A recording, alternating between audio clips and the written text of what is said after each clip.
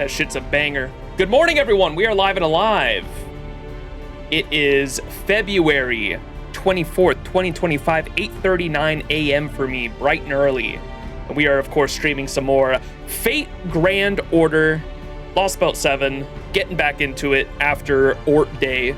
We basically got a glimpse of the future. The world is fucked. Who could have thought? Who would have thought? Not me. It is midnight, sir.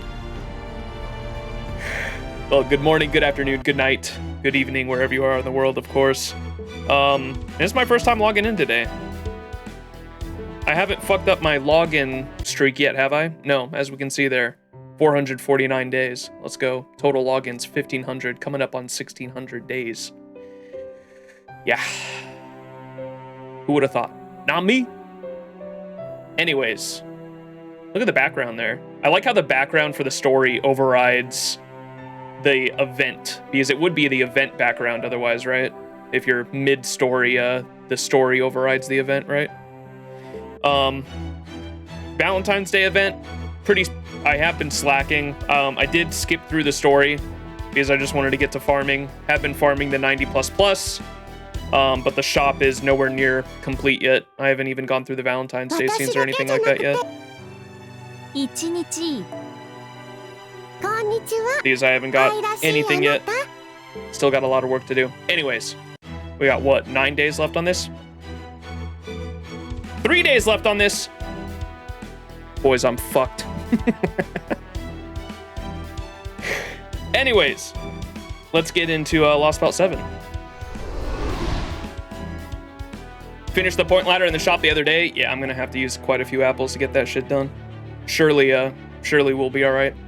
Anyways, where did we leave off last stream, story-wise?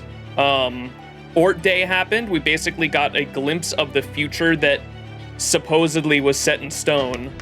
But we're gonna change fate. We will go against fate itself by killing Ort or some shit. I'm still confused on a lot of shit that's going on in this Lostbelt. One of the comments on the last VOD stream on YouTube said that the next stream will have a lot of lore dumping, and so I'm excited to find out exactly what the fuck is going on in this hellscape of a fucking Lostbelt. What the fuck, dog? What is that shit? The cylinder. We'll figure it out, though. All right, get ready for some lore dumping. Chichen Itza. What exactly happened? We went all the way to the 5th stratum here in Mexico City. That's where the more humanoid characters were, being led by, forgot the dude's name, the guy that was gonna become the next Tezcatlipoca, whatever the fuck that means. And then way back in the Dino City, you had another guy claiming to be Tezcatlipoca in Chichen Itza, I think, right? You had another Tezcatlipoca claiming to be Tezcatlipoca, and then you have the actual the summonable servant Tezcatlipoca just kind of watching over everything. I don't know what his plans are or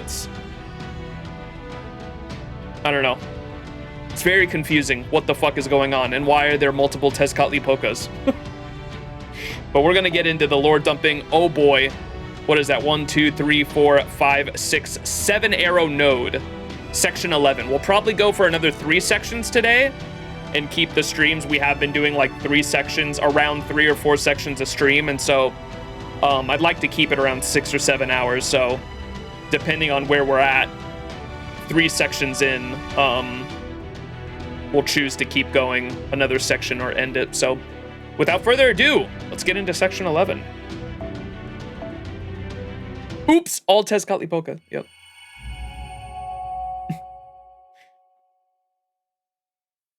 I'm so glad. I have no idea what's going on. Don't worry, I don't either.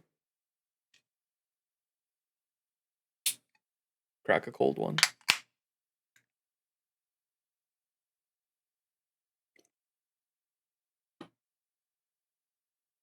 It's been a full day-night cycle, it seems. And we're fucked. Now we know it's coming. Gordy. Oh, yeah. The pterodactyl. Oh, and Cuckoo's here. That's right. Cuckoo literally lifted up the shadow border with her bare hands and jumped over to Chichen Itza. Welcome, Chaldeans. Everyone here at Chichen Itza is thrilled to have you. I know you're here for personal reasons, and that you don't mean any of those living in Mictlān any harm. How do I know that? Well, I've been listening to in on you all from the start, of course. Hear that? These people are not our enemies. I, Cuckoo-clan, the teachings of the sun, declare that all dinos should treat them as friends. So it's like that? Guess I've got even more dead weight to carry now. Vakub, issue a decree permitting dinos to discuss proper human history with the Chaldeans. Write it to say that they are friendly species and are far more like dinos than the Osalome. Oh, with all due respect, these people are obviously Osalome in all ways in that matter. I would go so far as to say they are even worse. They're obviously of the same species as the Cryptor who has brought his wicked culture here to Mictlān.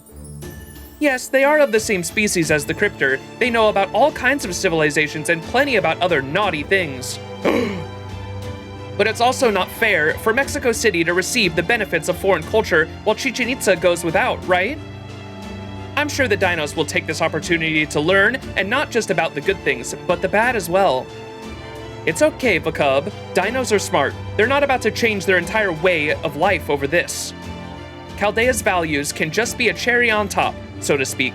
This may be the most exciting development for them since the corn on the cob.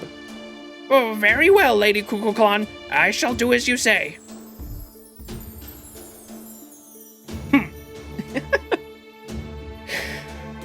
Fucking Vakub reminds me so much. What was the name of the teacher from Jimmy Neutron? Max waited weeks to be accurate with the release date of LB7 Part 2. Was it actually in February? Oh, the JP side of things? That's true. What's the name of the teacher from Jimmy Neutron?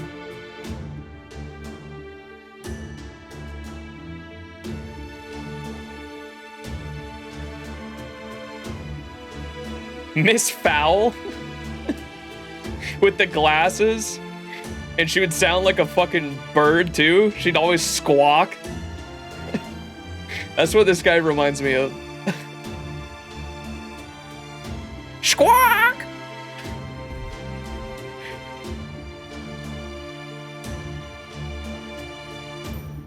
That glare could have stripped paint off a wall. He wasn't even trying to hide his hostility. Oh, may I say something now? Oh, right. You're Chaldea's representative. Fine, keep it quick. Very well. First of all, I want to thank you for your hospitality. Though proper human history and Lostbelt are generally at odds, right now we share a common enemy in Tezcatli. I'm as uninterested in your justifications as I am in your flattery. I told you, be quick. Even had the Osalome never appeared, we still would not see proper human history as our enemy. That irritating woman called you friends. That's good enough for the dinos. Now, what do you need? I can see clearly that your ship is a wreck. Sorry, our resident god doesn't know how brutishly strong she is. So Cuckoo destroyed, or it was already pretty fucked up, but I assume it's even more fucked up now that she was jumping around with it. I'm guessing her rough handling left some of your crew pretty banged up. You may use the human medical instruments I had made for me. If you need more, I'll have the priests increase production. Really? I mean, now that you mention it, you do look more human yourself, but... Well, for one thing, may I ask exactly what sort of relationship you have with Tezcatlipoca? Because from where we stand, both the Tezcatlipoca of Mexico City and you, the Tezcatlipoca King of the Dinosaurs, would seem to be the same god from proper human history. Nothing to worry about there. Yeah, we're both Tezcatlipoca, but that doesn't make us friends. Gods have multiple aspects. Ours just happen to exist separately. You're a mage, you should understand what I'm getting at. Does that mean he's a different Tezcatlipoca from the one David summoned? A rogue servant, perhaps? It is said that Tezcatlipoca had multiple divinities, so I suppose his story would make sense if he was one of them. What else? Can you repair your ship yourselves?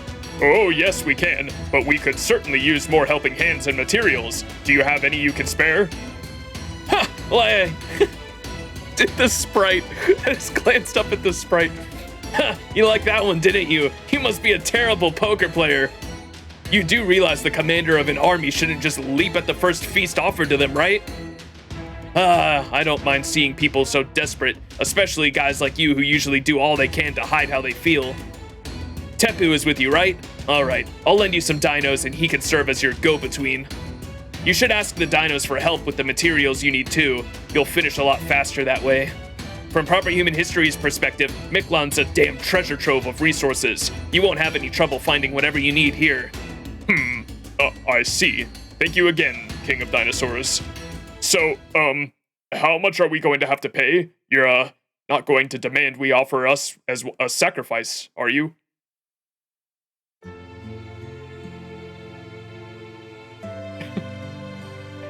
Why are they laughing? Is it because I nailed it? Their culture is so different, I just can't tell at all.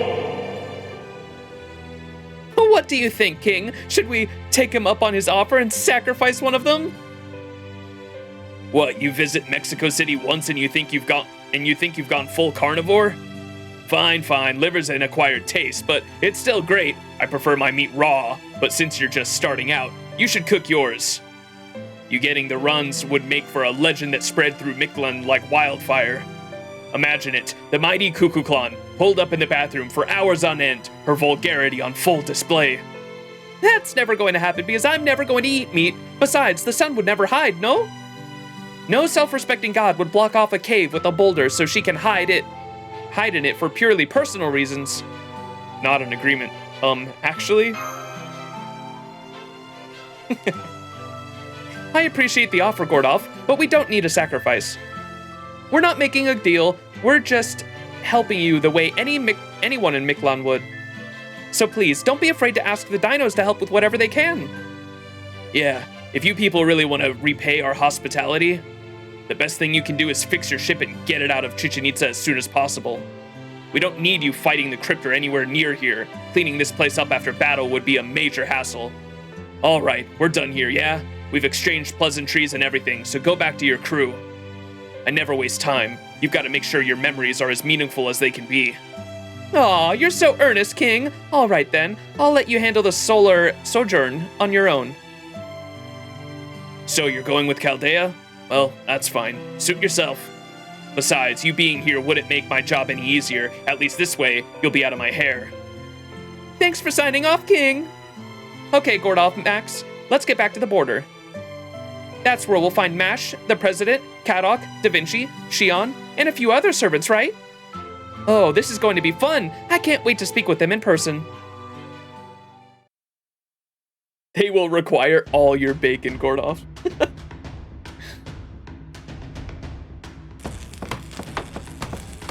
Where's Foe, by the way? What's up, Everchosen?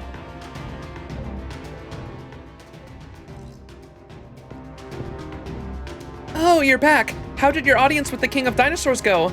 Great, we got permission to stay and a promise to help with the repairs. He said we could stay here and that they'd lend us some help with repairing the border.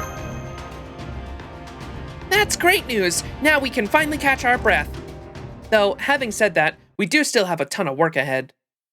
I've been going through the reports of your activities since we arrived, and there's just way too much about this place that doesn't make any sense. Alright, is it now time for the lore drop? Foe's probably within the ship. On the surface, messing around as usual. Well, I do remember, I don't think Foe's with us, because I do remember Koyanskaya saying, like, where is the little fur ball anyway? Because Koyanskaya wanted to get, like, revenge on Foe still, right? They're still not on good terms, and we said something like, I don't know, where is Foe anyway? And no one knows, I guess. This Lostbelt's prime species, the dinos, Mictlān, the god they worship, and the only one to exist in all of Mictlān. And then there's the Tezcatlipoca who attacked the storm border. Chichen Itza's king of dinosaurs says he's Tezcatlipoca too. But we can set that aside for now. Yes, he's Tezcatlipoca as well, but he's also pretty clearly not our enemy.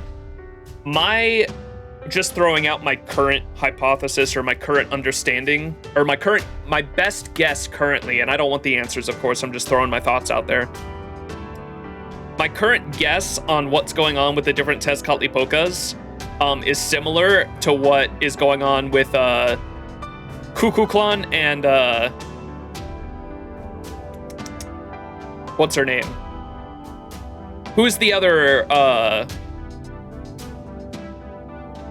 god, the other aspect of Cucuzclán? Quetzalcoatl.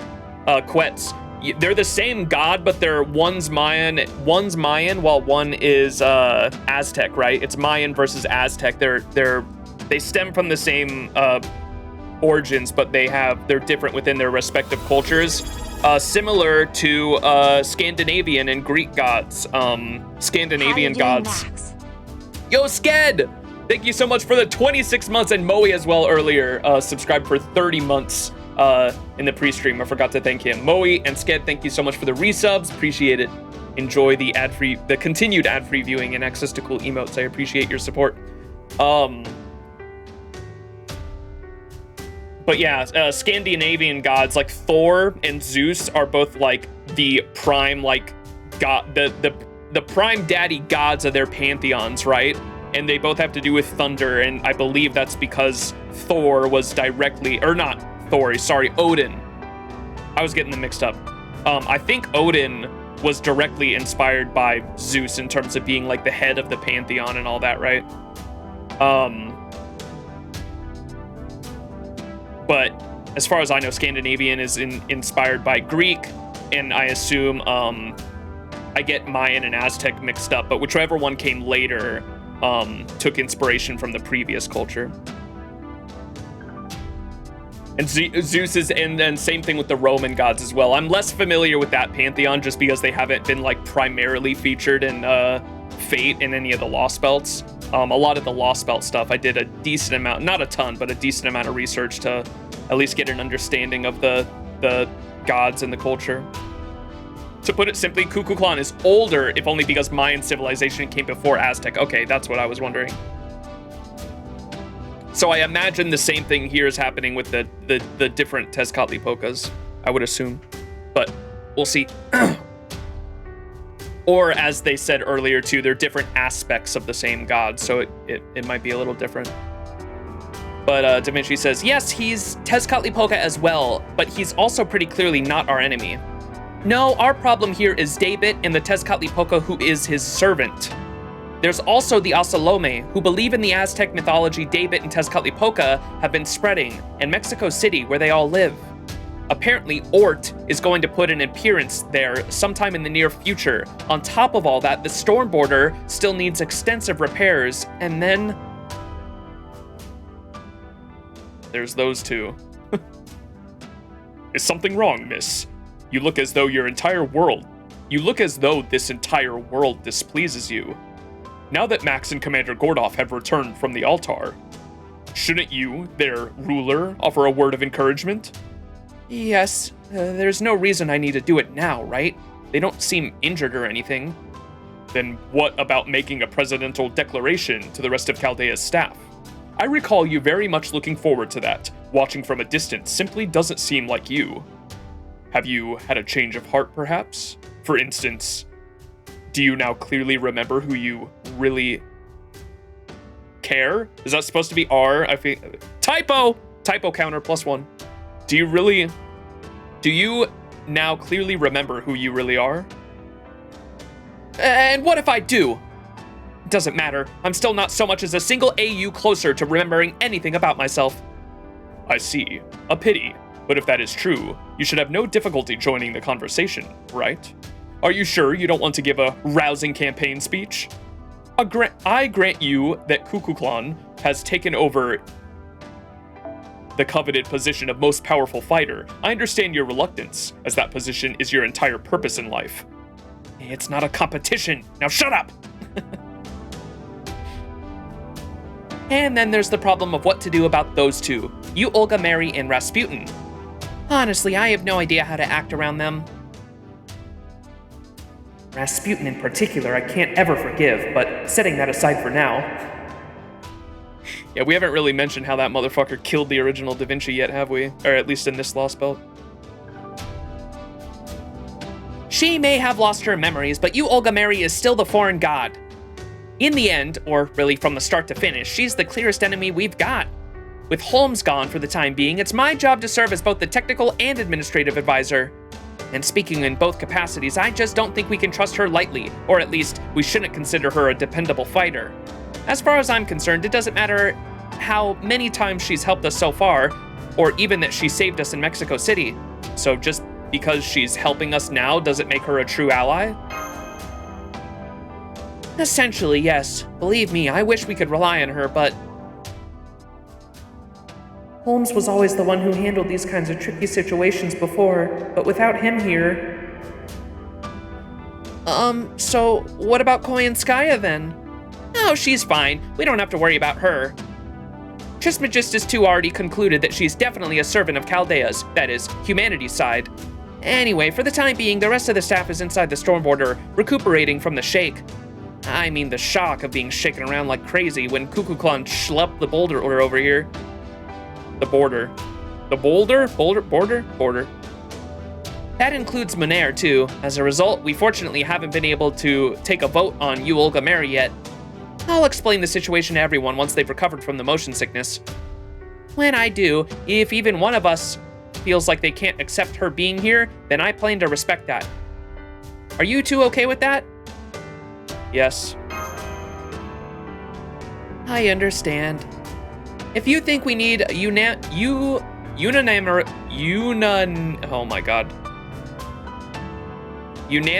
approval, I have no problem with that. Well, if you're okay with all that, then I have no objections either. Regardless of who that so-called President of Earth truly is, the fact remains that she looks just like Olga Mary. I wasn't around for the Finnish Chaldea days, so I can't imagine how the staff who were must feel about this. So it would be foolish of me to use my authority to shut them down on the grounds that we all need to help. We need all the help we can get right now. So if any staff on the border, starting with Monair, say they refuse to accept you Olga Mary's help, then that will be the end of it as far as I'm concerned. Having said that, Monair, Tomlin, Octavia, Chin, Keieni, Elron, Kawada, and Marcus. Every single one of them is a veteran of Chaldea. They've all been through hell and lived up to tell the tale. So while they may not be thrilled, I am confident they won't think twice about bringing an old enemy or two into the fold. Director, yeah, you're right.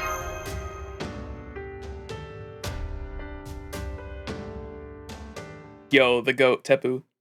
Excuse me, are you finished with your discussion?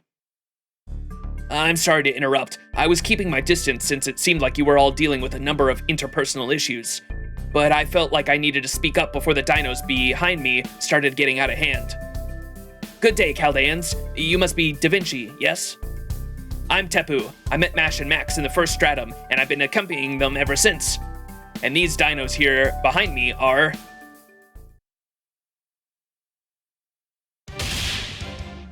That's right! It's us! Your dependable, locally sourced labor! The Dinochus Brothers 11!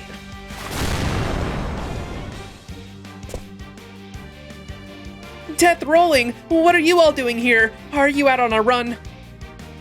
No, Big Sis Mash. This isn't about Shakta practice. Master Tepu asked us to come here to repair your ship. Oh, I see. Thank you. It's good to see you guys again. You're gonna be a huge help. I feel much better having all of you guys here around. Right? Real talk. We've never carried anything heavier than a Shakta ball before, but we'll manage. That they will, because I will be managing them. The Dinochus brothers are all very fast runners, so I am going to have them secure and transport all resources. We'll make sure you have all the materials you need, so that you can simply focus on making repairs to your... hello? Is something wrong? Are you not getting enough sunlight? Da Vinci! Oh wait, is it because she sees It's because she sees the dinosaurs, isn't it? Oh my god, I've been waiting for this. Because a flashback to Summer 6, Da Vinci goes crazy over dinosaurs. have I done the Valentine's Day event? I skipped through the story. I didn't read it, unfortunately, because I was losing time on the event and I wanted to start farming it, but I have been farming it. I'm nowhere close to finishing it. I'm gonna have to use apples and shit. What a shock to turn of events.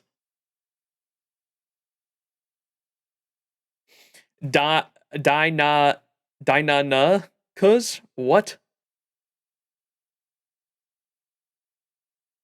That's crazy. Technical Administrative Advisor, what's wrong? You look like you've seen a ghost. Dinosaurs. Dinosaurs. Dinosaurs! Real life dinosaurs! What an explosion! What an artistic masterpiece! I can't believe it! The dinos are really dinosaurs! This is incredible! I want to touch them! What?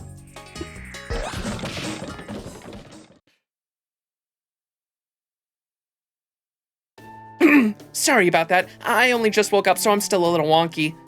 I'm Leonardo da Vinci, Chaldea's resident engineer. And you must be Tepu, the dinosaurs who have been helping Max and Mash. Pleasure to meet you. She's acting like nothing happened. How do you say it? Dinonucas? What?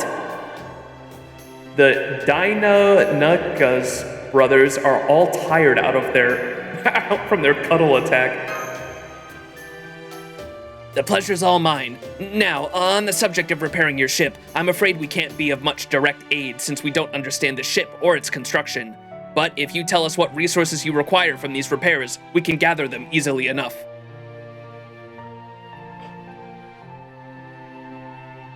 Dinonucas? Am I saying that right? Dinonucas? You're also very welcome to stay at my house if any of you wish to spend the night in the city.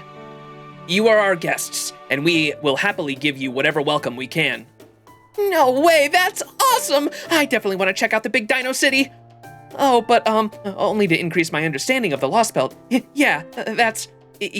We need everything we can we need to learn everything we can about Mictlan's history and culture. Yep. So if it's no trouble. Not at all. I would be thrilled to have your company. Having the opportunity to talk to a sage of proper human history is a genuine miracle after all. Oh, right. There's something else we need to do first. I'm sure you need at least a few days to finish your repairs, so you need to secure your own safety by eliminating the carnivorous insects and other beasts in the area. Oh, carnivorous insects, eh? Just hearing that makes me want to pack up and go home. I can feel it in my bones. Max, Mash. Nitocris and Nemo are still recovering, so I want you two to handle this yourselves. Yes, sir. I want to ask Yuo to come along too, but maybe I shouldn't right now. That won't be a problem. We've encountered these creatures several times already. Come on, Master. The two of us alone should be able to... Cuckoo Clan? What, you're gonna go chase off all the beasties that might bother you, right? So I'm coming with. I set this ship down here to begin with, plus I've been wanting to see how you guys fight. Etiquette isn't my strong suit, but I hope you don't mind if I fight alongside your heroes of proper human history regardless.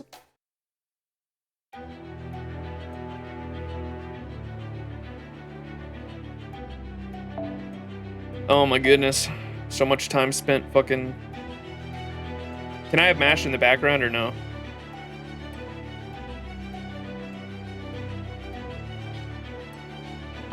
Nope, she's gotta be front. Okay. Koyanskaya. Attack.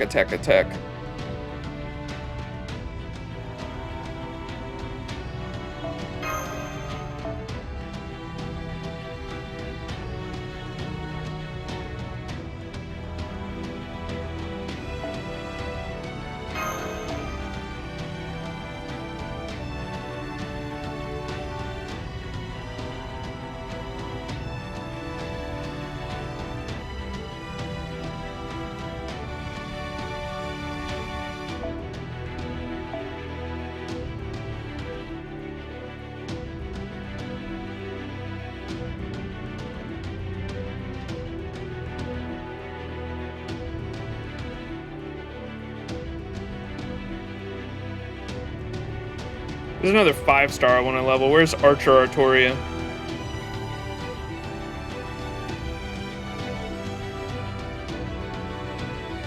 There you are.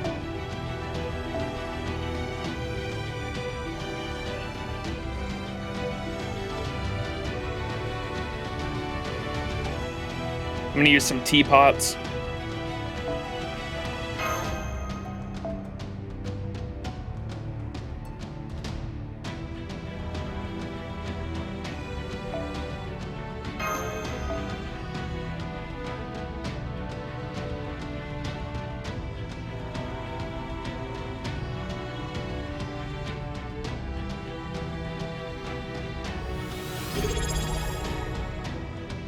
Who goes there?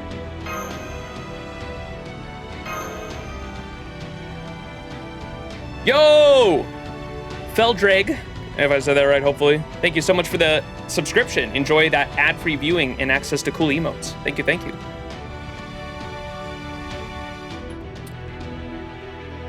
Max is on FGO? Indeed. Trying to catch up on some LB7.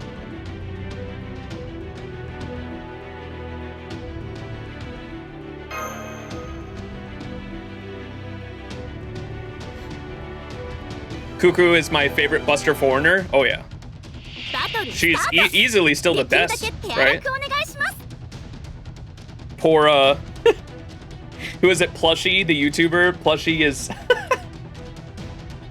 I loved his crashing out video when, like, because I guess he loves Koyami, Koyan Sky of Dark, who's a Buster Foreigner, so much that, like, he completely maxed her out, 120, full of pens, fully leveled in every aspect possible, and still, like, just a fully level, like, 90 or level 100 Cuckoo can beat his Koyami in, like, so many aspects.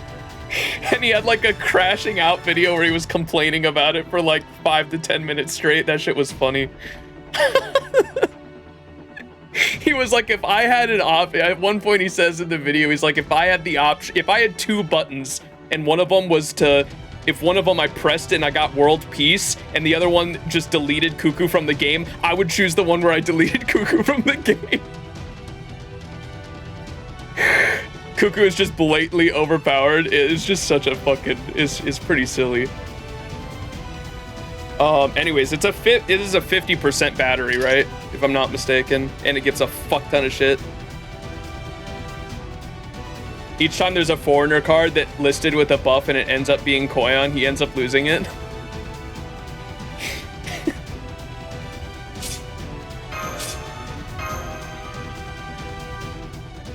Oh, this is the C-star shit, that's right. I don't know how to use Cuckoo. It's level 8 anyway, it's probably not even a max fucking gauge, is it?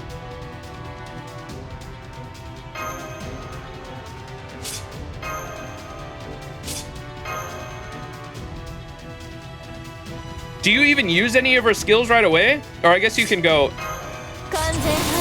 That's why she's busted with Koyan, right? There you go.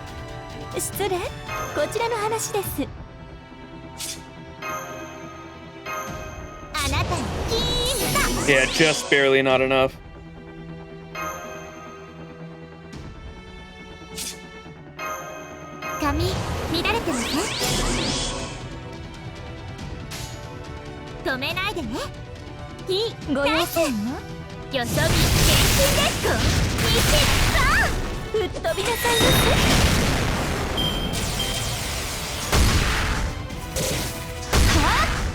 Can I just say again, I love this fucking, the fucking motif of, it got like stuck in my head after my first Lostbelt 7 stream.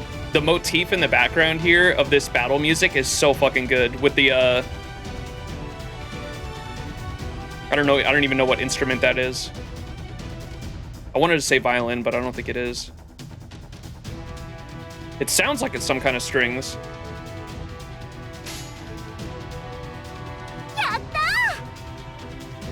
NP Seal, does she need stars to fucking... Or is it just sealed for the story? 一段装填済みです。マヤパンパ風を光は The OST and this Lostbelt are some of my favorites. They're really good so far. ごいかほどだ目障りですね。スタッフ Good story lock. Okay, gotcha. Too bad.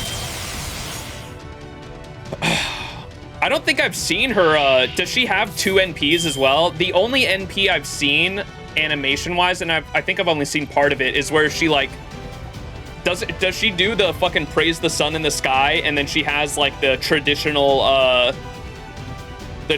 Mayan outfit on with like the bird fucking on the helmet. I think I've seen that one. That's the Ascension 3. I think I've seen that one, but I don't think I've seen the other one.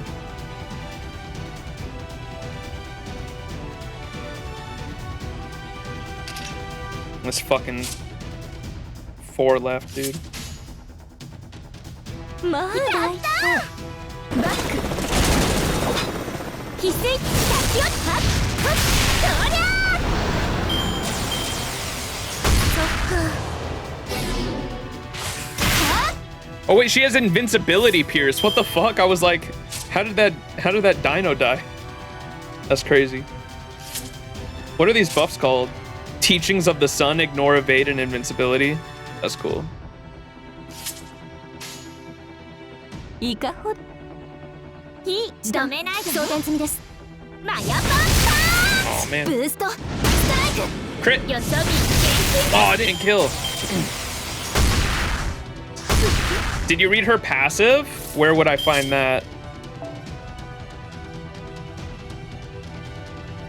Oh, these. Civilization Creation EX, increased debuff success rate for all allies when you are on the field. Question mark, apply a state that changes invincible states applied to you into anti-enforcement defense states. What the fuck does that mean? And gain C stars each turn and increase NP gauge each turn for yourself. All invols she gets become Castoria invols? What the fuck? Is that a normal thing she has? Does the actual unit have that? I didn't know that. Yes, that's crazy. I did not. And she, normal thing. And she has an invol in her kit too. That's crazy. I did not know she had that. That's fucking crazy. That's crazy. 止めないで前によそ見厳禁です I should also, before I forget, I'm gonna put a note. I'm gonna link the or I'm gonna tag pin, not tag, pin no spoilers, please, at the top of chat. Just so anyone coming in doesn't spoil something about LB7. Pin, yes, there we go. Manually unpin at the end of stream. There we go. Just in case anyone comes in and says something. Again, she's blatantly overpowered. Yeah, I knew she was like the best foreigner. I had known that, like I had heard people on JP talk about that forever. I didn't know exactly why. I just knew the 2 things I knew about her were she's busted to use she was like literally made for the Buster system because she requires stars to use like enhanced versions of her skills. And Koyanskaya and Oberon just give stars to the units they buff, or just they flood the field with stars, right? And so I knew that she was like made for that system, but I didn't know that. The other part is pretty crazy. Van Gogh stairs, I do enjoy Van Gogh. Van Gogh's on my backline right now. I'm trying to get Van Gogh's Bond CE because I know it's really good for her. All right. 完全回復よろしくて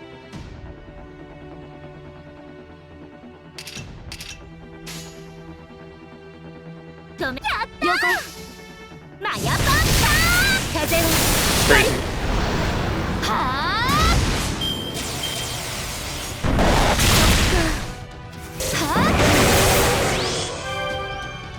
And as crazy as Cuckoo is, I don't even think she's the craziest unit this year. I guess it's because like you kind of need the Koyanskaya system, Koyanskaya and Oberon, to make full use of Cuckoo.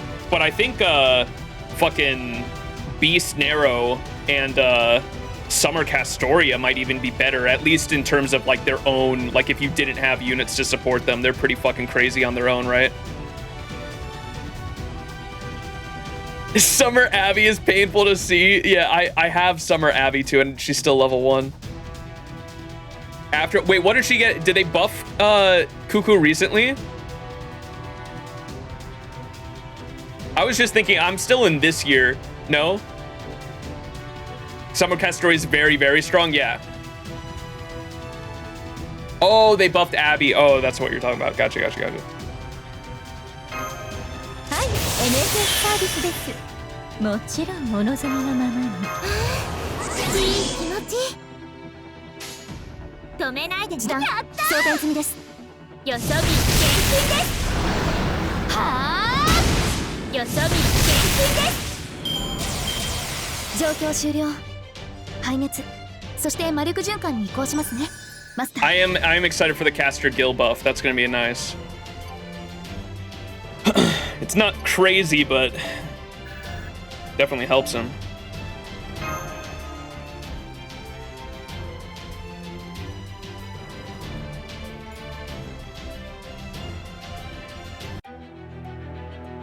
All right, just reading this one.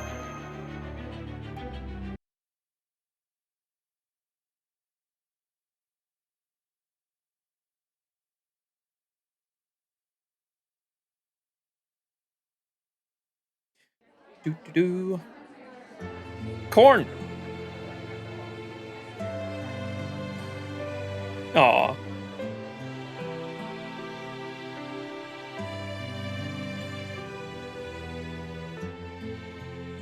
They're just standing in the corner.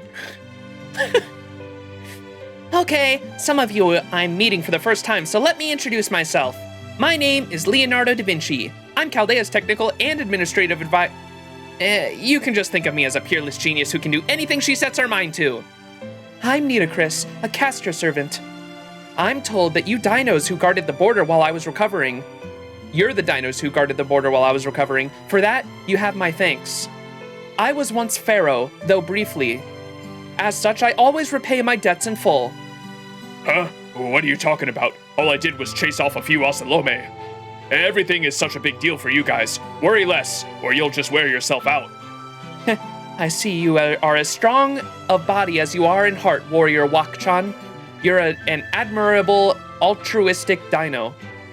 You think? What's an ultra-is-stick?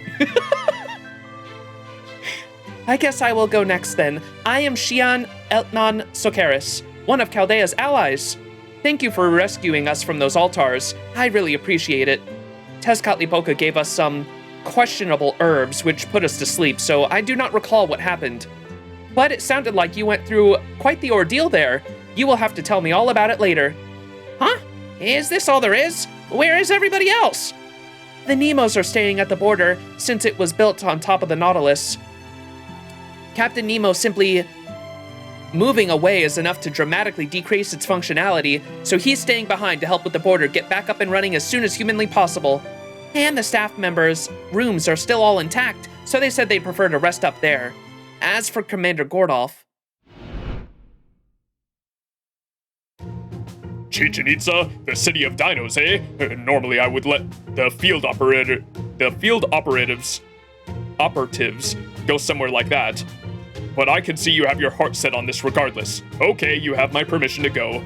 Me? Of course not. I'd rather never step foot anywhere so dangerous if I possibly could help it. You've seen Wakchan yourself, right? He may be nice and understanding, but his abilities are terrifying.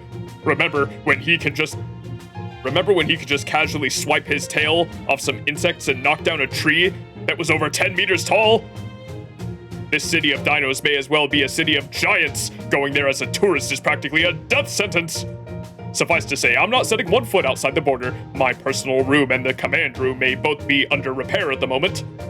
But fortunately, I'm already used to using the hangar as my temporary personal room. Remember when they told him his fucking room was still getting repaired over and over and over again at the makeshift Chaldeas. At this point, I'll gladly take working air-conditioned over anything else. Anything working air-conditioned. I know what you mean. The heat here in Mictlan's been ridiculous.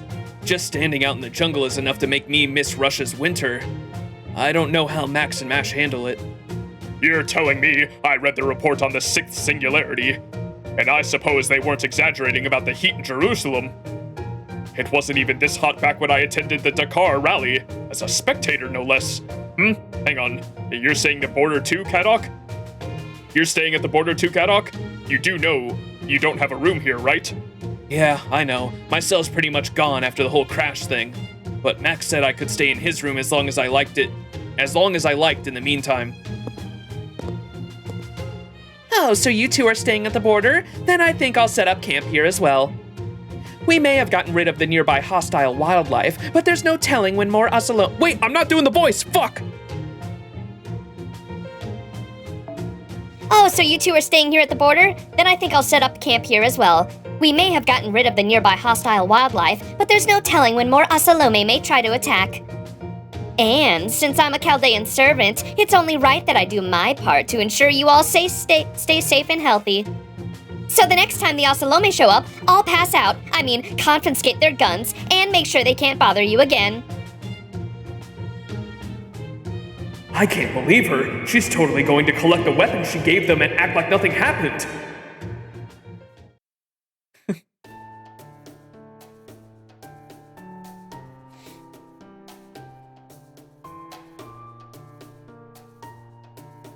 Wait, the stalker trio? Who's the stalker trio? If you're female MC, Kadok gets flustered if you ask him to stay in your room. Oh, the stalker trio that stalks Master when he's in the room. Is that what you were referring to? Which is who? Probably Dragon Girl. Forgot her name. Yandere Dragon Girl.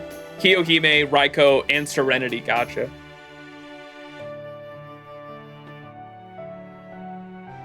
The stalker trio.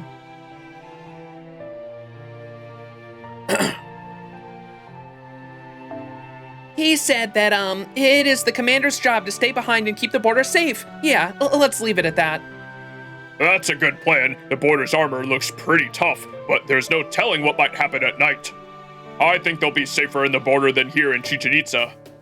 Anyway, that went on longer than I planned, especially for a pre-dinner greeting, but I'm done now. You spent all day getting rid of the dangerous wildlife, so I'd like you to just eat and get some sleep for tomorrow. Oh, before you go to bed, is there anything else you wanted to ask about, Max? Well...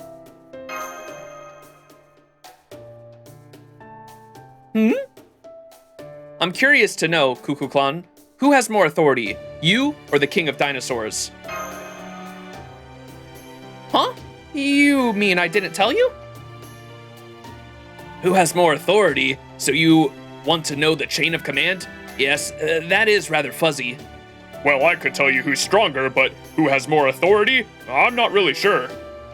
The King of Dinosaurs is in charge of all things having to do with the Dino Society. His decisions for Chichen Itza take priority. I'm more of a representative of order in Mictlān as a whole. You could even call me a translator of sorts. Really? Because I read the records of what happened at the sacrificial altars, and it says you refer to yourself as Mictlan's creator. Oh, that was more of a spur-of-the-moment thing. I kind of just wanted to make myself look good in front of that bastard with the sunglasses. Besides, Mictlān is basically all made up of Earth resources, so if anything, I'm kind of an outsider here. Oh, I know. I really just kind of exist. Nobody asks anything of me, and I don't ask anything of anybody else. I've heard that's what the gods of proper human history are like. Is that not the case? No, that's right. The more transcendent a god's power, the less involved they are with human society. That's what a god should be like, a being whose main purpose is to make people think that they exist. Natural phenomena aren't inherently good or evil. It was a human's job to decide which alignment a particular phenomenon fell under. So, does this mean that you're the deification of order in Mictlān as the dinos imagine it? Yep, I think that's right, though I couldn't tell you who first imagined that. So why are you dressed like an ocelotl? 'Cause I wanted to! I mean, no, of course it wasn't anything as simple as that. I'm just like this 'cause it's, a disguise. Yeah, it's a disguise. I copied an outfit in the style of proper human history so I could blend in better while I was in Mexico City. I see. A wise decision, as I would expect from you, Kukulkan. However, this is Chichen Itza, not Mexico City. So why not take that outfit off now? Besides, you never wore any clothing before. What? Quets, please. Yeah, you must be hot with all that cloth covering you, right? How come you're not just going nude, Lady Kukulkan? Wow, impressive. Nude! The fucking Mash's pure head cannot take it. That would seem to make a great deal of sense for a god of the dinos, wouldn't you think, Max? Don't be ridiculous, Shion. Cuckoo, please, just keep wearing what you're wearing. It's, very punk. I mean rock and desperado. Yes, of course, though I don't get the sense of desperado. I do get the sense desperado isn't entirely complimentary. Why isn't she going nude? Because the game's rated T.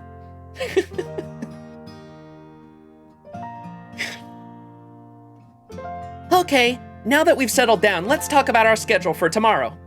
Our main focus is still repairing the storm border, but to do that, we'll need to split up into 2 groups, one for procuring resources and one for making the repairs. Mash, I'd like you to assist Shion with looking over the computer room. Max, I'd like you to join the resource team and help collect the materials we need. Uh-oh, farming time. If you need to go to the jungle, take Nitocris for protection. If you're going around Chichen Itza, then Wakchan will guard you instead. Sorry, I can't. I got important business to take care of. Oh, okay. Sorry about that. In that case, I guess I have no choice but to take on the task of guarding you when we go shopping in Chichen Itza. Damn, what a pain that'll be. If it's just the 2 of you, then you'll probably need a guide. I'd be happy to fulfill that role. You need only ask. Chichen Itza is a peaceful city, but you still never know what might happen. Thanks, Tipu. You're a great help. You know, I still have a lot of things I want to talk to you about too. Okay then, everyone off to bed. We've got a busy day ahead of us tomorrow. Is Wakchan going to propose to Miss President? I feel like that's what he meant by busy. She's not rolling, sadly. Huh? Did Yuo already go to her room? What's going on with you, Olga Mary?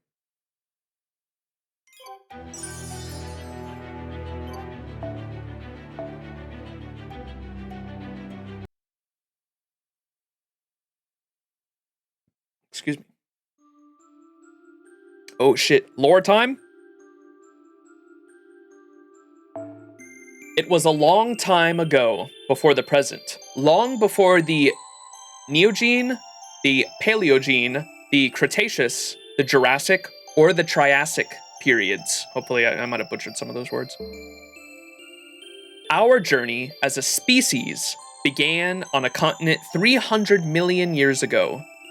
That's how this texture, this cosmic hypothesis was programmed. Oh shit, we're talking about textures, one of my favorite concepts of Nasuverse lore.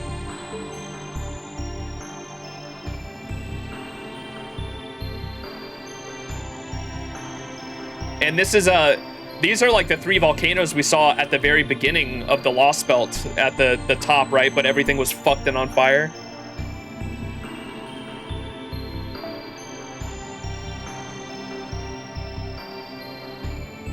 Screenshot time for some lore.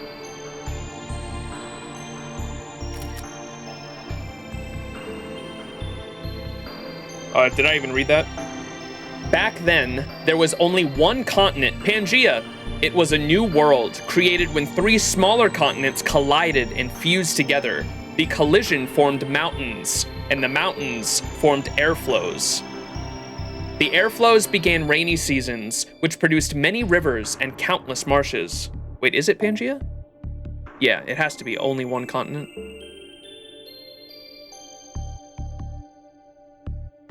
So many kinds of plants began to grow, and so great woodlands were born on this planet. The forests were made up of great ferns, about 40 meters tall by your measurements. Those ferns were our vessels. They became the new society that kept us alive. The forests continued to grow without any natural predators. The insects evolved to become bigger and stronger. And finally, became a form of life modern-day humans like yourselves could understand. Our species changed course to match the evolution of those life forms as well. Also, those ferns eventually returned to the ground. Much later in your time, what remained of them would become the coal that you dig up and use. This is why your people called this particular time the Carboniferous period for carbon.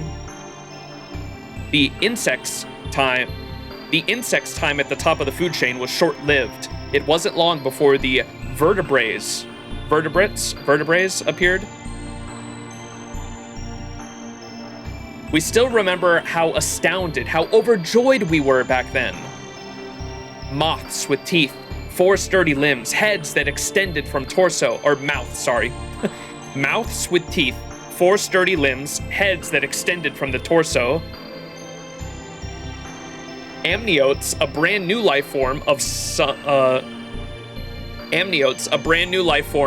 similar to what you would call lizards.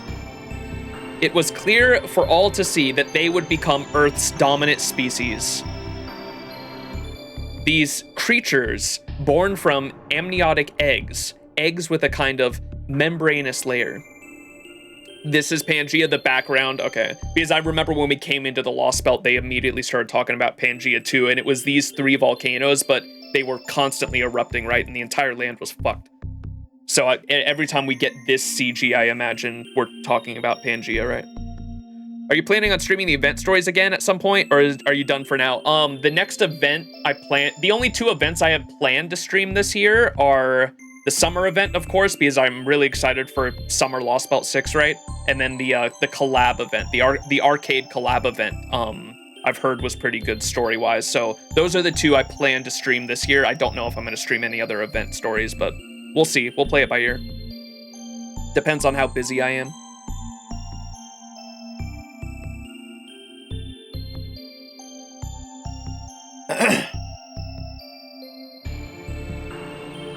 The Grail from front event story is pretty good? Okay. Berserker!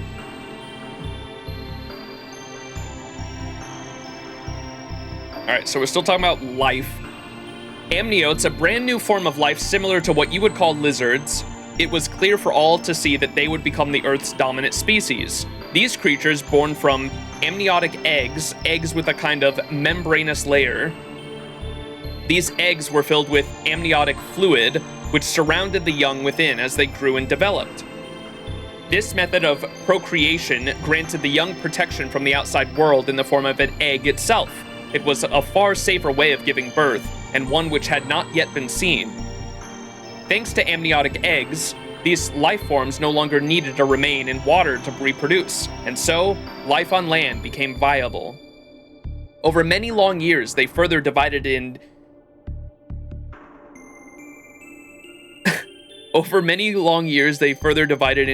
synapsids and sauropsids. The ones who survived extinction became the dinosaurs' ancestors. For 47 million years, they made this land into their own personal paradise. Up to this point, everything has been the same as what transpired in your world. Here, though, our worlds diverge, and Mictlān begins. 66 million years ago, this planet faced its 3rd extinction level event. 81% of all aquatic life and 70% of all land vertebrates died as a result. In your timeline, proper human history, this is where the world of dinosaurs came to an end. But this is a Lostbelt.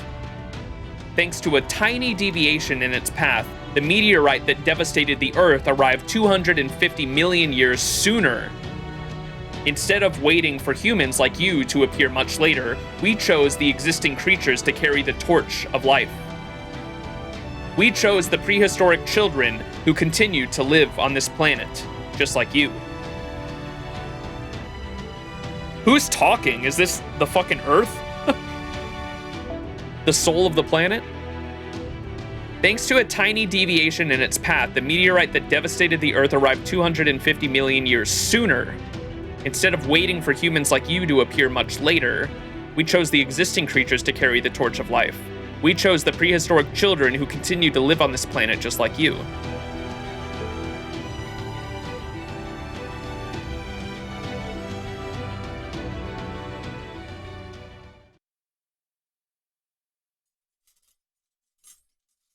And that's where my dream ended. Oh, we were dreaming. Interesting. That sounds a lot like the lucid dreams masters sometimes have as a result of synchronizing their minds with their servants.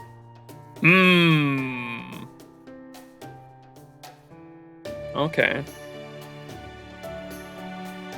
The voice in the dream said it was the Carboniferous period, right? Then you must have been seeing a Paleozoic era Earth. The Devonian period, Carboniferous period, and the Permian period marked the end of the Paleozoic era. The Mesozoic era of dinosaurs began when the Paleozoic era came to an end. Do you know why all the Paleozoic era creatures died out, Max? No. Mash told me something about the Big Five, right? The mass extinction events known as the Big Five, right? Aw, Mash is so proud. Yep, exactly. And the biggest of the Big Five is an event that took place at the end of the Permian period. In the case of the other mass extinction events, we know exactly what happened. The cause of the third one, though, is still unclear. Some people believe it happened because of multiple simultaneous volcanic eruptions. Others say a meteor impact. Still, others blame the temperature increase from the sudden release of methane from the ocean bottoms. If that mass extinction hadn't happened, life on this planet would probably have evolved very differently from what it is now. After that event, the Mesozoic era, when dinosaurs reigned supreme, lasted for 180 million years, followed by the Cenozoic era, which began 66 million years ago and is still going strong. However, no heroic spirit could possibly have memories of that time. Melusine. Well, I guess there might be an exception or two who happened to be around during the pre-Cambrian era. What about, is it Quetz maybe that we were, Quetz is the only person I can think that it would have been talking to us. I'm so excited to get some of the stuff because this shit was like, a lot of this shit was like hinted at or foreshadowed way back in Lostbelt, or not Lostbelt, Singularity 7 in Babylonia, specifically that scene where Quetz takes on Tiamat and releases the skill and then the noble phantasm. And during that time, she has like a little bit of a speech where she says like, nothing on this planet or nothing in Mesopotamia can harm Tiamat. I was the one who said that. But I am not from this planet. I am from the... I don't think she specifically says I'm from the far reaches of space, but she says something along the lines of, I am not from this planet. I will become the meteor that took out the dinosaurs. Literally, her noble phantasm, she goes into fucking space and comes down and drop kicks Tiamat.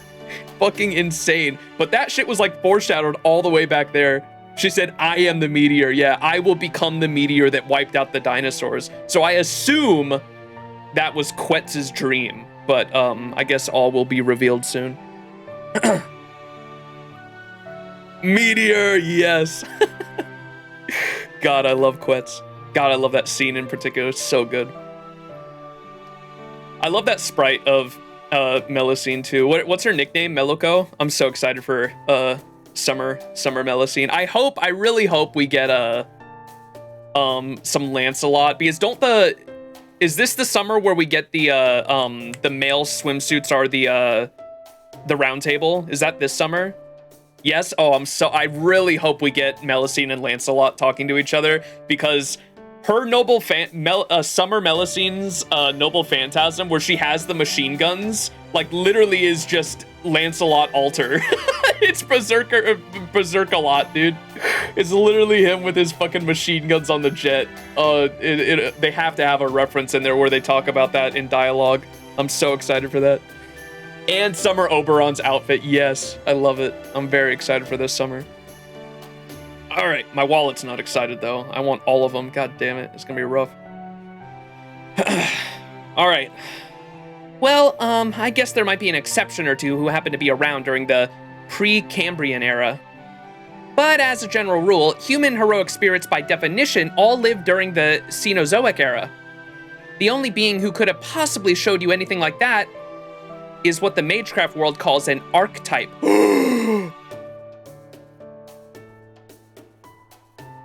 Hey, yo. They're essentially like the planet's brain or memory. Would that mean Quetz is one? Unless Archetype Earth was talking to me. There's no way. I thought... No one tell me, but I thought Archetype Earth wasn't in the main story at all. But that'd be crazy if she shows up in LB7. They're essentially like the planet's brain or memory. And Archetype, the planet's memory. Archimension.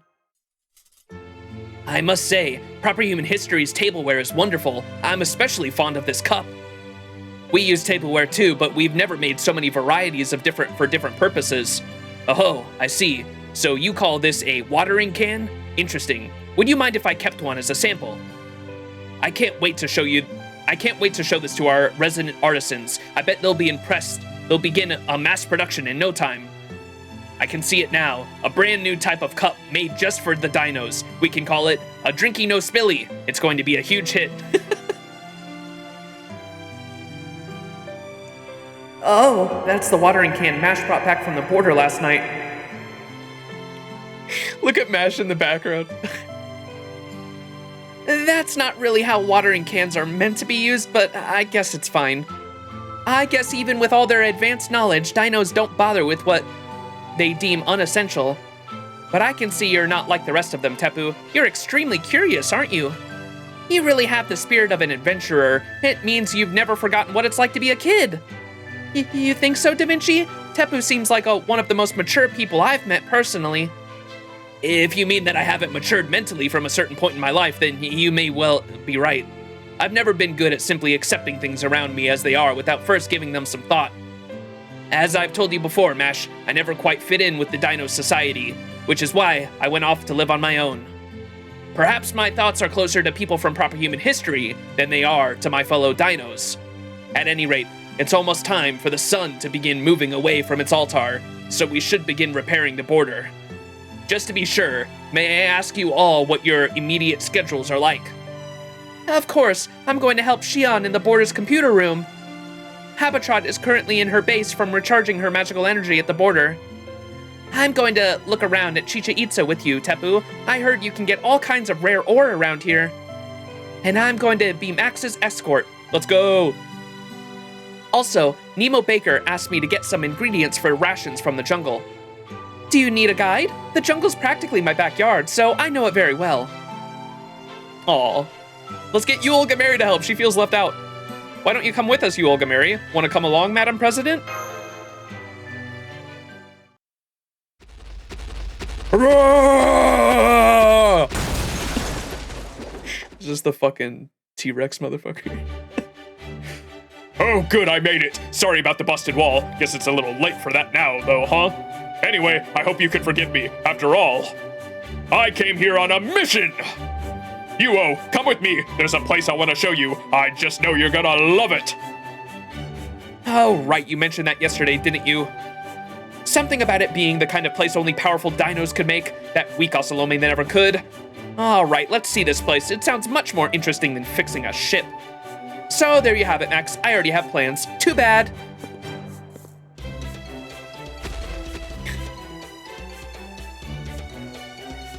Well, maybe this is for the best. Does she want us to be jealous? Tsundere.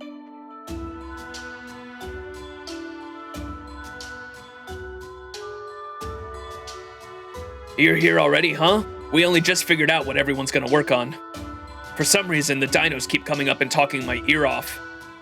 they're all really inquisitive and friendly, so there hasn't been any trouble. I'm just not really sure how to handle all of them. Tepu,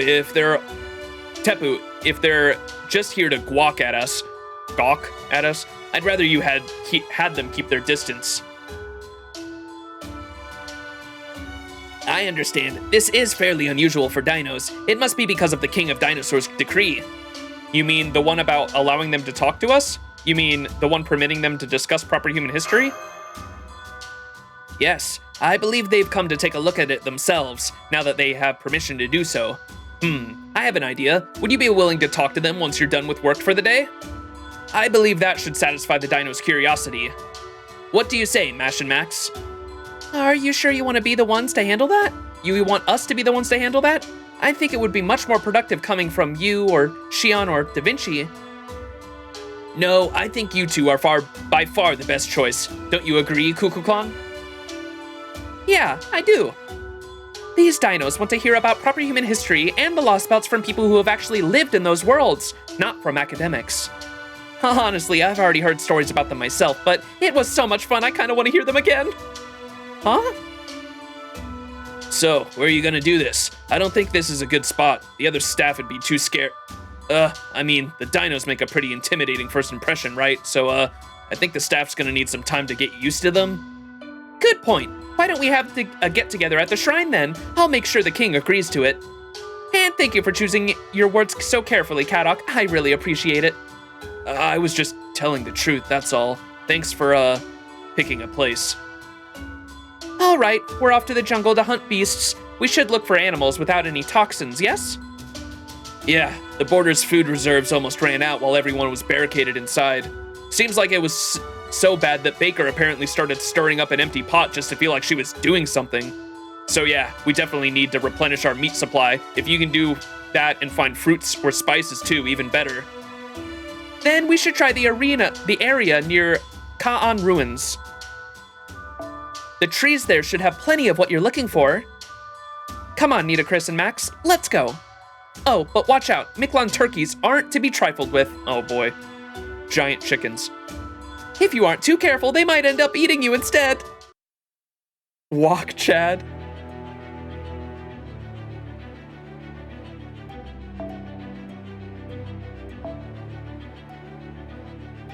Oh, Nita, Chris, my servant. Oh, she's 555 though. Support servant is probably higher. Yeah. Sorry, I haven't leveled my Nitocris.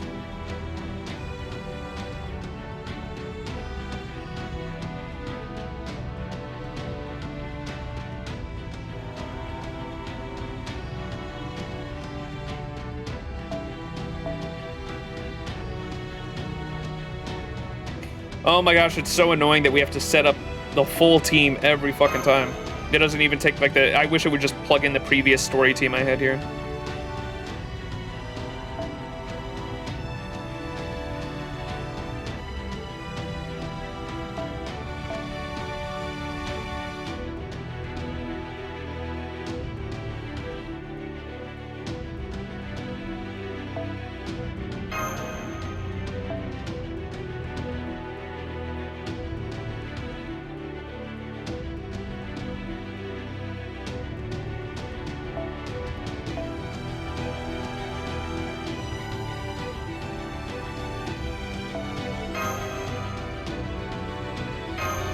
This actually probably isn't worth wasting a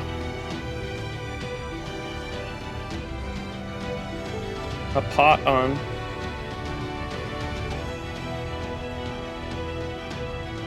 Let me save that for now.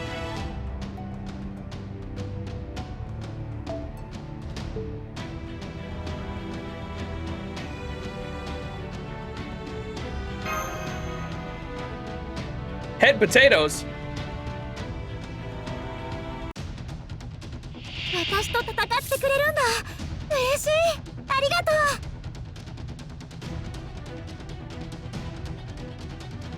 う。天空よ。Banger song coming in.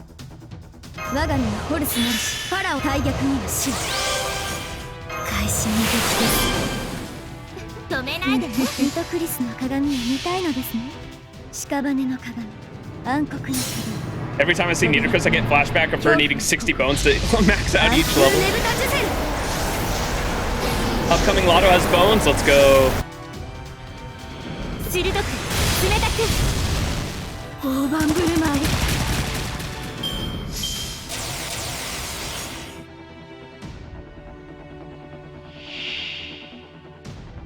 Unintelligent small dino. Aw.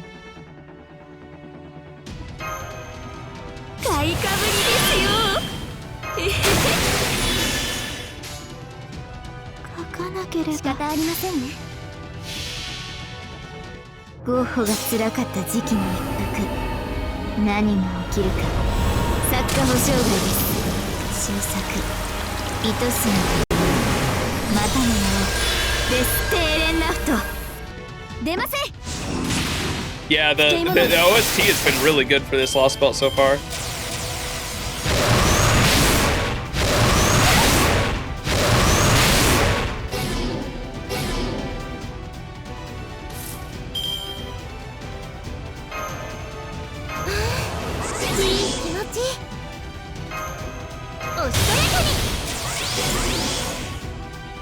Yeah, look at that. She gets a Castoria. Bro, that's so crazy. That's just a passive. She just gets a Castoria fucking anti-enforcement defense for fucking any invul. Crazy.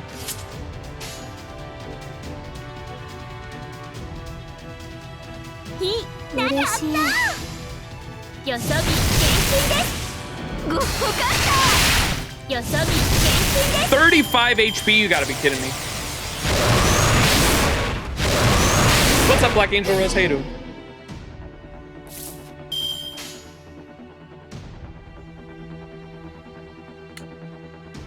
Let's do a bam, bam, bam.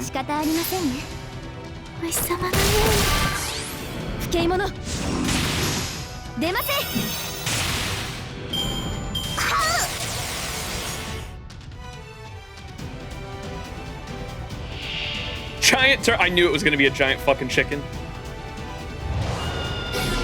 A cry for the fallen kingdom. No, bro.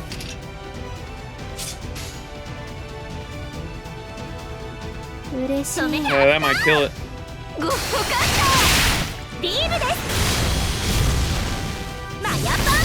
Oh, damn.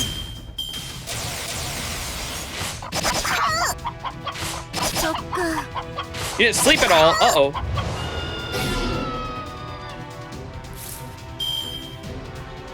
Chichen Itza?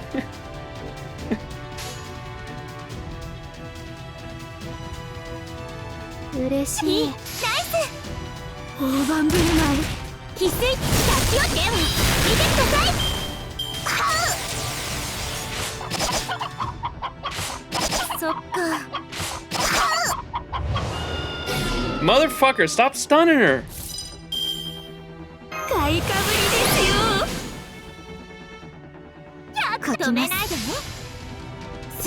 Chicken pizza?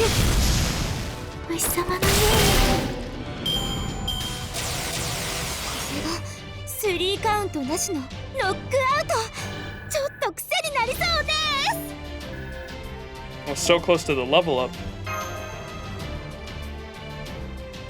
Playing Sims all night? Oh, hell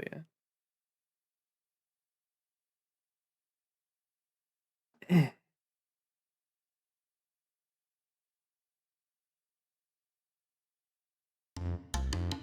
That was horrific.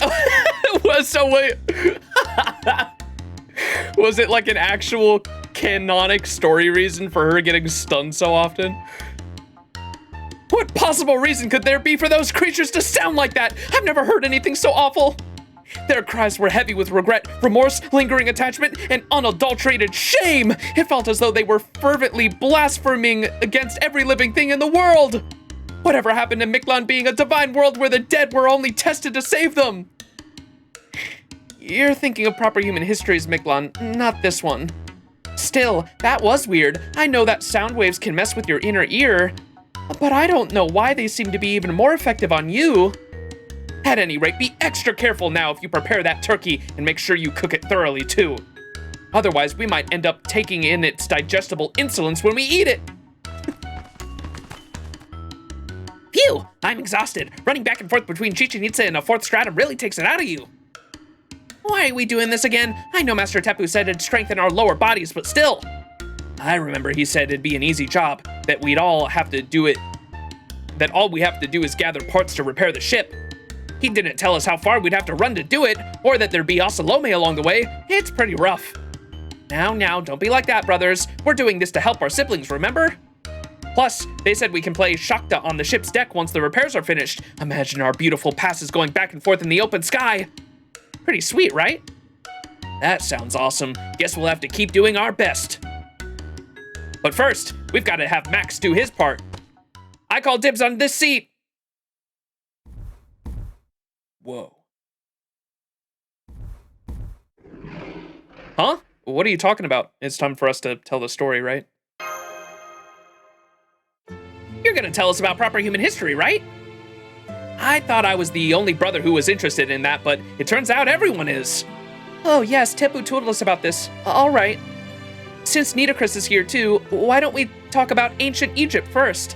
Is that okay with you, Pharaoh Nitocris? Of course, my reign didn't last long, but that doesn't make me any less of a pharaoh. I will gladly tell you about life in our glorious kingdom, ancient Egypt's 6th dynasty.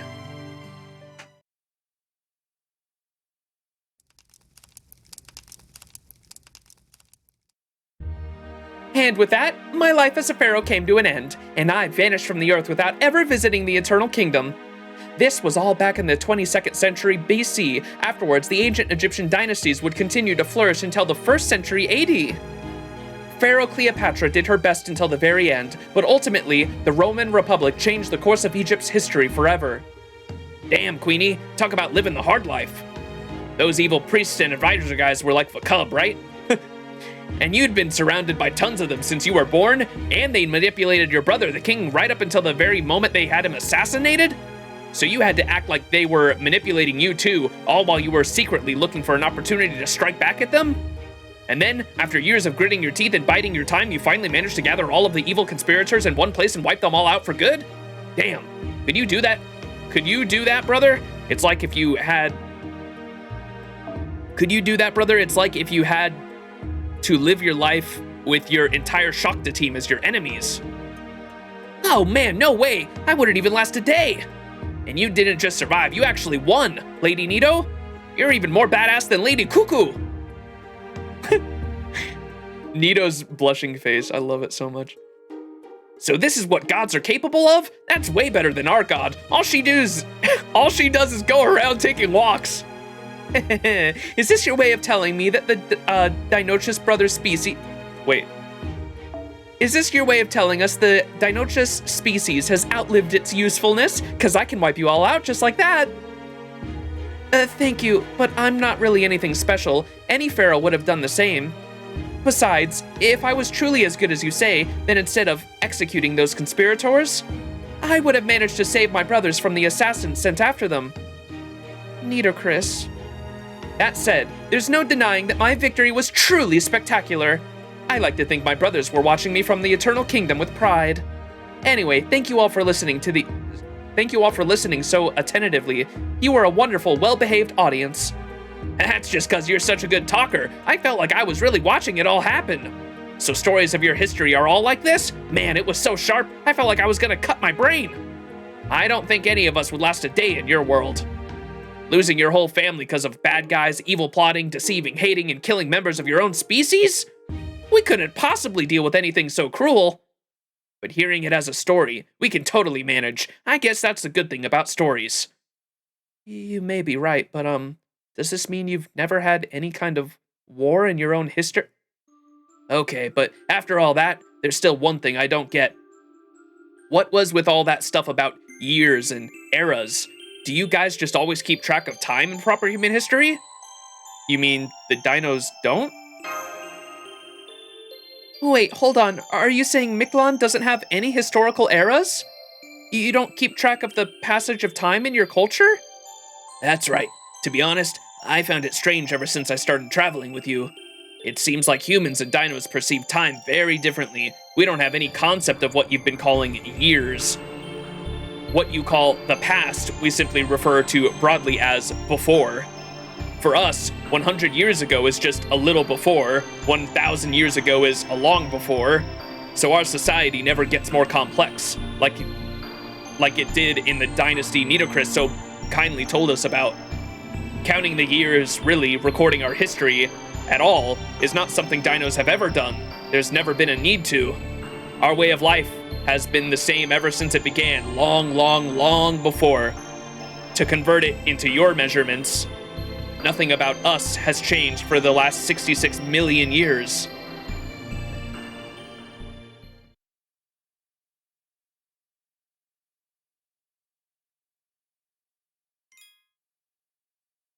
I wanted to look up King Tut's age because I had a question in my head if he was the youngest to die and read that he married his half-sister. Ew, fuck ancient Egyptians.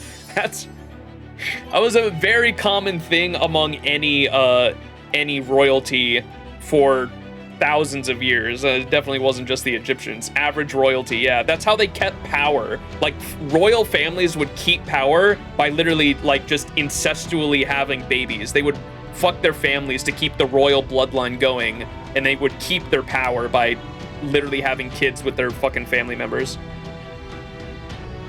That definitely wasn't just the Egyptians.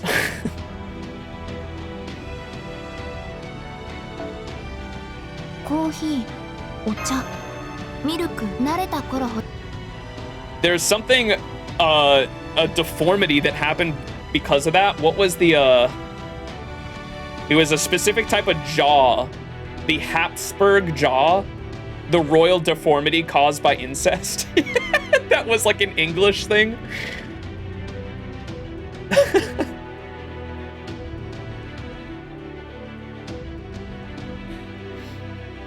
Usually the problem was the Game of Thrones situation where you had too many bastards who had ownership over the throne. Yeah, that too.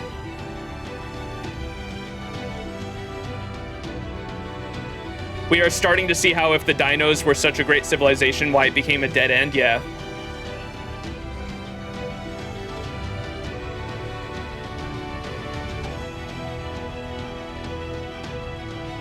All right.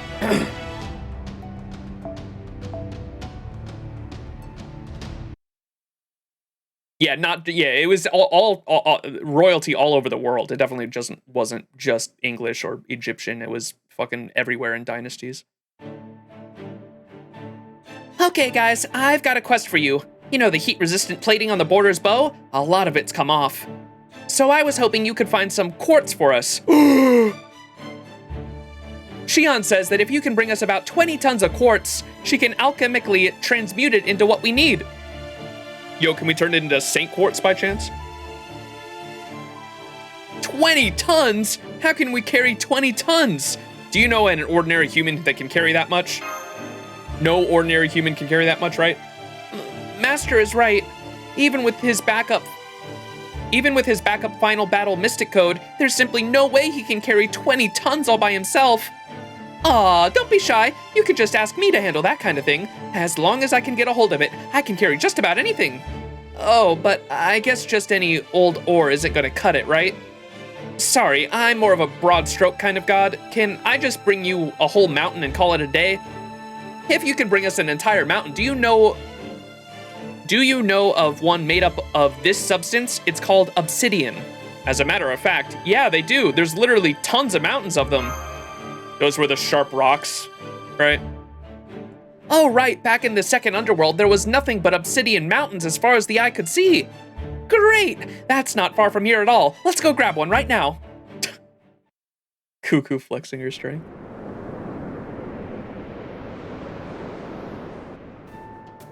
I see. So you need a mountain's worth of obsidian. Chirp! These sword mountains are a composite myth that overlays a great king Enma's mindscape into the Itzakuharal mountain range. Ideally, I would like to keep them all as my swords. Chirp! But if you need them to repair Chaldea's ship, then I suppose I have no choice but to let one go. However,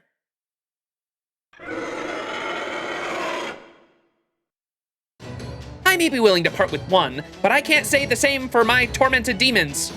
They're saying, defeat us if you can, and you think you'll get our rocks that easily? In retrospect, I may have overindulged them. They're a bit pretentious now. Unfounded confidence only leads you and those around you to harm. The best cure for this is a harsh lesson at the school of hard knocks. Yikes, you're a lot harsher than you look. Anyway, you heard her, Max. Are you okay with this? Is this one of those situations where you need to treat all life as precious or love your enemies or something like that? Collecting materials is serious business. Give them all you got. Give them to the count of 3 and then KO. Nope, let's see if you can KO them by the count of 3. I see. No mercy for those who would stand in your way, huh? Might makes right and all that? Got it. Well then, I'll leave their bodies intact, but I'll smash their pride to bits. You know, I'm not usually much for violence, but there's something about hearing KO that gets me all fired up. Oh my god. Quetz. That's the Quetzalcoatl inner coming out.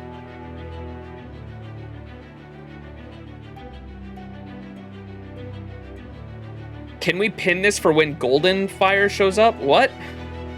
I don't know what that is. Plus, I gotta keep my, no spoilers pinned.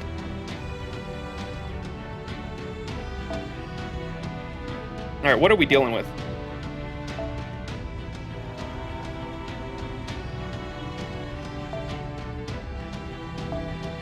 Oh, Benny Enma. More bond.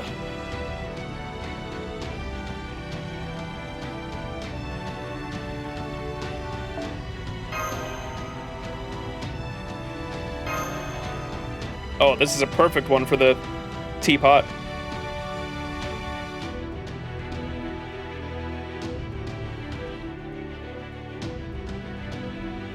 Oh yeah. We're gonna get a ton of fucking bond from this.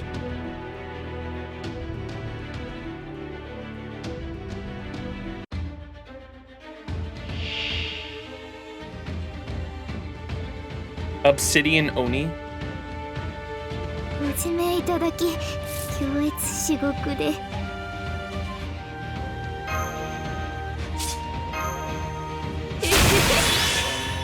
開始の時買いかぶりですよ Oh, we didn't get any stars. まずは一杯どうですかまずは一杯どうですかどちらのつづらがお好みですか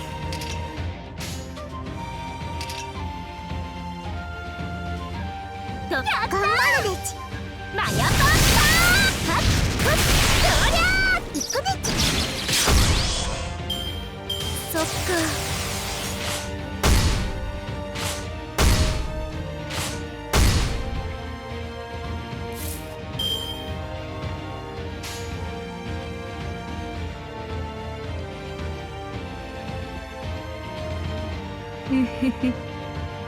頑張るでちお日様のようにごめんよそ見厳禁ですそっか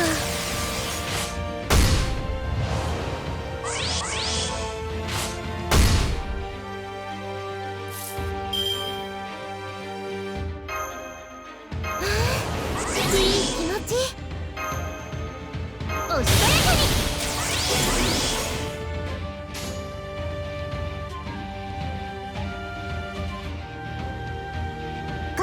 嬉しいナイススズメの国大盤振る舞い翡翠滝落としそっ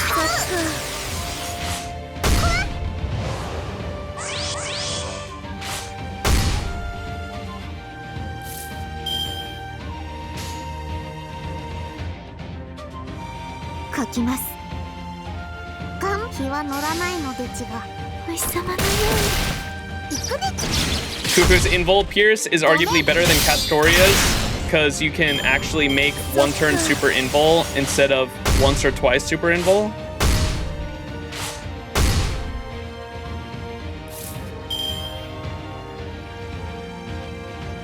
Oh, is it okay? It's not hit based. It's one turn. Is that what you're saying, Unafraid?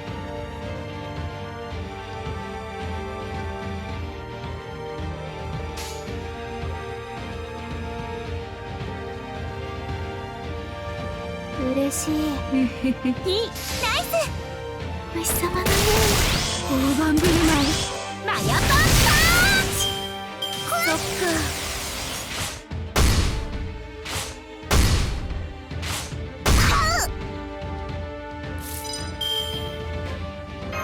開始にぶつけ皆様目を閉じて嬉しいゴッホが辛かった時期 Kugu's survival is insane for that factor. 何が起きるか作家保証外です新作愛しみというまたの名をデス・テーレンラフトゴッホ勝った送る言葉はノーンメインニーマ No, go go. すみません Aw. No, bird thing.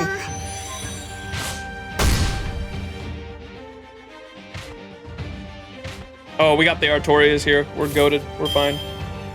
ホールドアップ拍車をかける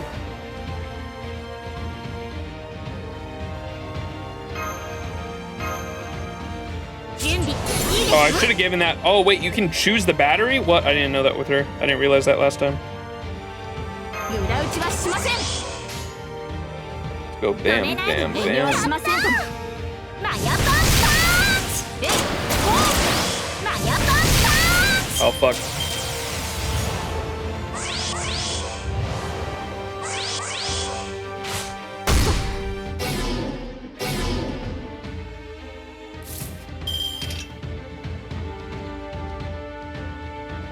貴様拍車をかけるホールドアッ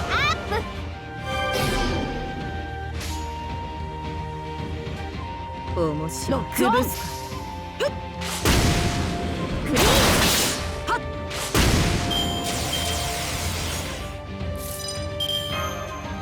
髪乱れちゃうね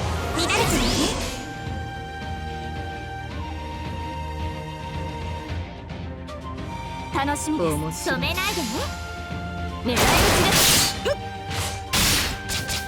マヤパンパン 50% targetable battery with a one-turn evade. That's crazy.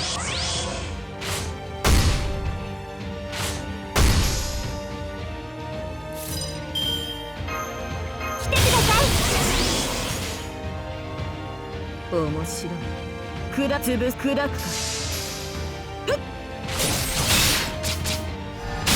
耐えきれるか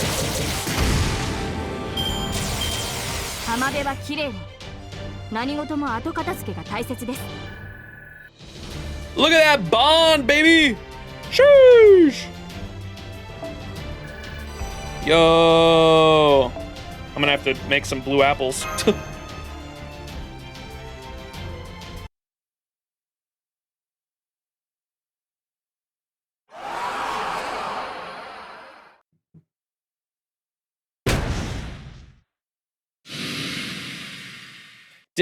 Did they really just blow themselves up? Maybe we overdid it a little. Don't worry, they were just vowing to have a rematch. I could hear their resolve in their voices. Chirp! They said, we're going to bulk up even more by the next time we meet, and well fought. We suppose you can have some training stones. Isn't that great? Now this is how a good fairy tale should go. Chirp! It's true, even though they were a bunch of stone statues, they had some real backbone to them. Pounding on them was so satisfying, I'm almost sad I couldn't defeat them. Or I'm almost sad I did defeat them. Anyway, I'll just be taking some of these mountains to go. Yes? This should cover 20 tons, right?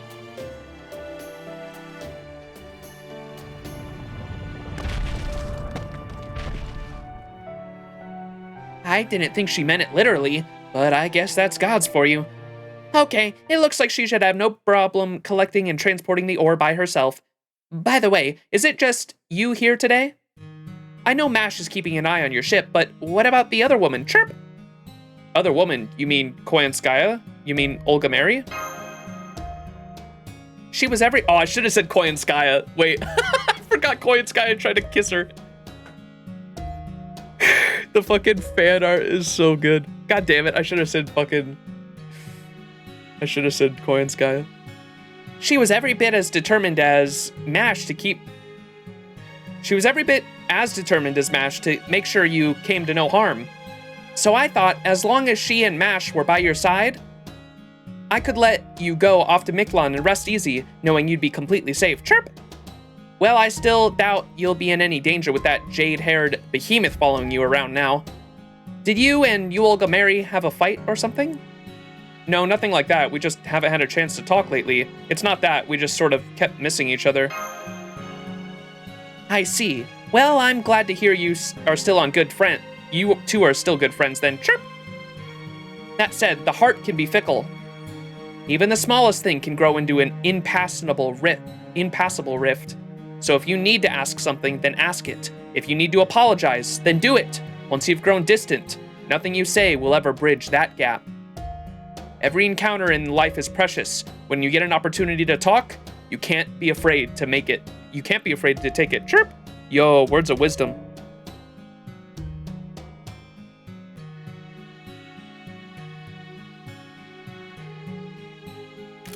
Nasu with the fucking fantastic writing there.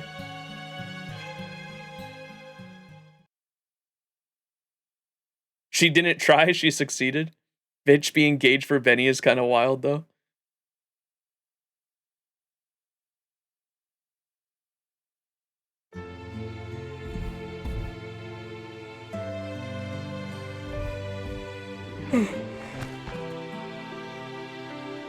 Are we telling more stories? Let's go. Oh boy. Oh, I see. Oh, whoops. We gotta use the voice. Second time I've forgotten this stream. Oh, I see. Things are going quite well here, too. The dinos just don't have any notion of resentment or preconceptions about foreign cultures. We had so many volunteers lining up to help repair the border, we didn't even need to ask anybody. If only humans could take a page from their book. No, wait. On second thought, that might be a bit hasty. If everyone only ever worked for the benefit of those around them, I'd be out of business. Maybe it's possible to be too understanding. They are smart enough to know when something is sad, but they don't see tragedies as tragic. They have empathy to understand when someone is frustrated, but they don't recognize injustice as unjust.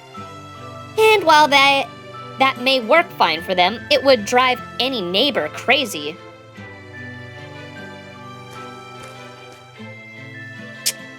There's even more today than yesterday. I know I said I'd permit discussions of proper human history, but I didn't think it was going to get this big. Huh? King of Dinosaurs, are you here for an inspection? Your Majesty, are you here to check up on us? Hell no! I just wanted to kick the Shocktoball around, but you people are taking up the whole ground! This is the only thing I get to do for fun, and now it's ruined. Hey, Chaka, move aside. I'm gonna sit back. You want to hear what they have to say, right? Then sit up in front. No point holding back.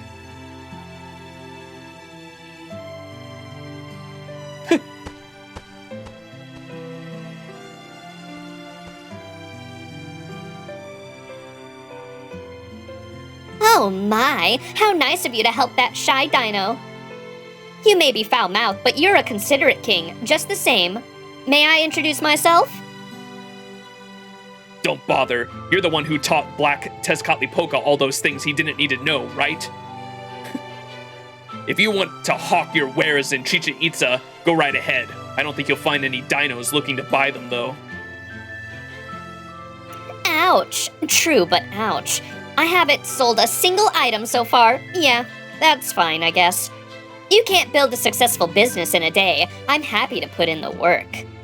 I'm not just here to make money, you know. I've got my eye on much bigger things. Ah, so that's what you're really after, hmm? I can tell that's not going to go up in flames. Or is going to... I can tell that's going to go up in flames. Anyway, what are you still standing around for? Can't you see all the dinos waiting for you? Make with the stories already. Tell them about the different worlds you've seen, the kind of what-if tales that never came about in Mictlān. Okay, well, first off,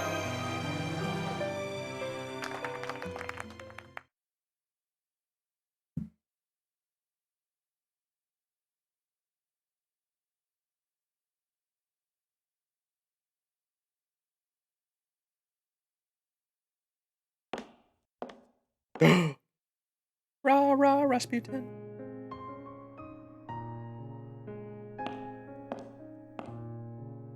Yes, good evening. Are you lost, Kodamine? I can show you around if you'd like. No, that's all right. I was just about to take a break. I've been patrolling the border to make sure no Osalome sneak on board, you see. Oh, thanks. It's hard for our sensors to detect the Osalome since they barely have any magical energy. And since Captain isn't back in full form yet, that'll be a big help. Oh? I was under the impression that Captain Nemo was fully back in action. Oh, that? He's just pretending he's fine. Like always, Shion pretends not to notice anything's wrong. I see. I'll bear that in mind. By the way, is the Stormboarder's power generated solely by internal combustion engines? Huh? What do you mean? Nemo, Professor, don't talk to him! This motherfucker's scouting for information to betray us later. Oh, I was just wondering what we should do about powering the ship if the engines were to stop. I heard you had to barricade yourself within, in the dark without any electricity when you crashed. That must have been terrible. So I thought, if the ship had some means of drawing power from the outside, you'd be able to restore it that much quicker. I see. Good thinking as usual, Father. But don't worry, we already have a means in place for collecting energy from external sources. If we had some way to summon 100 servants with the ability to provide power, we could run the ship without the engines at all. Of course, now that the Wandering Sea Base is gone, I doubt we'll ever get to use it again. Oh, I hadn't considered that. Thanks for the inspiration. So you do have a way to power the ship, even if all of its engines were destroyed. I'm glad to hear it. Yep, though I would also bawl my eyes out if that ever happened. This scheming motherfucker. Oh, Caddock knows. Wait a sec. You've been spending a lot of time around the border for the last couple of days. Shouldn't you be with the foreign god? You may wish to choose your words more carefully, Caddock. Throwing the word god around too casually could make this miraculous balancing act come crashing down. Ah, my apologies. Miraculous really doesn't seem to do the situation justice. The present situation is all thanks to Max and Mash's hard work and healthy, accepting mindset. You, on the other hand, don't seem to be nearly as open-minded as them. Once you've formed an opinion of someone, you don't easily change it, do you? Yeah, that's right. Unlike them, I'm a mage. I can't change my principles on a dime. I'm just old-fashioned like that. I don't see that as a bad thing just now, though. 'Cause, see, Chaldea needs someone around who isn't just going to go all in on trusting you two, however much you help.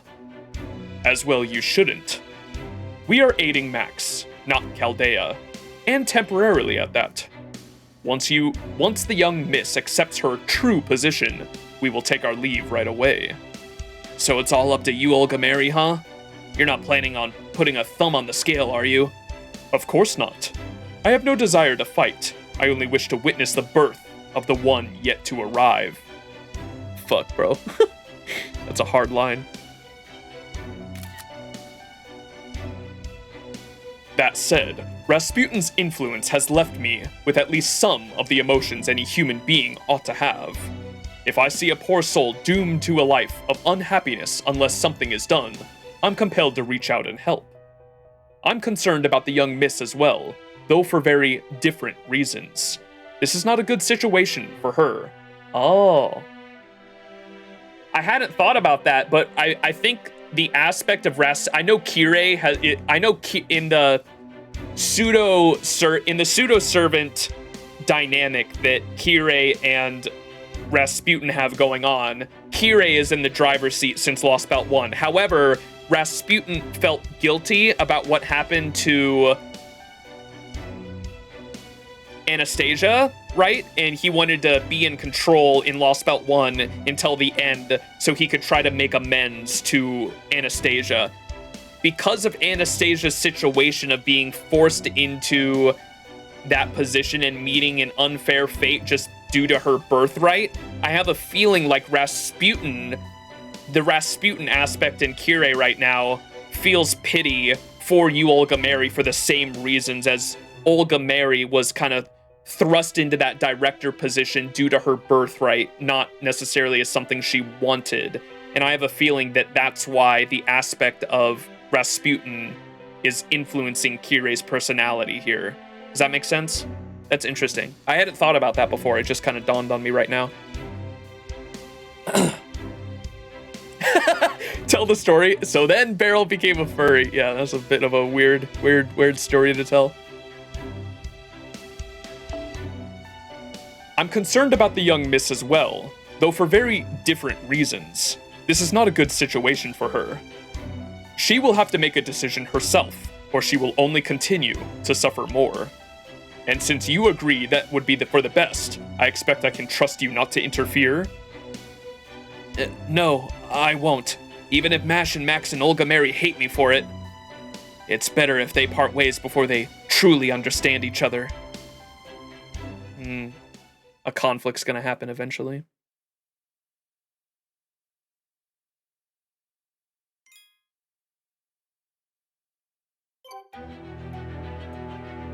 Oh, let me make some blue apples before I forget.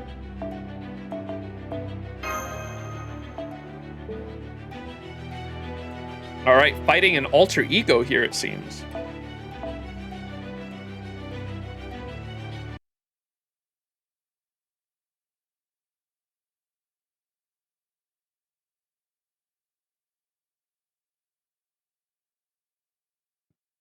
Excuse me.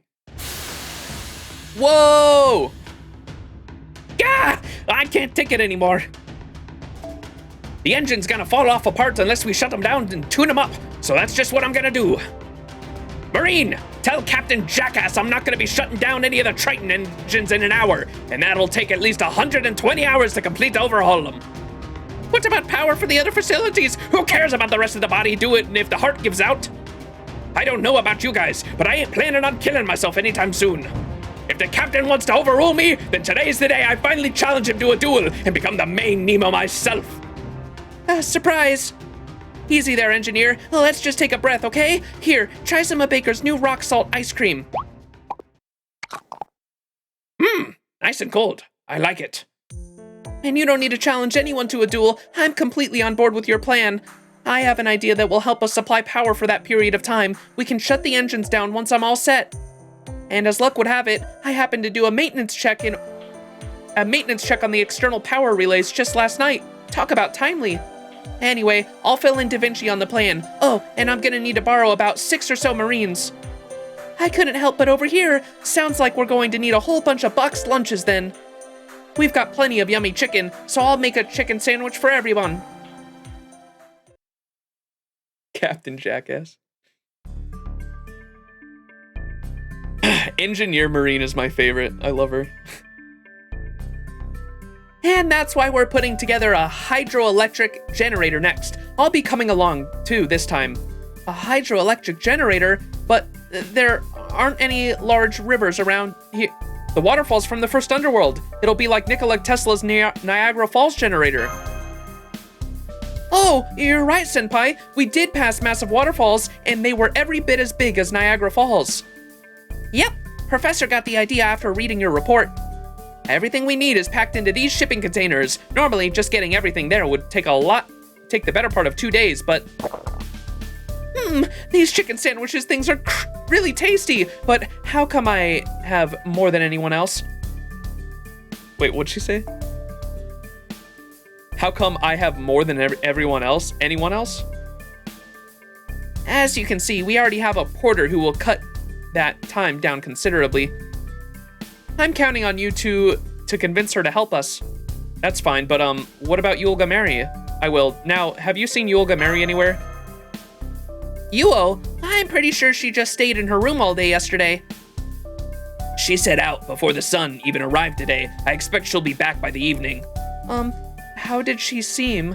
She's been down in the dumps ever since we came back to Chichen Itza, so... She seemed to be in an extraordinarily good spirits. Flashback.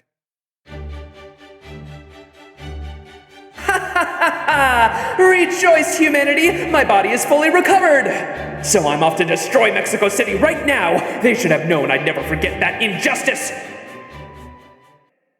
Hold on, please, Madam President. Don't you think it's a little too soon to be exercising military force? Yes, the Asalome have been hunting dinos, but only in the jungle. Competitions for survival in the jungle is natural for all living creatures. It doesn't merit military intervention. Even though they're sacrificing dinos on their altars? Yes, even now. Or even then, we are not invaders. We may defend ourselves, but we may never launch an attack. And yet, the last time we went to Mexico City, we snuck in and disrupted one of their important religious ceremonies. To attack now would be a purge of aggression. There's no honor in that. Destroying their entire city simply because you are annoyed at them would be a black mark on your presidential record. Or are you thinking of destroying Mexico City not as the ruler of this planet, but for the very personal reason of wanting to improve the opinion of certain people have of you? Of course I'm thinking about this as a sovereign of Earth. I always treat all of humankind equally, no matter the reason. Still, you're right, Tepu. I'm going to have to go and give myself some time to cool down. Wow. Giving yourself time to cool down instead of murderous intent, that's already most politicians or generals have. On the last chapter of Salem, finally, it's peaks methinks. Hey, let's go. Yeah, Salem's really good. She eats a lot more. She has more sandwiches. She just ate a whole fucking table worth. Why did Tepu suddenly clam up? He's not gonna tell us. Did something happen with her? She said she was going to go cool down. I don't blame her. Mictlān is very hot right now. But I could tell her that she was very worried about you two as well. For, well, many reasons. I see. We've been so busy, we haven't had time to talk to her. And since she hasn't been to the border lately, it hasn't made it any easier. But I'm glad it sounds like we'll have a chance to see her this evening. Yeah. I wonder if she really is in good spirits. Oh, come to think of it, where'd Wakchan run off to? He was still with you, Olga, married the last couple of days ago. Oh, Wakchan? I saw him out on the main street last night. His eyes were totally lifeless, like a dead fish. I asked him what was wrong, and he kept muttering to himself. He said, "Now I've done it. I've really done it this time, and I'm an embarrassment to dinos everywhere." So I decided to leave him alone. I'm sure he'll come back sooner or later, though. Ouch! Sounds like he got dumped pretty hard. Oh no. Where in the world did you take her, Wakchan? Wakchan is a warrior, born and bred. The only special talents he has are face punching and the body slamming. They are the same. At worst, he may have decided to subject her to his warrior dance for the entire night. I see. That sounds like a very informative and productive use of time. I wish I could have been there for such a valuable experience. You know, this isn't anything new at this point, but Nash's Shielder spirit is seriously off the charts.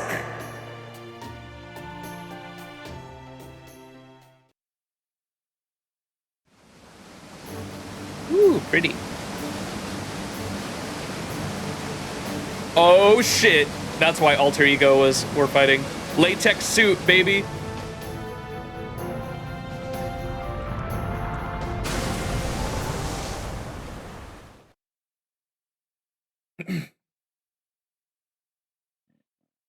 Oh, excuse me.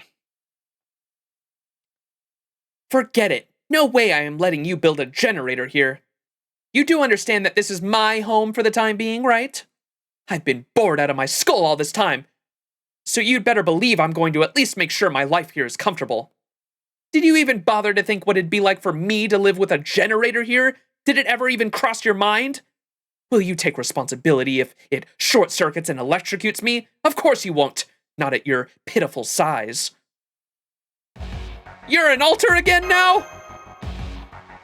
Surprised? Scared? Want to flee in terror? I love seeing the terror in your eyes. I'm guessing you expected the meek, obedient Protea to be here waiting for you. Well, the truth is that here in Mictlān, I am the normal Protea. Last time you were here, I just disabled my alterization to thank you for freeing me from that mask. But I'm done playing at being cute for you. I'm a giant. I don't have to take orders from a little human. Major Master makes no difference to me. As far as I'm concerned, all of you little humans are my slaves. If you don't like that, you can always run away. Just don't be surprised when I smush you with one slap of my hand. She's not being cooperative at all. What happened to her? Mash's report said she was totally on our side now. Yeah, we kind of thought this might happen. You're pretty upset about something, huh, Protea? What is it? Are you hurt? We can take a look if you like. We're used to caring for whales, so it's no trouble. That's a lot of Marines. What happened to the one who made it here before? I might be willing to listen to him. That Marine isn't here today, but don't worry. All our feelings are synced up, so we like you just as much as he did. Look, I'm not being overly cautious or feeling anxious or anything like that, okay? I'm just standing up for my rights. Hey, yo.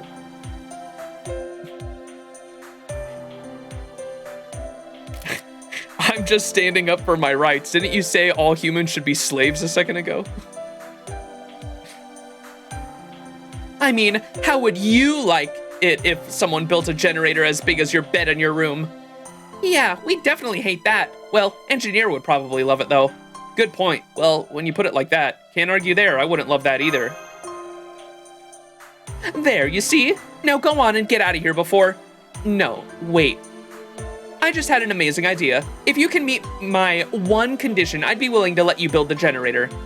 Whoa, really? That would be awesome. With you around, we wouldn't even need any heavy machinery. So, you have one condition? What is it? I want you to fight me again. The idea of letting my loss against the humans stand makes me sick to my stomach. Seriously? You want us to fight again? With our current firepower? Right. Of course you don't want to fight me. You know a fluke like that couldn't possibly happen twice. You're so small. Not just in body, but in mind, too. Living must be so hard when you're so small in every possible sense. Want to try living in my mask instead? So, what do you say, Max? If you win, I'll help build your generator and even keep an eye on it as long as you need. But if I win... Well, I can't even bring myself to say what's in store for you, but trust me, it'll be good. Looks like as an alter, she's as competitive as normally as she is shy. What are you gonna do, Max? Take her up on it? I don't really see improving her mood, but... Looks like I have no choice but to show her what's up. I guess she has no idea who we've got on our side now. That we can have Cuckoo fight her. Or how about an apology, complete with an internally binding contract? You could keep me around as your only Sakura 5 servant and get rid of all your other high servants too while you're at it. If you're willing to do that, I might be willing to consider... I put the containers down where you asked. What would you like me to do next? Fight! Oh man, Cuckoo versus King Protea. This is gonna be the biggest underworld battle ever! A fight, huh? Oh, you got it. This is really exciting, yes? Let's you and I have a good match, young lady. Was I seeing things? Or did that lady just carry an actual mountain of containers here on her own? I must have been seeing things, right?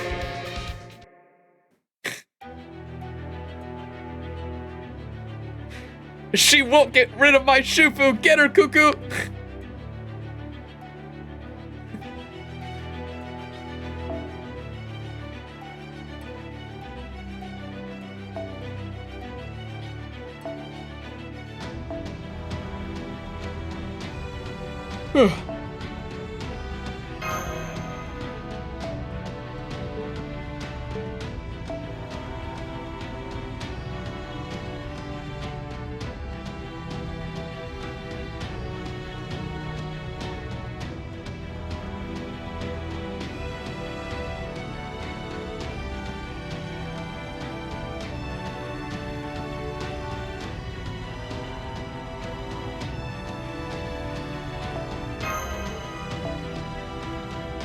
Da Vinci!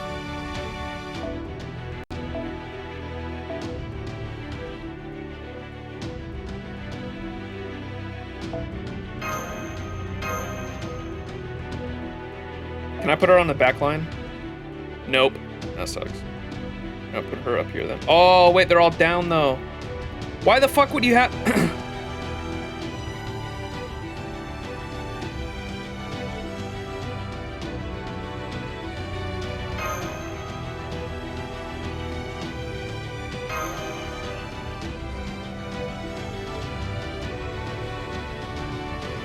Must be nice having Da Vinci. Yeah, she's my certified door killer for QP farming. 軽快な戦闘がお好みかいいとも世界はより小さく賠償に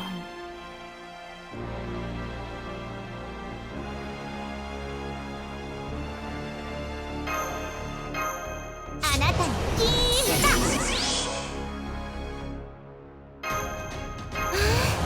いい気持ち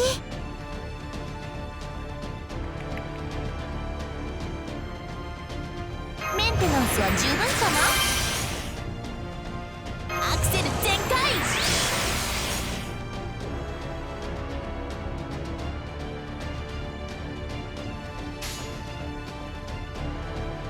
やったーバッチリいけナイス翡翠地出し落としほっよそ見厳禁です Oh, this is gonna be rough.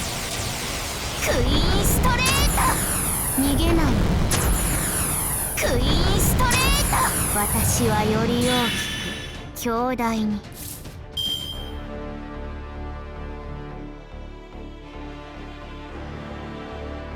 Gonna have to see if we can get a Squirtoria ult off. ロックオン楽しみですやったーフリーよそ見厳禁です世界はより小さく当てます覚悟できた Crit with Cuckoo as much as possible, just trust me. Did that disable? I saw it disable the timer thing. What does that do? Oh, apply infinite growth at the end of each turn. NP resistance as well. Okay, maybe a Squirtoria ult isn't gonna do shit. And she doesn't have the battery yet, right? That's a buff coming in the future.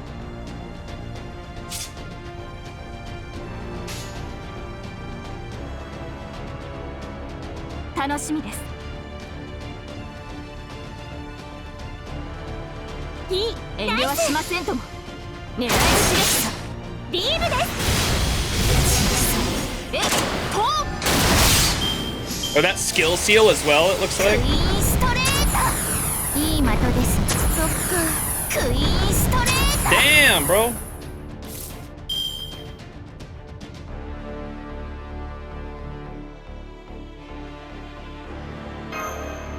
来てください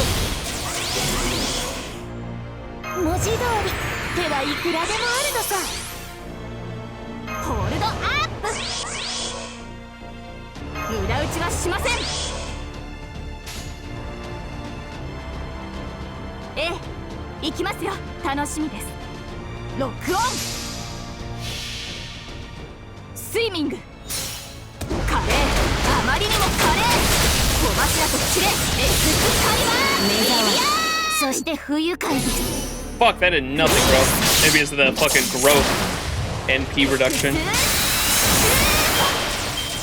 She almost fully looped though, god. いい的です Squirtoria is crazy. 私はより大きく強大にホールドアップアクセル全開さあ止めないで進むとしようどんな What's up, 嵐があ fans? ろう How と you も doing? どん Fans な未来が待とうともそれを突破するのが私たちの課題なのさボンビアージョまた会おう諸君痛いの行きますマヤパンチ Oh, it removes growth, that's what it does, okay. 怖いでしょそれが正常 No! な接触行為だったのに当てますいい的です We might be screwed, chat. 拍車をかける貴様拍車をかけるロックオン狙い撃ちです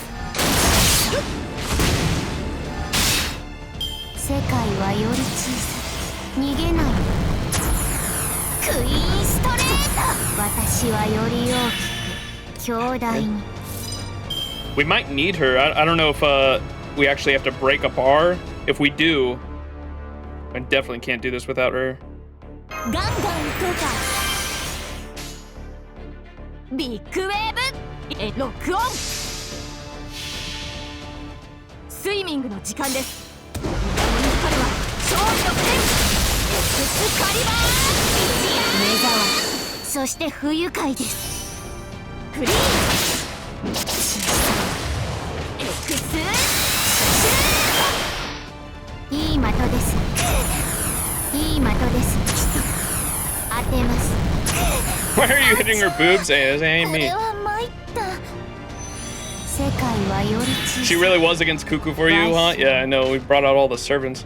Yeah, I'm gonna keep going until she wipes the team, though, because if there's anything I've learned from Lostbelt 6, it's to at least take the loss once.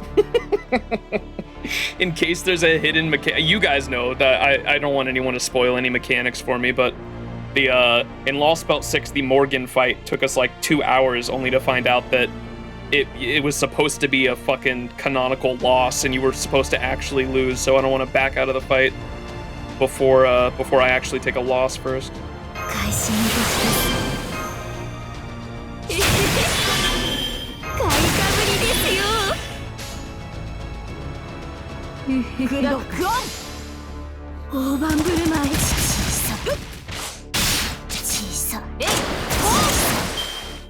私はより大きくいい的です。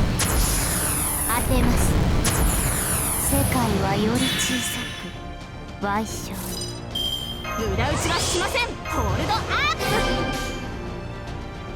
皆様、目を閉じて楽しみです。面白い。書かなければ星空の下、死と生を超えゆく糸すみは信仰、ロマン、トロンプルイユの花でステールナフト。狙い撃ちですか。走れ。小さ怖いでしょ。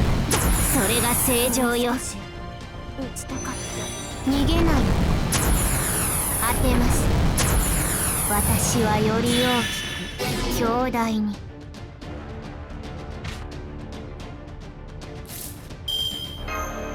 はち切れそうでしょ。日向の火薬好き放題扱ってあげましょう。書きます。潰すか。いいでしょう。お日様のように。It will be funny if you prevail here. 世界はより小さく賠償。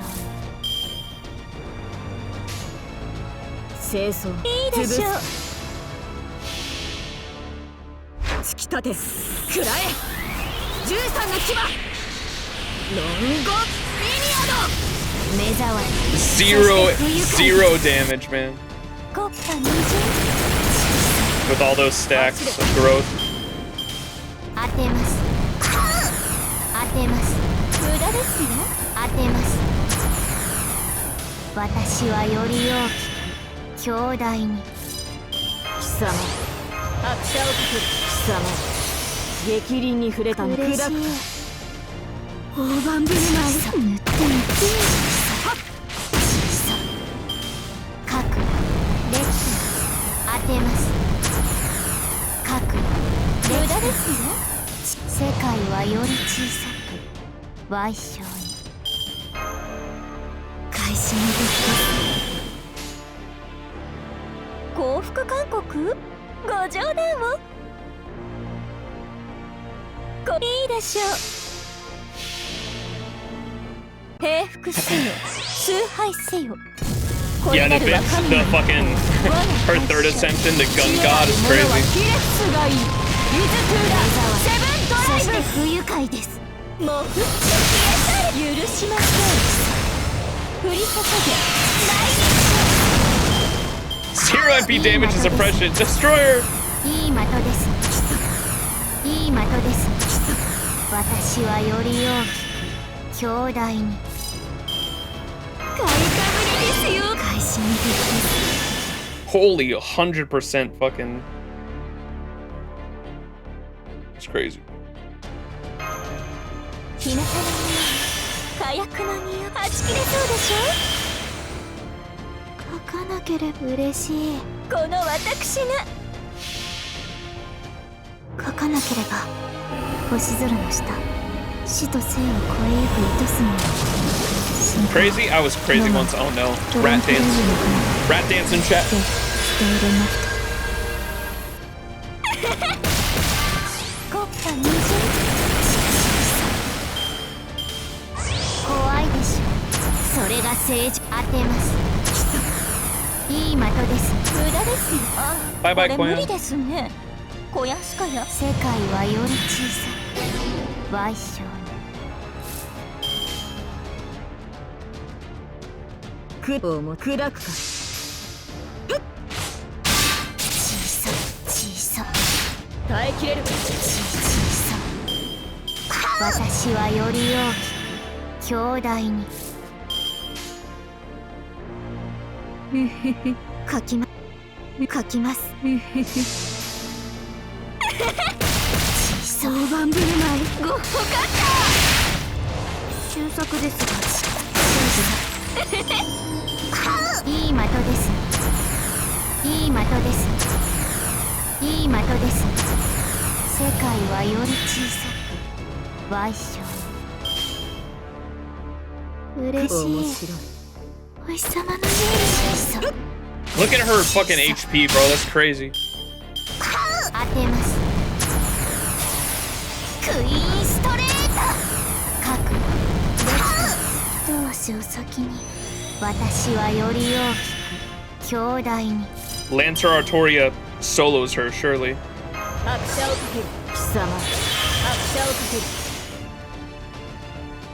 る面白い潰すかはっ小さ耐えきれるか小さ怖いでしょそれが正常よ Okay, let's try it with. 世界はより小さく賠償に Let's try to make a team that actually supports Cuckoo now.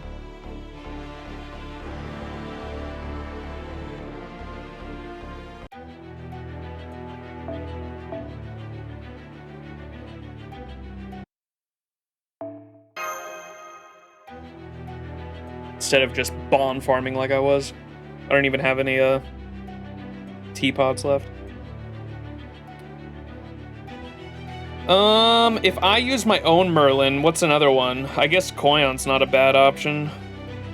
Everyone's gonna have the bond CE though.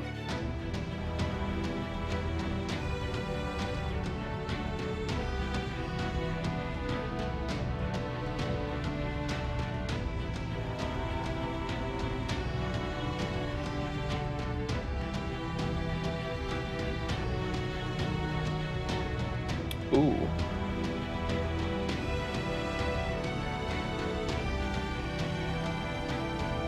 Yeah, just make Cuckoo last as long as possible.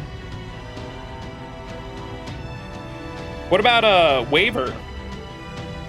Does anyone have a waiver with the stars CE? The 2030? I need a waiver with 2030. That would be perfect, actually.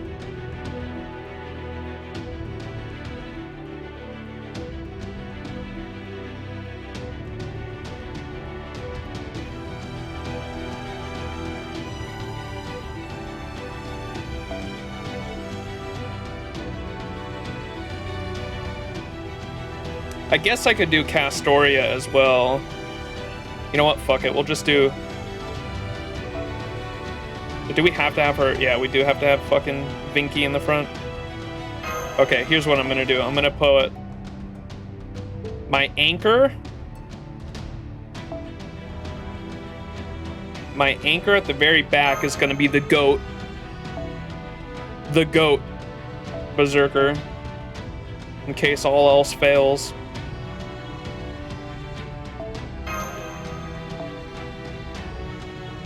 We'll have my Castoria here, I think.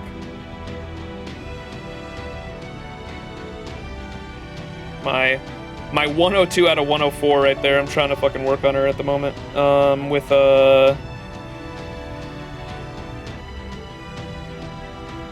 one of these.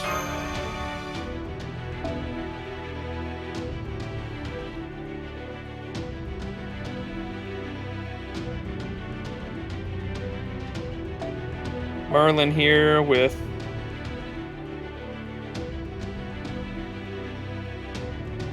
Prisma Cosmos as well.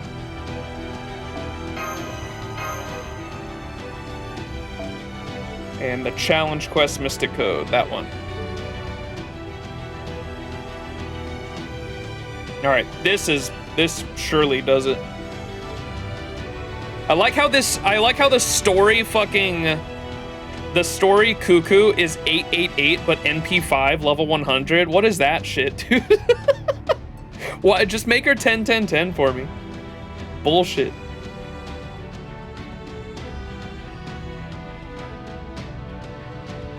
Alright, we'll try this and just try to keep Cuckoo alive as long as possible. Of course you have Melusine, fuck my life. Oh yeah, I'm a pretty big whale when it comes to FGO. I've spent a dumb amount of money on this game.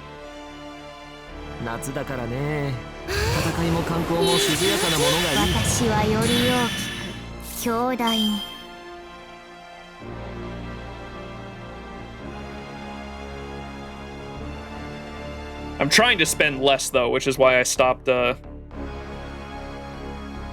I averaged like topping up on packs like twice a month with my expendable income for a while, and now that I'm playing other gacha games, I've definitely cut back on that big time.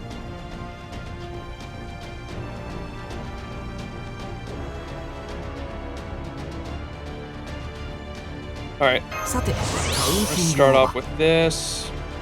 We do have stars. Give that to you.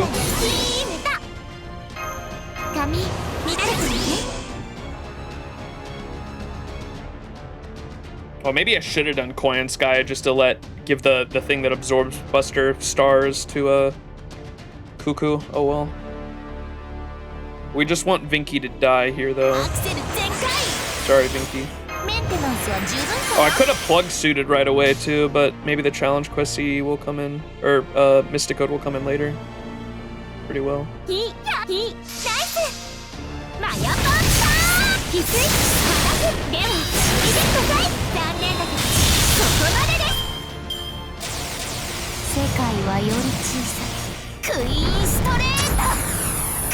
Being roughed to Vinky, yeah.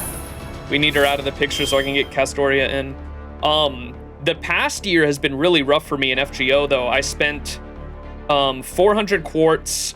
I had saved up 400, like my limit at the moment, if it's a servant that I'm not willing to go to pity for, I will spend half pity.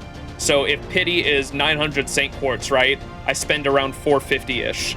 And I spent over 400 Saint Quartz for Lady Avalon, didn't get her. Or no, it was, I didn't even spend any Saint Quartz for Lady Avalon. It was because I was trying to get,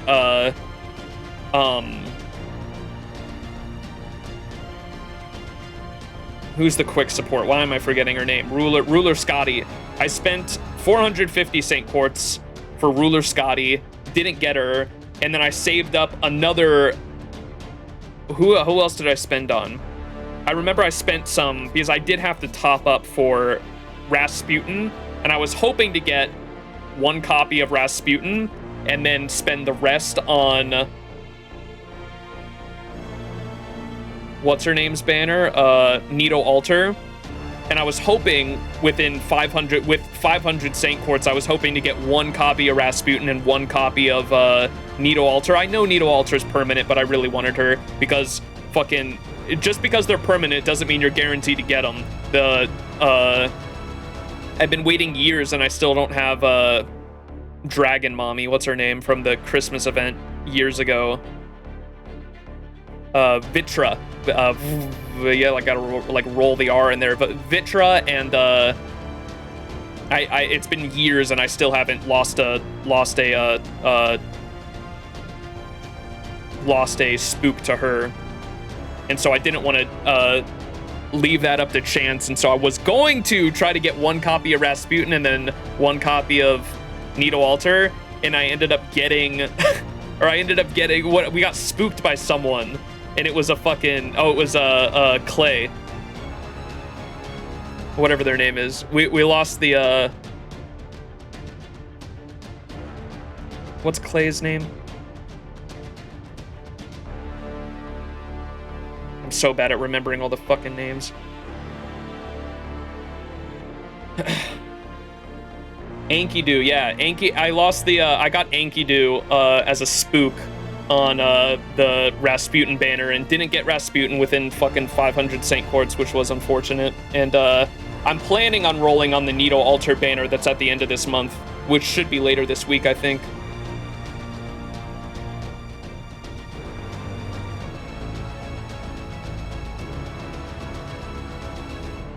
But yeah, the past year has not been nice to me. I've got now I've got to give you a perspective of how much fucking money I've spent on this game. I've got enough for one more. I spent my first 10 USOs on Oberon's debut banner back in 2023. And in the 2-year time span, but it's not even been 2 years now. In the less than 2 years it's been since I spent 10 USOs on Oberon, I have another 10 USOs to spend, and I'm saving them for the next time Summer Scotty comes around. Ruler Scotty is who I'll be spending the next 10 USOs on to guarantee her. But 20 USOs in the like 4 years I've been playing is fucking ridiculous. But Enkidu, that was my 6th copy of Enkidu I got, which is my 20th USO. She has another banner coming up, yeah, next week. So I definitely spending for her.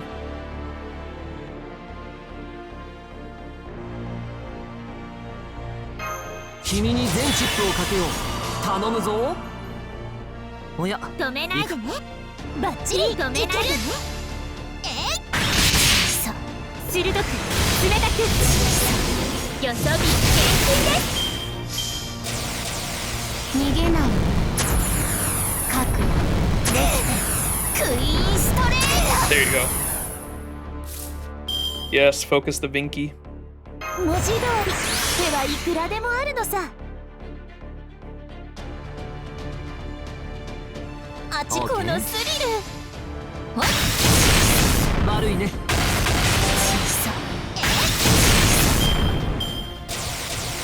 クイーンストレート。 Go for Vinky. 冷蔵庫いい的です。No. 私はより大きく強大に。おしとやか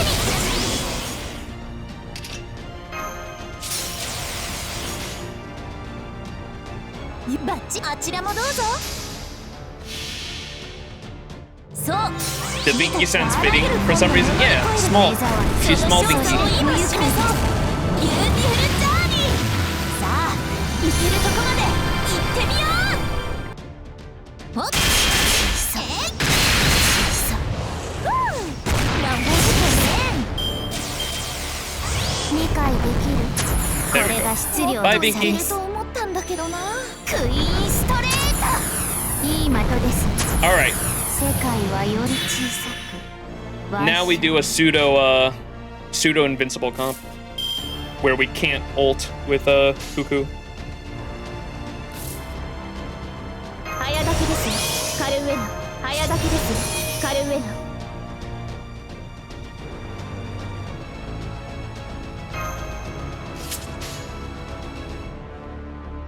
やったー。下がっているように。よそ見厳禁です。輝き。マヤポンタッチ。核。冷蔵庫。当てます。おっと。逃げない。そっか。 Yo, chill. さて、カウンティングオーバー。熱を帯びなさい。マルミアドワーズ。やったー。ハッピーエンドの話をしよう。対粛清防ビームです。はじめ。そこは壁もなく城もなく、国すらない始まりの空。魂の愛を見せようか。ガーデンオブ Mike was awesome. I loved how the exceptions to the rule of like all fairies being like terrible by nature or that they like could never be like humans was really broken with a couple characters, and Mike was one of them.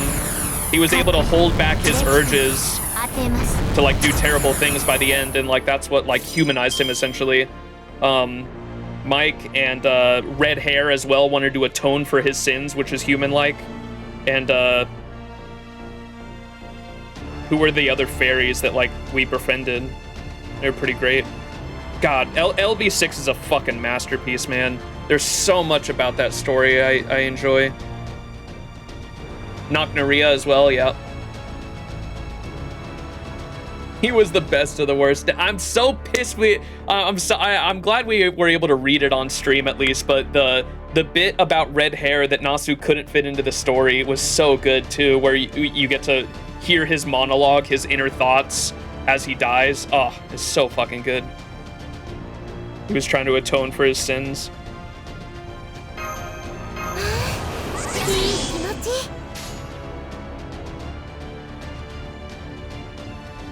止めないでね。おや、やった行くかい。痛いの行きます切り込む。そうマヤパンチ Damn!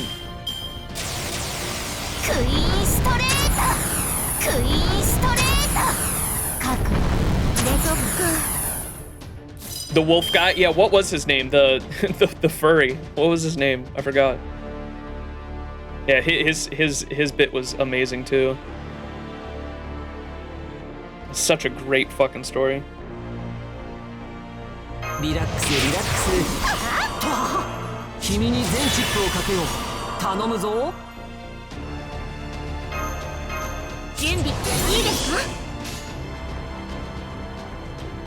誇りにかけていいナイスそこです風はしばこれならどうです Damn! Oh, the tongue out. Wait, that's cute as fuck. 嬉しいものですね Woodwose, yeah.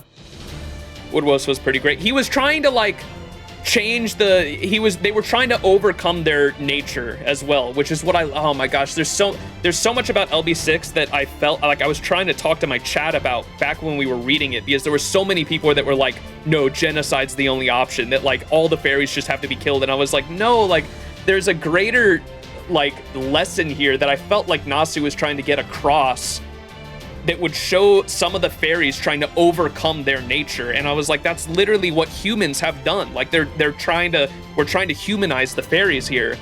And Woodwose was like trying to do that. Like at first I thought the restaurants that Woodwose's restaurants they always talked about, I thought were gonna be really fucked up. Like that they talked about how they had the human farms, and I thought they were gonna be like eating the humans at the restaurants, but they weren't at all. He was trying to humanize them or civilize the nature of the beastmen that they were by having them eat their meat and quench their carnivorous instinct at the restaurants. That's like what the purpose of them was. And when I found that out, I was like, wow, they weren't at all what I thought they were going to be. Like they're actually trying to overcome their nature. It was really good. Oberon was right. Clean slate needed. Cuckoo is a good person in general. I love Quetz. I love Cuckoo. They're both great. Look at the, oh my god, the sprites are so good. Who draws the extra characters? I always forget her name.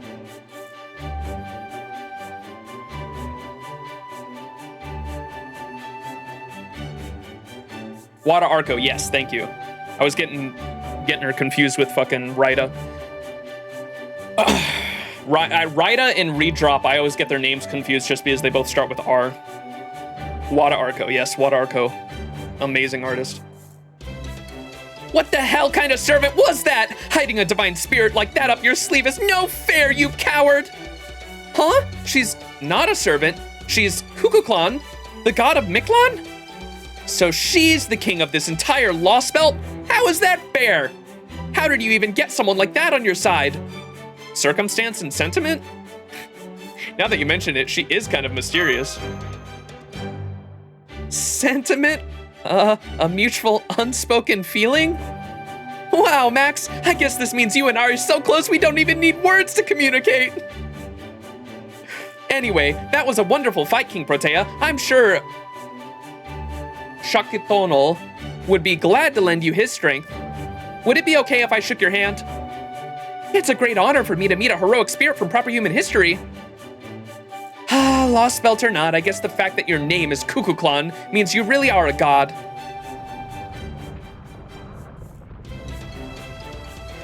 Oh my god, the tongue sticking out is so cute. I never want to fight you again if I can help it, but here, happy?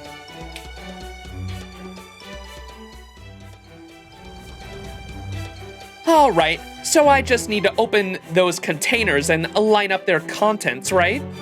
This is so humiliating, but a promise is a promise. Now what exactly do I do with all this stuff? Thanks, Protea. This really is a huge help. Okay, I'd like to start by securing a flat patch of rock. Could I also ask you to help with making the scaffolding? Oh geez, what a pain. There's so many different kinds of containers here. This is gonna be really complicated, isn't it? Maybe I'll just disable my alterization and foist all this work on the other Protea. No, I can't do that. She'd just end up wrecking everything. Clumsy Protea.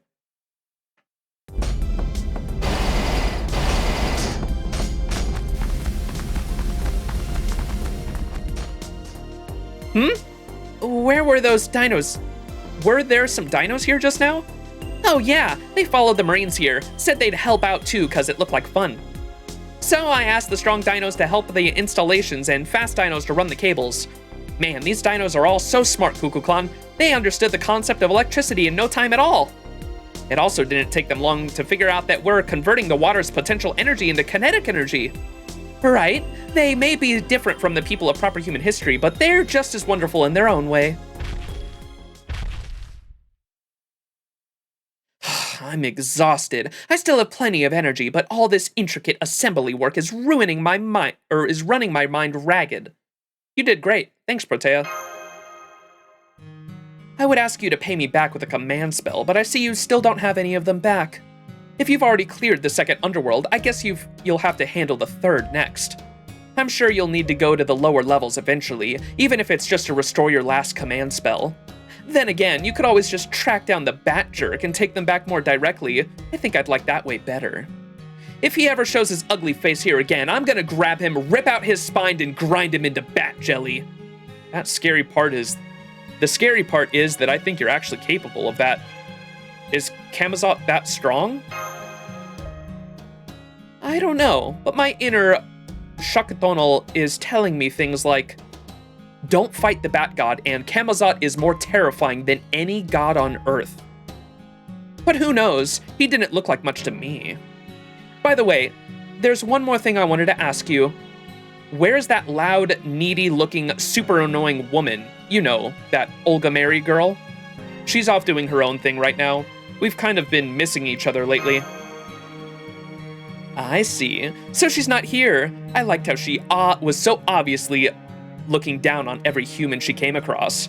But it was so obvious she wasn't from this planet. This may be weird coming from me, but she's Chaldea's enemy, right? You were smart to cut ties with her. But if she still insists on tagging along, why not bring her here? I'd be willing to talk to her for you. Would you really be doing that for me? You're sure you wouldn't be doing it for her? Either way, you really are still Protea, aren't you? Oh, blushing face. Cheeky little bastard. It really pisses me off when people act like they have everything figured out. I'm gonna tell you this one more time so you don't get the wrong idea. I'm not kidding when I say I don't care at all about holding back against humans or preserving life. The moment an insect that doesn't know its place talks back to me, I'll squish him on the spot. So please don't talk to me like you would the other Protea. I don't want to have to wash my hands every time we talk. Good, you're finally scared. That's what I wanted to see. Alright, see you later, itty bitty, command spellless, master. Make sure you actually can hold your own again by the next time I see you.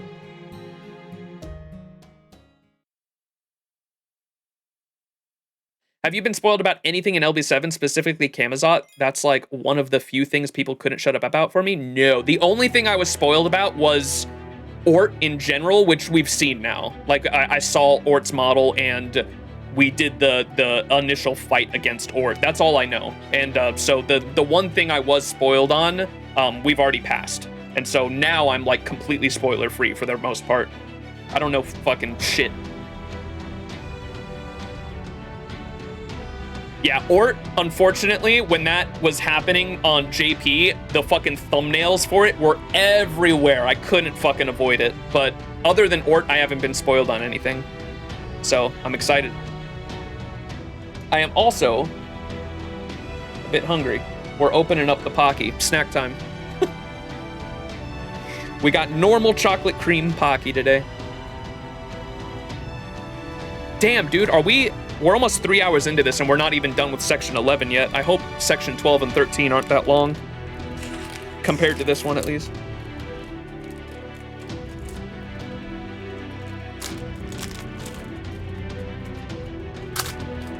You still don't know everything on Ort? Oh, I know. I'm just saying the fight in general. Like, I saw...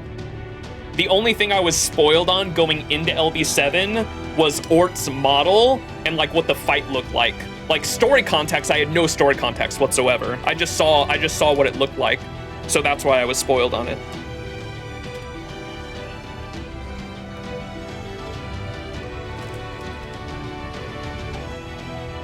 I do my very best to go into every Lostbelt completely spoiler free.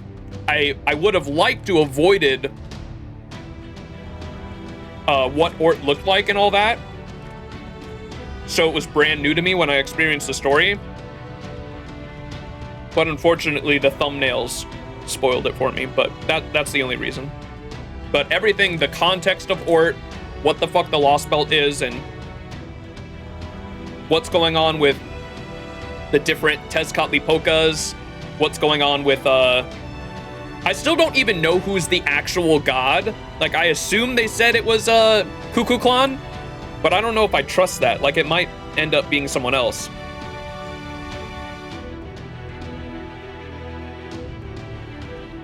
And we still don't know why, apparently,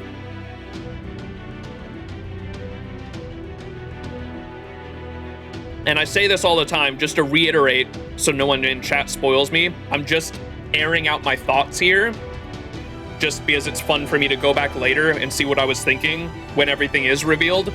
But just to air out my thoughts here, the questions in my mind are, like, what's going on with this Lostbelt? Why specifically are we in a giant fucking cylinder, assumingly under the earth? What was the real reason for why this Lostbelt deviated from proper human history? What's going on with David and like his true plan? It seems like he has some sort of what's it called when they can see into the future?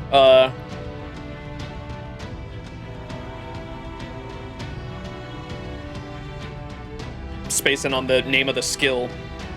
It's a giant fucking cylinder. What's going on with the tree in the Lostbelt? They said it was destroyed or it's not here anymore, but the Lostbelt remains. Clairvoyance, yeah. It seems like David has a form of clairvoyance to an extent from the few conversations we've had with him so far. Ort's interesting, but I definitely want to learn more about it. It seems like Ort came here from... Ort was the first visitor to this planet from outside. It's the original alien that visited this planet millions of years ago, and it's just been sleeping dormant underground for all this time. And its original intent was to destroy the planet, I think. And it's just been, it's a baby to my knowledge too. I think Ort is a baby, right? Like, whatever species Ort is in terms of aliens is like much bigger than that too, which is crazy. It's still a little baby. It's just a sleepy boy. A lot of the questions here aren't answered, but in the OC prologue, okay.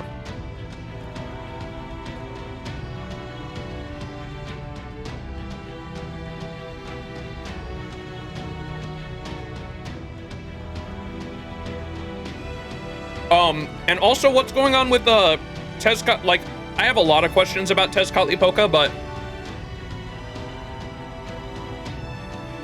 One is why there's different aspects of him.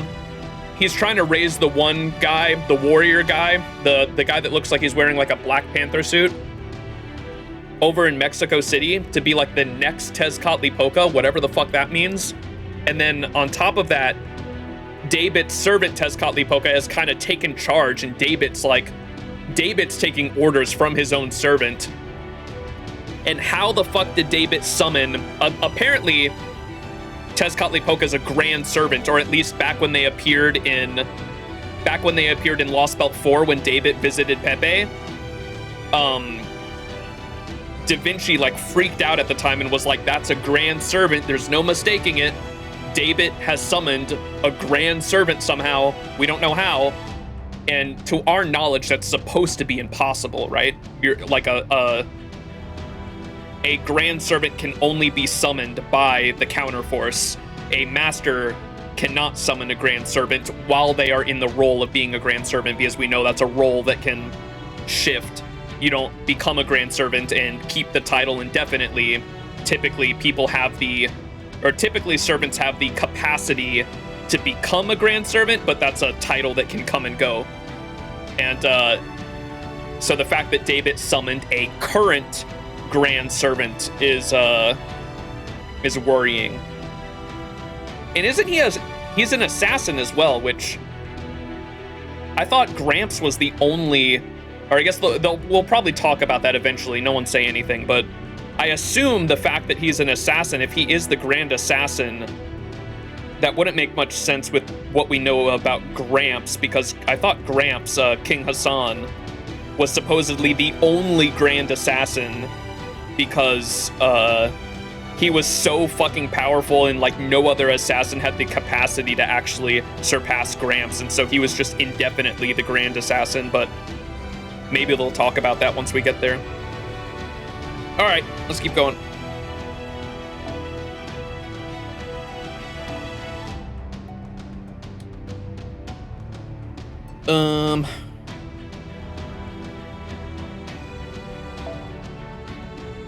Oh, can I actually use my own units this time? Let's go. Where's Story? Story team.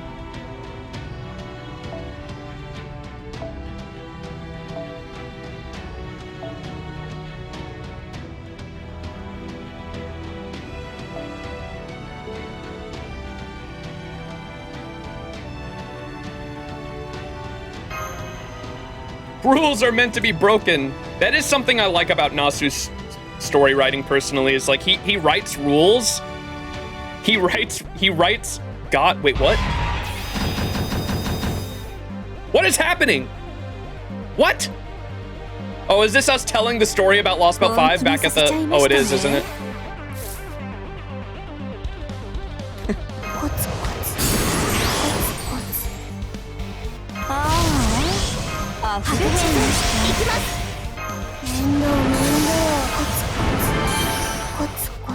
Where's Zeke? Surprise Poseidon again.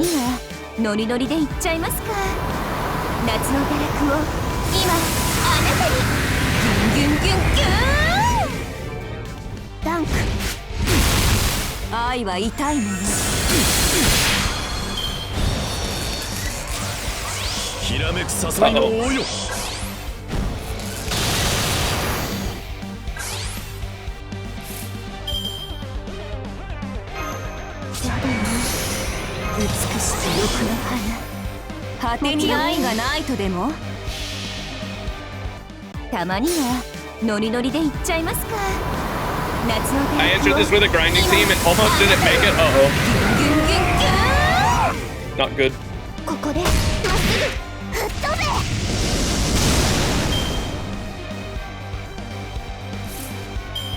Jason's encouragement had no effect.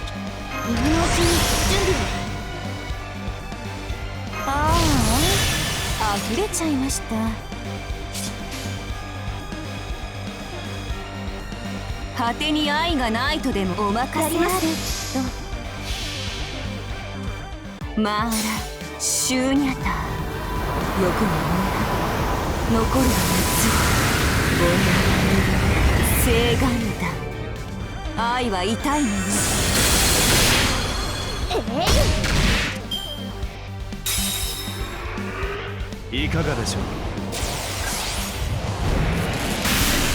Oh! いいな。もう恨み晴らし。 Yeah, I say we come back in with my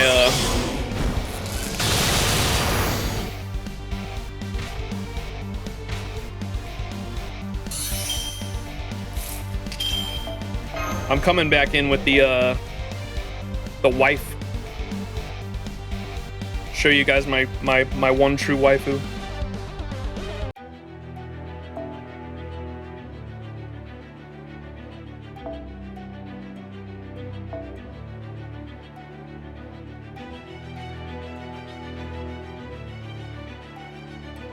Buster boss fight here. My 120 fully max append, max leveled, max fode, max faux pod, 120 Jolter.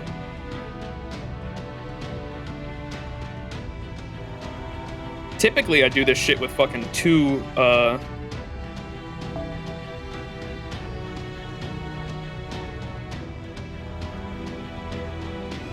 there we go. 2 Merlins. And we have the Berserker in the back for an anchor. Let's try that out. Truly a maxed out servant indeed. She's a menace.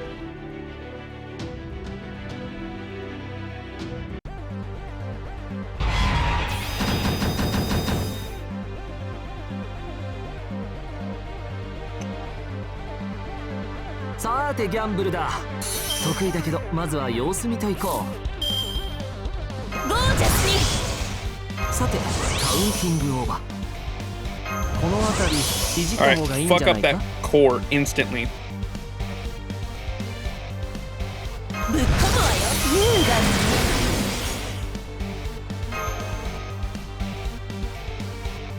最高のカー Must click on the wrong person.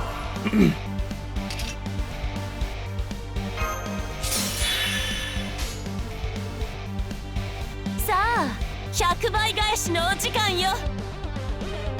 That should destroy it, right? I'm gonna give the Merlin Arts cards, get their NPs going. これは憎悪によって磨かれた我が魂の方 Oh! I love the new animation.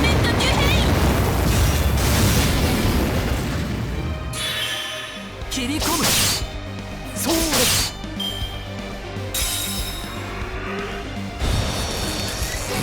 No! いかがでしょう。 Oh my god, the buffs. I don't remember this fight at all.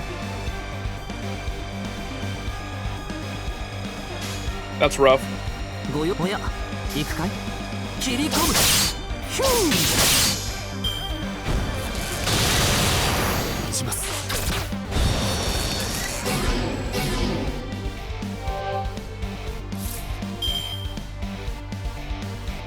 Maybe we want to take care of the other eye first. さて、カウンティングオーバ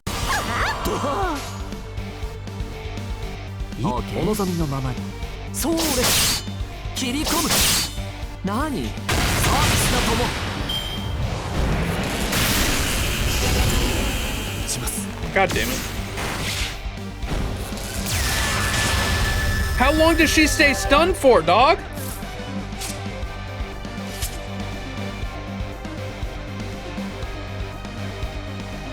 Oh, motherfucker has his other NP about to go off. Yeah, I guess we have to use this.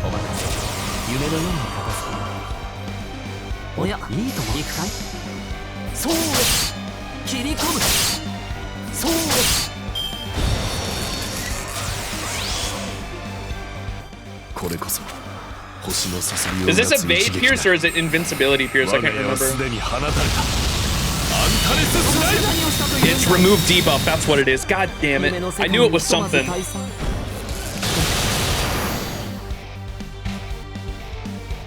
God, I should have used that NP, damn it.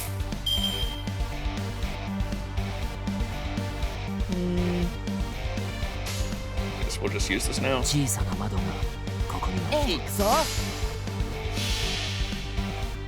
星の宇宙に物見の楽園の端から君に聞かせよう。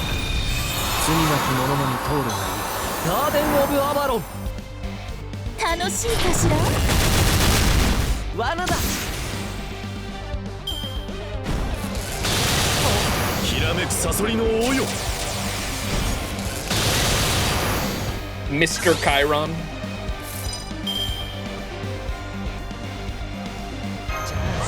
こういうのどうだ。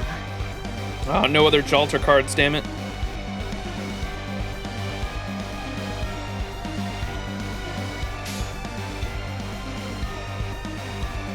燃えないかしら。行くぞ。これは憎悪によって磨かれた我が魂の方向。ラグロンドメント・デュヘイン。罠だ。そう。 Hopefully, they might die from this fucking NP, but I'm hoping the defense, Waver's defense fucking helps them a bit. Nope, fuck. Waver defense did nothing, man. 悪い。ないだ。いかがでしょう。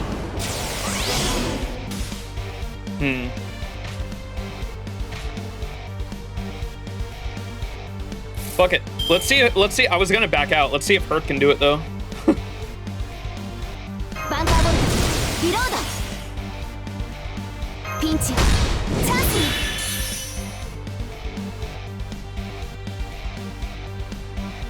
オルテナンス全機能解放。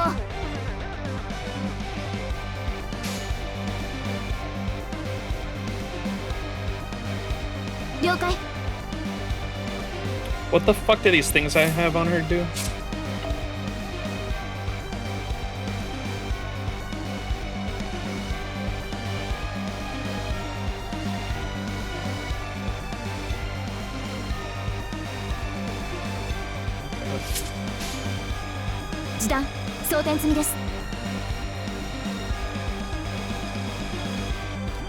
Which one was the one C-star? I forgot.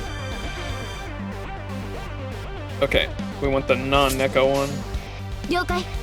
時短装填一歩前にブースト。 Oh, dude, that's like no damage. マスターブーンスーパーですので。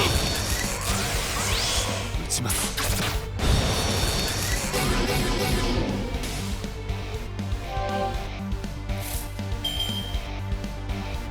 Alright, I guess we go for the other guy.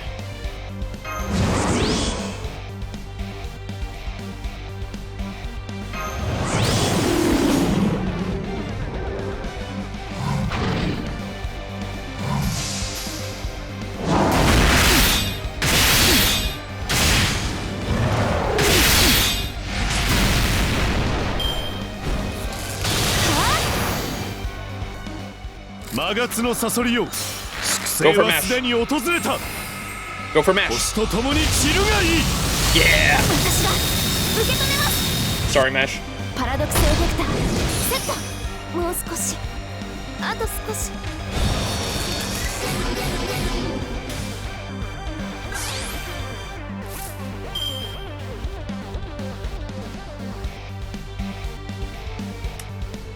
I want to apply the guts, but I think the fucking Poseidon core will take it away, won't it? We'll try anyway, but I feel like the Poseidon core is going to take that away. Maybe we can try this too. Maybe it'll take that away instead. Does it only take away one at a time? I'm not sure. The most recent applied one. I'm gonna keep doing Mighty Chain until we get our NP. Especially this chain should finish off Chiron's bar too. There's no point doing a other chain. I'd rather get more NP back. 知るべきものがある。知恵を触れるものです。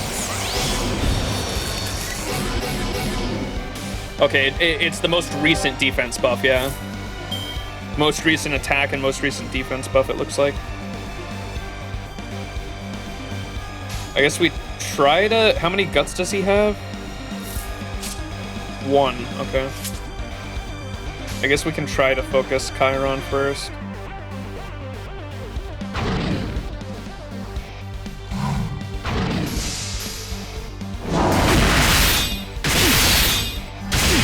It's not a defensive buff. It's a buff in general. He takes away one attack buff and one defensive buff. I saw, doesn't he?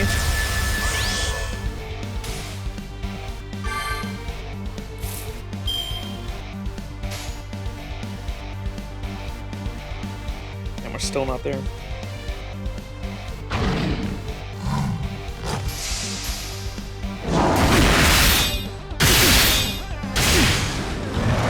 Oh, yo, if you could finish him, that'd be huge. Oh.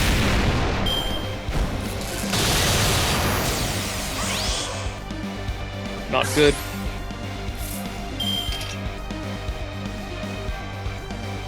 If I NP first... Wait.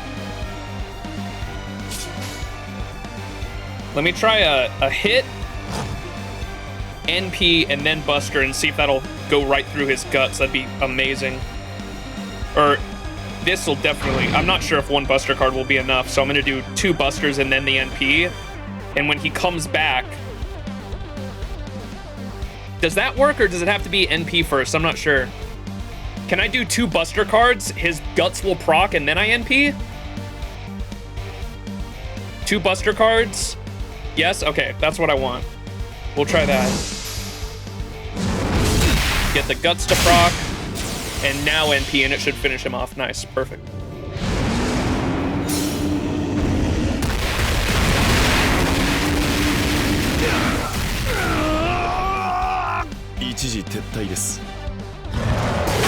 Oh, and the extra attack still goes too. Amazing.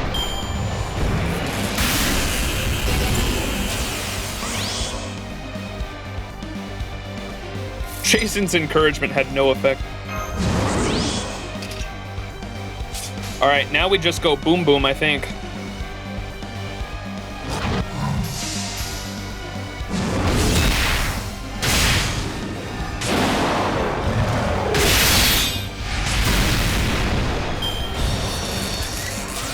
Oh, fuck.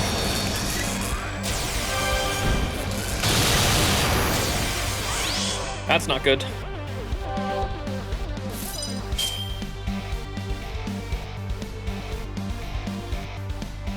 Two left. Oh, wait, we have one of these, though. And we have one of these. Oh, I think we're golden, boys. I should have popped the guts and then the evade in case he gets rid of that.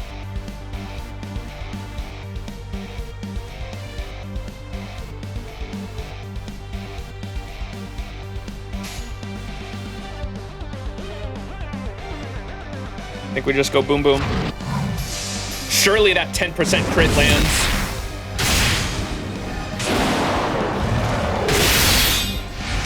There's no secret guts, is there? No? Alright. When in doubt, perk it out. When in doubt, perk it out. When in doubt, perk it out.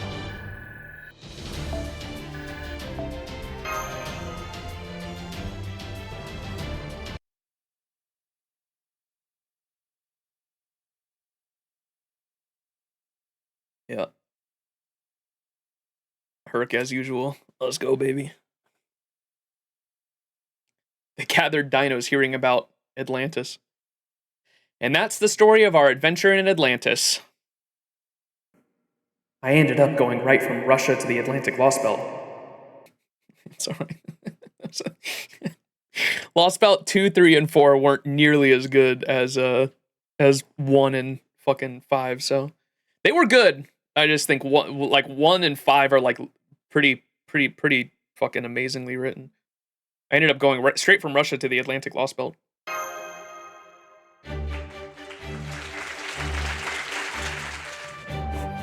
Amazing! A world almost entirely covered by water, and so deep too. How permeable was the water? How far could the sunlight travel through it? Did its people have different ways of surviving in each layer, unlike us? If we measured using proper human history's units, I'm told the average depth is about 3,700 meters. The deepest trench supposedly extends downward by over 10,000 meters. I can only imagine the intensity of the pressure and the cold. Would aquatic dinos be able to survive there? Oh wait, that's probably too deep for them to get any sunlight. And I suppose no dinos could get by in a world without the sun's blessings. Aw, cuckoo. I see. So Artemis was shot down. I was really hoping for an epic land battle. Still, this Orion guy sounds amazing. Satellite or not, I still can't believe he shot down a celestial body. I bet he's a gallant, stoic archer with shining eyes and a full mechanical body that looks perfect in the moonlight. Hey, why'd this Poseidon guy keep calling for someone who wasn't even there? The immediate danger at the time had to be you, right, big bro Max? So why didn't he shout out your name instead, like when you were passing or shooting a shock-the-ball? You're such a child, bro. Can't you tell? It's all about love. Anyway, I want to talk about Hephaestus. Imagine a machine that builds other machines. And the machine was even bald. Since Hephaestus isn't here to defend himself, I feel I should tell you that machines probably don't go bald. Something about that Timmy guy bothers me, though. I can't tell why. Do you know why, big bro? Probably because he's a child just like you. There were things that mattered to him, it just took him too long to realize how important they really were. Wait, how did we tell that story? We weren't there to witness his end. I'm glad to see that dinos are enjoying our stories of Atlantis too. At first, I thought telling them about the other Lostbelts was a bad idea, but... It's all right, Mash. This is what the king of dinosaurs and above all, we ourselves wanted. As for you, Max, I must thank you for your judicious and objective account of all these events. Hey, if anything, we should be thanking you. We're really grateful for all you've done. All of you dinos who have showed up to help with repairing the border have been a huge help. And above all, you guys have welcomed us with open arms, even knowing the relationship between proper human history and the Lostbelts. Why? Is that something to be grateful for? We knew you understood, Tepu, but we weren't sure about the others. We didn't know that everyone else would be as understanding as you, so... Ah, now I see. Is it because you come from the correct history, and we come from one that was meant to be pruned away? Then please rest assured, we dinos have never been much for comparing ourselves to others. That guy is more talented than me, or that guy is luckier than I am. So I'm going to take what I'm missing and knock him down a peg to even things out. We don't get those kinds of feelings. We just never compare ourselves to others. You've never compared yourself to others? That's right. So we also have very little interest in how things could have been different for either of us. We'd much rather hear stories of other possibilities. Quite simply, the dinos are enthralled by the pictures your stories paint. Difficult journeys, enjoyable ones, those you wish to overcome, and those you wish you didn't have to leave behind. You must have experienced so many different kinds. As a result, your very words sparkle with a life of their own. The passion you so clearly feel brings these perished worlds to life for us in the form of your stories. So you dinos are enjoying those stories of Lostbelts as if you'd been there yourselves. I didn't even think one of you had a curious bone in your body. And in consequence, I am left entirely unprotected. What happened to my security detail? Well, idiot, I only agreed to become the Dinos King because you said they'd do whatever I told them. You say that, but weren't you enjoying yourself too, King? Especially the parts about Odysseus. I remember you shouting, "Hell yeah, serves you right," and "Way to go." You even looked pretty excited yourself. Idiot, it's not the Lostbelt talk I was enjoying. Anyway, it's time for the sun to get rest. Forget the worlds for now. Tend to your own lives. All right, dinos, go on. Get out of here. I want you all back in your own quarters once I light the bonfire. If you still want to talk about these stories, go back home and do it with your families. Time is precious. Don't waste it.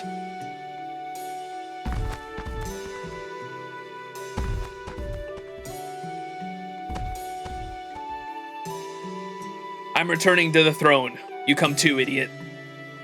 Why? I don't have any business with you right now. You haven't touched the Solar Sojourn since you started hanging around Chaldea.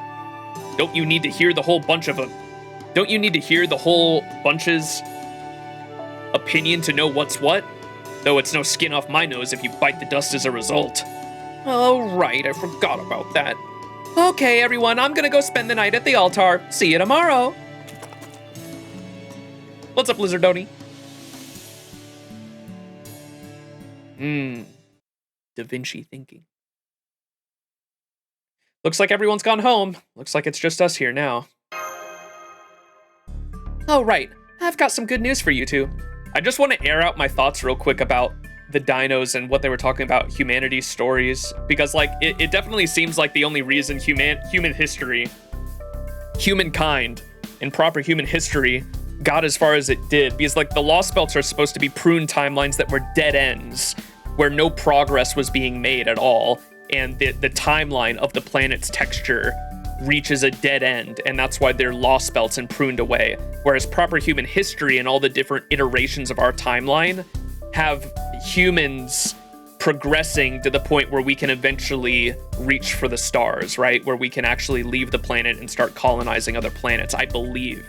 And so because of that, the dinos obviously stop progressing themselves in terms of they don't compare themselves to others, which sounds nice, but because they don't compare themselves to others, there's never any and they don't use tools, as we found out. They don't innovate, and because they don't innovate and they don't use tools, or they do use tools, they don't innovate on tools and they're just fine as they are. They've reached the dead end, right? And because they don't compare themselves to others, it seems like there's never any motivation or need to grow, right? I also wanted to just quickly mention, as we were talking about the stories that we told them, I'm reminded of Merlin's quote from Babylonia that I love so much. One of my favorite Nasu quotes of all time. This is Merlin talking in Babylonia, but he says, when we ask Merlin about his opinions of humans, because he doesn't necessarily like humans, nor does he understand them. He talks about how your dreams are very sweet, and like I need you humans and your dreams to be able to survive, because he, like, an incubus literally consumes dreams, right? And he talks about how he's never, being a half incubus, he's never really fit in with other incubus, and he's never really fit in with humans either, and he kind of lives a sad life where he feels ostracized from any group particularly, right? And when we ask him if he likes humans, he gives this quote that I love so much. He says, "Humans are foolish, truly flawed creatures, but the history you create is beautiful. No matter what kind of end humanity faces, your history will be worth leaving in this universe." I fucking love that quote so much. Figured I'd share it again since it was kind of ringing in my mind after that. It's all about stagnant versus ambition, or like innovation, yeah. Oh, right, I've got good news for you two. Both the Stormboarders command room and Cadoc's room have all been fixed up. So if you want, you can spend your nights in the border from now on. What do you want to do? I think I'd like to keep staying at Tepu's house while we're in the city, if that's okay. Me too. Same. Besides, it's a lot cooler at night. Yeah, and we can have dinner with Olga Mary. There's a new corn recipe I've been wanting to try. Ooh. Da Vinci is concerned, I assume, because she knows that we're very sympathetic to you, Olga Mary, and she knows there's going to be a confrontation eventually. Da Vinci, is something wrong with you, Olga Mary? Did something happen with you, Olga Mary? Or maybe something happened that we don't know about? Yeah, the Chaldea staff came to a consensus about her. Oh. Even without her memories, Olga Mary is dangerous. Above all, she's the enemy waiting for us at the end of all this. But she's also been helpful during our time here. And so, with all of that in mind, none of the staff voted to turn her help away. Oh. Having said that, more than half are against her coming aboard the Stormboarder, myself included. If we could negotiate peace with the foreign god, that would be the best possible solution. And yes, as she is now, that's a very real possibility, though admittedly a slim one. You see, once she regains her memories, it's all over. Trismegistus 2 says that her memory loss is a temporary condition brought about on a physical dysfunction. Once she makes a full physical recovery, her memories will return, meaning she'll once more be an enemy of humanity. When that happens, we won't be able to avoid a fight. As we are now, we have no chance against the foreign god, even weakened as she is. For the moment, all we can do is finish repairing the ship, before she regains her memories and power, and make sure we all have our ducks in a row. After that, we'll have to make a choice. Do we trust her or not? Do we take initiative or not? Meaning, do we strike first or not? So you're asking if we should attack her before she attacks us? Even were the Stormborder completely repaired, we still wouldn't stand a chance against a fully powered foreign god. That was made pretty clear when we challenged her and lost. So if we were going to attack the foreign god, it has to be now before she regains her memories. I understand the thinking, but actually doing that would be terrible. Attacking an enemy is one thing, but I refuse to attack an ally who trusts us. So you're against it. Got it. What about you, Max? Are you in favor of attacking the foreign god while we still have the chance? No, I'm not. No, I could never bring myself to attack a friend.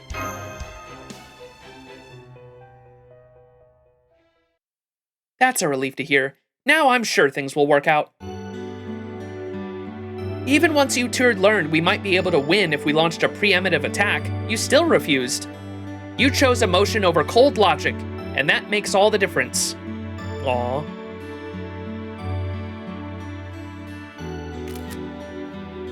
I like that. For better or worse, humans are reciprocal creatures. If we're treated in a cold and calculating manner, we respond in turn. The same is true of kindness and trust.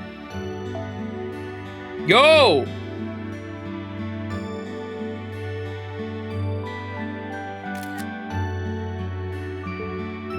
Nasu writing fire right now.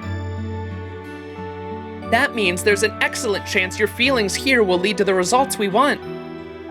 Namely, a chance that she will still be our friend when she regains her memories. A chance she'll remain who she is now. That she'll want to remain who she is now, even if she returns to how she was. I think that would be the best possible outcome too.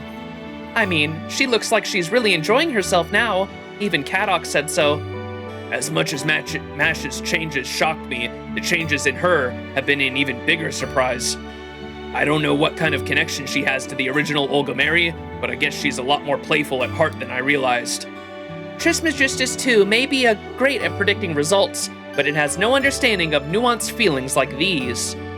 So, even Kadok agrees? Yep. So with all of this in mind, I'd like you to keep the relationship you have with you, Olga Mary, going. I'd still rather she not come aboard the ship, but if you insist, I'm willing to reconsider. The other staff had some pretty legitimate concerns too, but if push comes to shove, I think we can manage a compromise. Anyway, we can't go too far from the border, but I'd like you two to continue staying here in Chichen Itza. Just make sure you're on time for the morning briefing tomorrow. We've been putting it off for a while now, but starting tomorrow, we're resuming our original mission plan, conquering this Lostbelt and finding Ort. So keep your wits about you.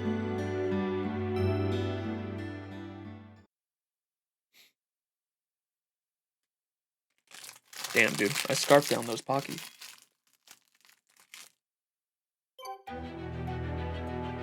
All right, last node of the Chichen Itza. Board it up, baby.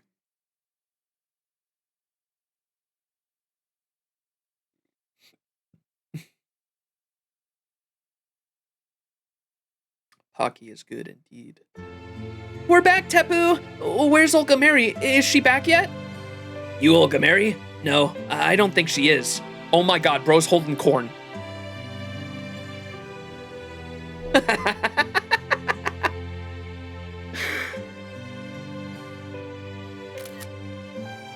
That's my goat right there.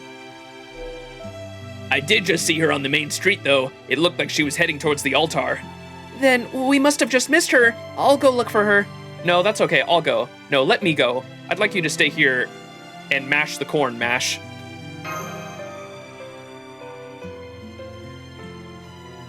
Wait, ain't no way she didn't respond to us saying mash the corn, mash? Is that a translation issue? I'd prefer that too. The corn you crush with your shield is so smooth and soft you can't even tell it used to be corn. It's by far the best mashed corn I've ever had. I'd love to see you use your shield to grind cacao beans next. Coco? Cacao? Oh, thank you, I'm honored. Though I doubt the rest of the Round Table Knights would be happy about this.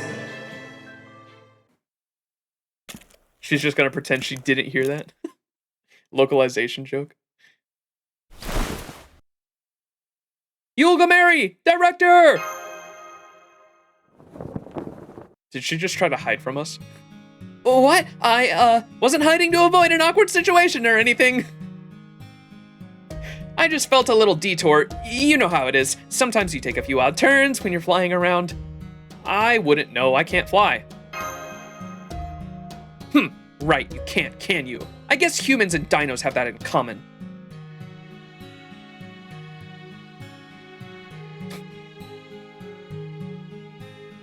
So what is it already? You stopped me for a reason, right? We haven't had a chance to talk lately, so let's go back to Tepu's house together. Together? As in, with you? I see. So you're here in your capacity as my secretary. Admirable work ethic.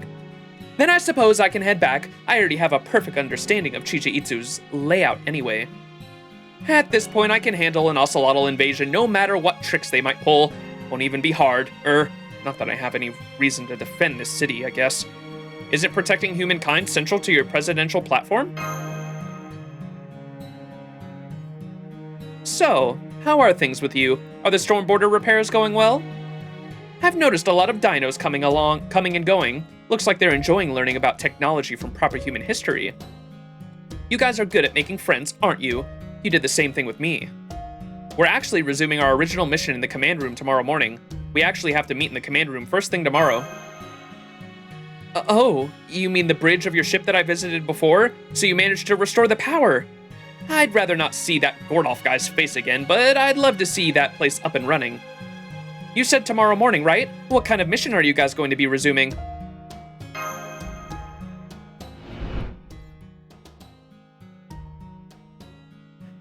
Having said that, more than half are against her coming aboard the storm border, myself included. That was Da Vinci. Max? She can see our aura, right? Because she can, like, read emotions. Okay, I have to ask, is it okay if I come along too? Of course.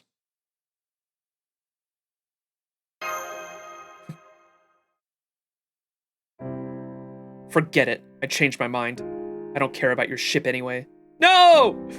Besides, unlike you, I don't need a vehicle to fly, and I only promise to accompany you until you rendezvoused with Chaldea anyway. Go back without me. I still want to spend more time looking around the city, but save me some cornbread. I really like it. Okay, I'm sorry. You liar, Max! If we would have stayed silent, I feel like she absolutely would have had the same facial expression, though. Because she would have fucking read our aura and known that she couldn't come along. Okay, I'm sorry. I don't know what it is you're apologizing for. But if there's something weighing on your mind, maybe asking about it will help. So, is there anything you want to ask me? Something I want to ask you? Nah, no, not right now. I see. Good. Honestly, I don't think I could have answered you. Oh, and if you see Wak-chan, never mind, just forget it. Anyway, you have an early morning tomorrow, right? Go on then, shut down for the day and enjoy those dream things or whatever. So, good night.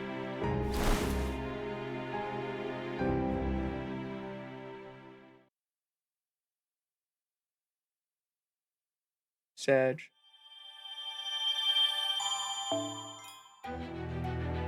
Fragment 2. Oh boy. I enjoy the fragment nodes. Lostbelt 7. Fragment 2.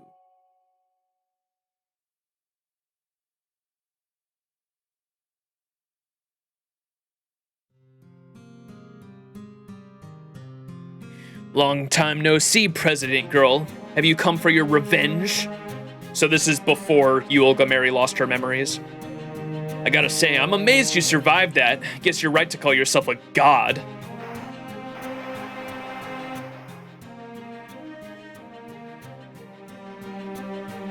So all three of you are still alive. What an odd oh wait, no, these are things that... Are these things she did? These are things from last stream, I think.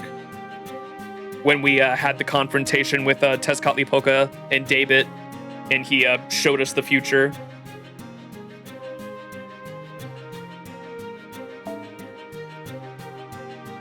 And I'm assuming this is the memories of Yulga Mary right now, trying to figure everything out. So all three of you are still alive. What an odd quirk of fate that we're all here together at the moment the world ends, even if it's more of a preview. Is this really what you want, David? Kishtaria rebelled against the foreign god's machinations. He tried to use his Tree of Emptiness to evolve all of humankind. But you're trying to eradicate us completely? That's... Whoa! Chad, it's me! Flashback, Deavort flashback. That's no different from the foreign god's efforts to erase human history.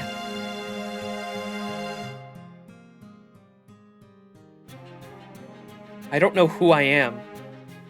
Because after that servant killed me, I temporarily reset myself to reduce the strain that comes with a reboot. When I woke up in that cave, all I could remember was my name, my purpose, and information I probably acquired from video records of an external storage unit. I am an alien named Yulga Mary. My purpose is to take charge of foolish humankind and save this planet. Those two things are all I remembered. I have to say, even dead, I did a stellar job.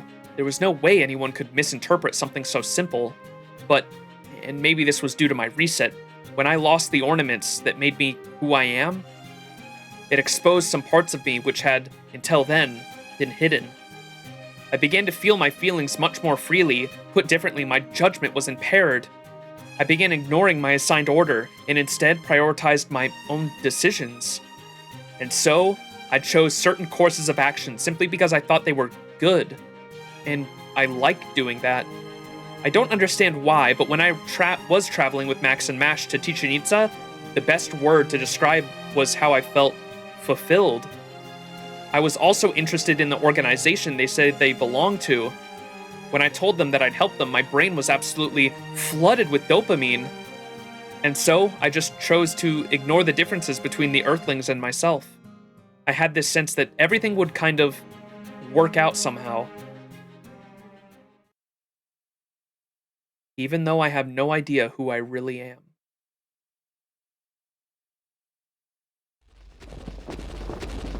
What's up, Shaw?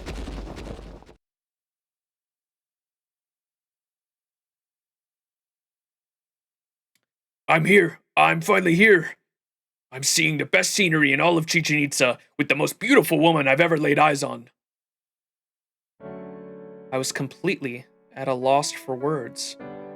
After I had spent the whole day with Wakchan the warrior as he showed me around the city, the last place we visited was neither a glamorous meeting hall nor a noisy stadium. It was a tranquil but unremarkable landscape, offering nothing more than a peaceful view of the whole city. It's pretty, right? Sunlight's great for sure, but I also really like these nighttime lights. They say the bonfires just keep the darkness away, and that sunless nights are supposed to be for resting. But I like seeing the dino's shadows cast by the flames. I like the pictures they paint on the walls. I guess it feels like really living somehow, not just surviving like in the jungle. It's almost like we're leaving behind proof that we exist in places where they usually wouldn't be any. I know they're just shadows, but whenever I see one that looks like my old man, it also reminds me of him. Aww. I didn't say anything in response. I couldn't.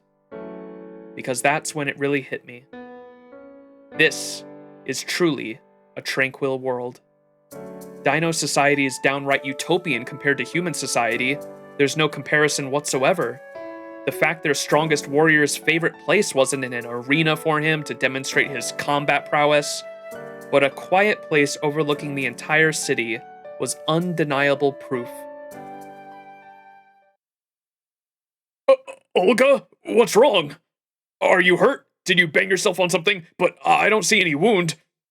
This is exactly the kind of world I wanted to create before I wound up like this. Even so, I can feel myself rejecting it. It's such a wonderful world, but I know I have no place in it. I am the sort of being who burns places like this to the ground. This is wrong. Too different. What's different? The way you look? The way you're shaped? I mean, yeah, you're obviously different from us and Max's group.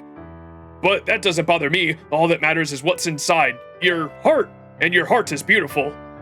Your heart is exactly the color of the stars I saw in the observatory when I was a kid. It's spiky and cool, and it's got all 7 colors of the rainbow. It's not shaped like anyone else's.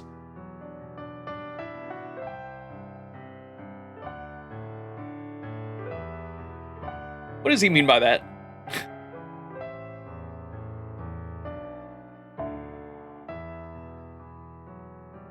We've heard a couple things about this observatory in Lostbelt 7, and we have not been there yet.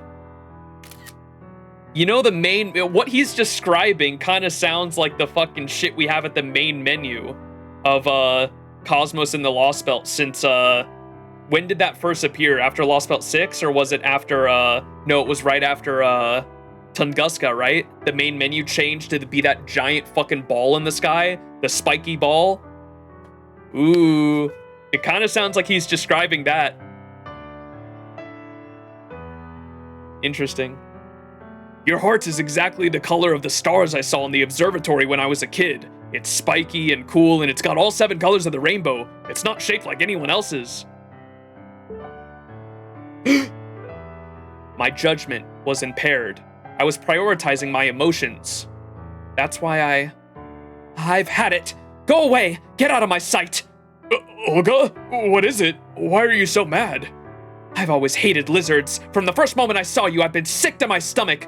And you have the gall to pull yourselves on the same level as humanity? A species as ugly and stupid as yours could never be anything like humanity. No! I was so harsh with him. And so, that dino, who once seemed so free-spirited, so innocent, so larger than life, slunk away, forlorn, seeming like he'd shrunk to half his size. No, Wakchan! Not like this.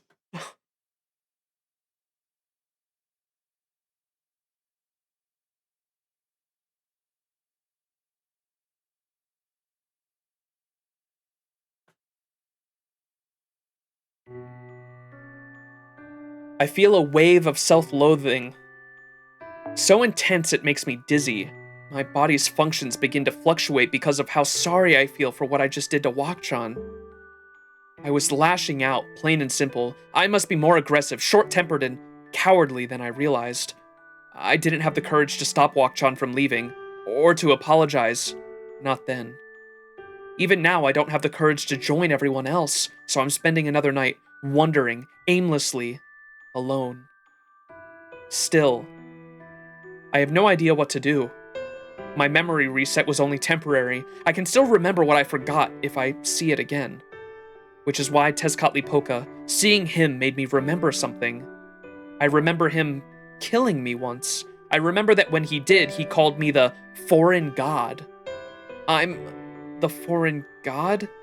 Chaldea's sworn enemy? I may be proud of being an enemy of humanity, but I don't even want to think about being an enemy of Chaldea. I don't think I can go back to Tepu's house right now. Not until I get my emotions sorted out. Wow, I didn't even realize the sun had already left. Those proper human history stories are so interesting. There's so much I want to hear about the Lostbelts. Oh wait, this is the dinos talking. Whoops. The passing dinos are saying, wow, I didn't even realize the sun had already left. Those proper human history stories are interesting. There's so much more I want to hear about in the Lostbelts. That Greece place sounded awesome. I'd love to visit it myself. They said machines like Stormborder were all over the world. Can you imagine? The main street was filled with dinos talking about Chaldea. I guess Max is telling them stories about the Lostbelts at the Shakta Shrine. Why would they bother telling the dinos all that? It'll just let the dinos find out who did all this. Maybe Max and Mash don't know I'm the foreign god. No, of course they don't. If they did, they would never have let me come along with them.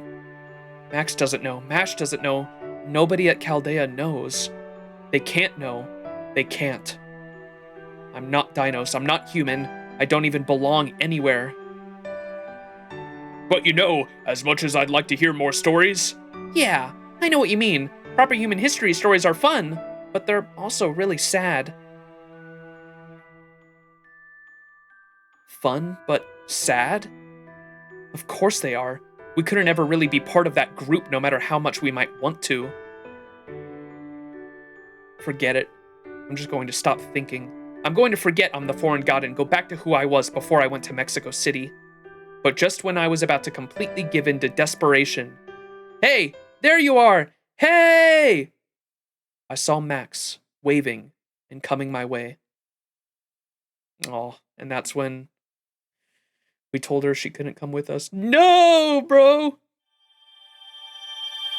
Go apologize right now!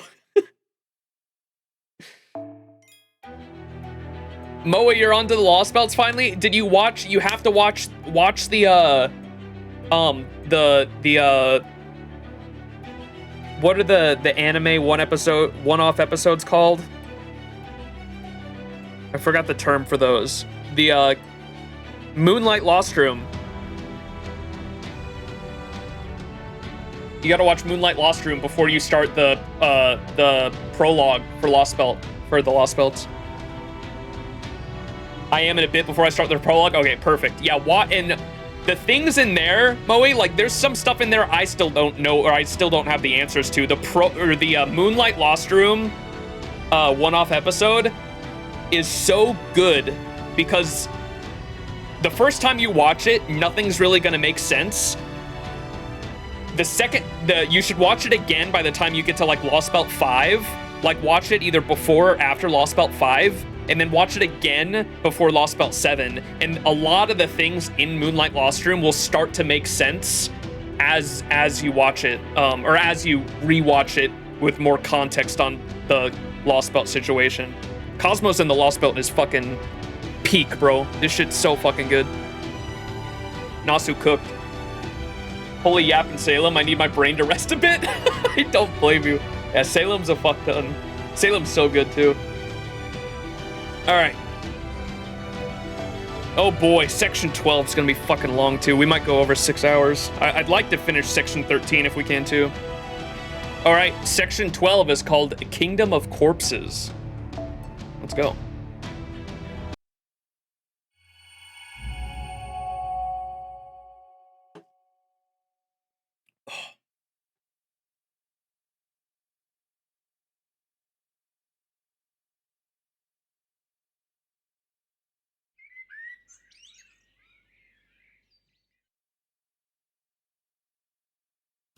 Good morning! I just woke up.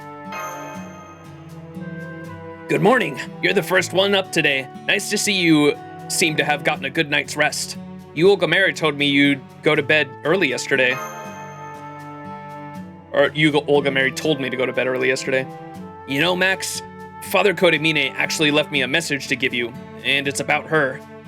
Not so long ago, I'm sure I would have only told you the message contents. Not so long ago, I'm sure I would only have told you the message's contents and would not have been able to imagine how you might feel about them, but... No, never mind that. Let me just give you the message. Chaldeans, I know this is on short notice, but the young miss and I have decided to part ways with you. Though she has yet to regain her memories, and she is not yet sure of who she really is, she has said, and I quote, I am sick and tired of dumb dinos, weak-ass earthlings, and stupid, sweltering Mictlān. We will therefore be leaving this Lostbelt tonight. I'm sorry I can't be present for your confrontation with David, but as the young Mrs. Butler, I am obliged to obey her. I wish you luck in your future endeavors, shepherd of lost sheep, Father Kodemine. No! The end.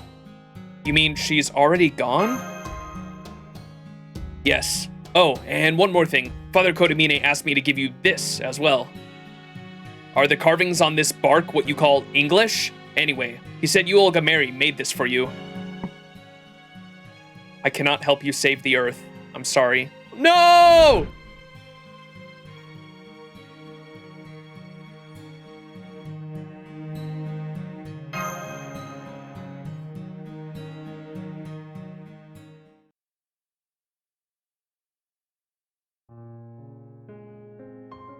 I see. So you Olga Mary and Rasputin are gone. I actually saw that you Olga Mary, the foreign god signal, had disappeared from our instruments. I was only able to follow it part way, but it looks like she was headed towards the surface. Well, the first stratum anyway.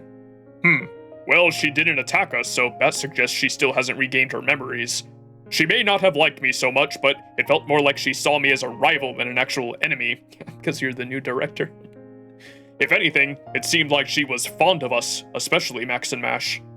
But she still left without saying goodbye. That must mean...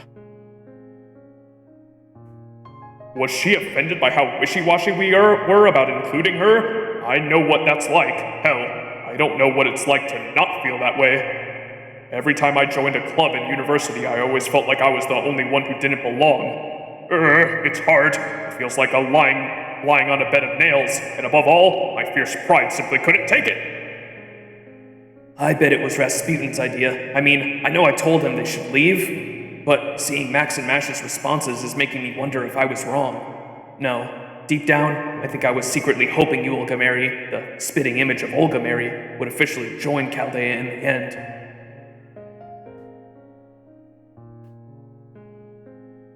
I'm going to miss her too. Yes, she was the foreign god, but she was hilarious to watch and had gaps in her knowledge, and defenses were so big you could drive a bus through them.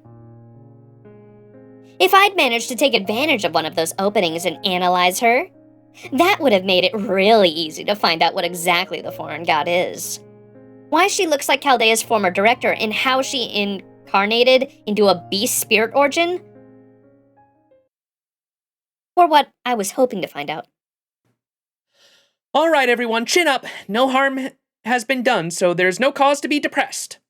We may have lost our chance to verify it, but the fact that she is still suffering from memory loss is good news. This gives us an opportunity to complete one of our original objectives, stop the foreign god from fusing with Ort. I agree. Heartless as it sounds, there's no sense in discussing this any further. You Olga Mary is no longer helping us. She's our enemy once more, and that's how I'm going to think of her. Got that, Mash and Max? But maybe she hasn't left for good. There's still a chance she could decide to come back. Yes, that's definitely possible. So if you do run into her again, make sure you're prepared to defend yourselves. That said, if she comes to us asking to talk instead of attacking, I won't force you to strike first. If that time comes, I'll leave the decision up to you. Got it? Go on, repeat back what I said. Thank you, Captain. That's not what I said. Also, why are you thanking me? Because it shows that you trust not only us, but her too. Because when all is said and done, you still believe in her. Yeah, maybe you're right. That Marine didn't have any unique skills separate from the rest of the series, but he was a much better judge of character than I've ever been. Aw. Rest in peace, Marine. All right, it took us a lot longer than I expected, but it's finally time to start our staff briefing. First, I want to reconfirm our main objectives. The primary one, as we just mentioned, was to neutralize the foreign god and stop her from fusing with Ort. Our secondary objective was to excise the South American Lostbelt and to capture the last cryptor, David. Obviously, things have changed since then. There's been no shortage of surprises in this Lostbelt, and now we have to rethink how we handle those two objectives. For one, now that the foreign god is suffering from memory loss, she is not even thinking about fusing with Ort. Meanwhile, David and the cryptor, his servant Tezcatlipoca, are now trying to use Ort for their own ends. If what you saw in Mexico City was in fact a vision of the near future, then we must begin by considering how we can prevent it from coming to pass. Right you are. Unfortunately, the Ortnax... Hey yo, is there any correlation between Ort and the Ortnax? Why is the Ortnax called the Ortnax? I doubt it. It's probably just coincidence.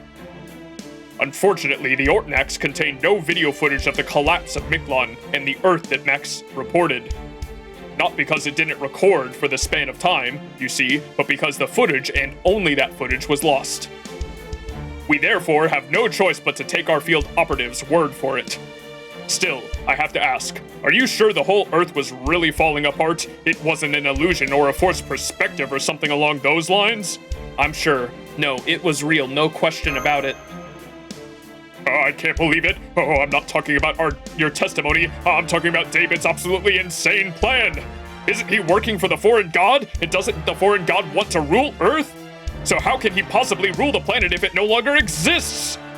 Koyanskaya, do you have any idea what he's thinking? The fact is, you did use to be on the Cryptor side, so you must know more than anyone else here. I'm afraid I haven't the slightest clue, and I'm not alone there. David was always enigmatic, even to the other cryptors and the foreign god disciples. Before the foreign god appeared here as Yul Gameri, she was only focused on Lord Kishtaria. She had less than no interest in the other cryptors. Now that I think about it, though, she did kind of seem like she was deliberately ignoring David entirely. Well, more than she chose to leave him out of her plans. She never so much as gave him an order, never even said she didn't care what he did. That's not really how you treat a subordinate, if anything. Yes, she was treating him like an equal, or possibly even a superior. The foreign god and I signed a mutual non-aggression pact which let me do whatever I wanted. But the foreign god never had any authority over Lord David. Maybe Lord David was never even a cryptor to begin with.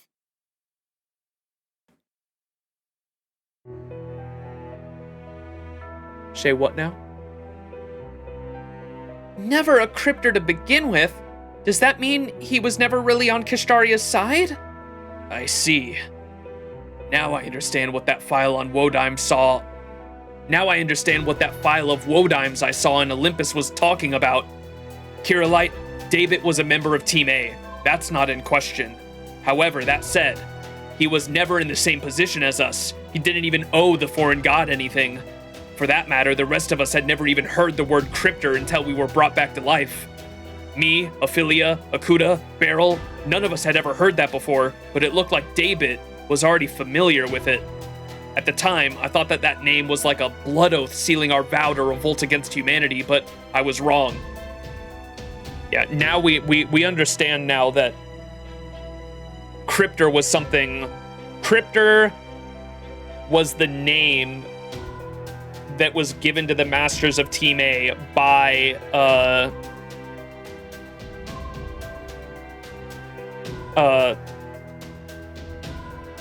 what's the dude's name? Animosphere, the director, the Olga Mary's father, Marisbury Animosphere, that's his name. Marisbury Animosphere, we still don't know what the fuck his plan was. He's assumingly dead by suicide, and his plan for Chaldea, he won a Holy Grail war, and instead of using the Holy Grail to make a wish, he simply wished for fucking money, and then let Solomon do his own thing. We don't know exactly what transpired in that Holy Grail war for the most part, we just know that Solomon... do we know, was it ever stated in story if Solomon was summoned as a Grand Caster in that Holy Grail war? I don't know if that's ever been stated, but I know he talked about how he was Grand Caster, right? He was summoned as okay, so he was summoned as a Grand Caster, which is seemingly supposed to be impossible. Summoned as a Grand Caster in that Holy Grail war and fucking wiped the slate clean. Fucking all of Fiyuki was on fire by the end of it. And they win the Holy Grail war. Because he doesn't actually want to use the full potential of the Holy Grail, he doesn't have to sacrifice Solomon's soul into the Grail to make a wish. So he let Solomon have his own wish, which was to be a human and experience the life, and then he becomes Dr. Romani. Marisbury Animosphere then wishes for money and uses that money to create Chaldeus in Antarctica. And his plan, we don't know all the details, but his plan was to be able to reach the root in his own way. Because typically, in a Holy Grail War, most of the mages reach the root, which is true magic, where they can actually fucking do whatever they can. True magic is actually defying the laws of physics. It's fucking being what's the destiny term for it? There's a destiny term for fucking space magic that they use. What are like the laws of physics? It's not about reaching. It was confirmed since Singularity 4. I thought he said he was gonna reach the root in his own way. What was the word I'm looking for in terms of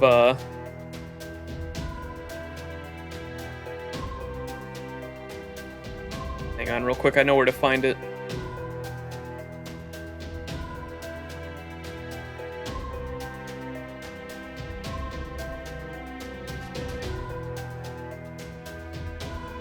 Yo, Andor Season 2 trailer out? I'm gonna have to watch that later.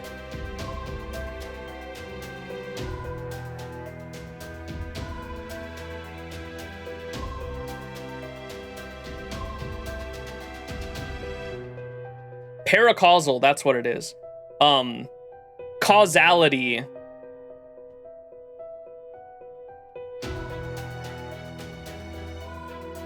Causality is the relationship between just cause and effect, the principle that everything has a cause. Paracausality is defying that entirely, which would be like how I kind of define magic.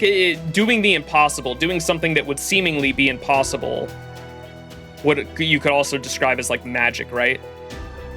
Like being able to defy the fucking physical laws of our universe. And that's essentially what reaching the root is, to my knowledge. Not a spoiler, but that isn't mentioned in his flashback? Okay. So he had a plan for something. I always thought it was he wanted to reach the root by some other means. Think about it, if it was just about reaching the root, then what's the point of using a different method? I don't know. That's why I wanted to find out what his plan was. He also says like I can't remember what he says in the first episode of Babylonia where he commits suicide in front of Romani, right? Or seemingly does. I don't know if it was, it's not confirmed that he does, but he like holds a gun to his head and seemingly, I think it's alluded at least that he committed suicide in his office, right? Or at least they made it look like he did, right? In the episode 0 of Babylonia, which was original too, anime original. I don't think that ever happened in the visual novel version. But what the fuck his plan is, I have no idea. I always thought he wanted to reach the root, but not in his own way. He didn't want to do it via the Holy Grail, but I guess that's not correct. I think that was my hypothesis based on, I can't remember what he says in the episode 0, but he says some really cryptic shit. It's not confirmed on that scene that he committed suicide, nor it was Romani was just present, just that he was gone after that. Can I just say, side note, the music here is fucking relaxing to you? That's relaxing? Anyways, back to it. So, but we know that the word cryptor, though, is what Marisbury Animosphere gave to the cryptor, or to Team. He called Team A cryptor before the events of FGO happened. So we know that name was not something the alien god gave Team A. Like I originally thought. I thought the name Cryptor was one that the alien god gave them, and same with their Sirius Light command spells. I was under the assumption that Cryptor and the Sirius Light command spells were given to them by the alien god. Turns out those were things that Team A was given before the events of FGO even started. And so that's pretty interesting. So what the specifics of those have to do with, we're not really sure. We just know that since David and Kadok had that conversation in the jail cell earlier in LB7, David did reveal that the Sirius Light was like given to them as a means of being able to give up their own life, because we know when they use the Sirius Light command spell, they can give up their own life to use it, and essentially it has the power to recreate the world, I think they alluded to earlier. And that was supposed to be the last line of defense they had to solve one of the singularities, because they were the original team that was going to solve singularities, right? And so if they went into a singularity and they couldn't solve it by the end of it, they were supposed to give up their own light with a Sirius Light command spell to end the singularity, I think, right? That's my understanding at the moment. Anyways, for that matter, the rest of us had never heard of the word cryptor until we were brought back to life. Me, Ophelia, Akuta, Beryl, none of us had ever heard it before, but it looked like David was already familiar with it. So it seems like David and Marisbury had plans for each other. At the time, I thought that name was like a blood oath sealing our vow to revolt against humanity, but I was wrong. It was actually the foreign god who told Kishtaria that we were all to be called cryptors. So calling you cryptors was not Wodaim's idea after all. Then what are the requirements for being one? Do you just need to be a member of Team A? I'm not totally sure, but like I said, the rest of us only learned of the name Cryptor when the foreign god resurrected us. What's more, there was a price we had to pay if we were going to be resurrected. Resolve the incineration of humanity. While we were in our coffins, the foreign god promised to resurrect us. If we could only prove we had the same power to resolve the incineration of humanity incident that Max and Mash did. But that was impossible. Me, Ophelia, and everyone else on Team A were all dead in our coffins. It was hopeless. We couldn't even have made it through the first singularity like that. So, Wodaim did it for us. He resolved the incineration of humanity incident all by himself several times over, so that we wouldn't have to. He never said anything about it, never even threw it in our faces. He just made sure we all were on this. He made sure we all had the same opportunities he did. Yeah, I can certainly see him doing that. I understand how you feel, Kadok. It's okay, I'm calmer now. I can just imagine the troubled expression on Wodaim's face if he saw me making you sympathize with me like this. Anyway, my point is I never found any mention of David's resurrection. I'm just guessing here, but I think David somehow managed to resurrect himself. Apparently, the foreign god needed a certain amount of energy to resurrect all of us. In fact, it took the same amount needed to clear the incineration of humanity. David managed it by generating that energy all on his own. I bet even the foreign god must have been at a loss. According to Wodaim's records, the foreign god gave us only minimal support in our coffins by letting us use Chaldea's summoning system to summon servants. But apparently, David didn't even make use of that. So even though it was all just a simulation, he still resolved the incineration of humanity alone, without a single servant. Brodaim just taking W's? Brodaim's dope. What the fuck is David, dude? He is so they used the perfect word for enigmatic earlier, because I know David seems like he has some kind of clairvoyance. With every time we've spoken to him so far, he doesn't like to waste time. He gets straight to the point, and he is always like preparing for the future, almost as if he can see the future. Like when he gave us the tools that we needed for the dinos at the soccer game or whatever, I think it was at the soccer game, right? I can't remember what the tools were exactly. He gave us a bunch of tools before we didn't even ask for them, and then it ended up that we needed them later on. Like it seems like he's got a form of clairvoyance in that way. And then on top of that, there are several things now that he's done that make it seem like he is paracausal. He is it's almost like he's using true magic somehow. He fucking somehow revived himself, assumingly what Kadok is getting at is that he revived himself from the coffin. He didn't need the foreign god's help to do that. And to revive yourself, he said to revive each and every one of them, they would need the full power of all 7 singularities to revive each and every one of them. And David just did it on his own. He just fucking revived himself, which is fucking crazy on its own. And then on top of that, he summoned a grand servant, which as we understand, should be impossible. A master as we understand at the moment, should not be able to summon a grand servant. Marisbury Animsphere did it with Maresbury Animosphere did it with Solomon during that Holy Grail War, and Daebit has done it as well with Tezcatlipoca here. So, what's going on? He's a very sus guy. It's so interesting hearing you talk about and theorize about all this. I'm on JP's schedule, so it's fun to compare. Yeah, that's why I do it as well. I think that's why some of my VODs do a decent amount. I like yapping about theorizing, and that a part of the reason I stream is because I like going back and forth with chat. Of course, because I'm reading it a little bit later, most people know what happens, but yeah, I'm still in the dark on everything in LB7. I'm excited to find out what Nasu's cooking though, because like fuck. There's some kind of master plan Maresbury Animosphere had, right? We just don't know what it is. How is it all going to tie together? I'm excited to find out. So he resolved the incineration of humanity alone without summoning a single servant. Yeah. Bro's not human. He did all that without even a single heroic spirit? So he made it all the way from the first singularity to the final one entirely on his own? What the hell? What is he, some kind of super master or something? Was he being a jerk or just showing off? Did he just feel compelled to prove he's a better master than Max by resolving the incineration of humanity without a single servant's help?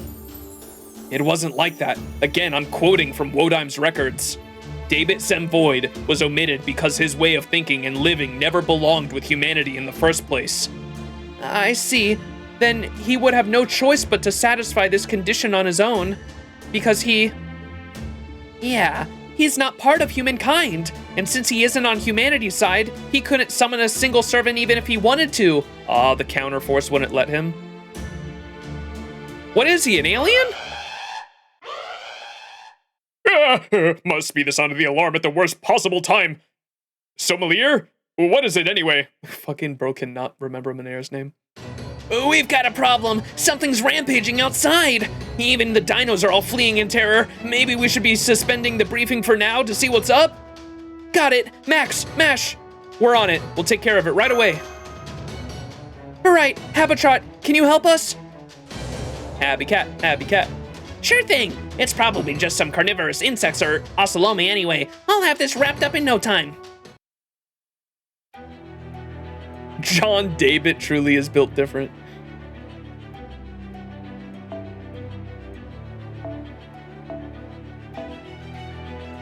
Happy cat. My happy cat's grailed.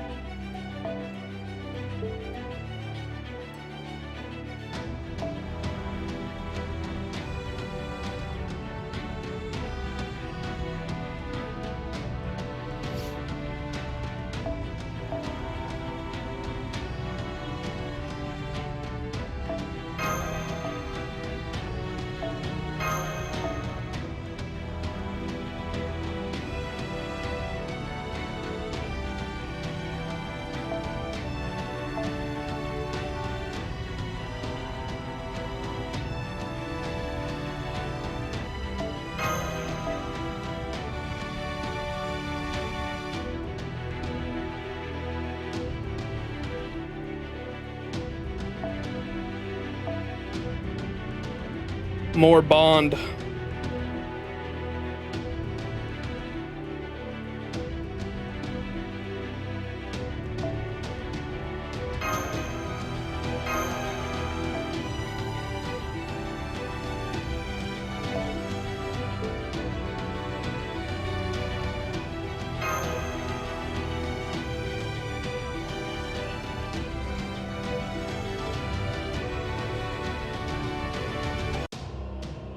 Support system. Farming time. 40% カット。運動性。問題ありません。戦いであれば。早炊きですよ。カルウェナ。30 enemies? にゃーにゃーにゃ。いいよ。一歩前に。これは君に待つ夢の生産。どれほど辛い別れでも輝くものはきっとある。顔を上げて。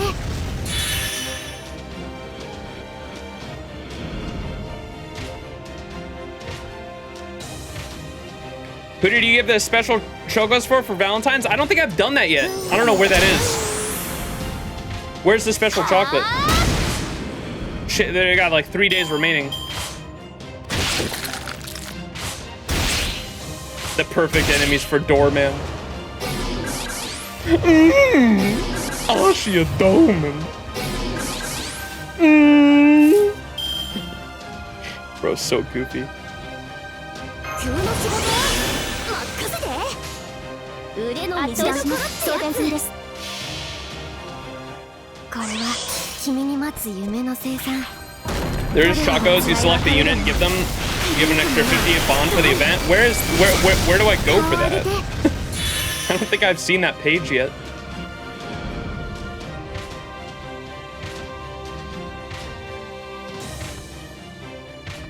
そこですスライドスマッシ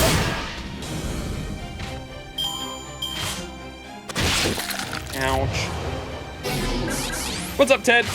The Chacos page? Why Castoria, bro? 熱を帯びなさいマルミアドワーズピンチチャンスにオルテナンス全機能解放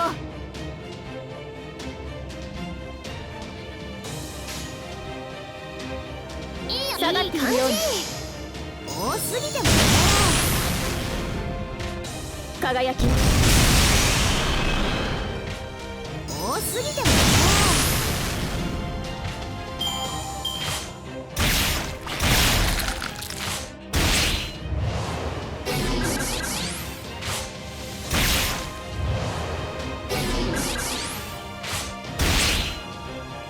All right, let's do a bam. よ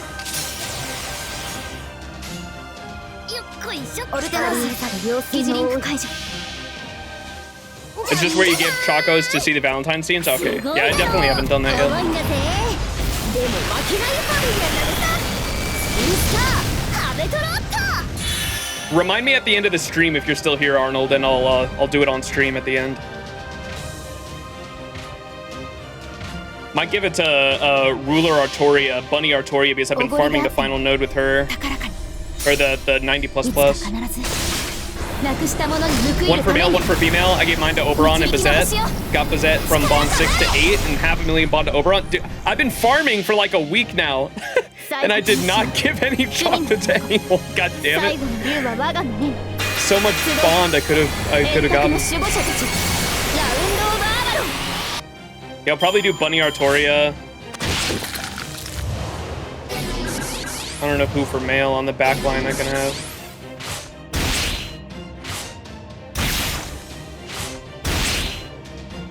I probably have to do Oberon, I guess. Or no, I'll give it to fucking my goat. I'm trying to get his max bond up.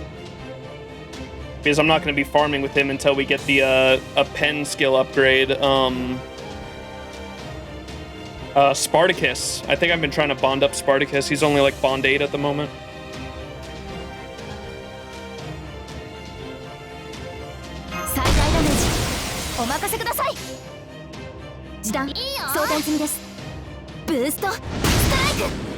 Van Gogh? Is Van Gogh on the male and female? I don't think I can fit Van Gogh if I'm Buster farming though.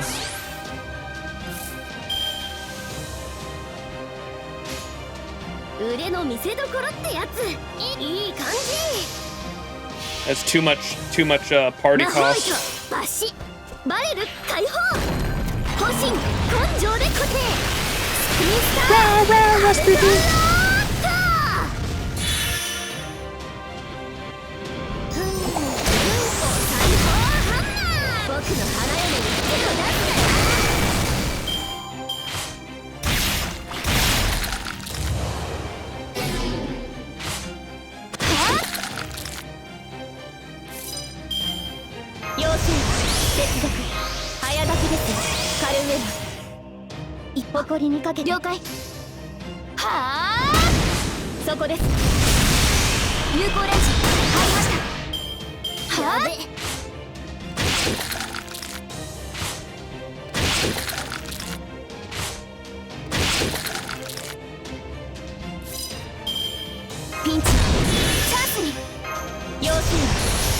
Happy Cat, go! Full throttle! いいよ前にじゃんじゃじゃーんすごいだろう重いんだぜでも負けないファミリー Oh yeah, they start off with full NP too, don't they? 食べとろっとほらみんな服ボロボロになってる仕方ないなほら見せて見せて Oh my gosh, so many stakes. Yes, only Wodime and David could clear. That was detailed to us in Lostbelt 5, I think. Apparently it was possible to summon Lostbelt Anna when Kadok would have cleared as well, according to Nasu. What? The bond too strong between those two.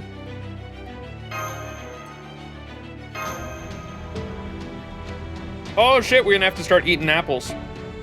Let's take a golden one, fuck it.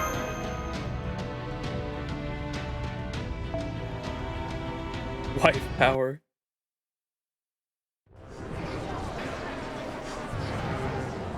Camazot! It's Camazot! It's the bat! The shadow of death is here! He didn't even wait for it to get dark! Run! Run for your lives! Run before he sucks your blood and turns you into a living corpse! More enemies are approaching from the jungle! There's still more coming, Master! Those footsteps are shaking the ground! Must be mindless dinos! Be careful, everyone! No president and no Cuckoo Clan here right now, so we'll need a servant to break through its defenses! Or a Mysticode if you've got one that can do the trick! Zombie dinos?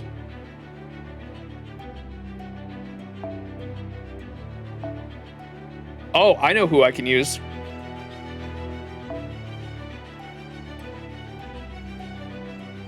Can she be on the back line? Oh, she can. Not Happy Cat, though. I know who I'm using.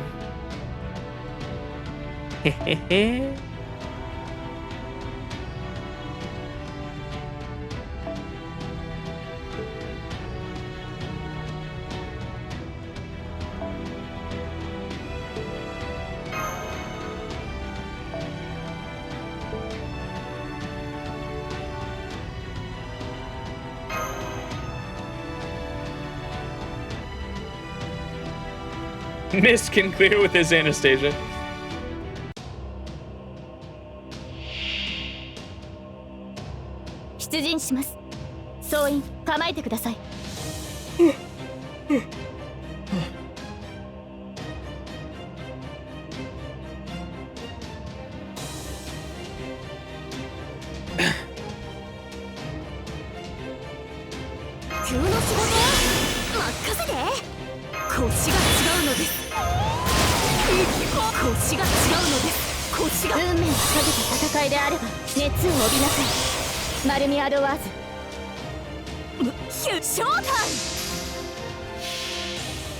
Jet ski time! 剣圧にて海を立つ櫓のごときクジラマン大入道ご剣山いざ魔剣破り受けたまわるせいはいよー Dead Apostle Dino! Wait a second!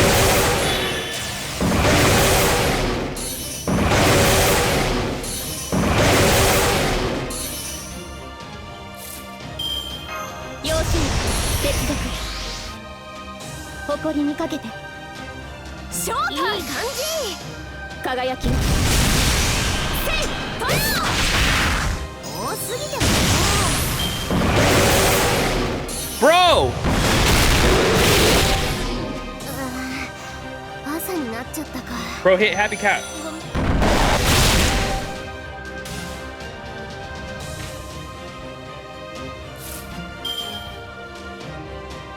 ピンチオルテナンス戦機能解放バンカーボルトリロードヒュー誇りにかけて前にクルッそこですはあ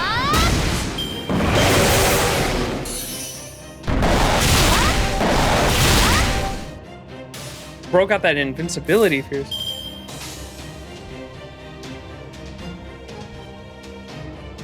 対終末前に対粛清防御スライド始めせいトライ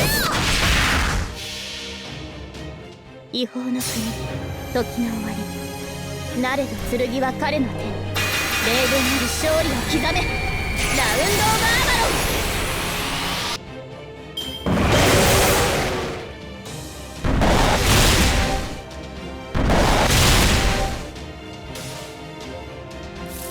Damn it. 二丁の一流夏のせいってね了解ショータイムブーストストライクセイファイアセイファイ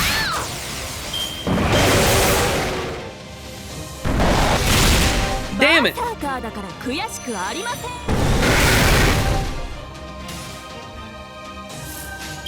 Smack that motherfucker. 装填済みですスライドスマッシュ状況終了排熱そして魔力循環に移行しますねマスター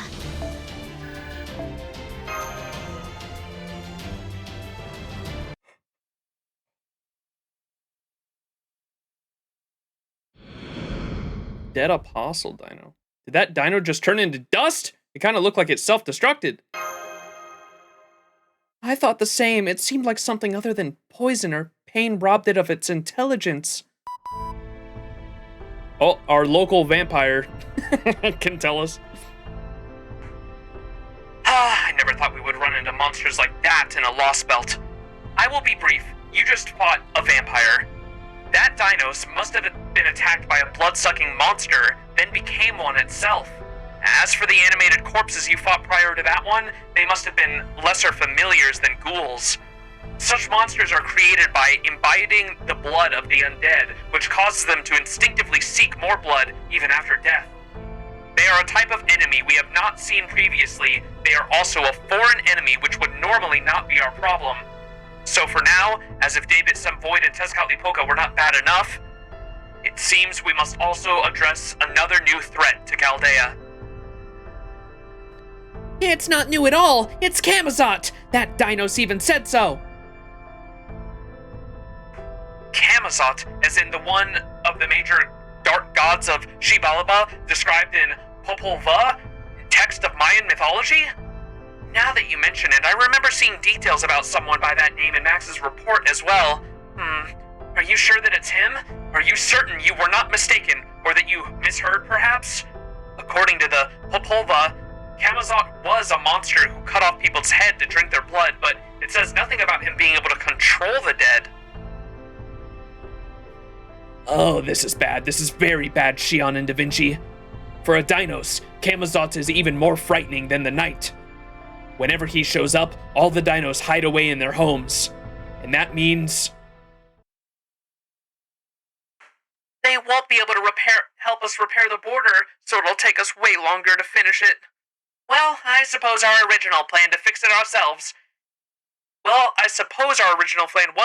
ourselves, so we haven't really lost anything in that sense, but...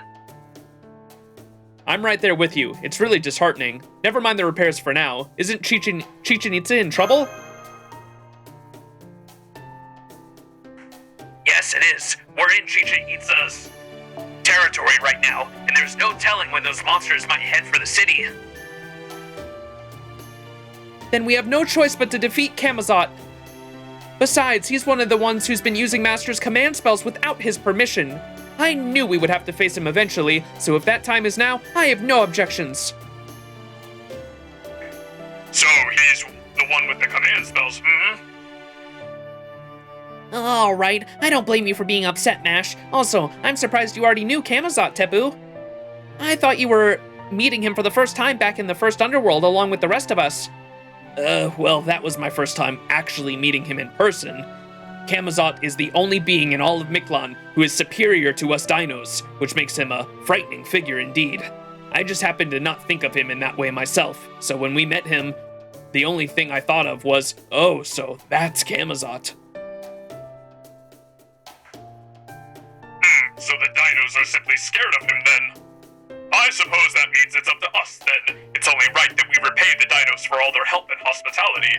Max, Mesh, go take care of Camazot for them. I'll even send Koi and Skya to go help you. What? Me? Why me? boys. Me? Why me? Oh, no particular reason. I certainly haven't been wondering how long this vixen means to keep mooching off of us, wondering if she'll ever take a page from the Dinos book. None of that has even occurred to me. No, sir, not once. Anyway, good luck. Koyanskaya not happy. I've decided to come along too. I already know which direction the goals came from. It's the jungle northwest of here. The same place you all went to go look for food before. What did you just say? Uh-oh. How long will I stream for? Until I'd like to get to the end of section 13. We're on section 12 now. Probably the end of section 13, I would imagine, since each of these LB7 streams has been around 6 hours long so far. I'm hoping section 13 isn't super long. We'll see.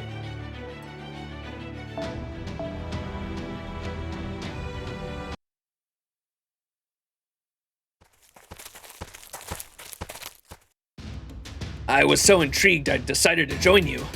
Kamazot is probably hiding out in the ancient Ka'an's ruins.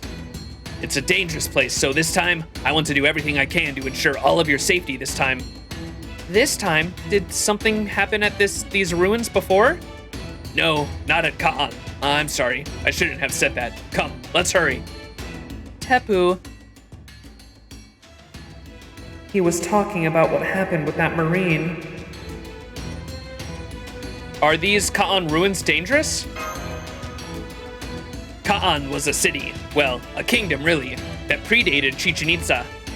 It's believed that the dinos who rebuilt Chichen Itza actually used Ka'an as a reference.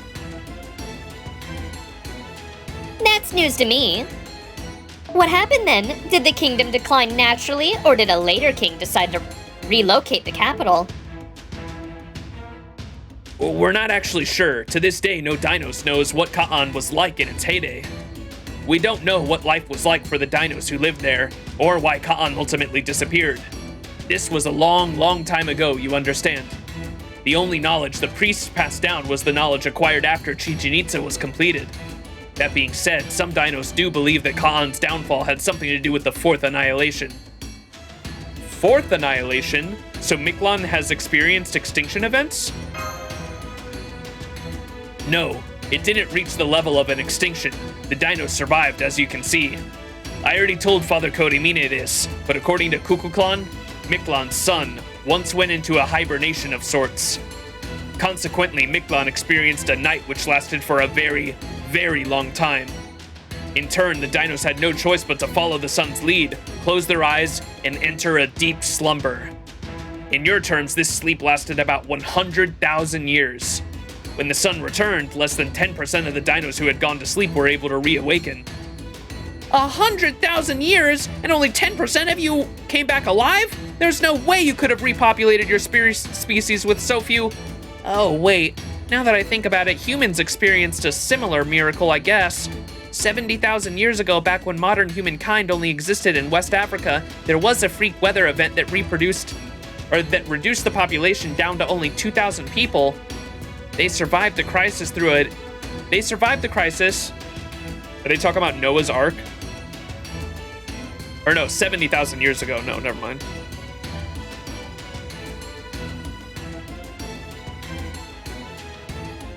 They survived the crisis, though, and eventually spread out to other continents. A very long hibernation. I wish I could hibernate. They survived the crisis, though, and eventually spread out to other continents, eventually growing their numbers to 7 billion alive today. Although, the way Tepu put it, it sounds like the dinos are able to cryopreserve themselves. Maybe they have something similar to cryotobiosis, and the ability that lets tardigrades survive even in outer space? That clinches it. The dinos are clearly a new type of prime species, one that was purposely designed with a talent for genetic manipulation that never existed in proper human history. Chat, I've got it. Space dinosaurs. the fucking tube that we're in is a spaceship. Watch that be what it is, because didn't we say, what are all these words? Didn't we say, when we first came to this Lostbelt, we did say how the cylinder that we were inside was pretty reminiscent of a sci-fi, what are those, what's the movie Interstellar at the end? Interstellar. Spaceship ending. Halo, like the colony ship, yeah.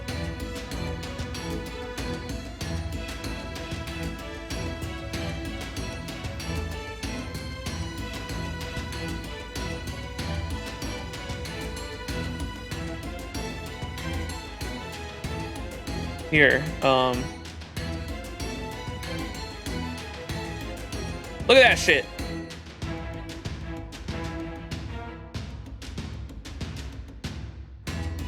This is the end of Interstellar, right? Look at it, I mean, they're on a spaceship. That's fucking LB7, dude. They even got the cornfields, dog. The fucking cylinder, watch the cylinder we be in be a fucking dinosaur spaceship. That'd be fucking crazy. What the fuck?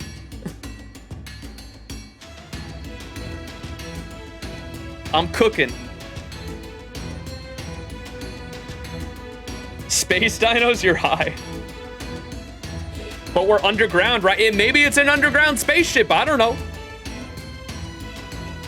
Maybe they put it down there to preserve themselves for a while.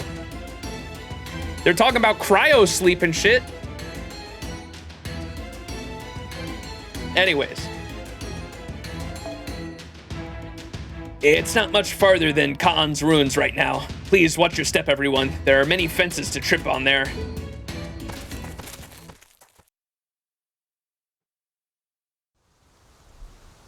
Servant versus dinosaurs, yep. Ooh. So these are the Khan ruins. Yeah, those are definitely ruins, but there's something about them. Right, something feels off about these ruins. Koyanskaya glares. Koyanskaya? Is something wrong? Something wrong? Whoops. Something wrong? Perish the thought. I was just taking a little trip down memory lane, that's all. I was just about to say it's kind of reminiscent of the ruins where we fought Koyanskaya with Melusine in LB6, isn't it? The northern ruins, aren't there the ruins of the other place? It's kind of reminiscent of that swampy area where we fought Koyanskaya and Melusine fucking kicked her ass. When she was in her beast, when she had the power of a beast, mind you, too.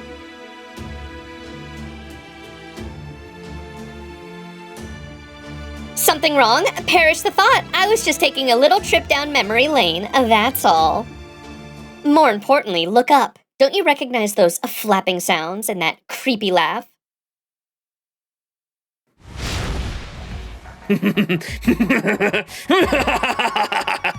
How cruel, how endlessly, deliciously cruel. You cluster together in your weakness, cowering, trembling as you build walls. You prosper and eventually have yourselves a kingdom.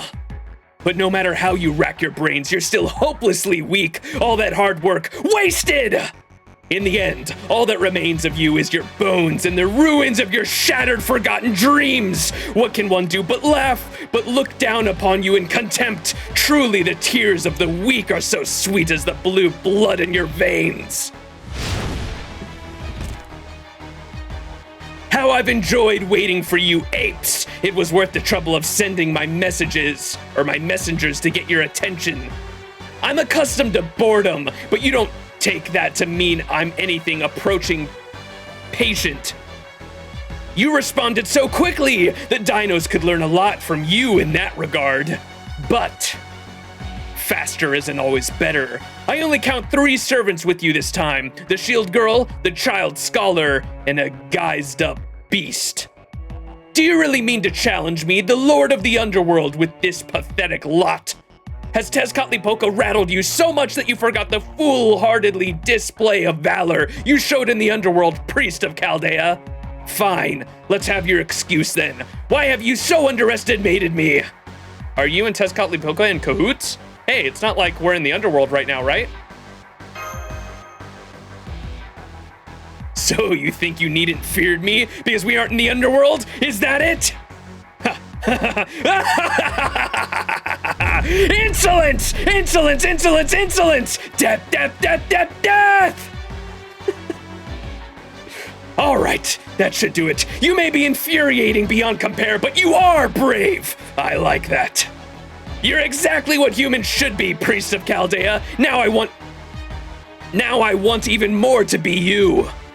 These summoning arts fascinating me. It's rather fun getting to meet dead warriors. I see you reclaim 2 of the command spells, but 1 still belongs to the underworld.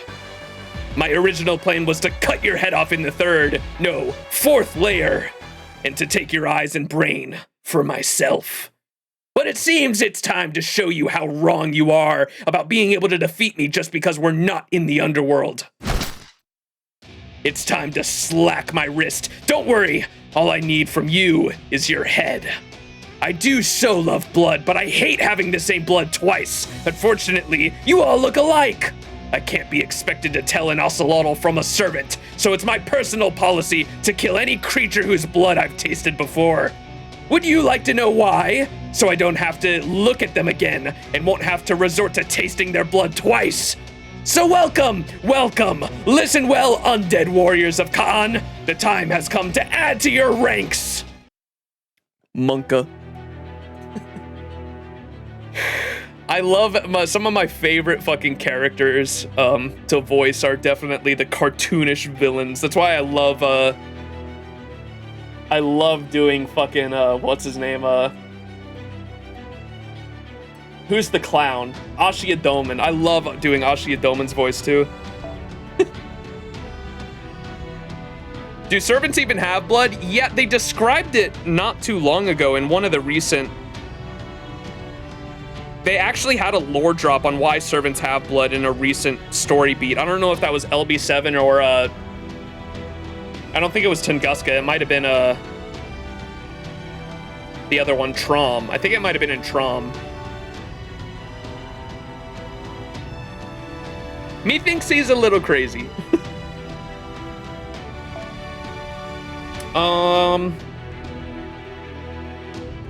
Should we just go with this team again?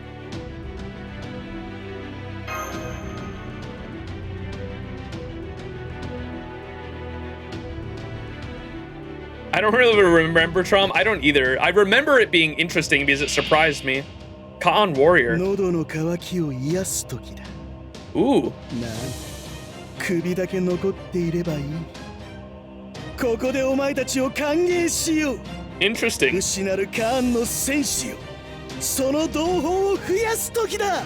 Ooh, I like how they gave him a VA. That's cool. やるじゃん。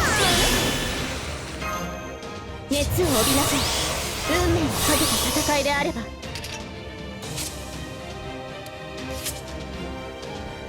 Battle is infinite. What the fuck? 2分のチリチャンバラ上手。ガンガン行くわ。ピッコロ。ごシューショータイム。 Look at the battle part. Wait, which battle part? Yeah, I saw that battle turn is infinite. My name is Musashi Miyamoto. Oh.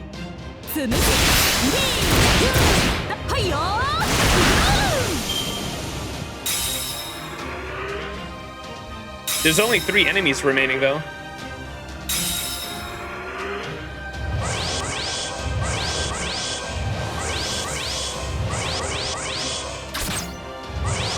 What the fuck?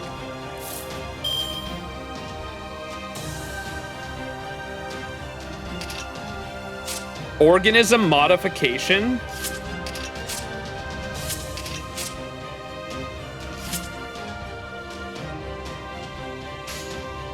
Hey ho Mujin, showtime! Red! Kenpo Part 2! Oh yeah! Sexy! My name is Musashi Miyamoto. Uh-oh. What?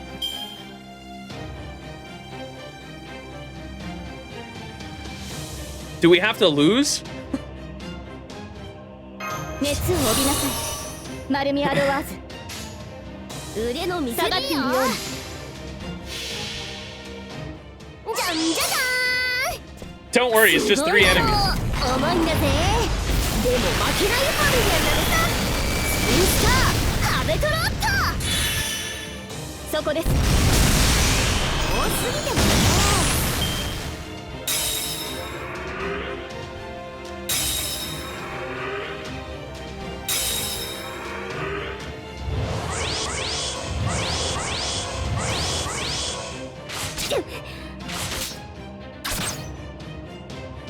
What the fuck? This is a bit weird. いい感じ。いいよ。セイ、トヨ。いっちゃう。 This is the end of the LB. You can't advance. Uh-oh. 豪快にひらめいた。対終末、対粛清防御。はじめ。剣圧にて海を立つ。櫓のごときクジラも大入道ご剣断。いざ魔剣破り受けたまわる。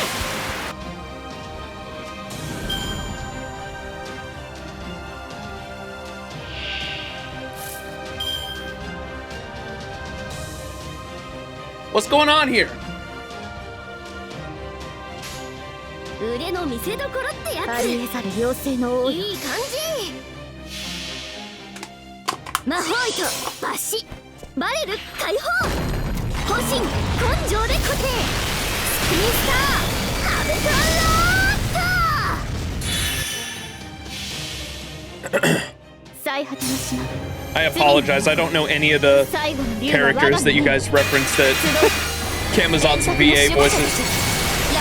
Darnik, Guy, これ使う。 Shishio, and Yu Yu Hakusho. I haven't heard of any of those. Or Hiei from Yu Yu Hakusho.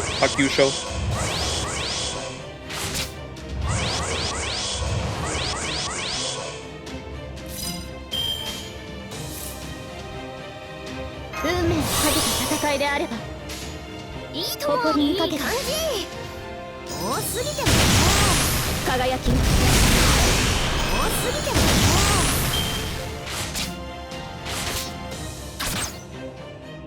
I wonder if we have to lose this. チャンバラ上等ガンガン行くわ。2.1流夏の腰が違うのです。腰が熱を帯びなさい。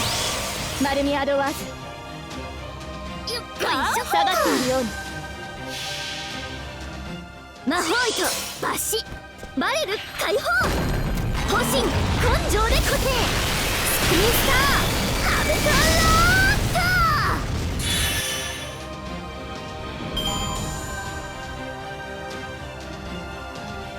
Darnik from Fate Apocrypha. Who was Darnik? Was that the master of Was Darnik the main bad guy? The master of Vlad? Vlad's master? Okay, yeah. Okay, I definitely did not remember his name. Okay, I'm gonna try losing. I don't know what's going on here. I assume we have to lose. そこです。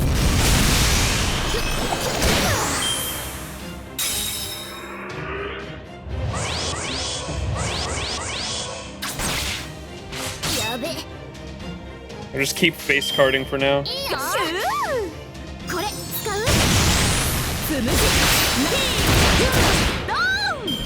Oh, what? We did it.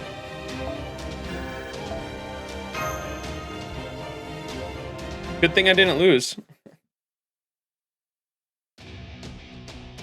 Truly spectacular fighting, servants. Reminds me of the good old Dark Ages. I never thought the billion souls and gallons of blood I consumed would one day be the driving force for all these skeletons. We can't beat them all like this. Is he embedding warrior souls inside the skeletons? We can't even get near Camazot with all these skeletons around. Do you have a shot, Koyanskaya? I'm afraid not. This crowd of skeletons is doing a wonderful job of making an obstruction of themselves. Unfortunately for us, this is the perfect place for a necromancer. By my count, there are no fewer than 100,000 corpses buried here. We need to fall back for now. Let's go. We can't fight him here. That's right. I don't need the underworld to summon the dead. And it looks like you apes can't see the blood threads I'm using to bind the souls to these skeletons. Damn it! Guy looks like an idiot, but he is really good at this. He's got us boxed in. We don't have any way out. I can't force my way past them into the jungle either, but I won't get more than a few meters. I don't think retreat is an option right now, Master. Then we go after Camazot instead. We'll just have to push through, right towards Camazot. I'm afraid that's not a good idea. The moment Mash gets close to him, he'll retreat back up into the sky, and the skeletons will completely swarm her. We need a decoy, someone big enough and tough enough that won't get hurt in all this. Obviously, it has to be me. Tepu, no! All right, everyone, I'll see you later. I should be able to hold out as long as the sun is here, but I would very much appreciate it if you could come and rescue me as soon as you can. Huh? Tepu? Tepu, no! Whoa!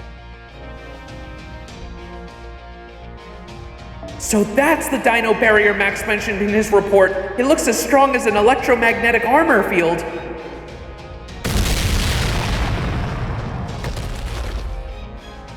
There! Whoops. There! I fired a volley of my prized napalm rockets. We now have a clear path out of the jungle. It won't last long, though. I suggest anyone who wants to live gets moving, and quickly. Senpai! I know, fall back, hang in there, Tepu. I promise we'll come back for you.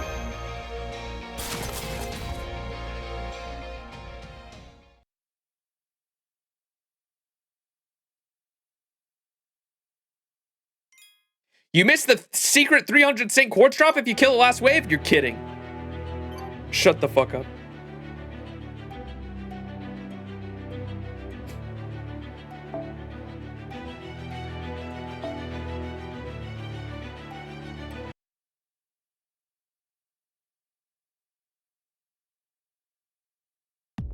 We overheard everything on the comms. We know Tepu stayed behind us in enemy territory. I wish we could combat the enemy's numbers with our own, but...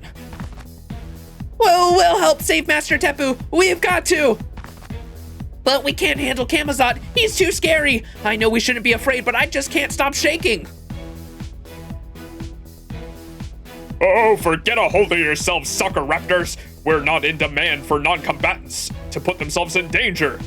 We just need your speed. Run to the temples as fast as you can and fetch Cuckoo. She's ridiculously strong. She should have no trouble handling hundreds, no, thousands of enemies. Our 7th bro is already doing just that, but we screeched that he can't find Lady Cuckoo anywhere. Damn it. She just does whatever the hell she feels like, doesn't she? I suppose this is it then. Koyanskaya can't do much against skeletons since they don't desire anything, and with Captain unable to leave the border right now, Koyanskaya was behind, gasping. Does this mean it's time for Katok with his anti-beast magecraft for combat focus, so accustomed to fighting on the front lines? Shion, an expert alchemist and elite member of the Atlas Institute whose plans always go according to her calculations. Myself, an intellectual mage and expert commander who issues orders left and right from HQ. And Monair, who can probably also do something useful to join Max in battle. I am not really a combatant, you know. I cannot use threads to pull off combos or anything like that. Is that a Melty Blood reference? That feels like a Melty Blood reference. I overheard the whole thing. It seems my time has come. Who's this? Oh, I know that voice. Hey, yeah. What better way to fight zombies than with mummies? Oh, Nitocris.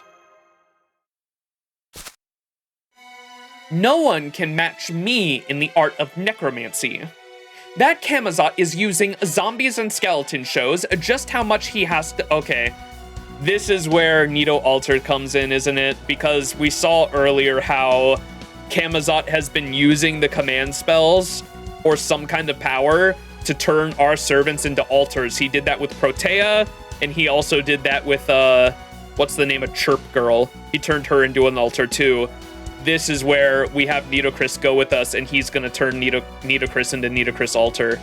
I can already see it happening. Oh boy. That Camazot is even using zombies and skeletons. Shows just how much he has to learn. Benny Enma, yeah. As a former Sion main, that is kind of saddened. That line kind of saddened me. Aw. If this demon claims to be a skilled summoner, I will show him the true might of an Egyptian technique.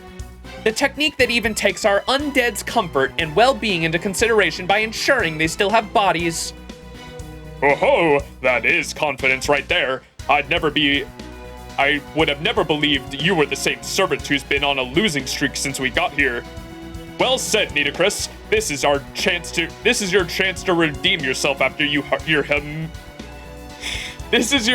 redeem yourself after your humiliating loss to Talilok. Did you really need to bring that up right now? Oh, poor Nitocris.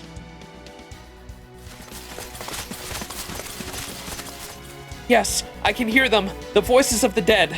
With so many here, even an inexperienced necromancer could embed themselves in vessels. He could call out 100 dead, and he would only capture one. I doubt he cares who he gets as long as they can fight. So the other 99 are just ignoring him? Are you certain you can win? So the other dead are just ghosting him? Are you sure you can beat him? What's up, Fez? I am. This is where we fought that turkey. I remember its cry was no ordinary thing. I see now it's because it was calling out to the dead. That's why it affected me so much. I can hear their voices of the dead. I'm ashamed I didn't realize this at the time, and I only dismissed it as a healthy morning call. So you essentially left your spirit channel on and dialed it up to a maximum volume? More or less, yes. It didn't do me any favors at the time, but at least I can make use of the experience now. I'm going to layer a spell that mimics that bird's cry over Camazot's necromancy, essentially jamming his signal. Only a truly exceptional necromancer could hope to keep control of their familiars under those circumstances. Wow, you really do know what you're doing. So which set of ears do you use to listen to the dead anyway? Do try to keep your insolence to a minimum. As for my ears, it doesn't matter either way. Don't worry about it, she said. We're here! Those are the Khan ruins! Now where's Tepu? Still holding strong. Ouch, these Khan soldiers are hurting me. Looks like he's tired, but he's still hanging in there. Phew, we're not too late. So you've returned, Chaldean boy. Good. Struggling like that really gets your blood pumping. So what did you bring this time? A storm? A fire? A disease? It doesn't matter. The Khan warriors are indestructible. You can never defeat them with the kind of violence you'd use on the live. Uh-oh. Huh? Huh? What? I don't know what's going on, but this would seem to be our chance. I'll open up the underworld mirror and cleanse the spirits that fill this land.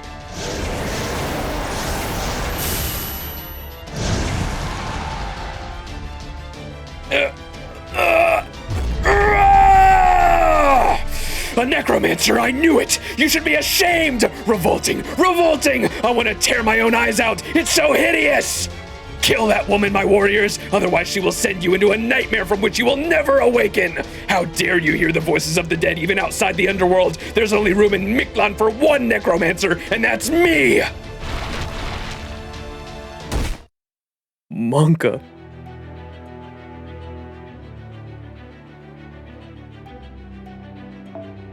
Alright, are we forced to use our Nitocris here, I assume? Support? Yeah, my Nitocris was NP5, but not 888. 555. So yeah, we'll use the support.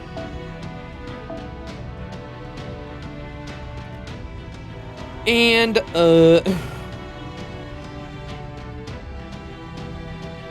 maybe do some kind of pseudo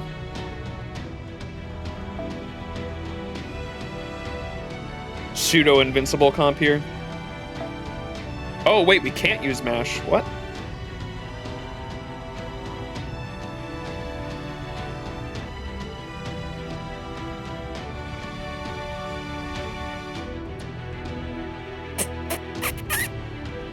Where is where's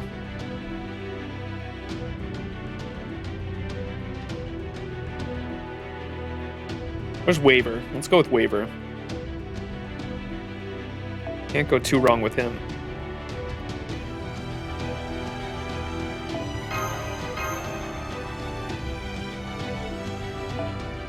Oh, she has to be starting. I was like, what the fuck? Whoopsie daisy. And fuck it, we'll throw on the canonical Mystic Code. We'll make you MASH.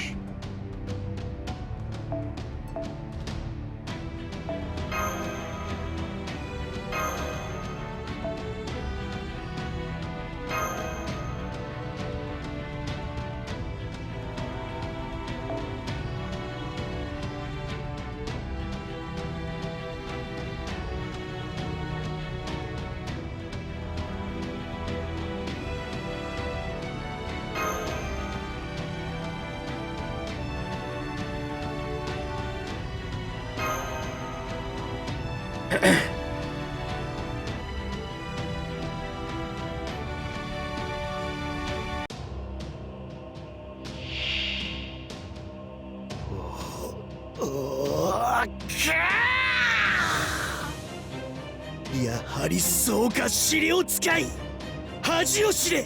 目玉が潰れるほどおぞましい。戦士ども殺すがいい。殺さい。冥界以外で死者の声を聞く蛮行を許すまじ。天空よ。 Dead jamming, let's go! 大逆には死を。我が身はホルスなりしファラオなるが。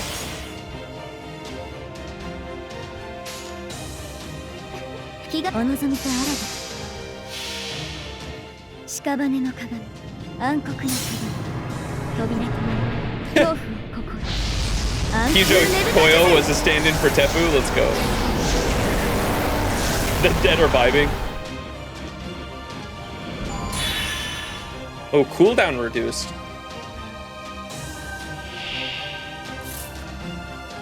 天空よ。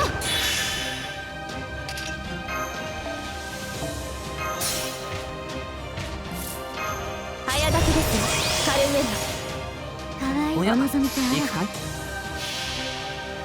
屍の鏡、暗黒の鏡、扉となる恐怖の心。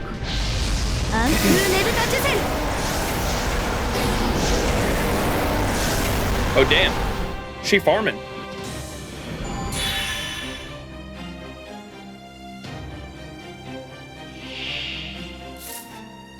要請接続。さてカウンティングオーバー。要請接続。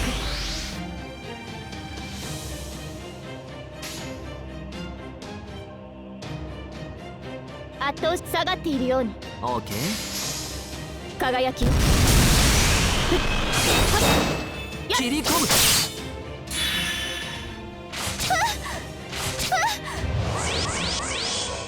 Uh-oh, are they all focusing her? Okay. 大逆には死。我が身はホルスなりしファラオなれば。気が合いますね。下がっているように。行くかい。出ません。そこです。切り込む。 Monka.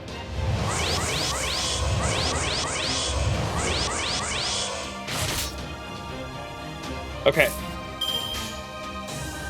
楽園の端にようこそ。粛清棒たいのですね。はじめ屍の鏡、暗黒の鏡、扉となる恐怖を心、暗風ねぶたジュゼル。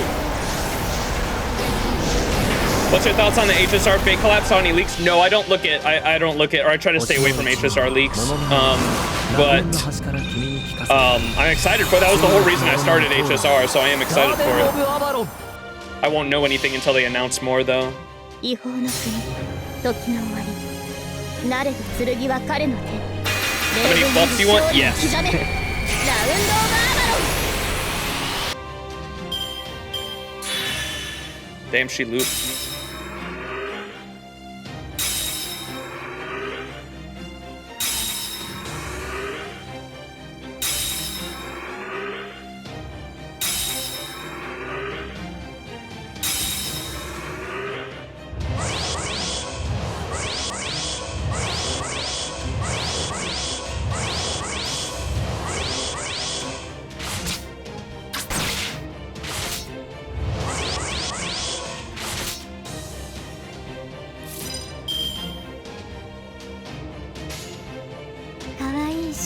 ご要望とは。下がっているように。ザザーン。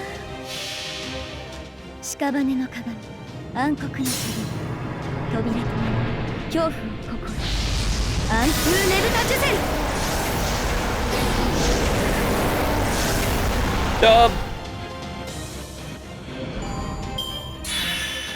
すぐに再会できるでしょう。ただし冥界での話ですね。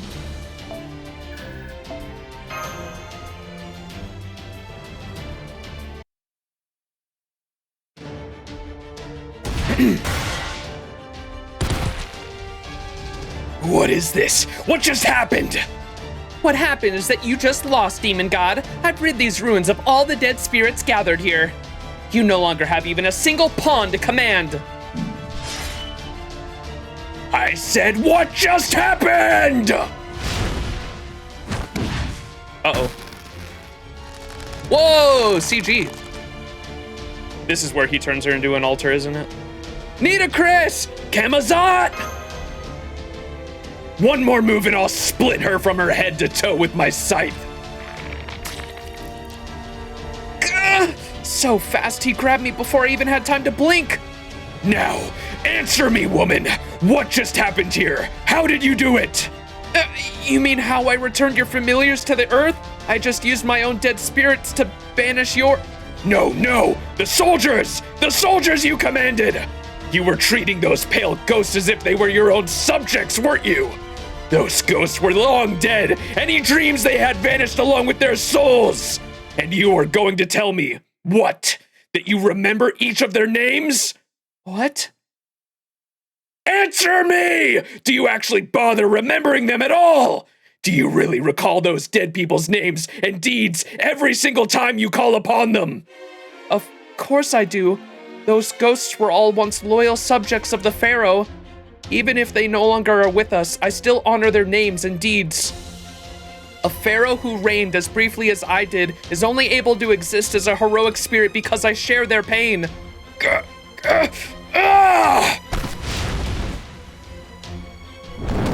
Disgusting! Utterly disgusting! I want to tear my own skin off!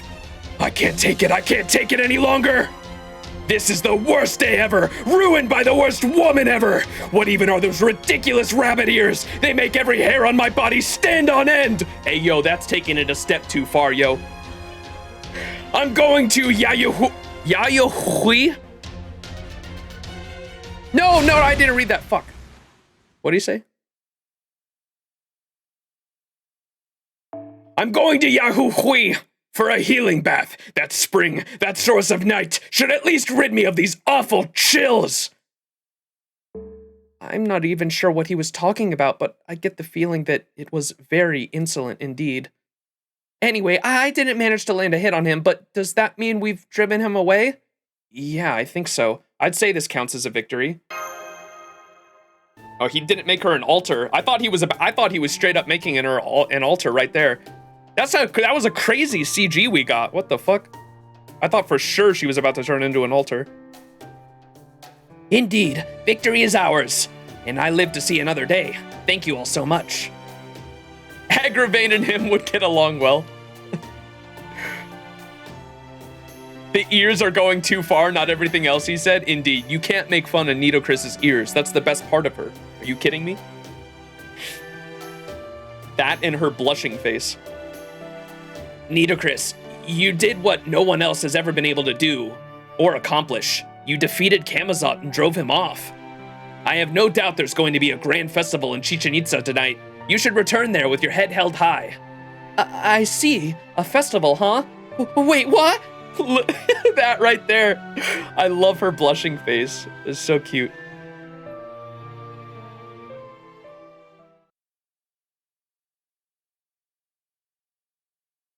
Was that the end of section 12? I hope. We're 5 hours in, so hopefully this next note isn't too long. Oh, nope. Two more left. All right, we're probably gonna try to get through the end of section 13 before we end stream.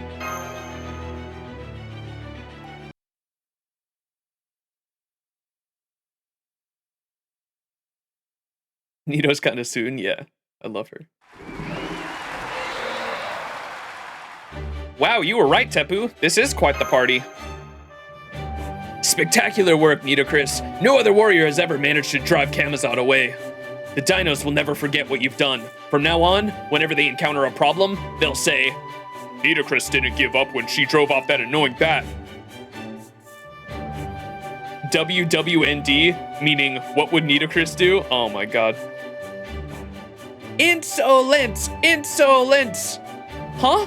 Huh? Nitocris still is not fully grasping the situation. Oh, she's so cute. Party's still going. By the sound of it, I can still hear the dinos all the way from out here.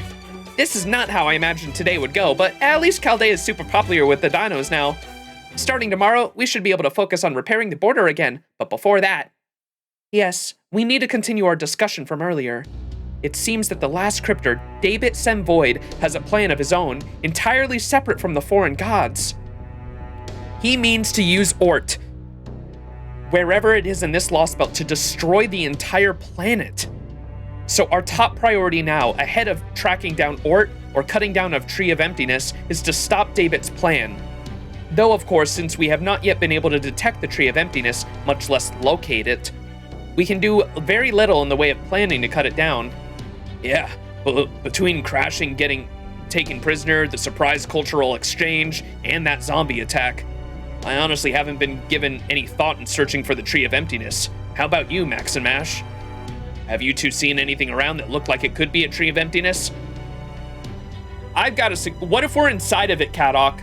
We're inside of a cylinder.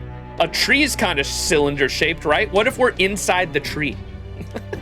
Or, better yet, Kadok, spaceship. Bro's gonna look at me like, bro, what? Not even a hint of it. Nope, hell, Mictlān is chock full of mysteries. I agree with Senpai. The surface is completely devastated, while this underground world is teeming with life. I think if we understood Mictlān's structure, we'd have no trouble figuring out where the Tree of Emptiness is, but... You people are all overthinking this. Things like the Tree of Emptiness are always in the deepest, most inaccessible parts of their world. So it seems clear to me that we'll find Mictlān's Tree of Emptiness at its southmost point, in the 9th bottommost stratum, thinking vertically. And that means once the storm border is back up and running, we can fly straight to it. So for now, let's just be patient, give our technical advisor and Shion some time to finish the repairs while we kick back and relax in our air-conditioned rooms. Not happening, Kordoff. Did you forget about the report of what happened in Mexico City? If we don't do something soon, we won't be able to stop the future where Ort wakes up, and we have no idea how long it'll be until that happens. So the best thing we can do right now is to stop Tezcatlipoca and David's plan before they can wake Ort up. Right. That slipped my mind, but the future they saw was already set, no? Will us stopping their plan even change that? Of course. If we do nothing, the future we saw in Mexico City will be set. But right now, we are still at the crossroads of the present. Should Ort wake up, we will no longer be able to alter the future Tezcatlipoca showed us. However, if we can stop Ort from waking, the future is entirely in our hands. Yep, And that's why we need all the information we can get. Who exactly is David Semvoid? How is he planning to wake up Ort? And for that matter, what exactly is Ort?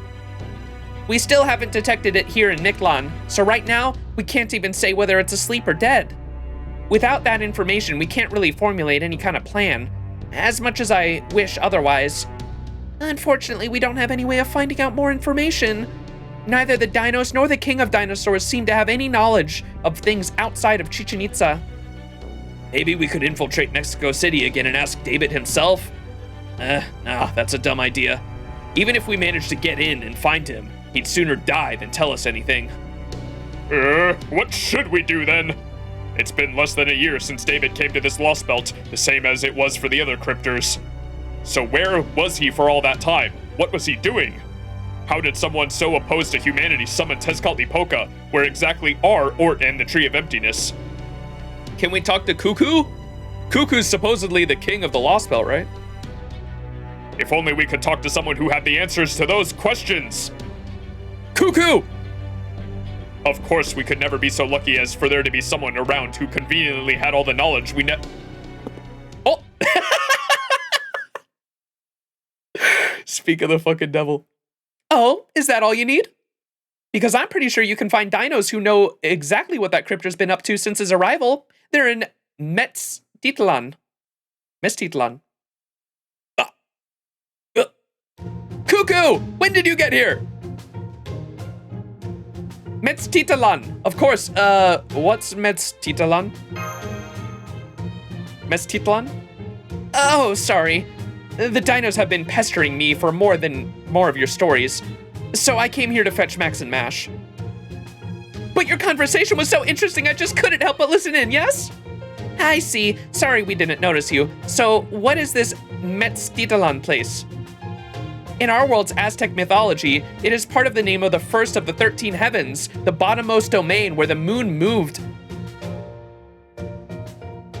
Ilhucatl Mestli. So from what you're saying, I gather it's some kind of moon-like facility overlooking Mictlān? That's right, I'm like the bastard in the sunglasses. I don't know much about the future, or causality, or any other complicated topics. But I do still want to help you, so I decided to skip the council meeting in Mictlān and come here to talk.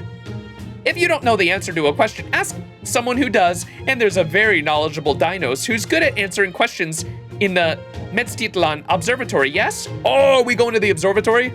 Moon-like? Yeah, wait a second. Okay. I didn't think I would like Cuckoo, but she's been a great comic relief. Oh yeah, as soon as I found out she's like another aspect of Quetz, essentially, I was like, oh, she's gonna be fucking fun.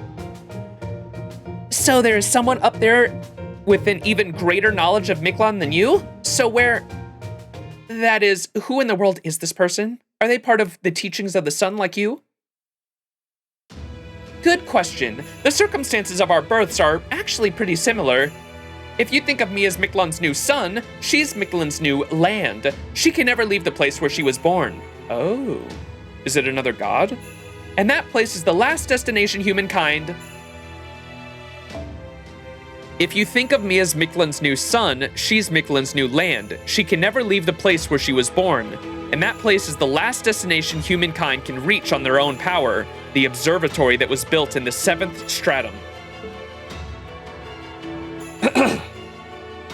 It's known as Mictlān, the terminal observatory, and it's home of Princess, how do you say that? Shikwick?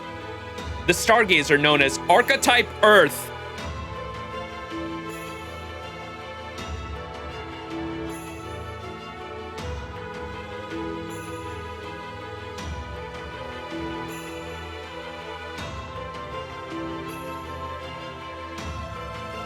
Hey, yo.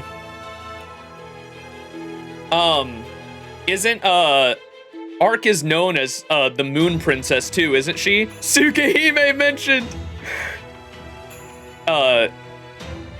Yep, Moon Princess, Archetype Earth. Okay, we're actually going to meet Ark. And she said, if I am this sun, she is the land. She's actually the fucking archetype Earth. That's crazy. She is a duplicate of the planet Sol. She has existed ever since Mictlān first came into being. So that must have been who the dream was then, maybe. The seventh stratum, Mictlān, the terminal observatory, almost like a Chaldea of Mictlān. Thank you, Cuckoo. I wasn't expecting a lifeline, but you've truly proven to be our savior. All right, everyone, you heard the goddess. We're beginning a new operation. Max, Ash, Abatrat, Da Vinci, Nitocris. And Nitocris over there, having the time of her life. Prepare to leave for the 7th stratum at once. And could I ask you to accompany them to Cuckoo-Clan? Da Vinci will only be there to handle data analysis. You're the strongest fighter around by far. We would be very grateful if you would be willing to help Max. Of course! Yay! Thanks, Director. Now I have the perfect excuse to cancel my annoying council meeting. I can't turn down a request for aid after all. Sion and I will stay here to focus on repairing the border. Koinskaya, you're on guard duty. What will you do, Kadok? You'll be helpful no matter which group you go with. So you should go where you think you can do the most good. Okay, I'll stay here with the border then, but I can't help with the repairs. I'm going to go over the clock tower files, since they might have something on David. Oh, good idea. I think I will do the same. The clock tower files are heavily encrypted, though. We'll need to decrypt them one at a time. I can help with that, though it will have to be in my downtime between the repair tasks. All right, then, it's settled. Let's get to work, everyone. Oh, but not right this second. Max and Kirillite still need to rest. You both have a responsibility to get 7 hours of sleep and 2 hours of relaxation each day. You'll be departing tomorrow morning. Until then, take some time off to enjoy the Chichen Itza nightlife if you like. Yes, sir. Why don't you spend the night in Chichen Itza too, Commander? Good point. A chance like this doesn't come around every day. If I think of it as a vacation near a tropical rainforest, then maybe. No, wait, you can't fool me. I just know I'm going to be mistaken for a giant shock ball the moment I set foot outside. And passed around from dinos to dinos until I end up somewhere I don't even want to imagine. But first, we should probably rescue Nitocris from the shrine. And since the dinos want to hear more about the Lostbelt stories, we can kill 2 birds with 1 stone. We've got a long journey ahead of us starting tomorrow, so this might be your last chance to talk to them. Make sure to tell them as much as you can.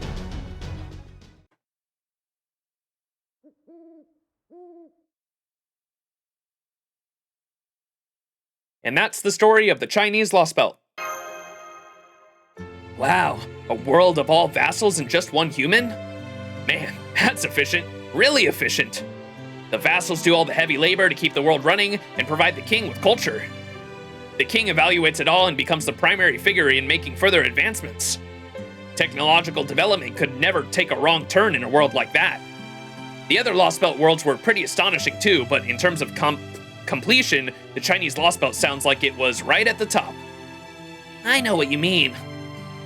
No one in this society ever feels unnecessary suffering, or no one in that society ever had to feel unnecessary suffering or want things they could never have. Complete? Yes, I'd say it is, but at the level of a species, maintaining the status quo is efficiently regression, yup. No matter how stable the world a species lives in may be, if that species never changes at all, it will only be a matter of time before other species surpass them, effectively causing them to degrade, and that's the dead end the Lostbelts reach. But this Qinshi Wang person managed all of those changes themselves. So long as they never made a mistake, the Chinese Lostbelt would have been powerful indeed. And they did not, in fact, make any mistakes, which is why their empire became eternal. It's just too bad their own lifespan was limited, not necessarily physically, since they did acquire an immortal body, but mentally. It almost sounds as though the Great Wall they built enclosed their minds as well as their nation. That part I honestly didn't understand. Why would a human of that caliber stop trying to grow their territory? Isn't that why they became emperor in the first place? To grow humanity's domain as far as possible? Maybe expanding into outer space just wasn't worth the cost to him. Maybe they just never wanted to test how far they could evolve. I'd say it was probably a combination of space travel not seeming to be worth the cost and an interest in pursuing their own evolution, Qinshi Huang was the ultimate human in the very real sense. Their ideology was soliplistic. Yes, but that was because they truly believed themselves to be the pinnacle of all humanity.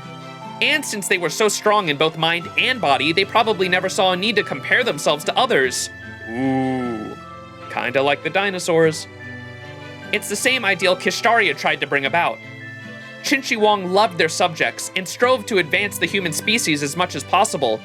They were the perfected person, a true Shenren. But unfortunately, there was no one else in that world who could stand up to Qinshi Huang's peer, which ended up leaving them as the only human there was. So they were a really, really hard-headed human? That kind of sounds like Tepu. He never lets anything stop him, even when he's all alone. Wow, these other Lostbelts are amazing. We could never truly keep surviving after an extinction, and none of us care about having our species flourish or trying to evolve any further. Really? But surely you guys don't want to go extinct either, right? We do try to avoid death, but that's not the same thing as trying to avoid extinction, is it? That would require a way of looking at things which was very focused on us specifically. We live for something bigger than ourselves. That said, no dinos can put into words exactly what that bigger thing is. But you taught us that our world is a Lostbelt, a world that was meant to be pruned away. We're grateful for you. Well, we are grateful to you for that. We're not envious of any other Lostbelts or of proper human history, because we know that our Mictlān is already a complete and perfect world. Yeah, we all love Mictlān, and we're all grateful to Lady Kukulkan. But you know, I do wonder if our Lostbelt's as meaningful a world as the other ones. I hope so.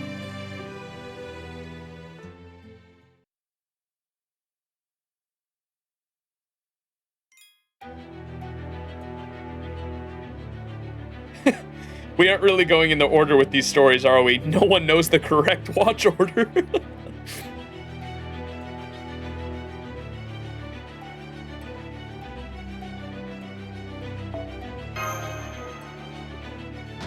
All Lostbelts are meaningful. Yes, I agree. There you are, Wakchan. I've been looking for you. Are you feeling like your old self yet? It's no use. Nothing I do works. I don't want to do anything at all ever again. Not until the sun disappears forever. Huh. Your brainwaves aside, you seem like you're still in peak physical condition, so let me give you this message. The Chaldeans will be heading to the 7th stratum at daybreak. If you would be willing to go with them as a porter, it would be a tremendous help.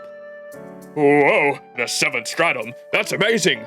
That's practically a stone's throw from the dreaded land. Even I've only been there once. My dad took me when I was a kid, and I only remember seeing the stars there.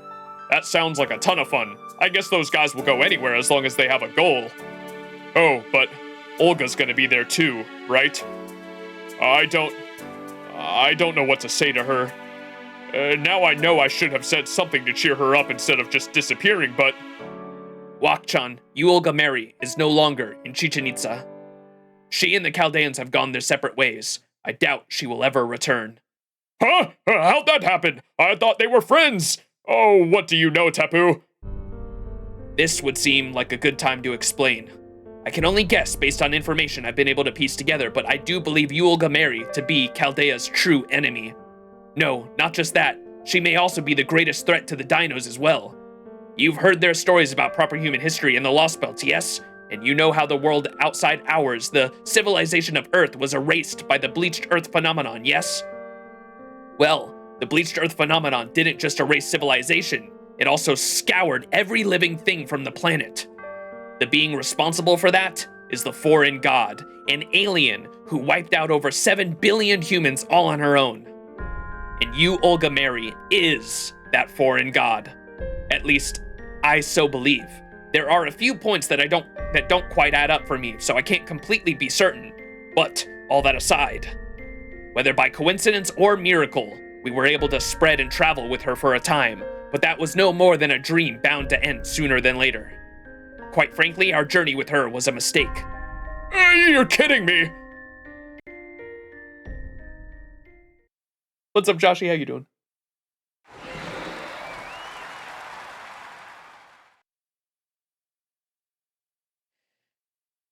Please try to calm down, Lord Vakub. The king may not be here right now, but we are still in the presence of the solar sojourn. So if you flap your wings too loudly... Squawk! Shut up! How dare you be bothered by this? How are those fools going to keep falling all over themselves, fawning over those damned outsiders? Even the king of dinosaurs is going along with it. Have they no reverence of the holy Shakta shrine? Squawk! That shrine is meant to be where we give thanks to the sun's cycle. It is not a place to celebrate outsiders. How many times are they going to make the same mistake before they get it through their thick skulls? What good has foreign culture ever brought us? That damn cryptor's knowledge has been nothing but poison. The inclusion of language has only created disparities between dinos, and the Osalome have been growing stronger at an alarming rate. The only reason you cretins aren't worried is because you don't know how far Mexico City has come. If there were other winged dinos beside me, they would tell you just as I have how terrifying that city really is. Squawk! Please calm down, Priest Vakub. Other priests will come by if you make too much noise. No, they won't. They're all down at the Shakta shrine making fool of themselves all over the stories of Camazot's defeat. They have no sense of urgency, no concerns whatsoever about the impending danger. Why is that? Is it because you cretins never had any natural predators? Because you never knew how terrifying it is to be the only one of your kind? We must find a way to wipe out the Osalome. We ignore Mexico City's growing power at our own peril. Squawk! Dinos rule in Mictlān. It's about time we started thinking that way. And yet, Kukulkan has left the Osalome to do whatever they please. Next thing you know, she's gonna bring back a human child and name it the King of Dinosaurs. And then, just when we thought she'd gone off to observe Mexico City from a distance, she comes back dressed like a damn ocelot. This all happened so recently. Proper human history's knowledge has tarnished Mictlān and our sun. In fact, that woman has been far too welcoming of those proper human history outsiders ever since she learned of this God concept. You mustn't say such things, Lord Vakub. Please, at least refrain from putting such thoughts into words. Squawk! Shut up! This isn't my fault. It's the fault of that king and the god who made me think of this in the first place. Who do you think I am anyway? I'm a rare...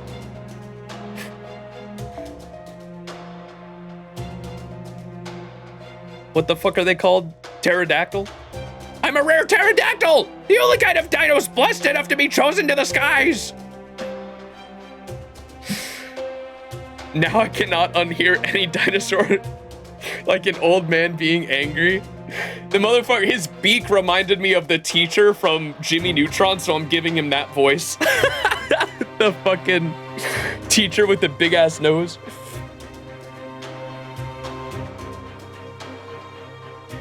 Every reading of an LB7 stream, Vakub always gets dubbed like a Karen. It should be me standing at the top of the Dino Society. Do you have any idea how much of myself I've devoted to Mictlān for that purpose? Despair, repugnant king of dinosaurs! Despair, useless Kukulkan! That the cryptor showing up could change our entire culture proves we never had a culture of our own to begin with! Squawk! You're exactly right, Lord Vakub. No one loves Mictlān more than you do. You're the perfect dino to lead us all.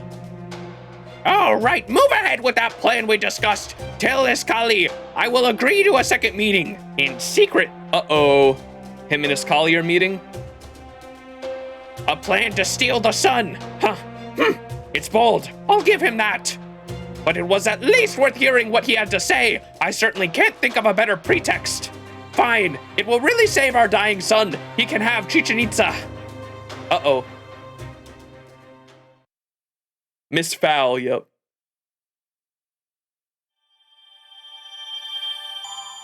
Miss Fowl looking motherfucker. Oh my god, section 13's long. Oh boy. The third underworld. No idea how to pronounce that. I want to say Shosho Huahui. Shoshohuakui. I'm sorry. Fuck, I'm hungry too. 8-hour stream, let's go. I know it's gonna be a long one. I'm gonna go grab a snack, chat. I will be back. I'm fucking starving right now. So, BRB.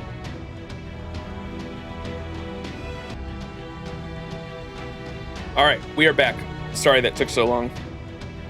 I told myself I was going up for a snack and ended up making some mac and cheese.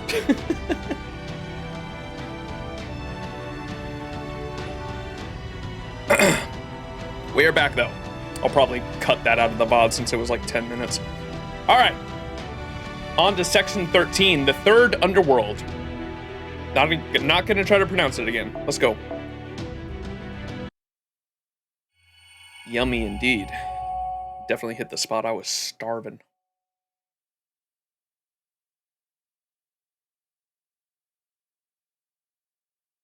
Adjust the hat.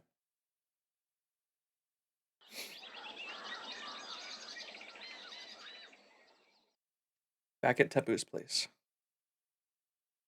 Oh, never mind. I heard you're heading to Mictlān. I have some experience with the journey to the 7th stratum. Would you mind if I came along as your guide? Of course. I was hoping you would. I agree. We won't have anything to fear as long as you're there with us, Tepu.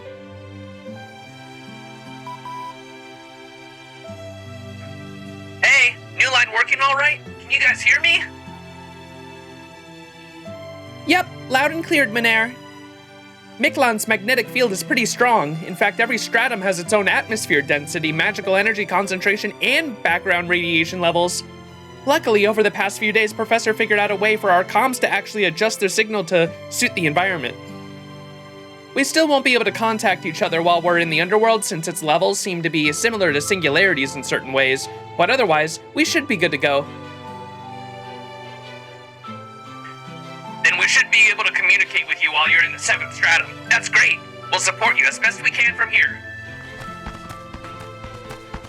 Oh my god, they're all crowding around.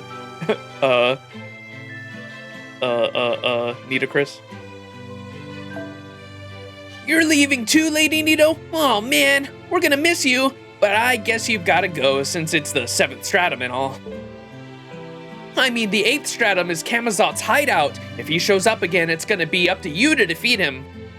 Take care of Big Bro Max and Big Sis Mash for us.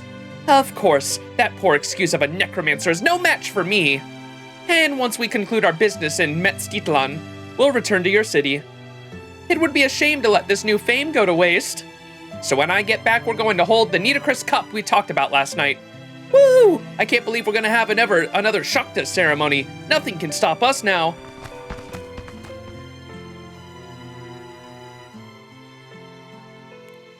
I only beat Camazot because it was essentially a bad matchup for him. I had a number of advantages going on.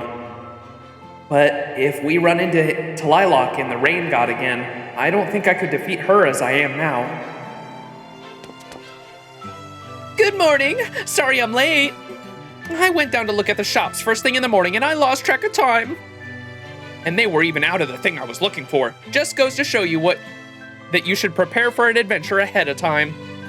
Not to worry, Cuckoo-clan. I have everything we'll need for camping out. We're all good to go. I've been guiding Max and Mash since the 1st stratum, after all. Then I guess I just need to come along for the ride. Good job, Tepu. Of course, I'll do the best I can, but why do you sound so happy about all this? Because you've never been so proud of any of your accomplishments before. This proves you've gotten better at asserting yourself and showing us when you're serious. Huh. I don't know if I agree with that, but you two wouldn't either. I don't know that I agree with that. You two wouldn't either, would you? Oh no, I totally would. When you adjust your glasses, I can tell you mean business. Me too. You may not have realized this yourself since you're such a naturally gentle soul, but you clearly feel a great deal of responsibility for the jobs you accept and the results you produce.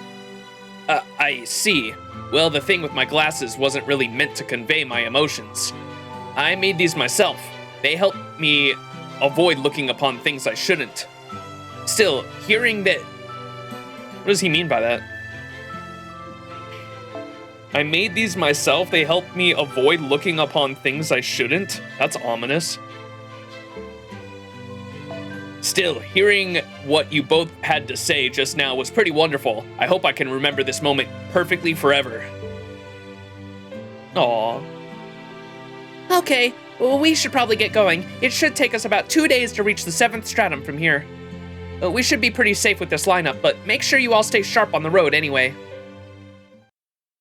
Walking time.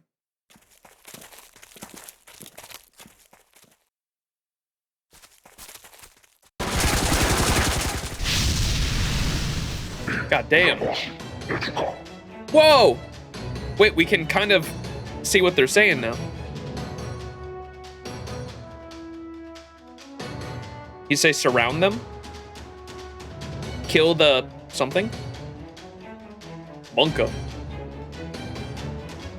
Oh, geez, we're already in trouble. What the hell are they thinking? Are they trying to burn down the whole jungle? I guess this means we've entered their territory, the 5th stratum. Even so, I can't believe they tried to blast us with fire before we even got close to them. Did they just not care about the jungle or the animals that live in it? I don't think we can talk our way out of this one, although I did understand a tiny bit of that. Huh? I think I just understood a little. Ooh, wait. Kill the husky? Something. So, us understanding a little bit of it was on purpose. Interesting. You too, Master? I thought I made out some of what they were saying just now as well. We may all have woken up at the same time, but the Osalome's language and how they exchange information must be changing rapidly. It's incredible how quickly they adapt, especially without the Mala's protection. Ooh. This is no time to be scoping things out. See that guy? He's the leader around here, the captain of their squad. We'd best take him out right now or he's gonna be a thorn in our side for who knows how long. All right, you guys better turn that machine gun into scrap metal and pawn it off the Koyanskaya. Pawn it off the Koyanskaya.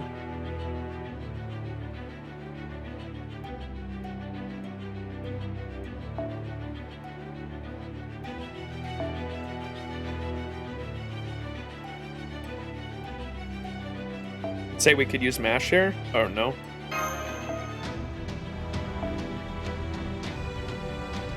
Oh, there we go.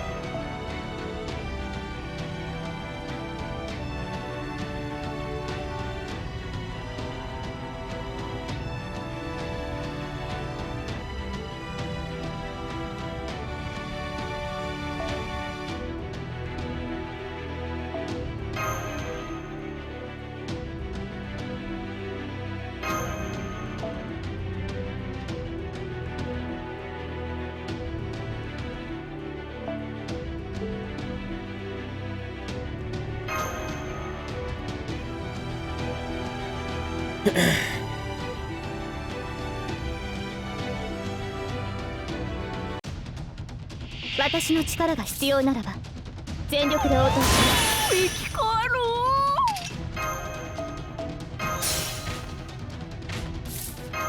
面倒コツ知らせ禁断の呪詛熱を帯びなさい。マルミアドワーズ兵法無尽お見せしましょう。剣圧にて海を立つ櫓のごときクジラマン大入道ご剣断いざ魔剣破り受けたまわる。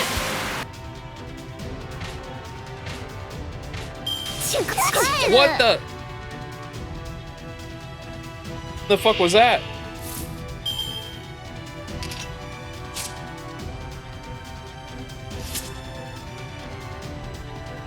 早炊きですカルウェナ下がっているように剣圧にて海を Supporting fire? That's crazy. 櫓のごときクジラマン大入道ご剣断いざ魔剣破り受けたまわる。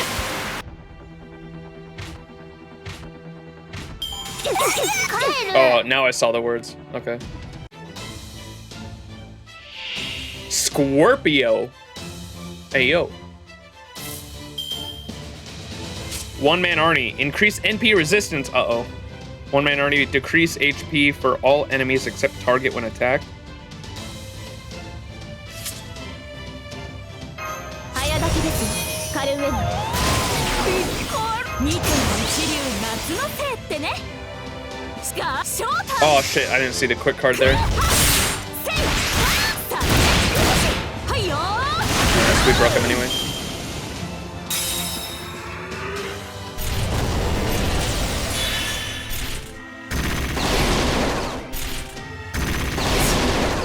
What the fuck?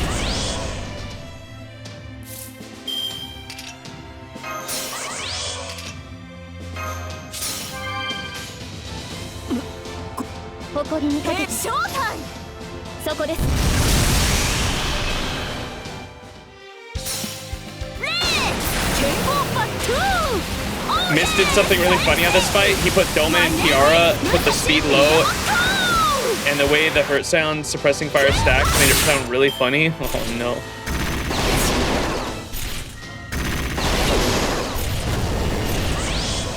Evade? Oh, Musashi still has her thing.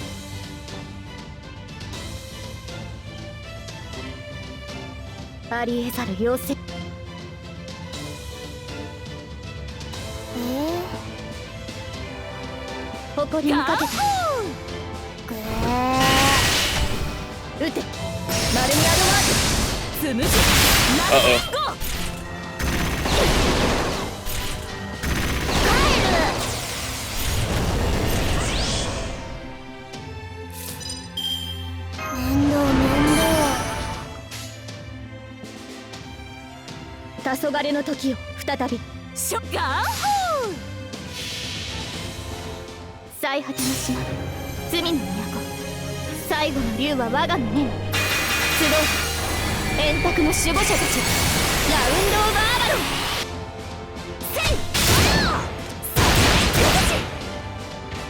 Oh, we didn't even kill him. Bro ran away.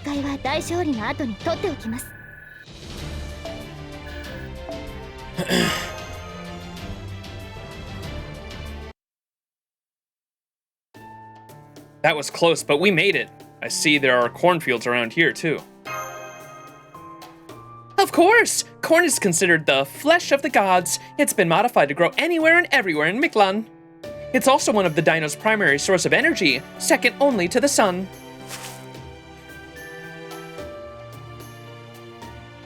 Bro. Just seeing the dinosaur holding a giant fucking thing of corn is so funny to me.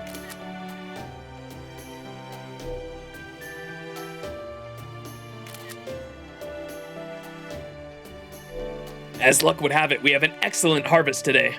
Tomorrow, we will be entering the 6th stratum, the 3rd underworld. While I'm accustomed to it, the rest of you will be seeing the galactic sand dunes for the first time. The what now? So tonight, I want you all to get plenty of nutrients and rest up for the trek across them. I also have some sauce Baker was kind enough to prepare for us on the storm border. Huh? You're putting that black water on your holy corn? It looks kinda evil to me. What is it exactly? It's called soy sauce.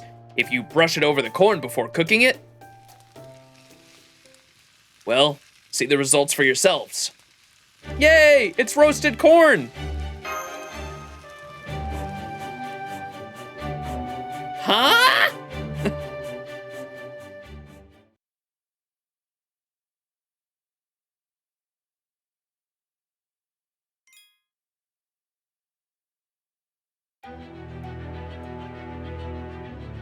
Aw, shit. The burnt maize field. 素材が足りないときは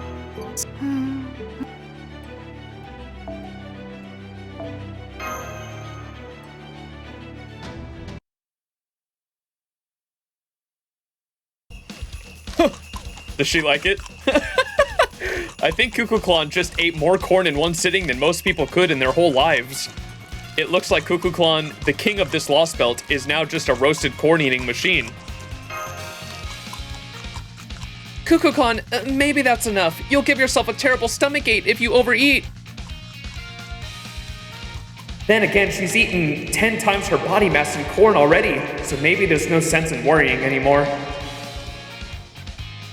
All good here, Tepu. Another helping, please. I've been missing out on this tasty treat for 100,000 years, so I've got to make up for lost time, yes? Oh man, proper human history is just downright devious. You're recklessly crazy.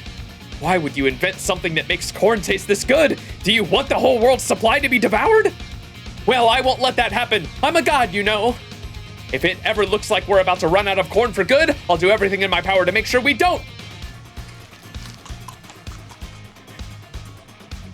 Ah, so this is culture shock. Terrifying. It seems we have a new possible cause of extinction on our hands. I'll look after Kukulkan, so don't worry about her. Enjoy your after-dinner chat.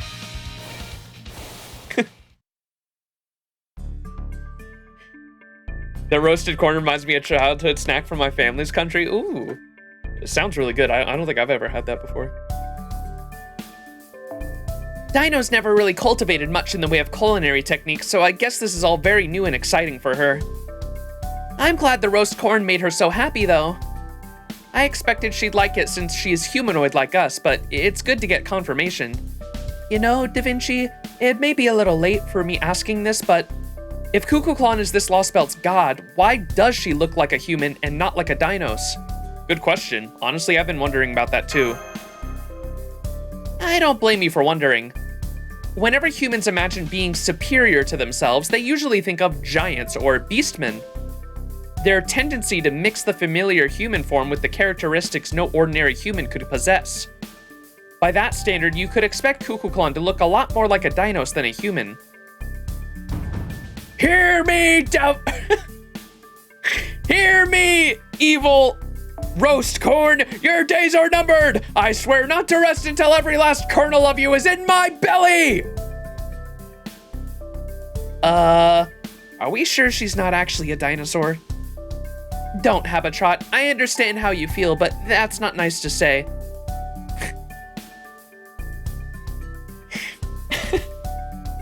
Okay, I was hoping to gather a little more information first, but this seems like a good opportunity to move up our schedule and hold an emergency briefing. Oh my gosh, Da Vinci with the glasses. It's teaching time. It's gonna be kind of heavy for an after-dinner conversation though, so be ready for that. Da Vinci explaining time. All right, I'm not gonna keep you guys waiting any longer. I'm sure you've been wondering about the origins of Mesoamerica in the Magecraft world, and why the 7th Lostbelt turned out the way it did. TED Talk, Da Vinci. We should have discussed this at the start, so on behalf of Chaldea, I'm sorry it took so long to get to this. But while we may took the scenic route to get to it, the time has finally arrived. Are you ready, everyone? Are you ready, Max? Then let's get this episode of Da Vinci's Mythology Corner started. First off, Max. I believe Mash already told you about the proper human history of Chichen Itza and the relationship between Mayan and Aztec mythology, right? Do you remember what she said? The Mayan stuff came first and it was followed by the Aztec. Some of their teachings were the same and some were different. Very broad strokes, but since we're discussing the Lostbelt, I guess a basic understanding will do for now.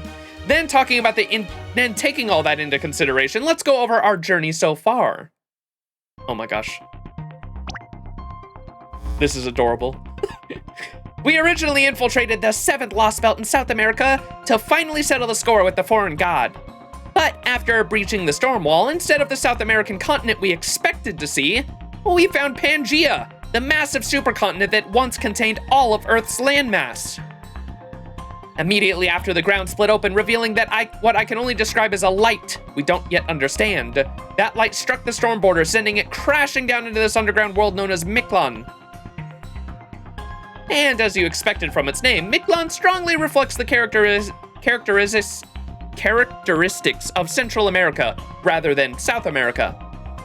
That's most likely because this Lostbelt's roots, that is, the basic idea underpinning it, comes from Central America and proper human history. So it would be more accurate to refer to this world as the Central American Lostbelt rather than the South American Lostbelt. Oh! Chat, they did it. They retconned the mistake.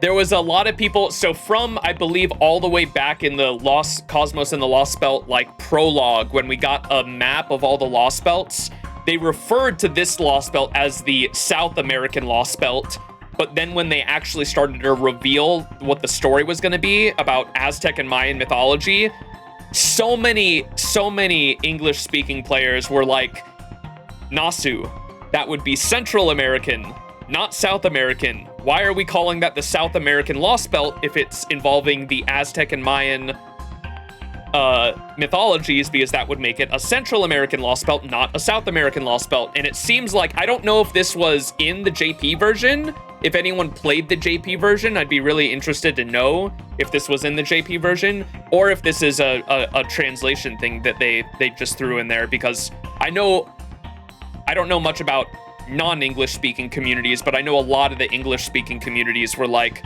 why is it called South American Lostbelt when it has to do with Central American mythology? So that's cool that they mentioned that there.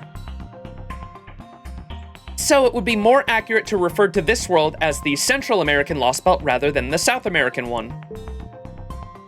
True, but its surface coordinates are still the South American Lostbelt, so let's just stick with South American Lostbelt for now. It was in JP2, yes? Okay.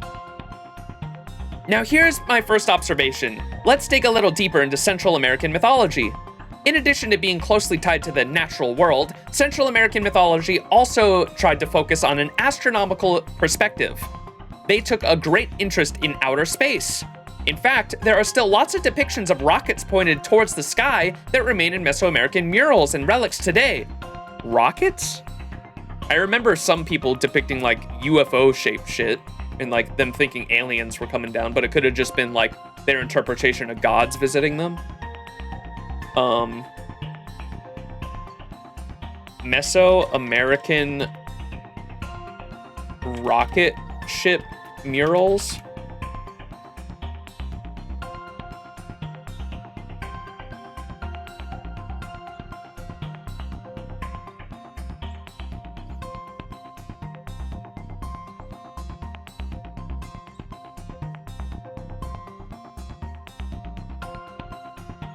Yeah, I don't know if I'd call those rocket ships per se, but I can see how someone might think that they were. They're just kind of like arrows that are just pointed up. Like they could be fucking anything, really.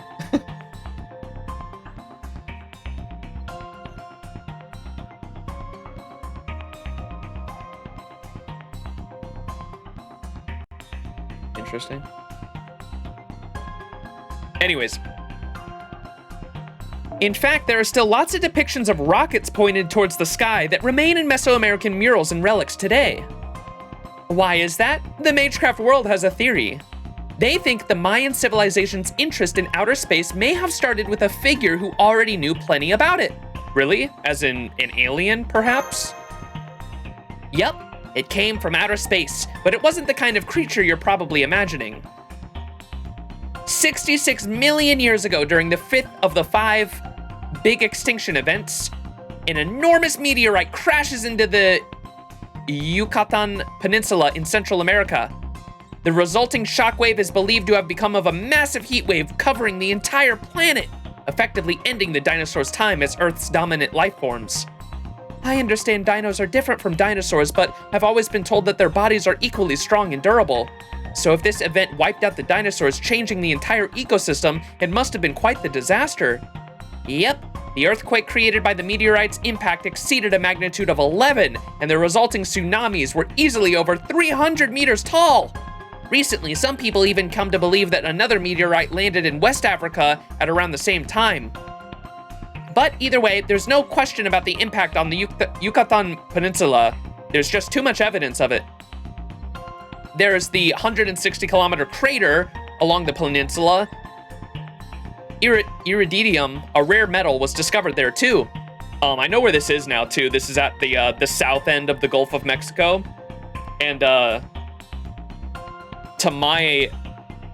when I was a kid growing up, I thought the entirety of the Gulf of Mexico was like the crater. Like my kid brain, when they talked about the crater that they found in the Gulf of Mexico, I thought it was the entirety of the Gulf of Mexico itself was a fucking crater that the meteorite left from when the dinosaurs went extinct. Excuse me, it's the Gulf of America now? Yeah, right, dude. It's the Gulf of fucking distract us from the ruling class, bro. What's up, Miss Goomba? Pom Pom arrive. The meteorite that they found, or the crater that they found,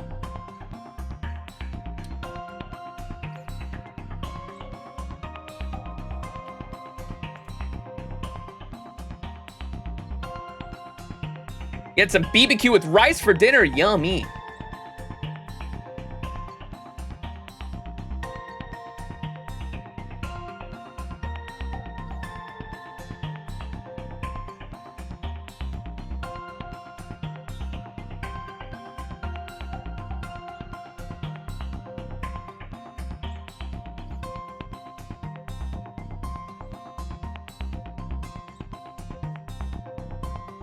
Oh, there, it's literally on the map right there. I can show you guys where it is just for, so everyone in chat gets an idea if you are not aware of where this is.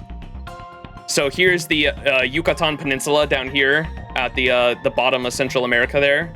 And this is where they assume the meteorite hit. And there's like, it's like the outer rim of the crater. There's evidence of it there, and they found the special metal there as well, what Da Vinci's talking about. But that's where we're talking about. That's where we assume the impact crater was that wiped out the dinosaurs.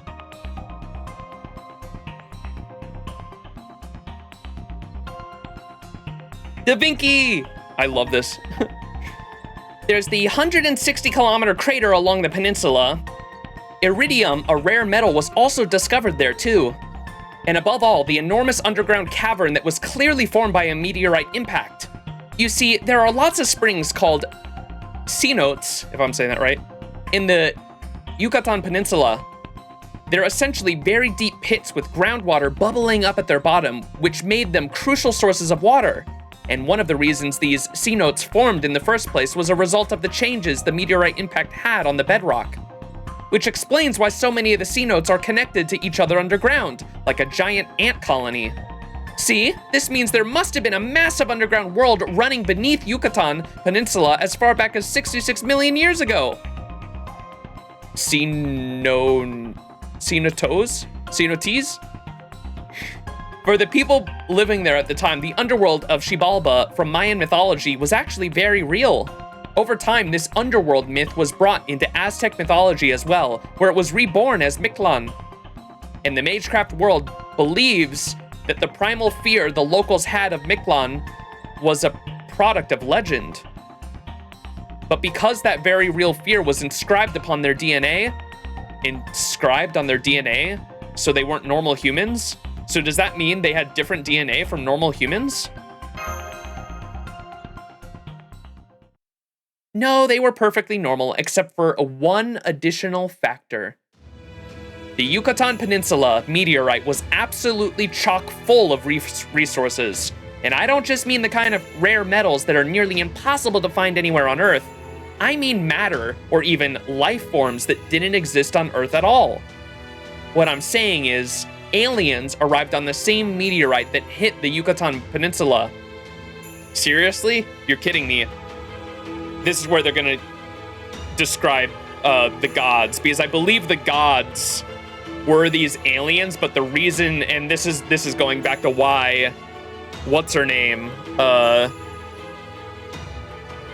Kukulkan. Why Kukulkan looks human in a dinosaur world. I believe in Quetzalcoatl's profile, it talks about how Quetzalcoatl is a fucking, like some kind of parasite-driven human. Like the alien itself is some kind of parasite or thing that attached itself to the DNA of Quetzalcoatl. And so when she's saying, like, it's literally like a flesh fucking mecha. The aliens themselves are like controlling the humans via like a flesh mecha, essentially. They're like parasites that attach themselves to the humans and give them like godlike powers or some shit. That's, I think, how I understood what Quetz's profile said, right? This part is not fiction, by the way. There's studies about it. It might be what you are thinking. What? Seriously, you're kidding me? What I'm saying is aliens arrived on the same meteorite that hit the Yucatan Peninsula. You're kidding. I'm not saying it's aliens, but it's aliens. I know it's hard to believe, but it's the only explanation that makes sense. At any rate, the meteorite came with intelligent life form from another planet. We don't know whether they used life on Earth as host bodies like parasites, or if they outright fused with them. Either way, this intelligent life arriving on Earth resulted in the rapid rebirth and development of advanced life on the planet. What's more, it did so in ways beings like ourselves who reproduce sexually could never duplicate. These extraterrestrials had to multiply quickly over a large area and without pause so they could cover all of Earth. And the best way they could do that was via the natural world's most abundant form of life, plants. This means the beings which arrived with the meteorite weren't conscious beings, but fungi with the ability to store and convey information. Yo! Mushroom, mushroom, mushroom, mushroom, mushroom. Wait, oh, I'm about to nerd out so hard. I love fungi. Fungi. Bro, there are actual studies about fungi actually being there are studies about fungi, you can say it either way, fungi or fungi. You're a fun guy. There are studies that they have done where mushroom spores can survive out in space. They can survive in the vacuum of space, and they would even remain dormant eternally for all we know. But they have done studies on mushroom spores that can survive in the vacuum of space. And as soon as they land on something they can consume, that's when they start reproducing and spreading as a fungus does. Tell me we eaten aliens. I have never seen the original Super Mario Bros. Movie, no. But yeah, fungi is amazing. I love fungus. But I think the common theory at the moment is you have the microbes, right? There's like 3 different kingdoms of microbes. I want to be a fun guy. There's some kind of there's 3 different types of microbes. I forgot what they are, the microorganisms. And eventually plant life evolved on Earth, right? And from plant life, fungus evolved from plant life.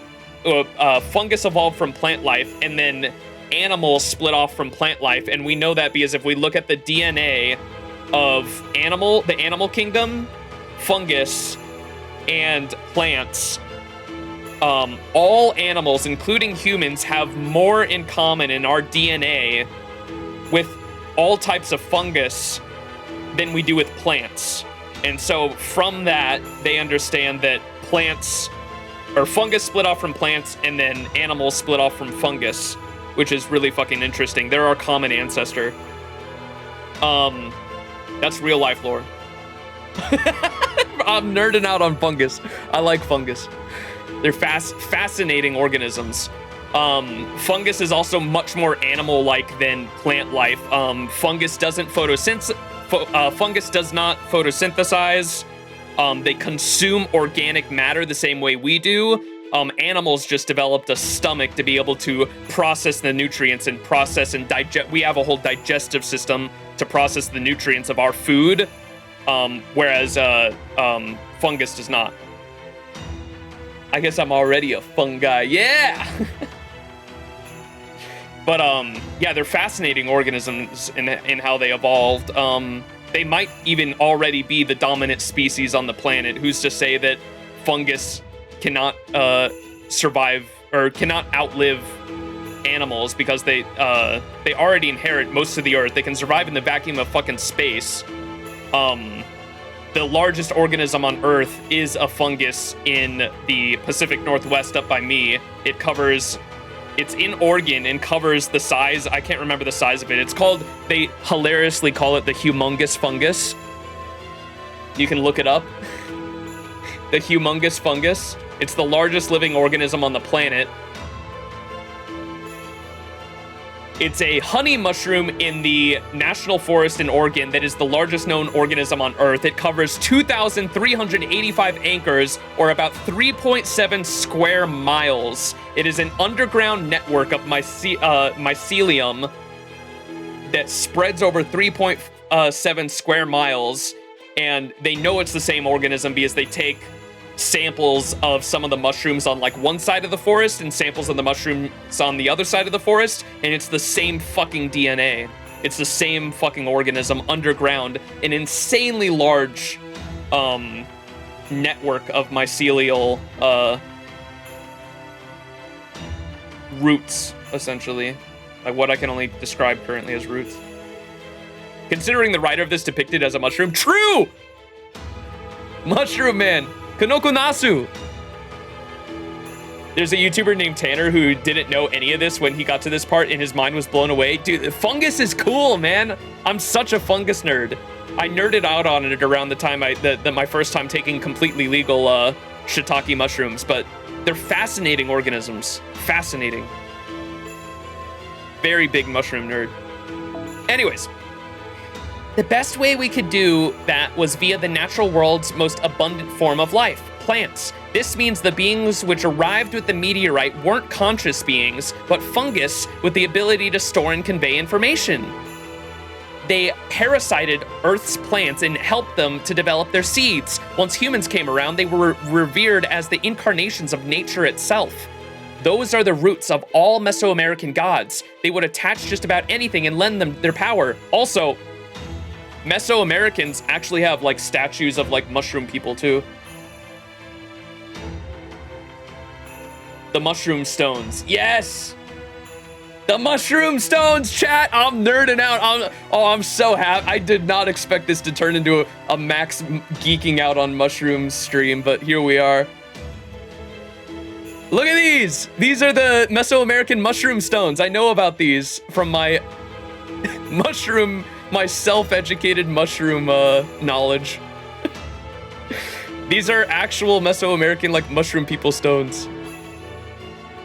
They're fucking dope.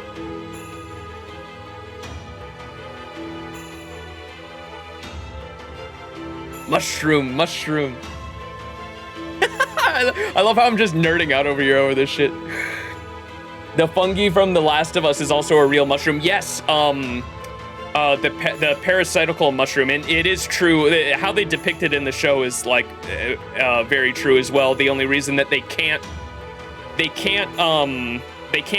control humans the same, or like mammals and any warm-blooded animal in general, the same way they can control insects, is because our bodies are so warm and they can't survive. Mushrooms in general, or like fungus in general, can't survive in high temperature areas. I don't know the specifics there, but I do understand that they can't survive over a certain temperature, and that's why mushrooms in general like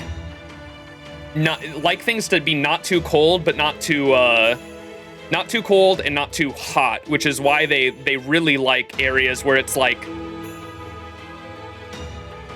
humid enough for them to be able to like the mushroom season over where I'm at in Washington is around like the fall and springtime. They don't like the summer that much, and they don't like the winter. They really like the fall and the spring in particular. The connection between FGO and real life is so interesting. Oh yeah. Most of my real life and like history knowledge comes from something in FGO inspiring me to like actually look up and research it. This time around, it was actually me being knowledgeable about a bunch of dumb mushroom facts before reading this. That's why it's like a pleasant surprise. Anyways, we'll keep going. So those are the roots of all Mesoamerican gods. They would attach to just about anything and lend them their power. At times, they probably appeared as natural forces themselves. Sometimes I bet they used animals as their host bodies. Other times I wouldn't be surprised if they used humans. In time, the people would eventually form the Mayan civilization. In time, the people who would eventually form the Mayan civilization were born. Those who were the most compatible with the fungi became priests, kings, and sometimes gods. So basically, in the Magecraft world, it's believed that it was these fungi which gave the Mayan people their visions of outer space, the fungi's homeworld. So these aliens, these visitors attached to the meteorite from 66 million years ago, were the origins of this civilization's gods? Ha! What does that remind me of? Lostbelt 5. Da Vinci, when you say fungi, are you talking about the mushrooms we know today? Well, recently there have been theories that all fungi on Earth not only share a common language, but they also communicate through their own underground network, a topic for another time. Yes! That's the mycelium. Mycelium has the ability to literally communicate. They send electromagnetic signals through their mycelial networks underground, and can even let other plants, such as trees, literally communicate with themselves and share resources. Where's the mushroom sharing resources with no profit incentive? Where's that meme? Yeah, I love this one.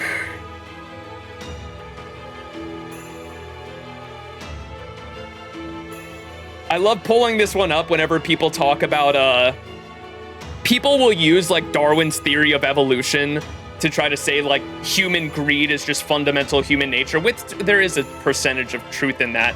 But I hate that argument because it's not completely true of nature in general. To say like all nature is survival of the fittest completely disregards all nature that works together to survive, because there's a lot of that too. But this in particular, this image I love so much. This is the mushrooms and their mycelial networks literally share. They share resources with the trees, and the trees will share resources with them, and their interconnected network underground literally shares nutrients, water, etc. resources all together with themselves. It's an amazing system, and this image just, yo, why are they sharing resources with no profit incentive? I love it. I am just nerding out over mushrooms over here.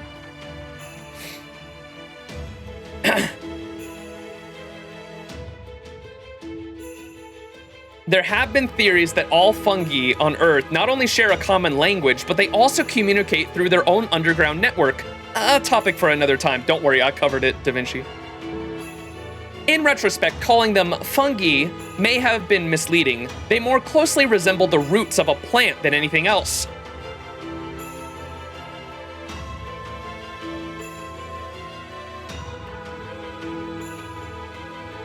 Hey, yo.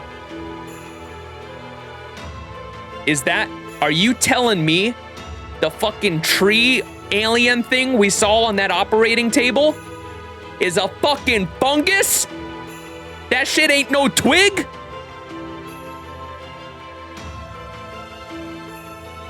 Imagine microscopic life forms that operate entirely via nerve tissue. Oh! And that's the fucking thing we picked up. Subject E, and you'd have the right idea. I'd guess they looked a lot like living filaments. Anyway, while these fungi or plant roots, or whatever you want to call them, were able to store and convey information, they weren't able to achieve conscious intelligence of their own. It may sound bad, but in many ways they are like a virus that needs a host body to survive. I think that by attaching to a host, these beings were able to advance that host species and secure a livable biosphere. A carrier of the gods? I've heard there's a family in the Mages Association who's been watching over mystic fungi since the Age of Gods for generations. Is that the same kind of thing? Yep. The origins may be different, but the carriers of the gods follow the same logic. The result is humans infected with divine blood who can manifest mystics from the Age of Gods here in modern times.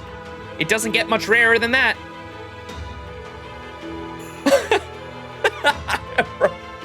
R.I.P. David Blue Book shot by a portabella. Oh, fuck. In Aztec mythology, Quetzalcoatl and Tezcatlipoca often appeared as humans despite being gods. But if Quetzalcoatl was actually a god filament using the king of that age as its host body, then it all makes sense. First, these aliens attached themselves to plants, which caused plant life to flourish. The result in Central and South America's massive jungles and rainforests. They then used the plant roots spread out underground as a nervous system to cultivate all around the world. Over time, they noticed the emergence of humans, Earth's prime species, and oversaw the end of the Age of Gods. When these beings' own time ran out and they accepted they would never return to their home in outer space, they decided to entrust their hopes and dreams in their children inhabiting the Earth's surface, humans. And that is the story behind the Mayan and Aztec civilization. Their mythology still remembers Earth's 5 big extinction events, yet doesn't portray them in any negative light. It's a mythology focused on the rebirth of species, filled with the will to overcome even the worst world-ending disaster. So they accepted extinction and worked to overcome it. Cuckoo Clan is asleep now, so I overheard your discussion. If I understand you correctly, Da Vinci, you're saying that human history diverged based on the species? These extraterrestrials chose to carry on their wish to return to their home. In proper human history, they chose humans, and in this South American Lostbelt, they chose dinos, us. Does that mean this Lostbelt began after the mass extinction event 66 million years ago?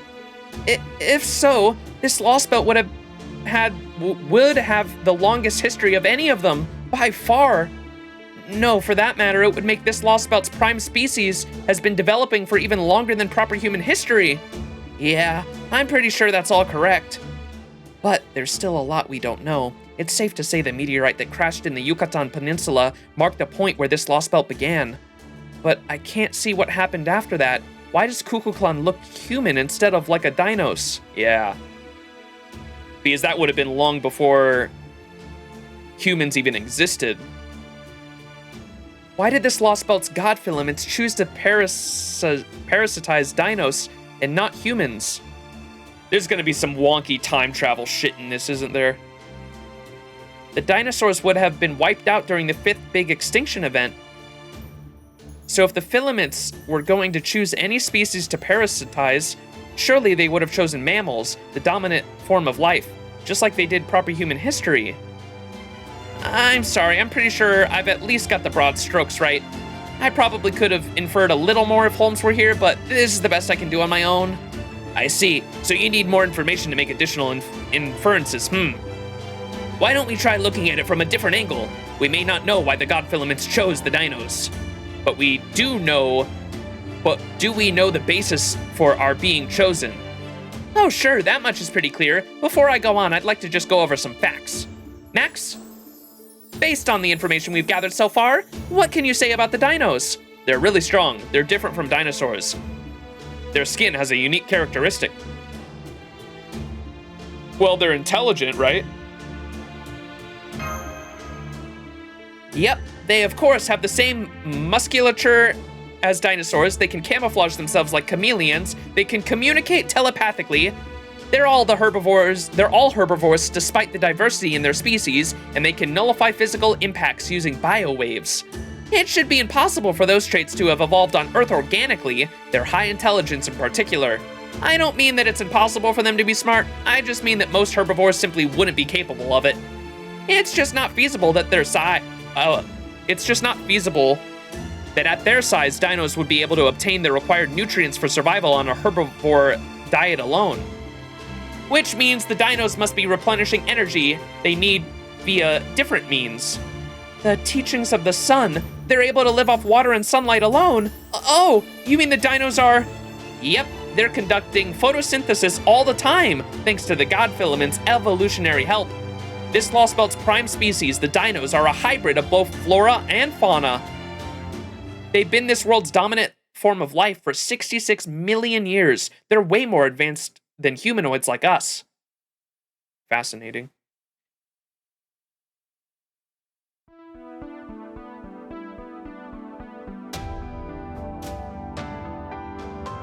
Because fungus is the link between animals and plants, they were able to fucking literally let them photosynthesize.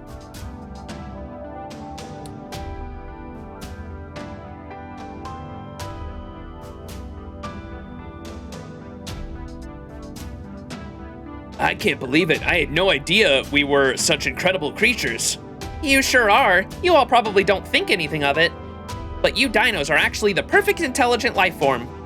Every last one of you is strong, and you don't have to compete with each other for resources to survive. In a way, you're just like the vision Kishtaria had for an ideal humanity, a species whose members would never need to fight amongst themselves. I'm glad it was the dinos who were the ideal species. The ideal prime species. Yeah, Kishtaria's goal wasn't a pipe dream after all. The ideal species he hoped to see exists right here. And the fact that they're all so kind like Tepu makes me so happy. That being said, even though I can make an educated guess about the meteorite hitting the Yucatan Peninsula being the branching point of the South American Lostbelt, I still have no idea why it ended up being this unusual structure. The only way we're going to find out is by going into the observatory, but first, we've got to get through the next checkpoint, the third underworld. Then again, this time, we've got Nita Chris Da Vinci and the ridiculously overpowered dinosaur god snoozing away over there. So I'm sure we can handle anything this place throws at us. Bring it on, I say! Careful what you wish for, Happy Cat. Ooh. Da Vinci's guesses are mostly correct. We did fall from outer space. We did end up stranded on this planet. In your world of proper human history, we are the ones who instigated the 5th mass extinction event 66 million years ago. But this is a Lostbelt. In this world, thanks to a tiny deviation in its path, the meteorite that devastated the Earth arrived 250 million years sooner. And that is where our worlds parted ways. It is also where the Mictlān you see here began. For 234 million years, we used our roots to keep the supercontinent together. Oh, that's so cool! What? Fucking, humongous fungus! Humongous fungus! Humongous fungus! That's crazy! Their mycelium network literally fucking kept all the fucking continents from splitting apart. That's wild. But then, 66 million years ago, this planet faced its 3rd extinction level event. In proper human history, this is where the old world ended and the new Cenozoic era began. Instead of waiting for humans like you to appear later, we chose them to carry on. We chose the prehistoric children who continued to survive so valiantly on this planet, just like those of you who would be born later. Wait, what? Damn, I woke up too early. It looks like everyone else is still asleep. Oh, that was our dream. We were dreaming again. Oh, you woke up! What a coincidence. So did I. Since I'm up anyway, I decided to give Habitrot a break and keep watch for her. I was just admiring Mictlan's night sky. Go get some more sleep. I've got the lookout stuff covered, yes? You're not going to go back to sleep? Then would you like something to drink? You need to stay hydrated, right? Oh, you want to know why you're seeing stars even so deep underground? Yes! I've been asking that since the first stream. Well, unfortunately, Mictlan's night sky isn't actually a window into outer space. It just looks like one. The stars we're seeing are just the mala using the...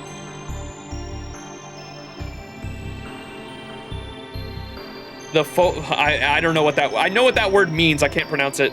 That's like the bioluminescence, I'm assuming. The phosophorescence to imitate what the real night sky of so long ago looked like. The mala... What's the mala again?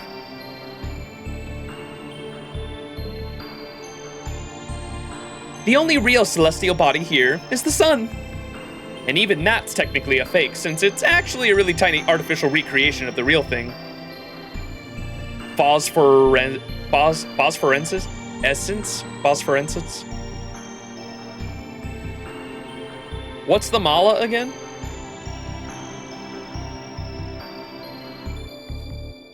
I don't know what the mala is. I assume it's something in the air, though, the atmosphere or some shit. And even that's technically a fake, since it's actually a really tiny artificial recreation of the real thing. You know, I just might... What did I say? You know, I might just have been imagining things, but yes. Were you only pretending to be asleep earlier, Kukulkan? Oh, wow, you saw right through me. I didn't think it was really my place to speak up there, so I figured pretending to be asleep would be the best way not to interfere. I mean, the whole conversation would have come to a screeching halt if you had asked me to weigh in, you know? What do you think, Kukulkan? How did Mictlān end up like this? I wouldn't have known what to do if you'd ask me those kinds of questions. If you'd ask, I'd have had to answer, and since I can't lie, well, I decided to pretend to be asleep and wait until the storm passed. I see. So you do have some secrets then. Does that mean you have something to hide? Oh, but you kept something from Da Vinci too, didn't you? There was a moment you could have pointed out she was wrong, but you chose not to say anything, Obies of our dreams. Why is that? You already know whose dream it was you saw when you were back in Chichen Itza, don't you? Is it because you didn't want to interrupt, or is it because you realized I was only faking being asleep? And you knew instinctively that if you spilled the beans, I'd kill you. Huh? I didn't even notice the contradiction. The fact that you thought to even say that proves you did know. I don't know why you decided to keep quiet, but I'm kinda glad you did. Thank you. Anyway, that's enough joking around. I just noticed her hair is like fucking emerald too. You see that? The back of her hair there? Looks like emerald, like it looks like an actual emerald rock. The way it's shaded with the lighting. I'm sure that's intentional by the artist, but it's still really cool to look at.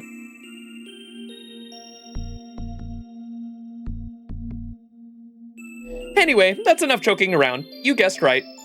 That dream you saw came from the mala, the god filaments rooted here in Mictlān. There it is, okay. I don't know how you ended up harmonizing with Mictlān so well, but you didn't do anything wrong. So that was, the dream we got was literally the fucking mushrooms, okay.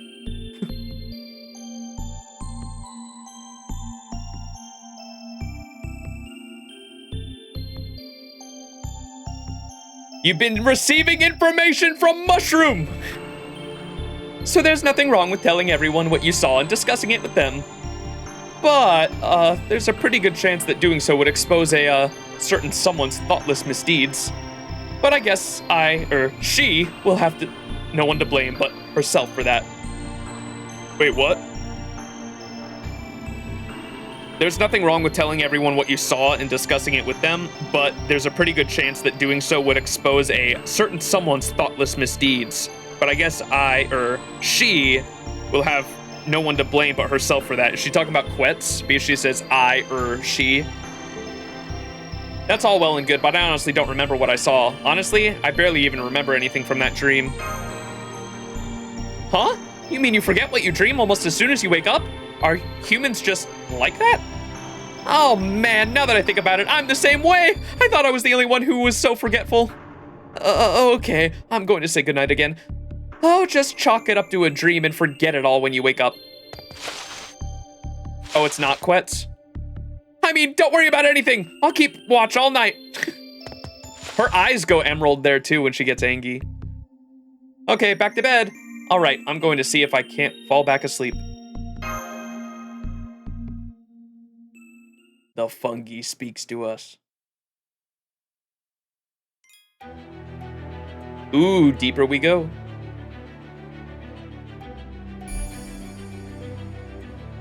Here we are. All right, before we go on, I gotta show you guys my fucking mushroom rant video I made. I don't know if any of you guys played Destiny 2.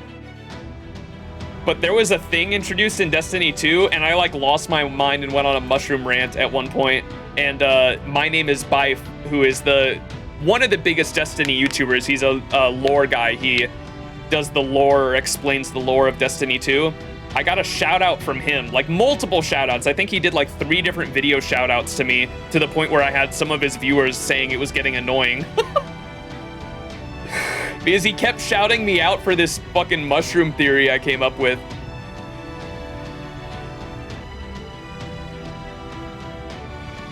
I'm specifically gonna want to level up my Nitocris. Well, she's fully leveled. I just need to fully skill her. I will try to see if I have the materials for that. Let's do it right now because I feel like I'm gonna forget for sure. I don't know if I have the materials. Nitocris.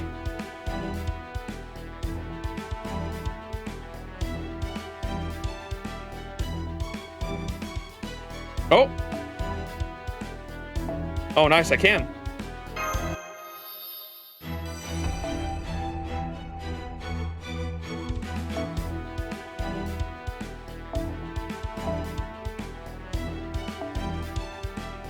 Should I level up like 1 skill if I can? Or should I level them all up to 666?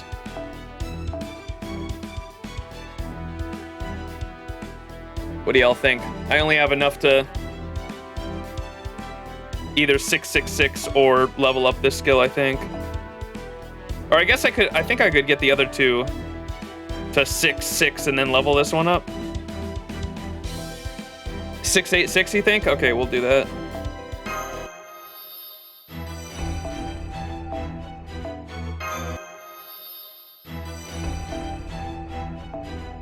Oh, wait, I might have, hang on. We have been getting pure prisms from the story.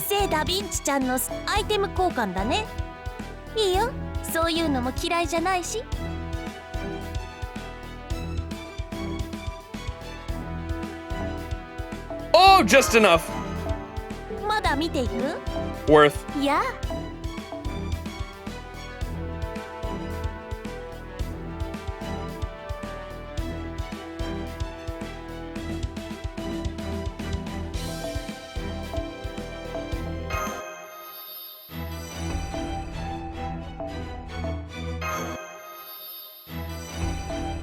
W.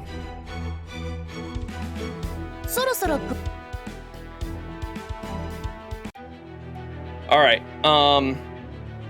Let me show you all this mushroom video real quick to just show you how fucking nerdy I got about mushrooms. This was like 2 years ago too when this came out. So real quick, I just wanted to apologize for the shorter length of this video. I've done about a week's worth of research and video planned. If this video does decent, I even made a thumbnail for it on how I believe all of Destiny, the moral of its story, the powers of light and dark, etc., have a significant amount to do with mushrooms. Well, fungi in general, but saying mushrooms is a lot more fun.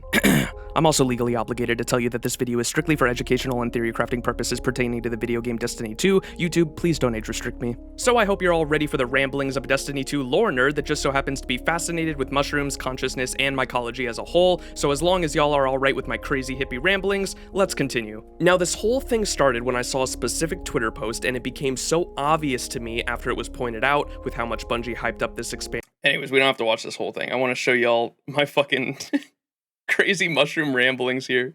Was it age restricted? No, thankfully. Is that they are not plants nor animals. For you PNW hippie style. The first thing you need to know about fungi is that they are not plants nor animals. They are distinctively their own kingdom entirely. For the longest time, we thought fungi was just a type of plant until around the 1960s, scientists learned that these organisms do not photosynthesize like plants do. That is to say, turn the sun's rays into energy. Instead, they consume other living or dead organisms to survive. And when we look at mushroom DNA, it actually closely resembles the animal kingdom rather than the plant kingdom. Meaning that somewhere down the evolutionary line, fungi split off from plants, and then animals split off from fungi, making them our common ancestor. Kinda like Clovis Bray wanted to become in the EXO program, wink wink nudge nudge. Speaking of Clovis, you can actually see clarity control tubes, the same ones that are— oh, this is me yapping more.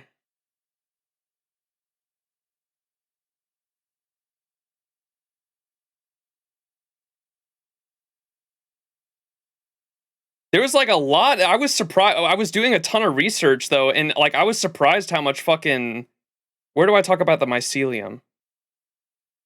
Oh, right here.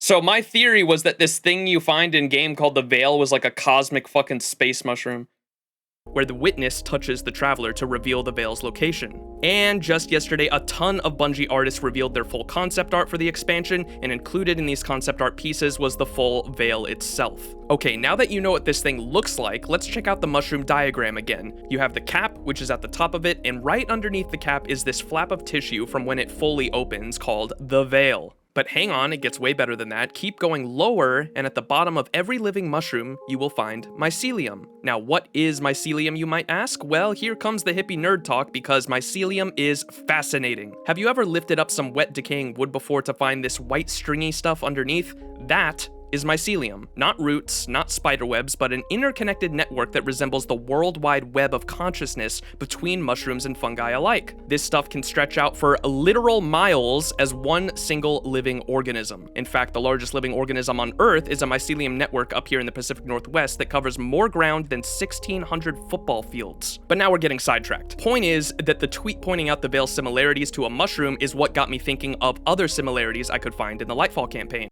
Yeah, that's pretty much it. Some relevant information for LB7 I thought I'd share. Certified yapper. Bro is a nerd! It's getting late here, so I'm gonna head off. Said I won't be able to stay, but you were so close to the end of what you wanted to stream. Hell yeah. Yeah. I mean, we got fucking, what, 1, 2, 3, 4, 5, 6 fucking arrows left. We're almost there, though. Thanks for hanging me. Bro wasn't even reading a script at that point. He was just speaking. I'm so lost. Why are we breaking down mushrooms right now? Ted, aliens are mushroom. The fungus in Lostbelt, the Lostbelt 7 aliens. Aliens, mushrooms, they're the same. Now you know. Who let this man cook? Did it pay off in D2? No. Bro, I'm so pissed it did it too, because there's so much evidence for it. Hang on. Destiny 2 also, it might at some point. Destiny 2 takes so fucking long to... Hang on. I'm pulling it back up. Campaign. We know...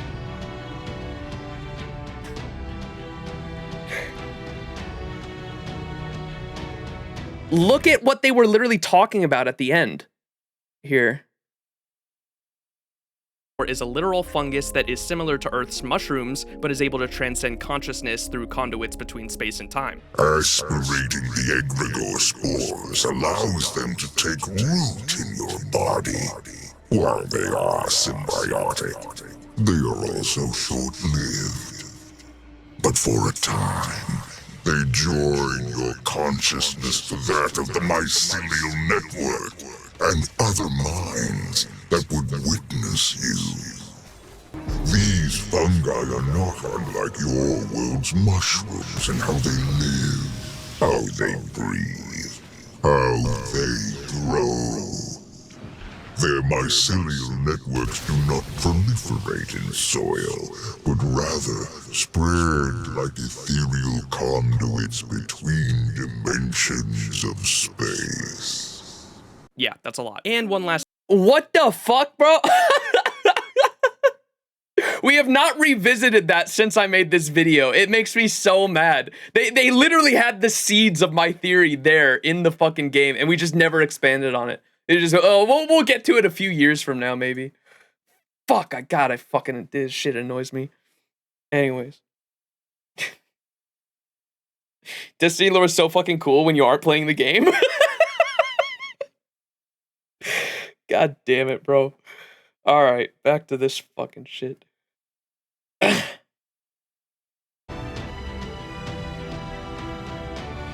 Bro literally said it.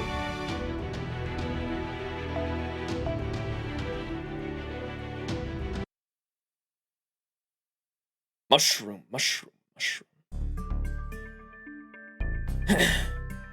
What is the third level of the underworld like? It's a strange place, permanently covered in darkness of night. There are gentle breezes, lots of oases with clean water, and a starry night sky that stretches out as far as you can see. The only downside is that the dinos can't stay there long, given the lack of sunlight. It's the only desert in all of Mictlān, and a very peaceful place for stargazing. A desert? At last, a familiar terrain. Now you're starting to speak my language. The desert is indeed beautiful at night. I can even teach you how to use the stars to navigate there. I don't know if you'll be able to navigate an artificial sky, though.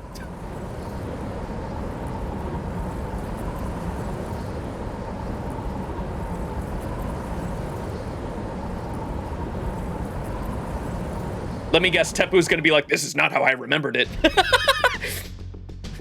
Nitocris is shocked. We are all gobsmacked.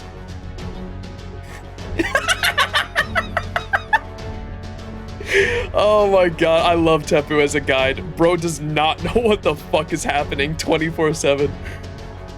This isn't how I remembered it. Haha, what in the world happened here? Tepu! What about the stars? What about the stargazing? Well, this is embarrassing. I think I just give up. Endless grains of sand everywhere you look. Arid air without a hint of moisture. Heat more oppressive than even the jungle. Mash, could you tell me what exactly the current temperature is? 80 degrees Celsius, 170 degree Fahrenheit?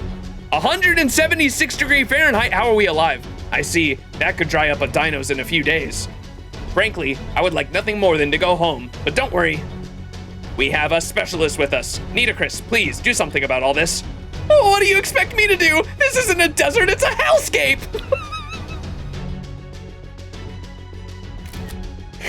Oh, this is so good, the banter. Even if we shrug off these sandstorms, which may as well be barrages of needles, there's still the air, which is hot enough to boil water, and that's not even mentioning the weird gravity! An oasis won't do us any good if it's floating too high up for us to reach it! But you can still float up there in the wind, no? Mash told me you are the incarnation of a god of the sky. Given all your knowledge of the desert and your ability to fly, I think of no better way to entreat for... can think of no better god to entreat for help. Please. I mean, I am floating, but floating on winds this strong would be, It would be suicide. I don't recommend flying around here or even jumping too high, no? In addition to the strong wind, everything above 400 meters is a vacuum with no gravity. It may look like a clear blue sky, but it's exactly the same as being in outer space. Exactly. Thank you, Kukulkan. I knew Mictlān's god of wind would understand. The sky is the level of the sky in this level of the underworld is no sky at all, and since outer space is well beyond my jurisdiction, we'll have to hoof it. Honestly, this hasn't exactly been a huge shock.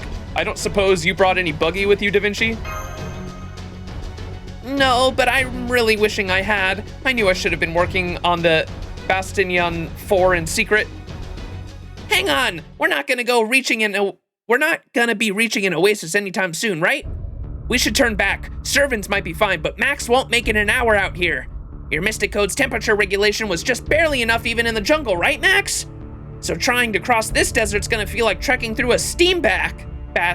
Your canteen will be empty before noon. What are you gonna do if you collapse out here? Good point, Habitrot. I agree. We should go back to the jungle for now, stock up on water, and then...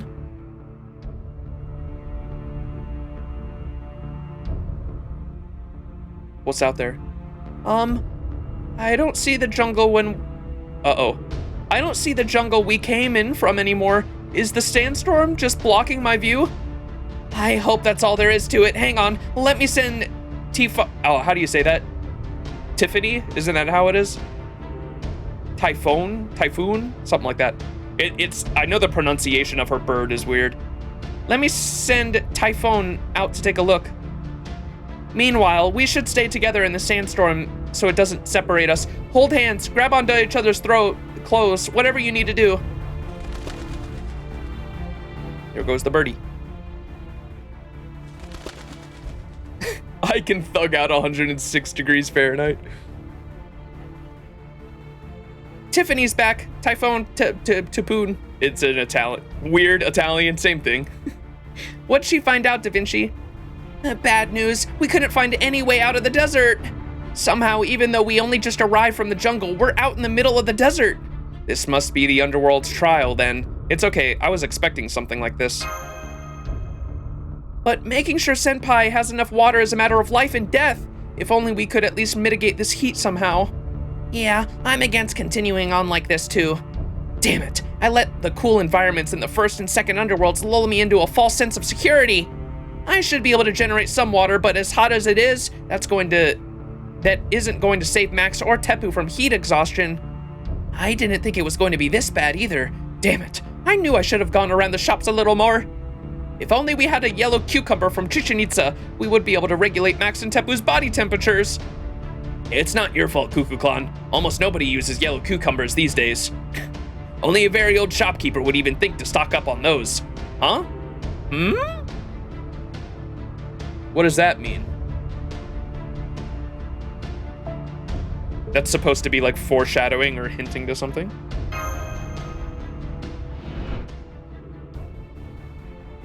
Oh, do we have one? Is that what David gave us? Ain't no way.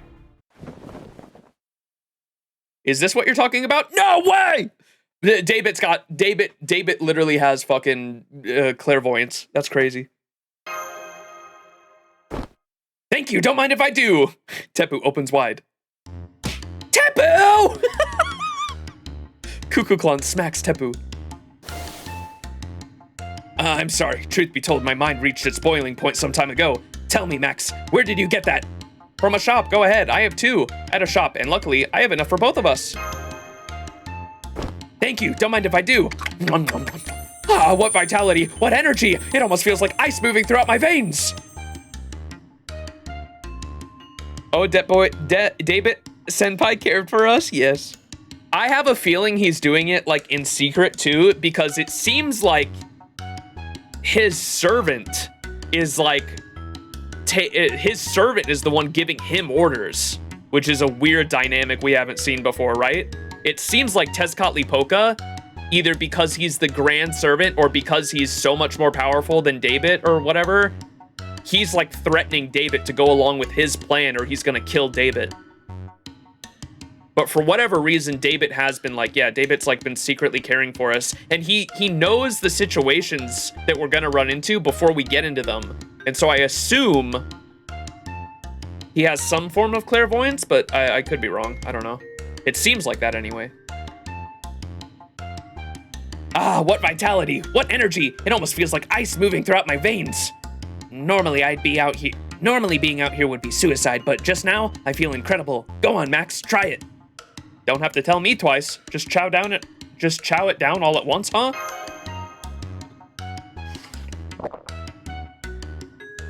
You ate it as is? Are you sure that's safe for humans, Senpai? Oh wow, it tastes like apples, grapes, oranges, and peaches all at once. Whoa, it's naturally like ice cream, an edible work of art, really. What the? Oh, I love Havitrot so much.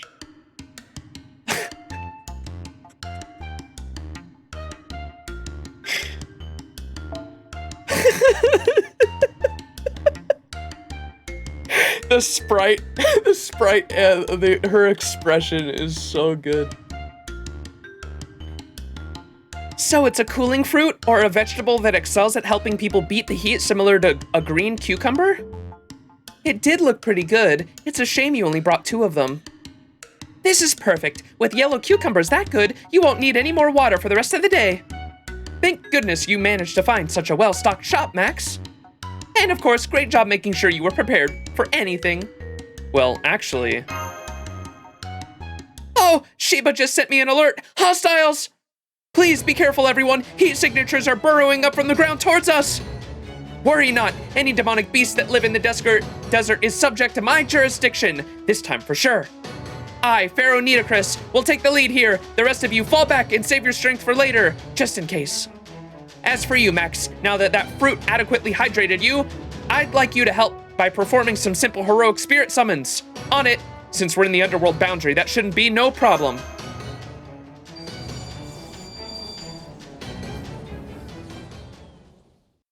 Huh? It's not working?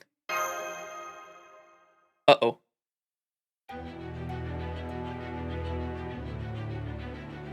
In this quest, one servant from your party can only be set. Nitocris, your time to shine. Should we give her Black Grail? Yes.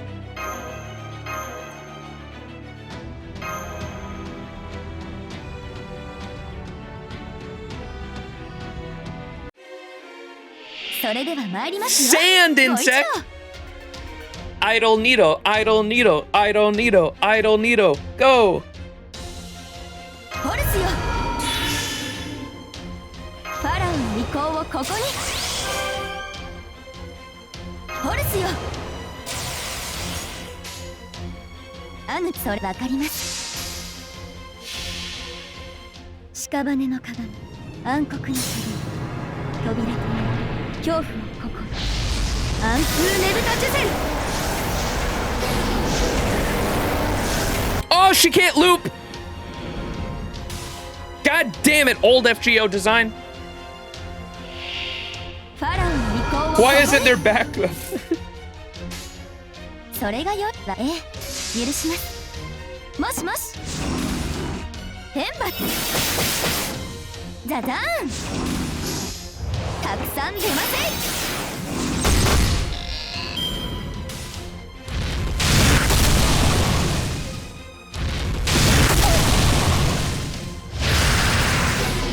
Sounds of wriggling.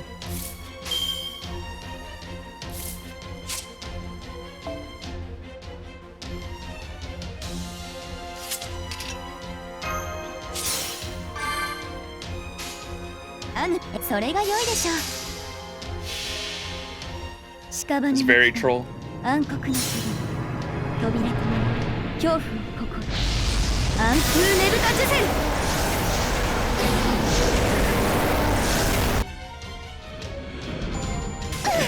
It looks like there's an story-based skill that gives us like 80% NP or something like that. What? Never mind.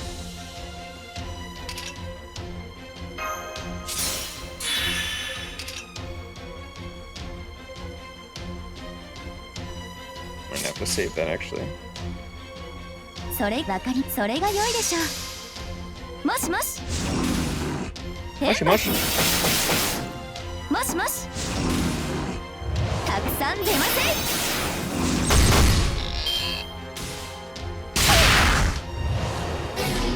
ん。Nullify buff, bro.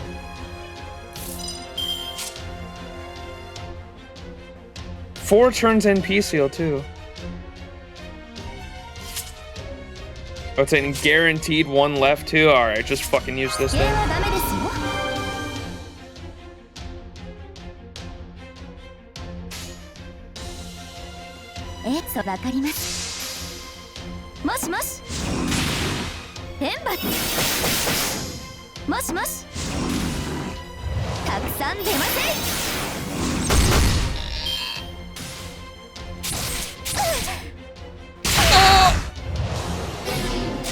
Oh, you're kidding.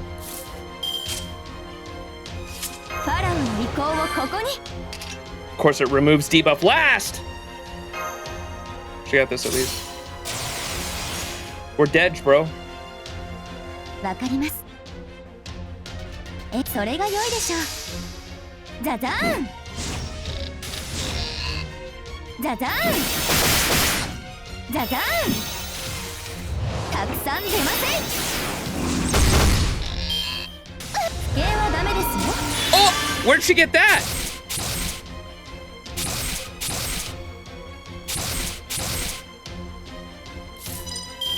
Go, go, go! 特別に許可します。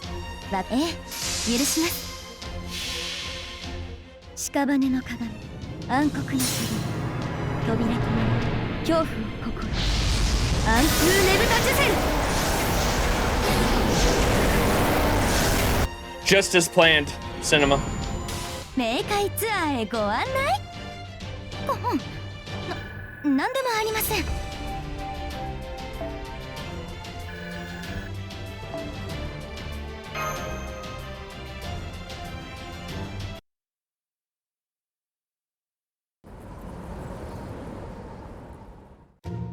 Were you trying to kill me? Because if I had been anyone else, you would have succeeded.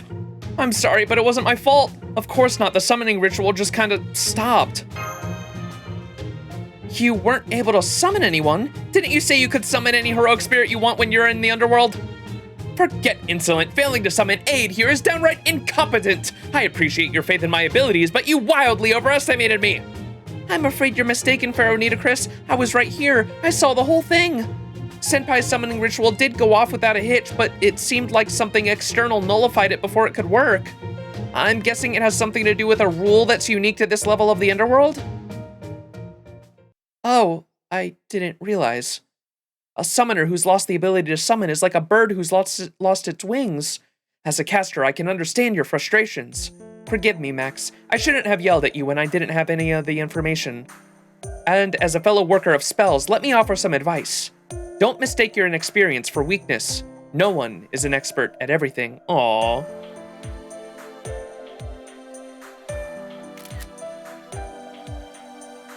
When things are truly bad, bemoaning your situation only makes it worse. Next time, I want you to try taking a deep breath before moving a few steps in any direction and directing your mind elsewhere away from your concerns. Okay, I will. Thanks, Nitocris, and sorry about what happened. Will do, thank you, Nitocris. I'm sorry you had to fight all by yourself. Heh, don't worry about it. Those desert insects were no match for me. They may have caught me by surprise at the start, but I got used to them. Now I can handle 10, no, 100 easily. Say that's right. As a pharaoh, you used to command a sphinx. You should still have the same authority even here in Mictlan's underworld. That sphinx was actually a gift from Pharaoh Ozymandias, but I'll keep that part to myself. All that aside, the fact that your summoning ritual was aborted like that is pretty concerning, Max. I'm not too worried about us for the moment since we have heavy hitters like Nitocris and Kukulkan around. But you're not being able to summon the other heroic spirits worries me. What kind of rule could have... Habitrot? What is it, Habitrot? Why are you gawking like that? There. Look there. Look! Huh?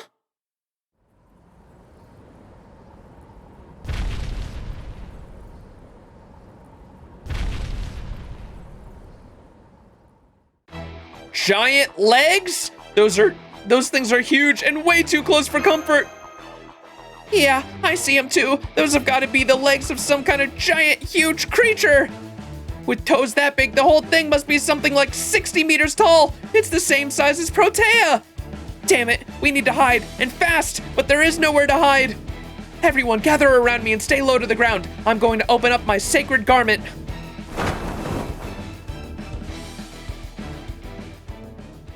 Yo, are we all going under the sheet? Like her summer form?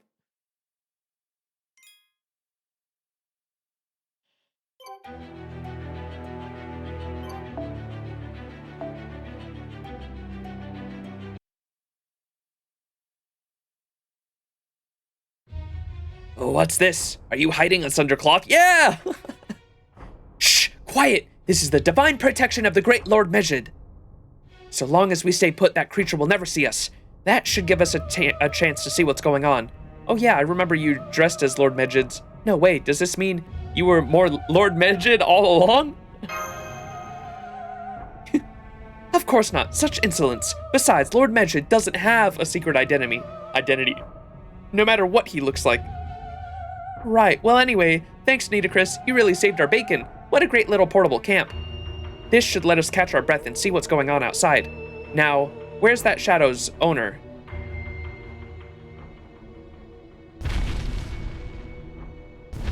Wait, how do you know it has an owner, Da Vinci? Looks like it's still close by. Guess we'll just have to... Oh, she means like the owner of the shadow we saw. Okay, never mind. Looks like it's still close by. Guess we'll just have to wait in here until it leaves. Oh, but first, is everyone okay? Oh yes, I'm fine, though I'm endlessly fascinated by this mysterious space in which we find ourselves in. No issues here. I'm not injured either. I was just so shocked that I forgot to use my spirit form. I'm fine too. All good? How about you, Kukulkan? Oh sure, I wasn't surprised at all. In fact, having you worry about me has put me in a great mood. All right, this seems like a good time to talk, so long as we keep our voices down. This is the 3rd level of the underworld.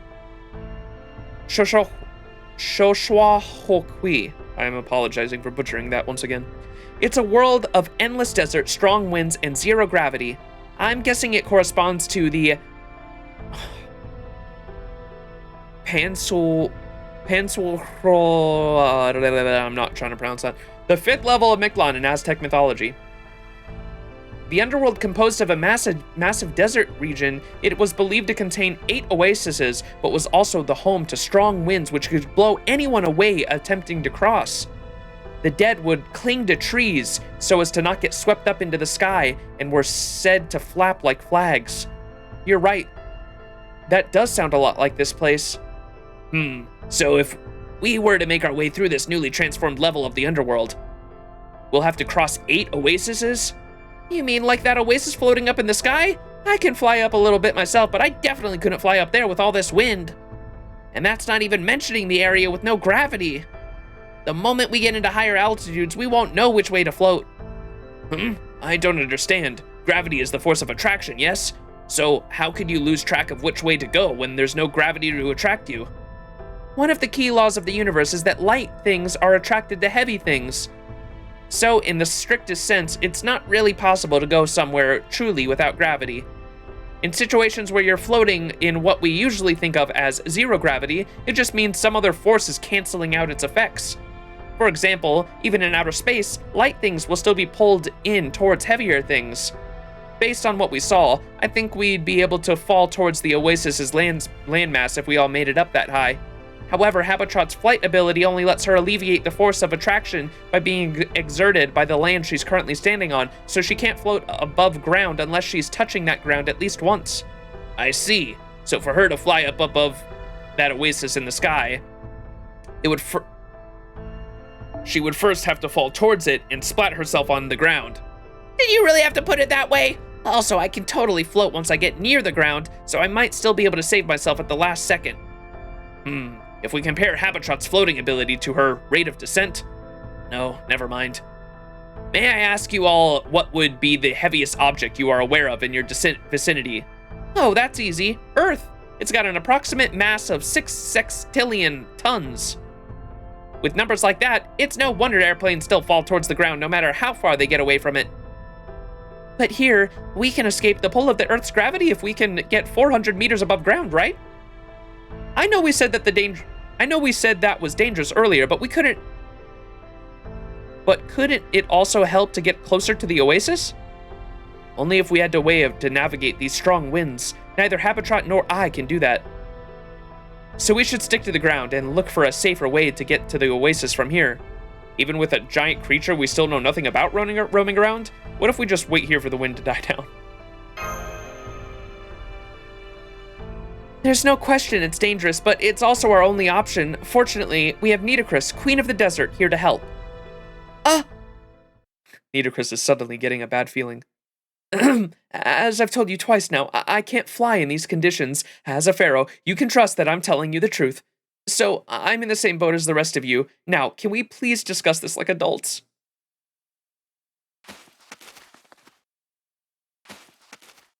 Everyone is happily getting ready to head back outside. Can't we at least draw lots to choose who leads that way? Isn't Chaldea's approach to all about fairness, my ally? Poor Nito. At one of these oases, you'll be forced to listen to Wonderwall on loop. What is Wonderwall? What the fuck?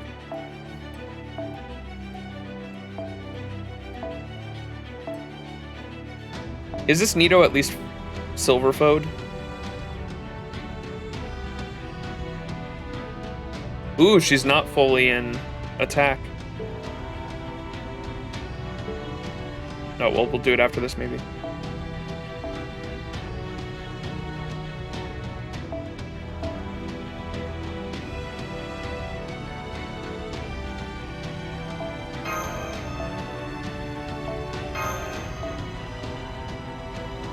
Only Mashu?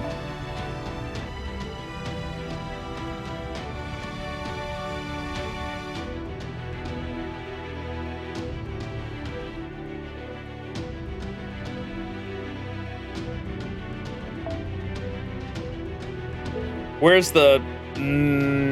Halloween men one.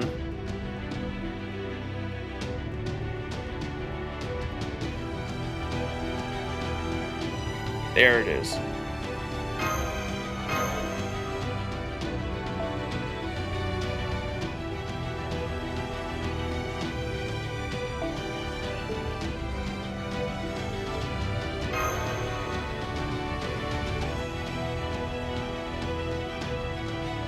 Max, you do not? What?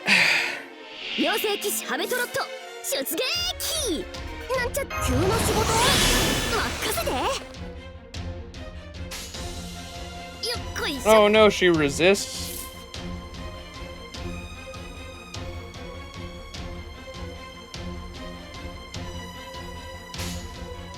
それが良いでしょ装填済みですもしもしこれ使うスライドスラッシュやべい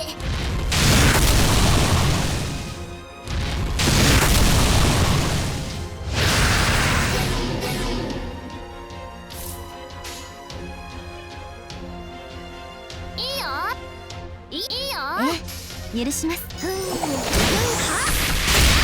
ザザン God damn it, dude. やべ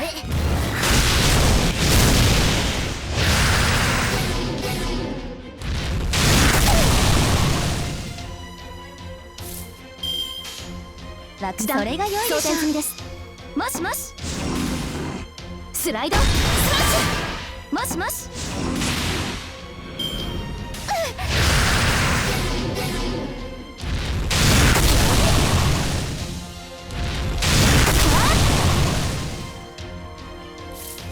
被弾確率オルテナンス全機能解放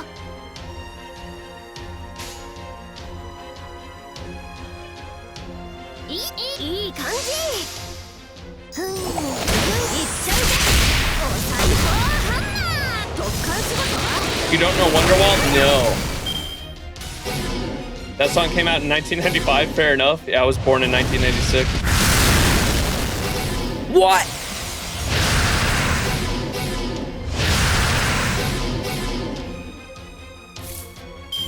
Oh my god, everyone's stunned, dog. What is that?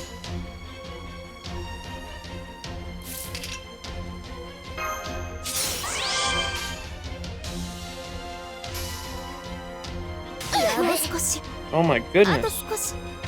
No!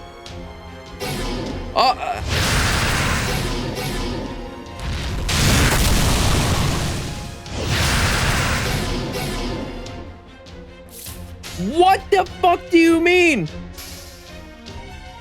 痛いのはちょっと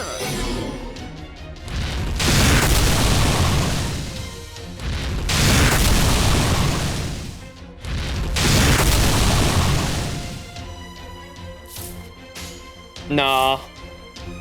I'm restarting that one. That's fucked. That shit says a chance to stun. What do you mean? Why did that shit hit me 3 turns in a row? I get there were stacks, but still.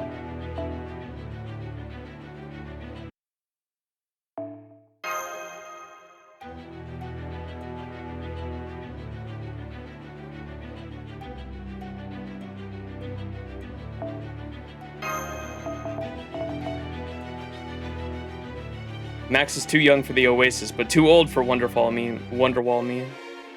それでは参りますよご一同急な仕事 I guess we will try Happy Cat.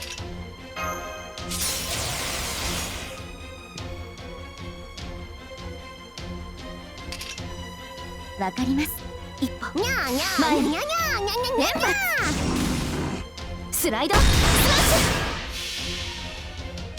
ュ魔法糸抜歯バレル解放方針根性で固定スピンスターハベトロー Oh, nice. That killed anyway. ッやべ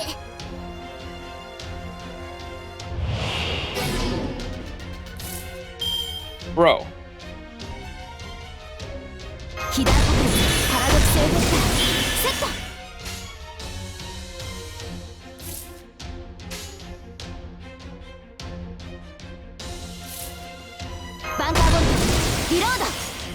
了解一歩了解はあこれでぶっ飛べ Let's go, Mashu! No! 8-12. やべ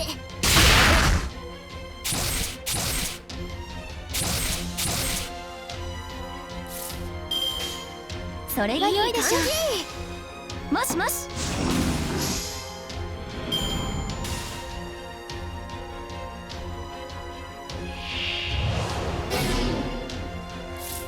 ホルスよ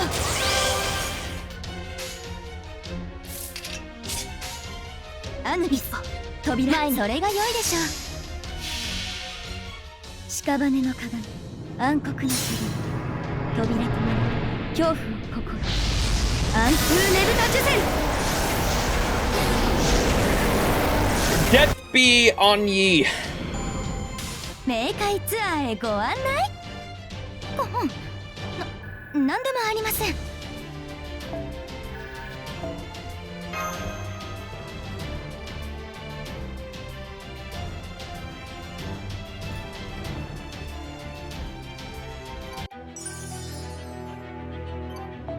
素材が足りないときは食と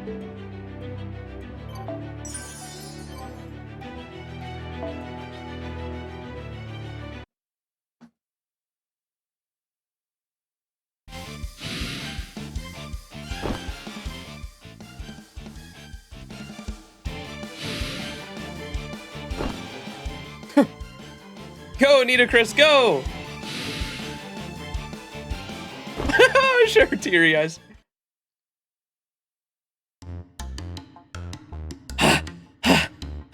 There, you see?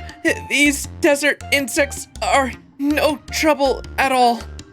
There are just a lot more of them than I thought there would be, but I can keep going. Tatakai? Fight! It's okay, you've done enough. I'm sorry for pushing you so hard. Please stop, you've more than earned a break. But we're almost to the oasis. And we have to find a way up there before the giant demonic beast spots us. You are seriously a hard worker, huh, Nita Chris? I get it, I do, but you need to rest when you can. You still have Lord Medjid's cloth, right? Now that we're in a safe area, why not use it? Otherwise, it's going to be a waste. Absolutely not! One does not casually call upon Lord Medjid's protection when it's convenient. It is only acceptable in times of great danger or great opportunity. Otherwise, it would be the height of insolent. Nita Chris, please, you need to rest! All these battles are taking a toll on you!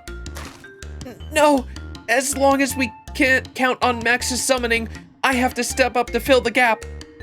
I was the very first servant summoned to help with the challenges you face in this Lostbelt, and I was still unable to protect the border. I suffered a shameful defeat at Talilok's hands, and I couldn't even take part in the mission to Mexico City at all. I need to be useful, or I will have been chosen for nothing! If I give up now, I'll never be able to face another 3 servants who were thrown out into Mictlān while they were still being summoned. Hey, I get how you feel, but none of that was your fault, right? Really, if anyone's at fault, it should be that thing that attacked the storm border when we first got here. If that pillar of light thingy hadn't knocked the border out of the sky, we wouldn't have had Protea and Benienma fighting along. We would have had Benienma and King Protea fighting alongside us the whole time. Pillar of light. This is the first time I'm hearing of it. In fact, I never heard the story of how the border crashed either. What in the world could have, no, what sort of violence could have possibly destroyed such a wonderful ship? I knew it was her. Literally, the pillar of light, like, took the form of fucking, Cuckoo Clan and, like, smashed us down. Yeah, who could that be? Oh, right. I'd almost forgotten about that. So Daybit, Tezcatlipoca, the foreign god, and Ort aren't our only enemies. We also have to worry about that pillar of light that almost split the border in half as soon as it popped up from under the ground. So we have to figure out what exactly that is, and how we can handle it if it shows up again. Wow, that happened to you guys, huh? Gosh, I had no idea. But, you only saw that light giant once on the surface, right? If it hasn't shown up again since, then maybe you'll just never see it again? Oh. Cuckoo-clan? What did you just say?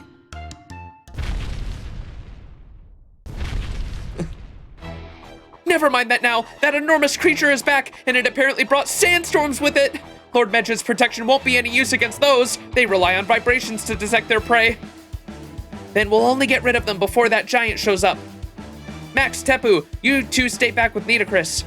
As soon as Mash and Cuckoo-clan and I finish taking care of the sandstorms, we'll take shelter under Nitocris's cloth. Got it?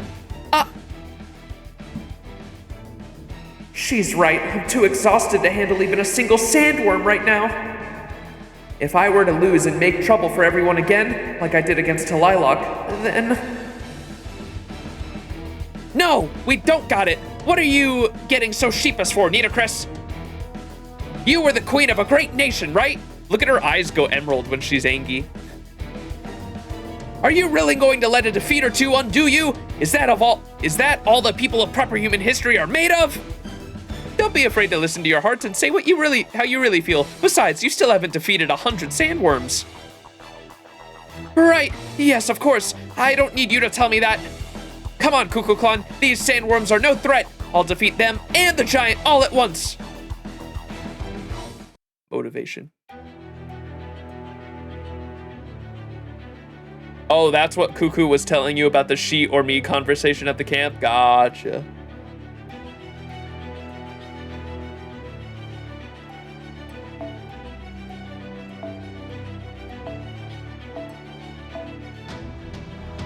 Mash shoot, mash shoot, mash shoot.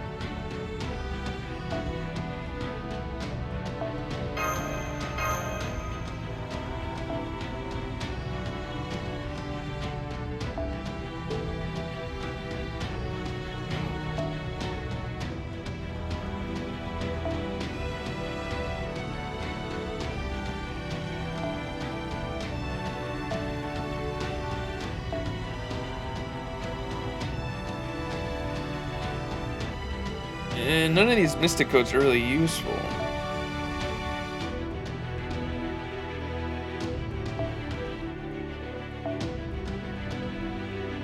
I don't need an NP damage up per se.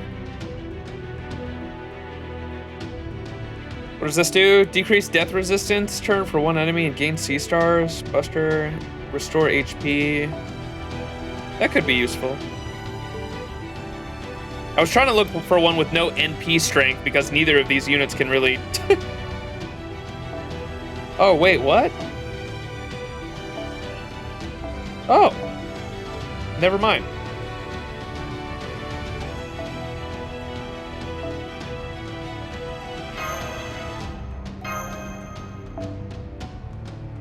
Go back to that shit.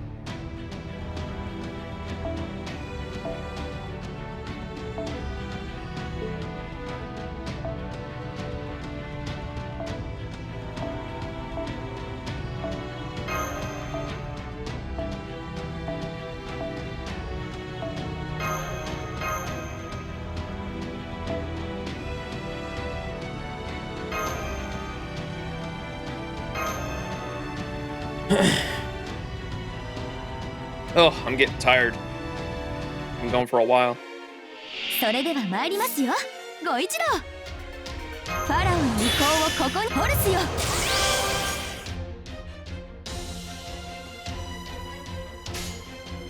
アヌビが当たります。屍の鏡、暗黒の鏡、扉となる恐怖をここに。アンクーネルタジュゼル。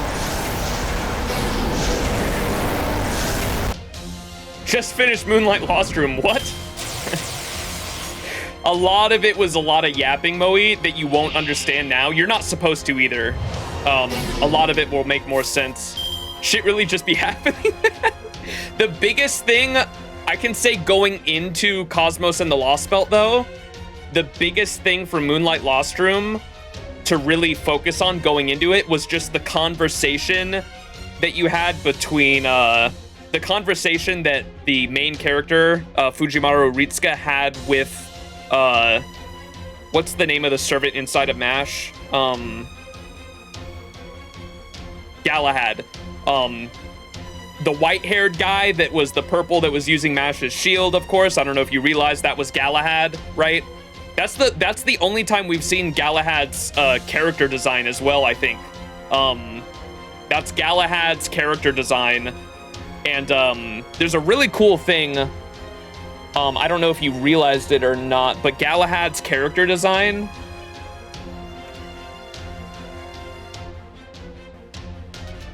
Open up an image tab and mash FGO. Image up a new tab. Their character designs are kind of cool because they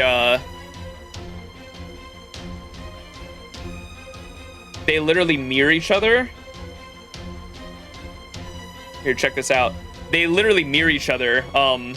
I don't know if you realize that, but look at they both have one eye covering each other. Their hair parts the opposite eye, each one. And that was like purposely done, of course, but Galahad is the servant that is inside of Mash's body or possessing her, right? That's why she's a not a pseudo servant, but a demi servant, where she's half human, half servant, right? And Galahad specifically says in Moonlight Lost Room that he will not help in the encroaching threat. He did help. Barth Molefuel approved. Yeah, he likes the bangs. He specifically says in Moonlight Lost Room that while he helped, he was present in Mash's body and helped out in the singularities, in Singularity 1 through 7, and even against Solomon, or even against Gatia. He helped out the entire time. He is not going to be present in Cosmos and the Lostbelt. We don't specifically know why, but he says, like, the best thing you can do is lay down your arms and just accept your fate. I can't remember what else he says. He says a bunch of cryptic shit in that scene, but he basically warns the main character about what is to come in Cosmos and the Lostbelt, and says he will not be helping out, and you should just accept the fate of humanity. Don't try to fight it. But yeah, that's like the key piece of information you really need to know going into Cosmos and the Lostbelt. Bro really told me to die. That's crazy. So that's the first time we've seen his character design, though.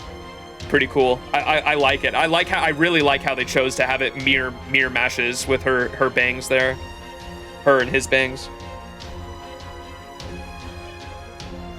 We also know from Arthurian legend, from King Arthur's legend, Galahad, in King Arthur's search for the Holy Grail, Galahad is the person who found the Holy Grail, and my memory of what actually happened is a little shaky, but to my knowledge, Galahad finds the Holy Grail and immediately ascends to heaven. The second he finds the Holy Grail, he immediately ascends to heaven, or that's what the Arthurian legend says. And so we haven't figured out what specifically that means yet, but that is probably pretty fucking important to his character, I would imagine, with how much fate has to do with Holy Grails, right? This man found the original in Arthurian legend Holy Grail, and like immediately ascended to heaven after finding it, so that's probably pretty important to keep in mind. The whole episode was super cool. It's very cryptic, and it's obviously meant to be that way, and a lot of it will make more sense as time goes on in Cosmos and the Lostbelt. The Grail insta-killed him when touching it. I don't think it like sending to heaven. Galahad.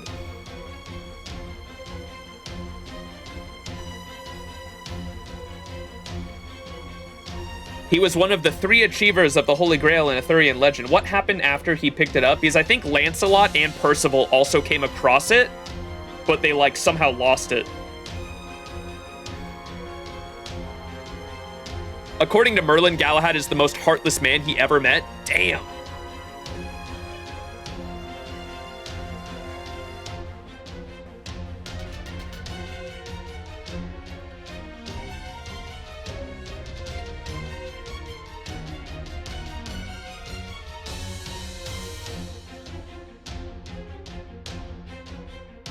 What happened? I wanted to know what happened when he finds it.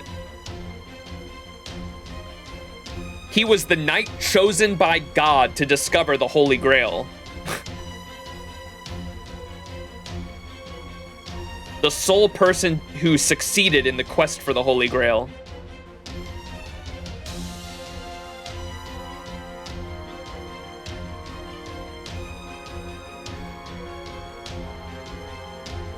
Galahad's success in the search for the Holy Grail was predicted before his birth, not only by Peleus, but also by Merlin, who once had told Arthur's father, Uther Pendragon, that there was one who would fill the place at the table of Joseph, but that he was not yet born. At first, this knight was believed to be Percival. However, it was later discovered to be Galahad. Galahad once conceived for the divine purpose of seeking the Holy Grail, but this happened under a cloak of deception. Similarly to the concepts of Arthur and Merlin, despite this, Galahad is the knight who was chosen to find the Holy Grail. Galahad in both the Lancelot Grail cycle and Mallory's retelling is exalted above all the other knights. He is the one worthy enough to have the Grail revealed to him and to be taken into heaven. Yeah.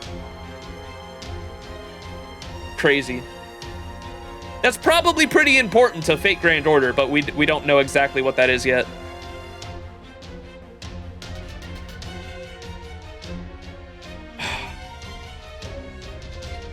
When did Merlin say that about Galahad? I'm not sure. Yeah, Bakuhatsu. Where's that from? Is that from a side story thing? Or it could be in one of the My Room lines, for all I know. And yet he had enough compassion to save Mash from dying by transferring his spirit to her. Yep, that is true.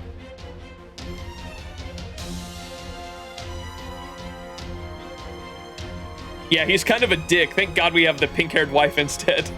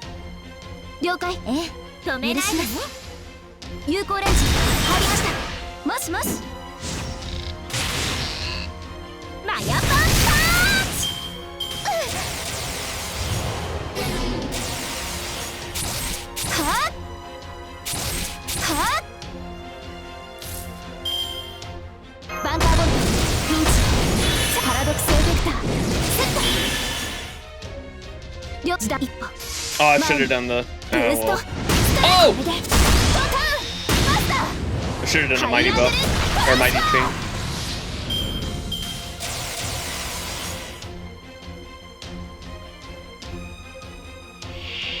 What the giant's leg? What is that? What the fuck? It's like a hoof. Whoa, we got Buster cards galore. And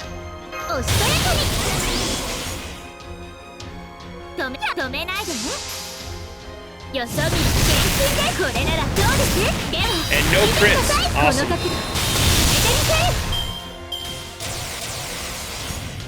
Haven't seen this boss since Summer 2. Is it? I was gonna say, is it Ishtar's fucking bull?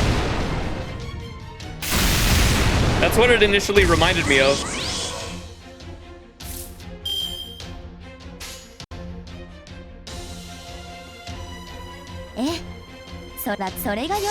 Oh, we're dead. Nidacris is dead.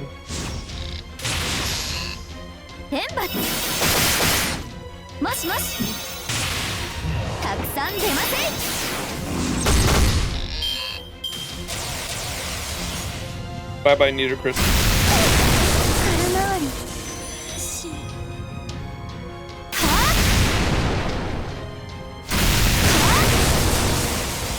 Was it an interlude too?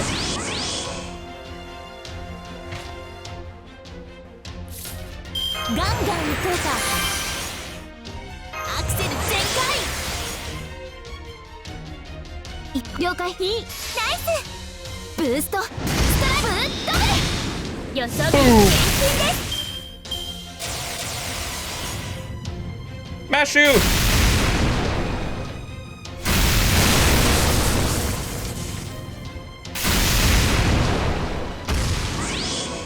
Never mind, she good.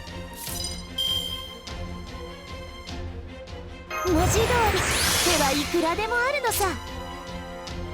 One turn! Wait, one left, one turn? So does that mean I can go... あ Bam, ちらもどうぞ。 bam, bam? 誰であれ。よし、やっつけちゃうぞ。 Yeah, alright, we good. We up. おごりであっても宝か It was Discharge's second interlude. いつか必ずなくしたものに報いるために導きの星よ力となれ。 We gotta do another interlude stream soon. I've got so many on my backlog. どんな嵐であろうともどんな未来が待とうともこれを突破するのが私たちの課題なのさ。ボンビアージョまた会おう諸君。 That's all, folks.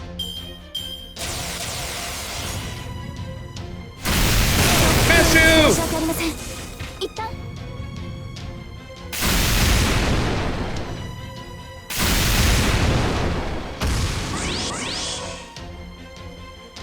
Happy cat, happy cat.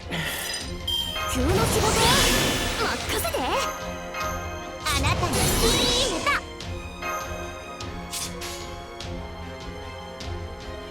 あちらもどうぞ。見せどころってやつ。そこ。もっ。これは君に待つ夢の生産。どれほど辛い別れでも輝くものはきっとある。さあ、顔を上げて。 Oh, you found it? 3カウントなしのノックアウト。ちょっと It was a 癖になりそうね。 Interesting.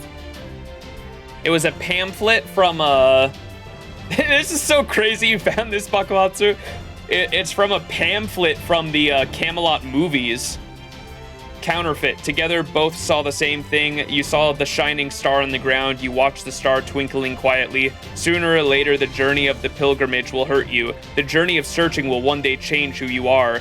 Falsehoods, counterfeits, longings, and masks. Atonement will not praise you. Determination will not heal you. Even the only memories that you were sure of will not be protected. In your original form, in your true shape, you will never be able to finish that journey. But only that heart is like the moon embracing the star. For what it felt is something important to everyone else. It still continues to run even now. So it must be, I'm assuming, the page with Galahad, maybe?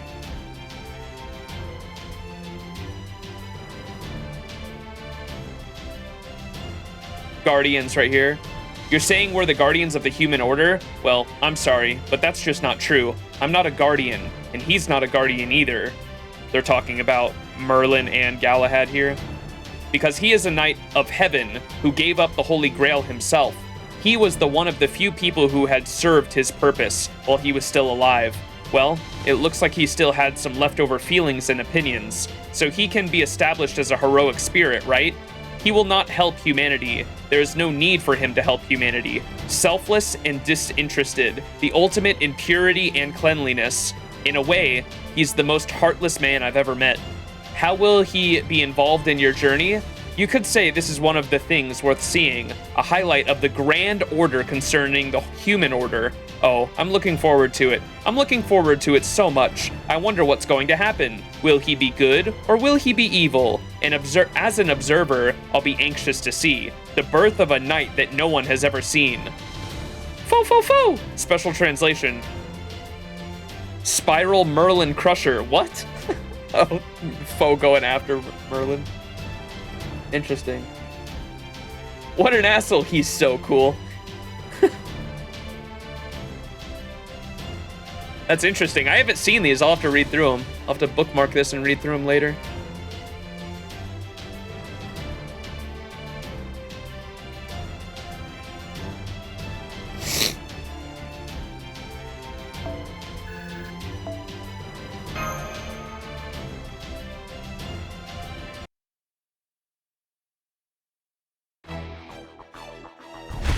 What the fuck? Huh? What the? Wow. Did we actually just beat that thing? Is it just me or did the wind finally die down? Well, it looks like it, except we only defeated its leg.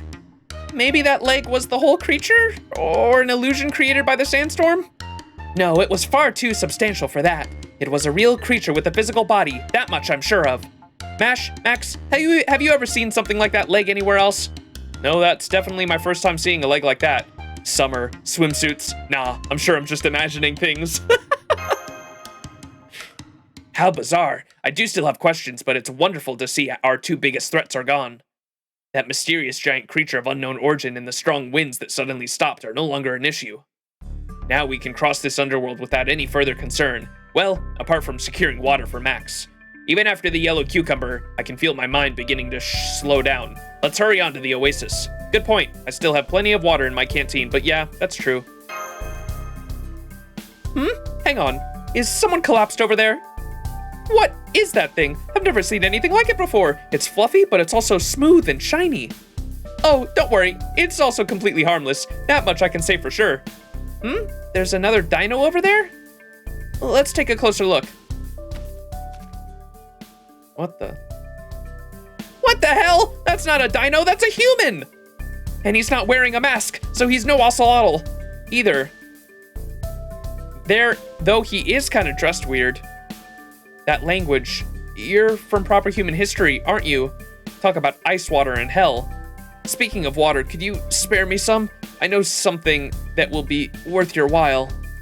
Oh no, he's so weak he could die at any moment. Master, would it be okay if we gave him some of your water? Of course, you need to ask. Just make sure you pour it into his mouth slowly. Who there? Who dat?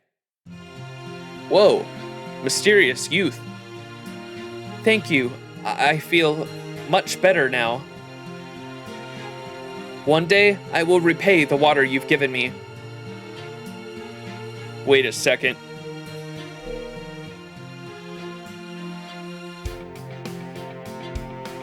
That wool looks awfully familiar, chat. Horishito.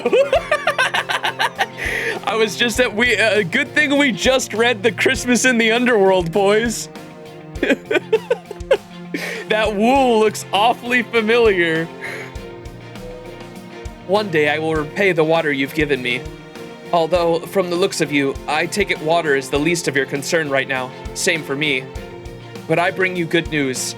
Now that I have met you all, I see genuine hope for world peace. I'm certainly not about to let this chance pass me by. May I ask your names? I promise I won't misuse them. Okay. Why don't you go first, leader? Me? Well. So, you're Runaway Max. I feel like I've heard that name before, minus the descriptor, of course. That's my little contribution. And you're Boar Piglet Mash, Light Reflecting Tepu, Precious Da Vinci, Wind Up Habitrot, Hapless Nitocris, and I don't know what to make of you, Cuckoo-Clon. So 5 out of 7 of you are combatants. Does this mean it's finally time to save the world? Boar Piglet, as in those adorable little creatures? I'm honored, but why Boar Piglet? I'm fairly sure that I'm not wearing boar fur or anything like that. Just going off my first impressions, really. No deeper meaning in any of it. So where are you all off to next? Going up to the 5th stratum or down to the 7th? Before we tell you anything more about ourselves, I'd like to hear your name and why you were collapsed out here.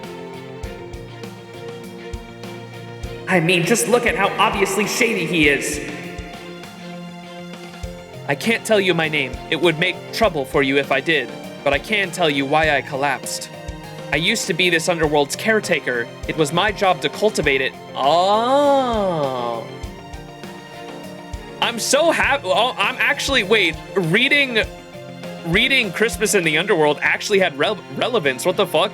What the fuck's the sheep's name? I can't remember his name.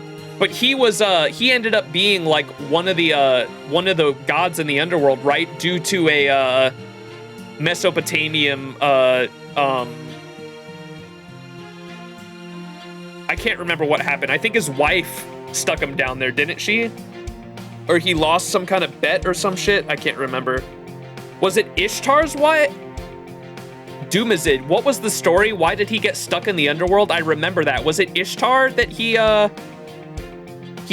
Ishtar got stuck in the underworld, and when Ishtar found out about this motherfucker, like, being,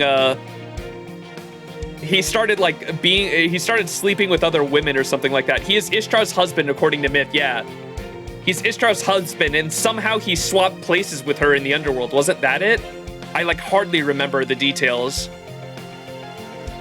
There was some kind of deal, though, that he made, and, like, he had to switch places with Ishtar, I think. I can't remember. I used to be this underworld's caretaker. It was my job to cultivate it. Then one day, I woke up surrounded by light, and a certain self-centered goddess ordered me to turn this desert into a veritable paradise filled with flowers and sheep. That's just unreasonable, isn't it? Don't you feel sorry for me? Of course you do. Still, I'm a very good caretaker, so I set out by fulfilling her demand. I grew flowers all over the desert, and to substitute for sheep, since Mictlān doesn't have any, I fed the sandworms until they grew big, nice and large. So you're the one responsible for those! Does my agricultural acumen surprise you? Me too. Actually, so we're even there. Me too, actually, so we're even there. That aside, for a while, things went well enough. Life was slow here in the underworld, but then I heard a loud flapping of wings and looked up to see a very suspicious Batman flying around. Do you mean Camazot? I'm sorry, I don't recall his name. There's very little space in my mind for men's names. I do remember that this Batman had a very friendly laugh, ah ha ha, and a tee hee hee, like that. Then he spoke to the self-centered goddess, and she transformed into a really scary goddess. You want to know? Oh, this is, okay. That's how we get fucking... That's how we get the tan Arushkagul. Because I know we get it like a tan Arushkagul skin from LB7, right?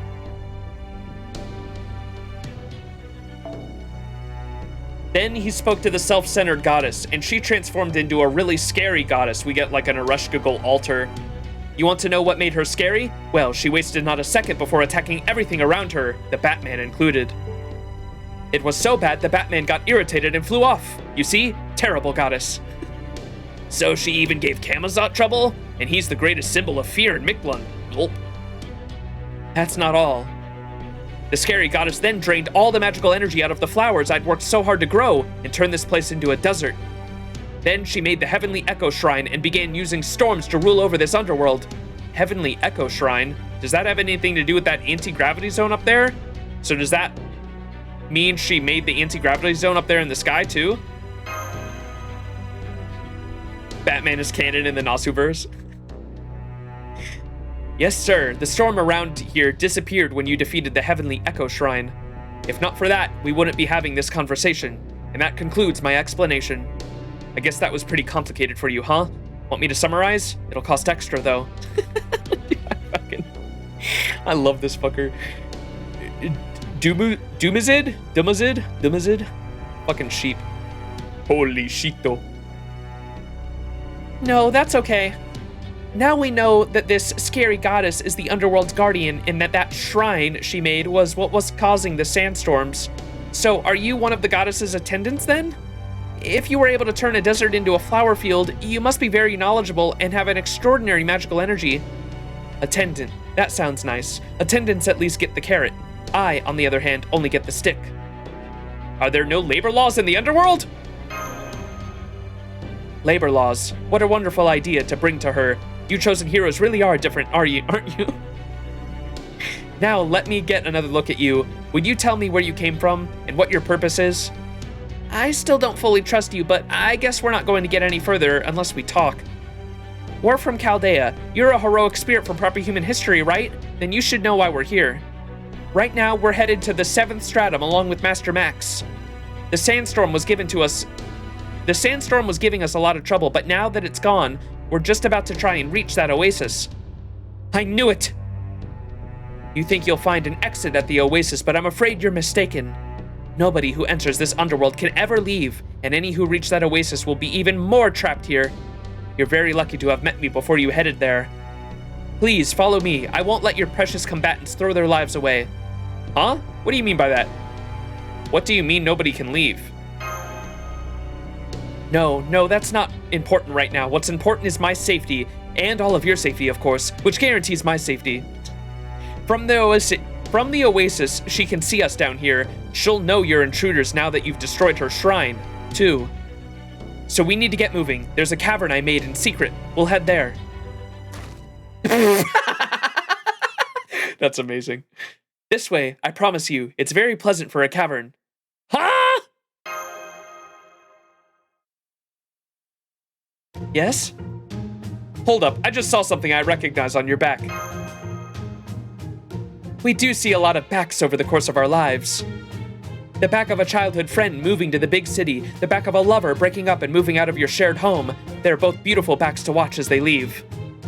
But if human backs have one thing in common, it's that they all look like human backs, so it's no wonder mine is familiar. No, I'm pretty sure that was Doomazid. How do you know that name? I must say, I don't care for this prying detective act. Everyone has dirty laundry if you look hard enough, especially when your clothes are made of wool. Dirty laundry? Are you sure you didn't mean bad credit? So you've finally shown yourself, Doomazid. I'm picking up magical energy signal overhead. It's an A-rank spirit origin, a divine spirit. Here she comes. Oh my goodness. Thighs, thighs, thighs, thighs. She's gorgeous. Are those the intruders who have destroyed my shrine? Hold up, let me listen to this banger real quick.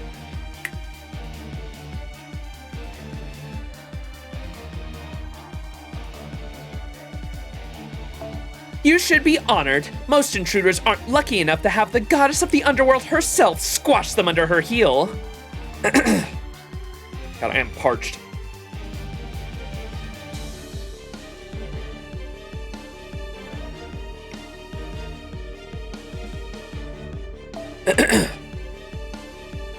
Oh, and of course, I'll be squashing you too. Sheep God, nice try with your obvious little rebellious act. You should have stuck to what you know. Did you really expect kindness and forgiveness from me? Unfortunately for you, I'm not a Reshkagul anymore. I'm... How the fuck do you say that?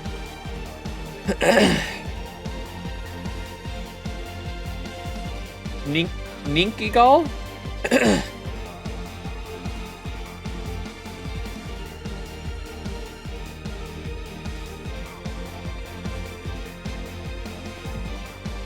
Nina Gal, no, not that.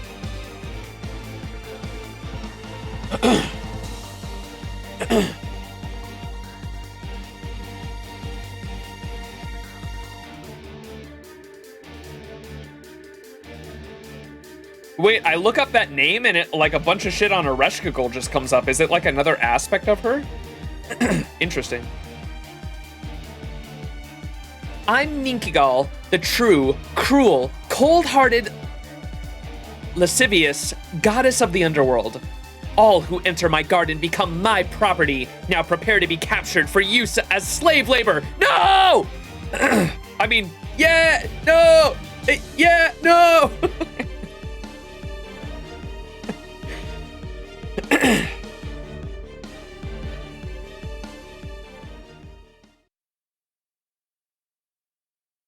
You know the fucking, the Futurama episode where they go death by snoo snoo and their faces are...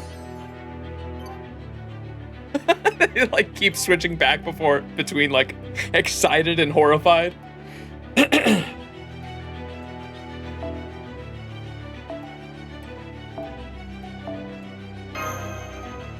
Death by snoo snoo.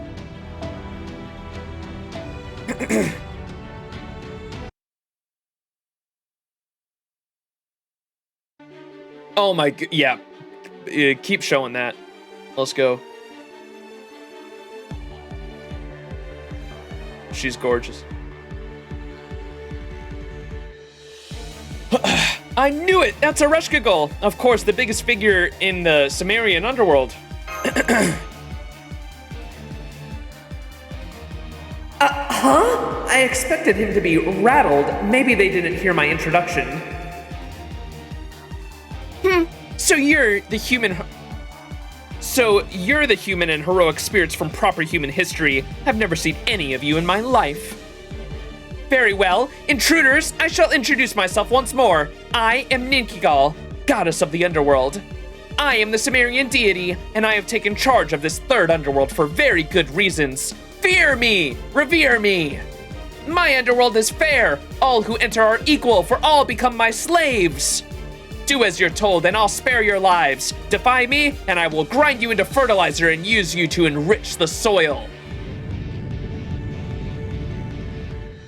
This pressure, it's definitely the real Ereshkigal. Her spirit origin pattern perfectly matches the one in Chaldea's spirit origin graph. She must be the fourth and final heroic spirit that was summoned on the border. Only she's been turned into an altar, like King Partea and Benienma. Max, try calling out to her. That she looks the way she does means she must be the same Ereshkigal who fought in Babylonia. First, we need to find out if she still remembers you and if she understands why Chaldea summoned her. If we're lucky and things work out, we might even be able to resolve this whole thing peacefully. Got it. Hey, long time no see. All right, hey, thanks for all your help back in the abyss. Oh my god, blushing Sprite. Stop that! Why are you waving at me like we're friends? I thought I told you I've never seen you before. Now listen to me, will you? I said nobody gets special treatment here. It really is Ereshkigal, we know. I'd recognize that inability to hide her true affection anywhere. Gosh, doesn't this remind you of Uruk, senpai? I told you my name's Ninkigal! Ugh, you two have no idea when someone's being mean to you, do you? Think she realizes what she just admitted? It might be Ereshkigal, but she still definitely sees us as enemies. Not to worry, everyone. That's just Ereshkigal Alter. She's going by her old name to match her new evil self, but she's still the same poor goddess she's always been. Only now, she's got a command spell tying her to this place and commanding her to be the ideal ruler of the underworld. So Kamazat used a command spell to make her the guardian of this underworld, like he did with the other two? Oh, but wait, we don't have Rasputin with us anymore. Isn't he the one who can undo the alterization? I don't know this Rasputin, but it doesn't matter what kind of servant he is. My oath will never change. Do you know what Mictlān's bat told me? He said I should become who I've always wanted to be. Well, that's who I am now, Ninkigal, the truly perfect goddess. I'll never be envious of the heavens. I'll never be jealous of Ishtar. Here, I am the invincible goddess of the underworld who's never made a mistake and never tasted defeat. That's the command spell I cast on myself, and my pride won't ever change for anyone. So, are you saying you allowed yourself to become an alter Ereshkigal? Yes, that's right. Once I fell to Mictlān and saw the state of this underworld, I knew I had found my calling.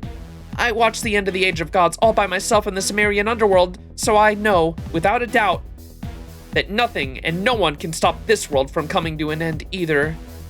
And when the world is ending, might is the only right there is. Kindness and forgiveness are of no use there. A true goddess coldly and mercilessly exploits her followers, right? So I made this third underworld into a world where everyone obeys its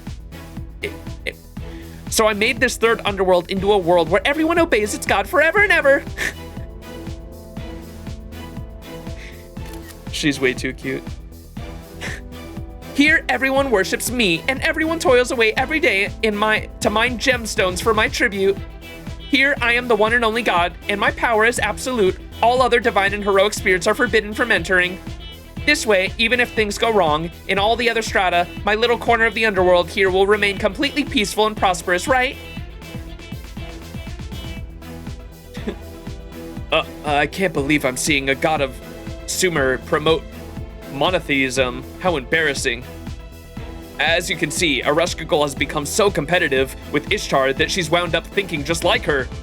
So I take it you all understand what it is I'd like you to do, yes? I still don't get why she got rid of the flowers, but yeah. True, it doesn't seem like she needs a dissenting opinion. I know I'm kind of an outsider here, so I don't have any right to speak on your relationships. But am I right in understanding that Camazot has set that girl over there down an evil path? She's long since reached the end of that path by now, but yes, that's about right. Now, why don't we show her that violence always loses out to even greater violence together? So, you're a god and you're actually from Mictlān? Not only do you not have anyone worshipping you, you don't even have anything worth protecting.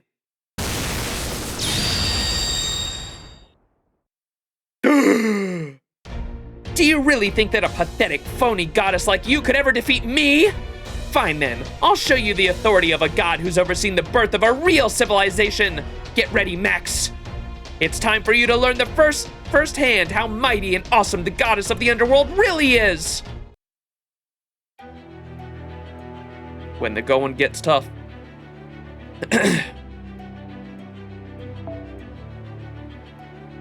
Well, nice, we're already ready.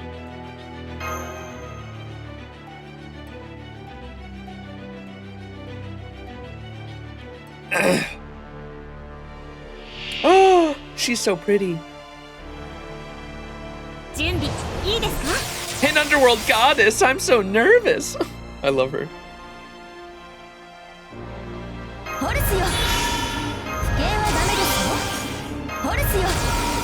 Probably popped that too early, it's alright. Don't worry about it. 特別わかります。屍の鏡、暗黒の鏡、扉となり、恐怖をここに。暗空ねぶたジュセル。科学みたいで。スライド、スマッシュ、天罰。懲罰開始。脱走禁止。はあ？怖い。Sure girl in all black? Indeed. 髪、見られてるね。火止めないでね。翡翠、ほら、気をはっ、そりゃ、これならどうです？最後のやっぱり、全身で。天空は私の椅子。Uh-oh! 冥界は私の庭。 What? お願い、メスラムタイヤ。冥界の守りを知りなさい。これが私の空気がるいる彼ら。ひどいではないですか。 How did Cuckoo take that shit? あと空回り。 Go, go, go, go, go, go, go, go, go.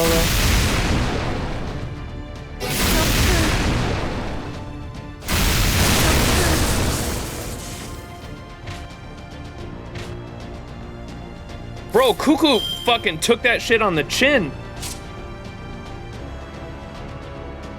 Defense up crazy.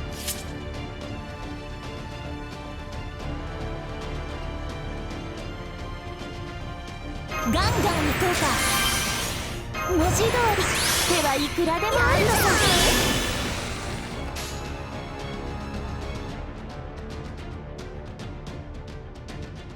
バッチリいける。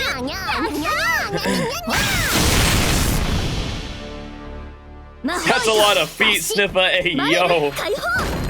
方針根性で固定。スクリーンスター。アベトンロー。Damn. よそ見と厳禁です。 Wait, they all have guts too. What is this shit? Oh no, I'm gonna have to restart this one. Fuck, that first break bar, I was like, oh, this shit gonna be easy. What the fuck, dog? Is it just one guts? I hope.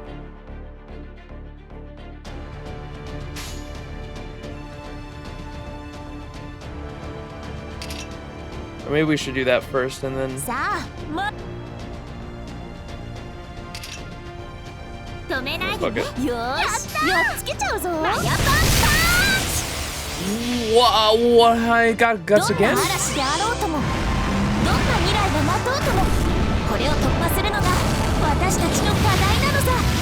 ボンビアージョ、また会おう、諸君。They have just infinite guts?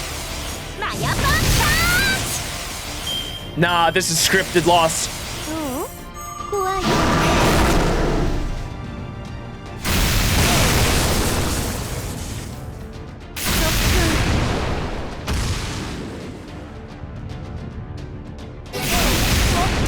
There's no way. It has to be a scripted loss. Okay, I was like, there's no fucking way. Fucking infinite guts.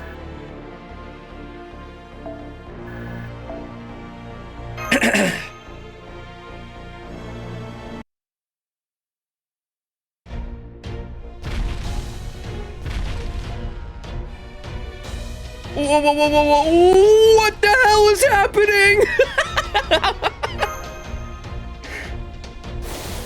Tepu, look out! It's taking everything I've got just to hold back one of those legs.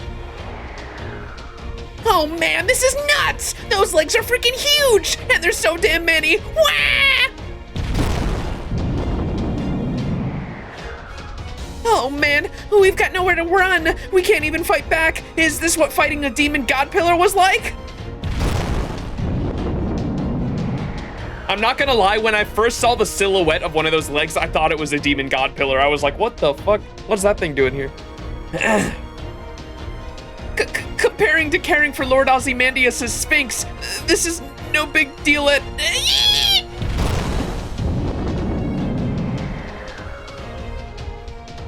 See? I told you I went out of my way to trample you personally. This is my boundless gorge, the heavenless echo shrine. Ishtar used Gugalana as a divine beast. I don't need a divine beast that only goes around wrecking havoc though. Terrible use of resources. No, all I need for my shrine are its legs, and as you can see, for the cost of a single Gugalana, I can command a bunch of its legs at once. Look at her eyes, so pretty. I can't believe you're only using Gugalana's legs. This is terrible. What happened to your kind heart? Ouch, we're completely outmatched, aren't we? I never thought she would gather every Gugalana in the underworld in one place. It seems we're surrounded by leg walls. Looks like we'll have to try our luck again some other time. This motherfucker. Don't give up. The only thing I can do for you now is pray for your success. Doomizid, out.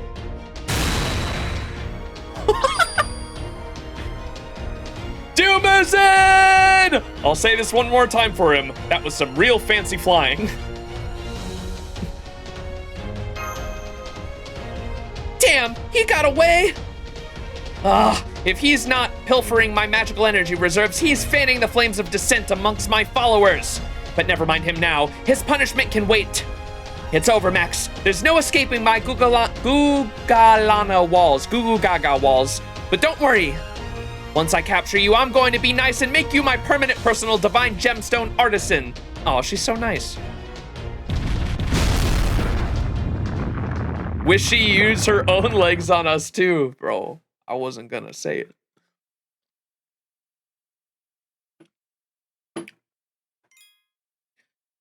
Throw me in a fucking leg lock, yo.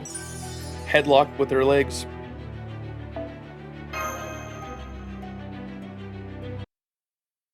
Even in that form, she loves Gouda. Let's go. What a horrific ordeal. Where are we now? Is this the oasis? Yes, it is. I didn't know what was going to happen to us when those legs sent us flying, but it seems we're still alive, at least for the time being.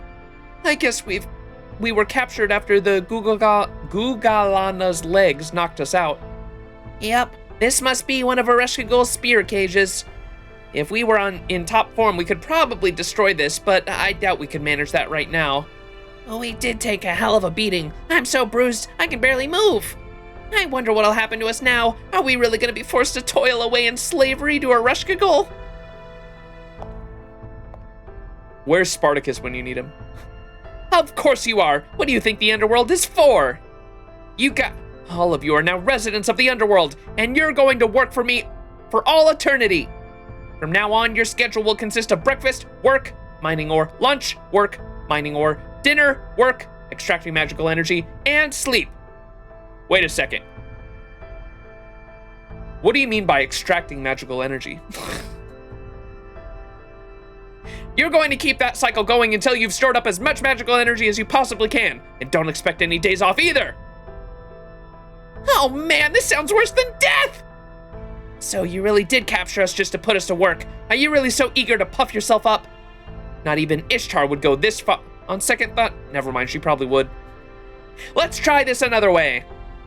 You said you made an oath to yourself that you would be the ideal goddess to rule the underworld. Does that mean you need to build up a ton of magical energy to rule the underworld properly? Not really. I just want to make my slaves work as much as possible, like they did in Egypt with the pyramids. That is not even remotely accurate! Nitocris. The pyramid's construction was a strictly above-board affair, conducted entirely in line with good labor laws. Was it now? All the slaves were paid salaries, given regular breaks, and offered free beer at the end of the day. Our welfare system was absolutely perfect. Wait, what?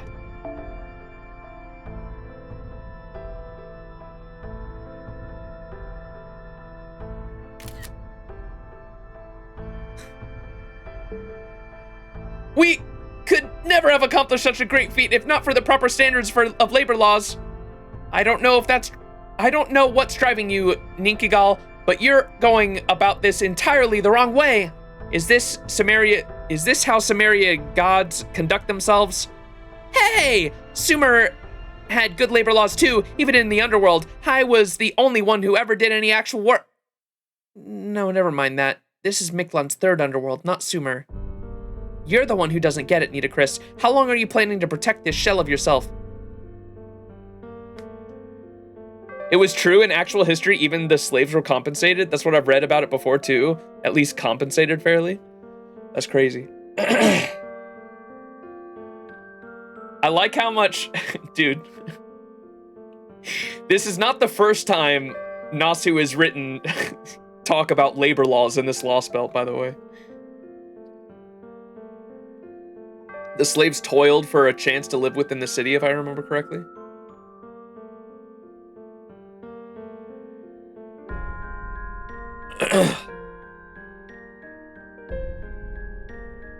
Slaves come from all walks of life, not just Hebrews, if you read the 10 Commandments. Oh, no, I know it.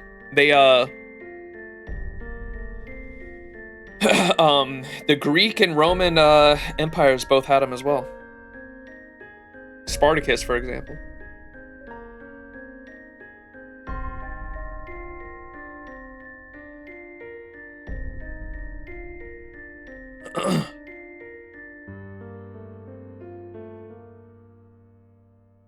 There were preserved documents of attendance records.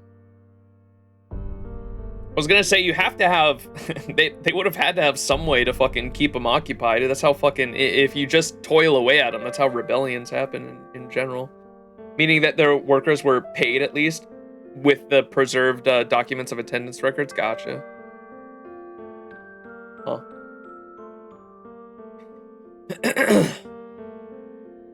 You're the one who doesn't get it, Nitocris. How long are you planning to protect this shell of yourself?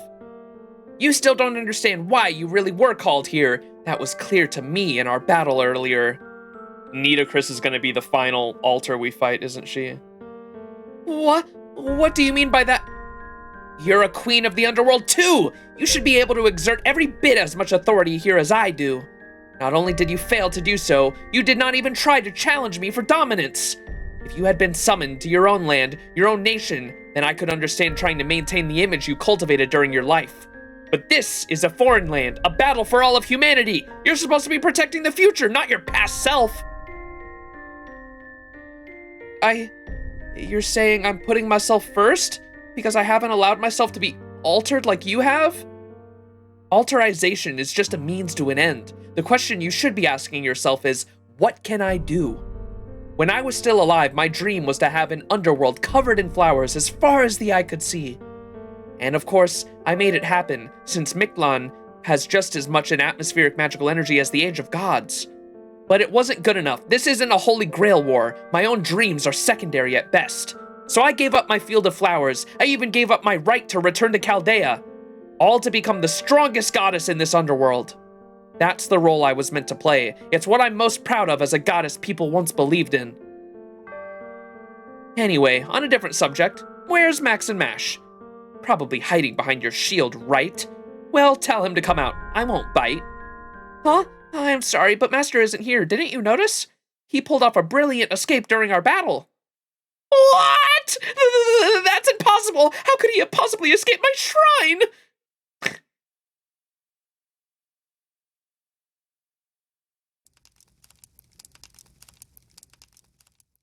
Good thing we managed to make it all out here. We're lucky this cavern was so close by. I even managed to get a fire going with the remnants of an old fire. I wonder who could have been living here. I'm guessing this is Doomazid's hideout. Doomazid, probably. I don't see him anywhere, though. More importantly, thanks for the rescue. Oh no, you were the one who helped me there. That was some great thinking. If you hadn't pointed out that the third and fourth legs were moving at different speeds, creating a gap between them, then I never would have thought to scoop you up and jump through that opening to escape. I have to say, though, it was pretty thrilling. A narrow escape as a hoof the size of a building tried to crush us. I bet. I'm sorry for making you hold back. I wonder if Mash and the others managed to escape, too. I couldn't see what happened to them. But even though Nikagal obviously saw us as enemies, she wasn't actually trying to kill us. She's probably got them in prison so she can use them as slave labor for later. I haven't been any help at all, have I? I really thought I'd be able to do more, but now that there are all these things tying my hands, so much for Kukulkan, the free-spirited wind, I wish I could apologize to Quetzalcoatl. She seems lonely. Okay, I'm gonna say something. It's true, you are a lot weaker than you seemed at first.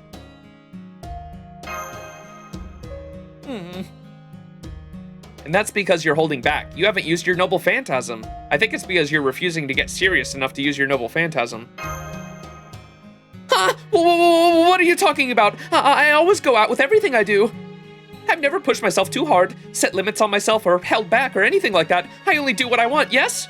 You approached us because you were interested in us, right?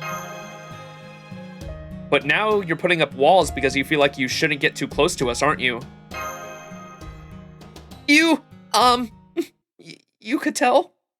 You're not exactly hard to read. No, I just happened to make a good guess. She gets even more red. Please, let that wall come down. It's okay, I won't be mad. No more walls, please. I promise, I won't be upset, even if you get serious.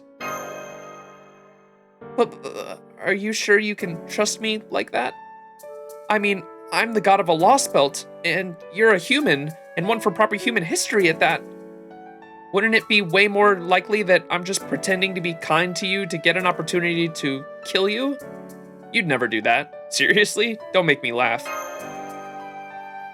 I can see from your smile that you really mean it, but how can you tell I'm not a bad god? You're essentially the same god as Quetzalcoatl. That tells me all I need to know. I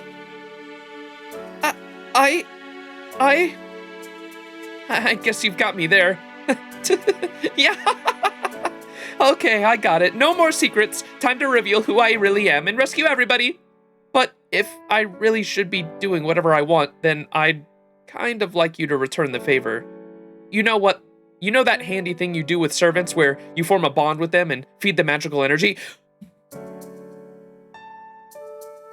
Huh?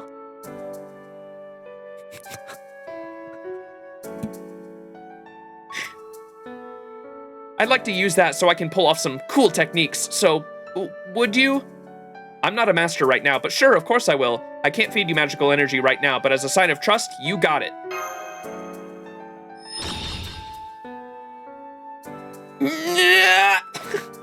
All right, I'm feeling great. Just leave it all to me, Master. I don't care how many legs of Gugulana's got. I'll beat them all with just one hit. Good, you're done talking. I have to say, seeing cultural exchange in action never fails to warm my heart. Good day, hello, how do you do, and salutations. It's me, your local golden sheep and sleep device, Doomazid. It looks like we're finally about to witness a real battle between goddesses. Way to go, Max. Holy shito. Would you object terribly to me using that sweet line you just gave as my own work? To the whole world, of course. Try it, and I'll pluck out that golden wool by hand. Only if you don't mind my handing you over to Ishtar. That's a shame, but of course, I was only joking. I'll just go ahead and seal the data from that recording into your next gift box. More importantly, I'm concerned about the others. We should go rescue them immediately, sooner even. Kukulkan, if you can defeat Ereshkigal, that will solve everything. In her mind, the ideal ruler has never tasted defeat. As she put it, if she does taste defeat, then she is no longer, by her definition, ideal. That will invalidate the oath. That is the command spell she cast on herself, and if that happens, are you picking up what I am putting down? Ereshkigal will go back to normal. She won't have to be her ideal self anymore. Exactly. Now please, get on my back, Wise Max. The key to our victory is defeating the third Underworld's Guardian without destroying the Underworld itself. Oh, Jesus Christ. He's so fluffy. All right. Last arrow for this stream, chat. 8 hours and 35 minutes in. Dude, my voice is, I don't know if you guys can hear it. My voice is fucked though. Oh my God. I haven't read this much on stream in a while. My voice is royally fucked at the moment.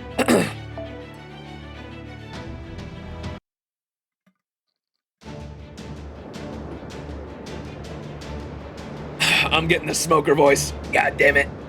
Bobby, get that shovel. We gotta go take care of gators. Well, carrying you on my back has been thoroughly dull, but I suppose uneventful is good to now and then.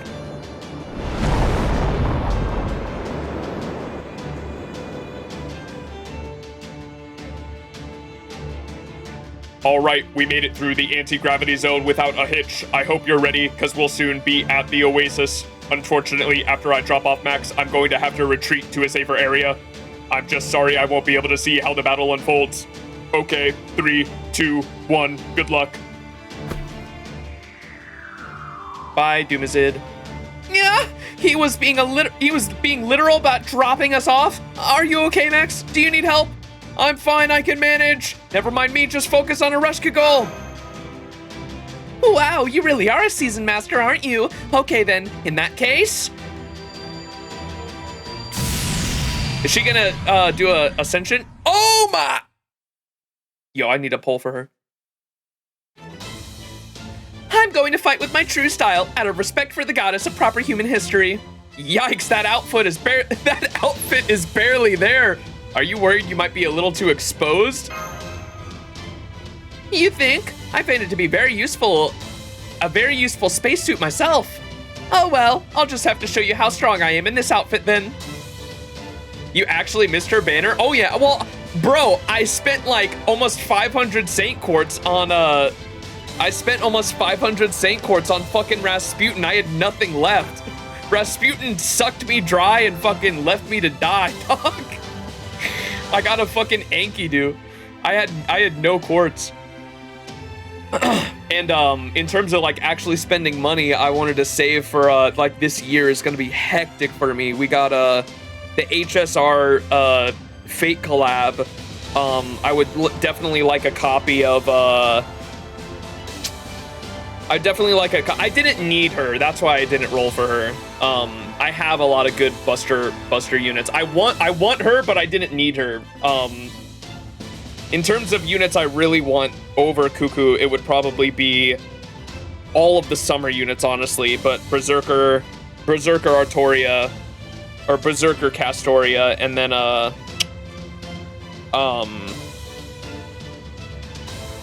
what's the name of Beast Narrow, the Beast Narrow unit as well. Luckily, Cuckoo gets another banner before the release of the next story update. Okay, there we go. At least it's not an Oberon situation then, huh? Already screwed yourself with the E6 boot hill? I know. Draco, yeah. I would like to get a copy of Draco as well. I probably don't need multiple NP copies, but just one copy would be nice because of how rare Draco is in terms of fucking... Has Draco had another banner yet on JP? Has it been 2+ years and not another banner? Like a dedicated banner? I know she was on the one... She's not even on the GSSRs, but she was on the Destiny summon, right? Oh, Arcade got a rerun. Yeah, okay, next year. Gotcha. Her only other banners during the rerun. Okay, gotcha. So at least she does have a rerun. All right. Okay, Ninkigal, it's go time. Your illegal, immoral, exploitative construction project ends now. Let's go.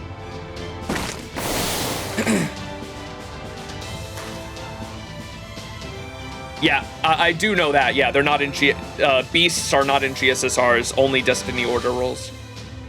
There, a perfect landing. Now, we challenge you to a rematch, Invincible Goddess. Oh, I know you did not just drop out of the sky and do a rolling landing. Knock that stuff off. You'll give me a heart attack. Anyway, you want a rematch? What can a mage who can't even summon a single servant hope to accomplish against?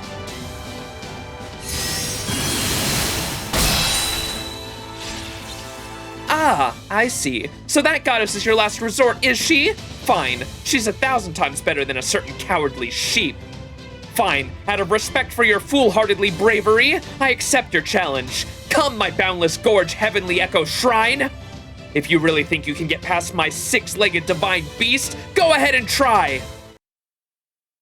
This is actually a perfect climax to end this stream on, I think. This is gonna be pretty cool seeing her Noble Phantasm for the first time. Or at least in this form, because like I said, I've seen her Noble Phantasm where she does the Praise the Sun in her 3rd Ascension.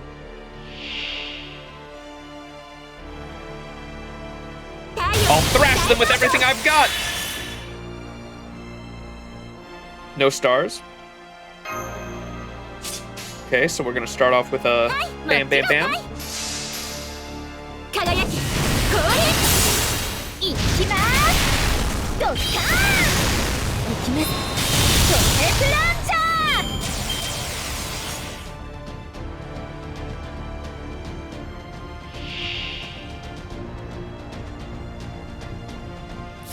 All right, Noble Phantasm time.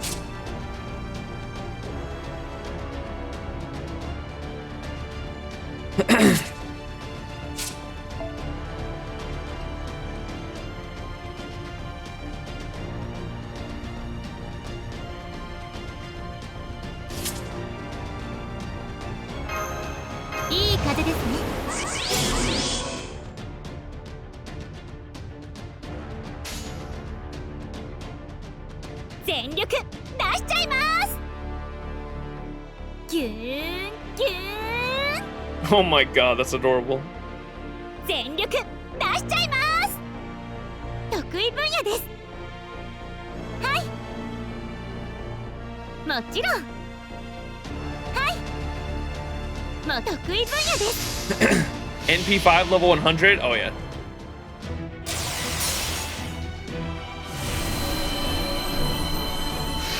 祭壇がないのなら、こうして自分でつけるまでです。Oh! It's the thing that knocked us out of the sky. Okay. What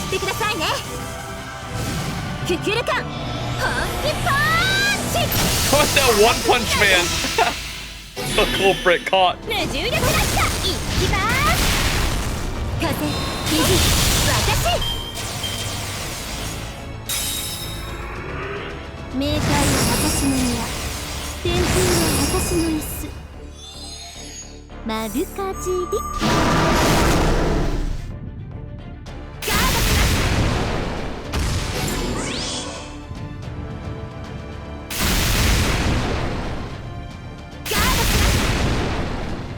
Those who already played Tsukihime, clueless. Is she in Tsukihime? What the fuck does that mean?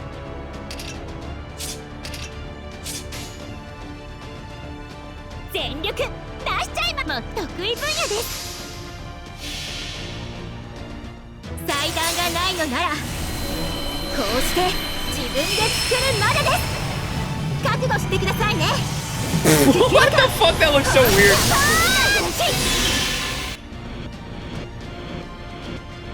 It's Arc's Lumina and Melty Blood? I don't even know what Lumina means.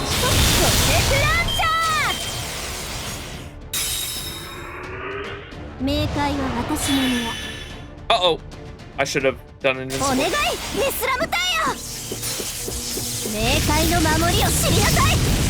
これが私の空気軽イルカルだ。 Oh, no. She takes that shit on the chin. Never mind. 懲罰開始。ガードします。どう？怖い。ガードします。はあ。全生命に愛を込めて。ぎゅーん。もちろん得意分野です。Yeah, surely I'll do a reading of Tsukihime soon. I gotta do Witch on the Holy Night first, but yeah, I'll do Senku Tsukihime after that. Surely.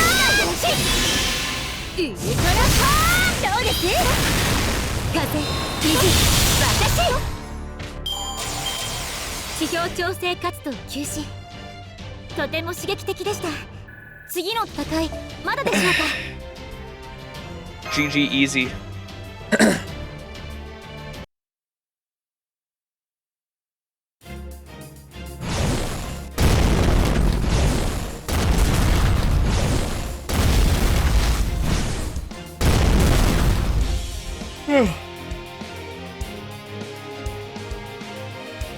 Are you freaking kidding me?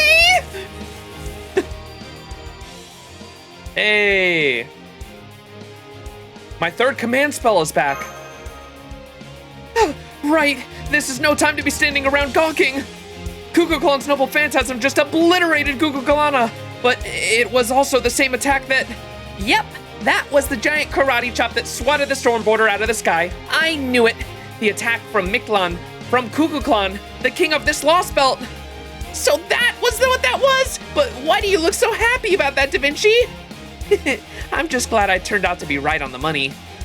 Oh my, so the one responsible for destroying the Stormborder, seriously, harming Captain Nemo, and subjecting you all to the unprecedentedly dangerous circumstances was Kukulkan?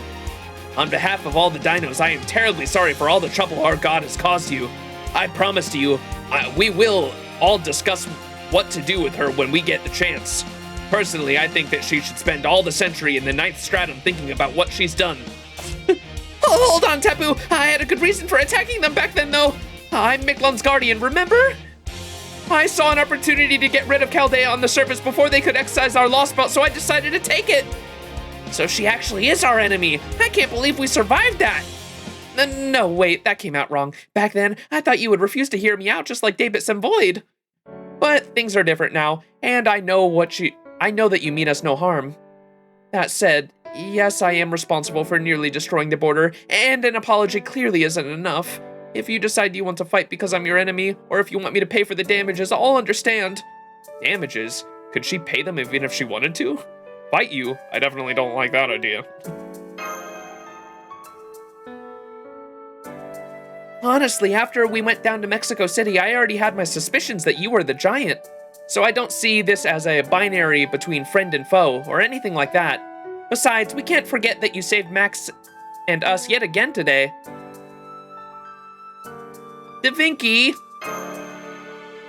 Ultimately, it'll be up to Commander Gordov to make the call, because... I love the fact that Tepu was like treating her like a scolded child. That part alone was pretty funny. The real problem is there's just no possible way we could defeat her now. So if she's willing to help us out, we don't really have any choice but to ignore the other issues. No, never mind all that. For the time being, I'm just happy that one of the potential threats has chosen to ally with us. Now, more importantly... Oh, that's right. Sorry to keep you waiting. Is now a good time? What do you want? Stop looking at me like that. I don't need your pity. I don't even know what you're still doing here. Your business in this 7th stratum is not with me, right? Now that Kukulkan's beaten me, the rule of the underworld's built upon me being the strongest goddess no longer applies. Now this is just a plain old desert that happens to be part of the underworld. I wish I could just disappear into the miserable loser I am. Why? Just come back to the border. But you're not Ninkigal anymore, right? I can't do that! Didn't the others tell you about this? Once you become a guardian, you can't leave your underworld without disappearing. Huh? Wait, you're still in your altered form, even though Senpai's regained the last command spell? Why is that? Has it just been too long? Is your mind and body doomed to remain altered forever? Of course not, but thanks to Thanks for worrying about me, Mash. Camazot might have used a command spell to alter me, but he didn't do anything against my will. I freely accepted his offer. I wanted a stronger spirit origin so I could help Chaldea better. Gosh, that's so smart of you, Ereshkigal. So you had an ulterior motive in those battles we fought all along. Yeah, that's totally what it was, right? You were totally pulling an Ishtar, weren't you? Yes, I did have ulterior motives. I just can't say what it is right now, that's all. But when the time's right, I'm gonna make you cry like a little baby out of sheer joy. So be ready for that. Huh? At any rate, I didn't go through the alterization without knowing what I was getting into. There's no telling what might happen here, right? So I'll stay behind and keep being the guardian of this underworld just in case. Didn't the first two guardians tell you they couldn't go with you? Yeah, they did. So I guess this just means you can't come back to the border no matter what? I wonder if Camazot, because Camazot's still like a mystery to us. He's like a fucking, he's like obviously not aligned with Tezcatlipoca and, he's like not aligned with anyone. He's like kind of like a loose cannon on the side. I wonder if he's setting the pieces in place. I don't know why Tezcatlipoca would have given the command spells to... I'm not sure why Tezcatlipoca would have given the command spells to Camazot, because that is what happened at the beginning of the Lostbelt, right? We gave our command spells to Tezcatlipoca, and Tezcatlipoca gave our command spells to Camazot to do as he pleased with them. And I get the feeling that Camazot is like putting the pieces in place to slow down like Ort's advancement maybe when he wakes up. If Ort wakes up and has to go through all the stratums in the underworld, I wonder if each one of these guardians being stronger as an alter can like slow Ort down. Does that make sense? I wonder if like he's putting the pieces in place for that. That's the only thing I can think of, because why else would Camazot specifically go to each one of these stratums and place one of our servants as a guardian there and specifically turn them into altars? It was for a specific reason, and that's the only thing I can think of. Trade, not give? Or we traded so we could leave the underworld. That's right, because we would have stayed there forever otherwise, right? So we could leave alive. Yeah, they did. So I guess this means you can't come back to the border no matter what? But it's okay. Don't worry about me. Even if I've gone a little evil and delinquent, I'm still Ereshkigal, the goddess of the underworld and servant of Chaldea. I'll help you to the end, no matter what you face. Didn't Kukulkan just hand you your ass, though? Are you sure you're okay? Maybe you want to change your mind about coming with us. I was going to recover my strength after you left, okay? Now go on and get out of here. Also, Kukulkan, you basically sucker punched me earlier. I know I kind of went with it, though, and fought you in midair, but I'm at my best when my feet are planted on solid ground, okay? So don't think this means you have me beat. I won't lose to you next time. Oh, of course. We're still tied at 1 win and 1 loss each. Next time, I'll take 2 out of 3 wins. 2 out of 3? What do you mean by... Oh, I see. Next time would make it the best of 3 situation, huh? Fine, get excited about it if you want. Just know that if we ever fight again, I'll have a noble phantasm that surpasses Gugalana and Meslamitea.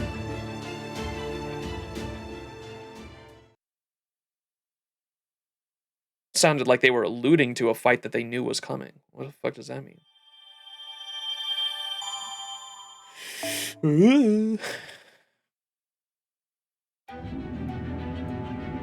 Bedge time.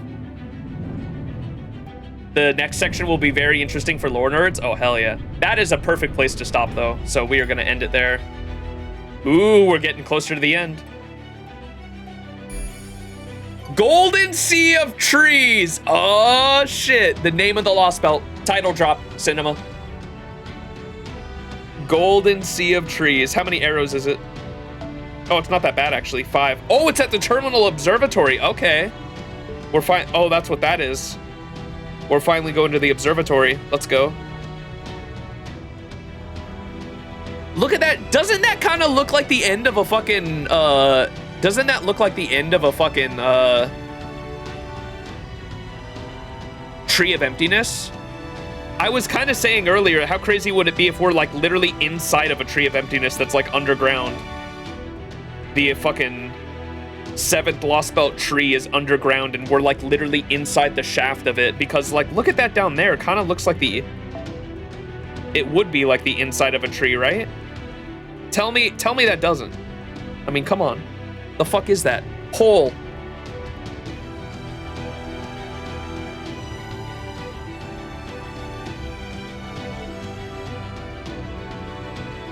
I don't know what's going on, but this is peak, probably. Moe has not seen the trees, I know.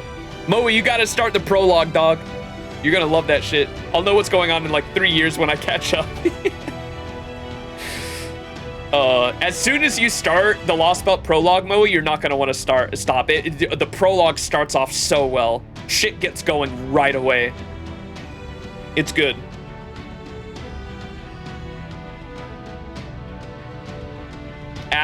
Because you just watched the what's it called, Moonlight Lostrum, and like literally as Galahad said in Moonlight Lostrum, he says as soon as the clock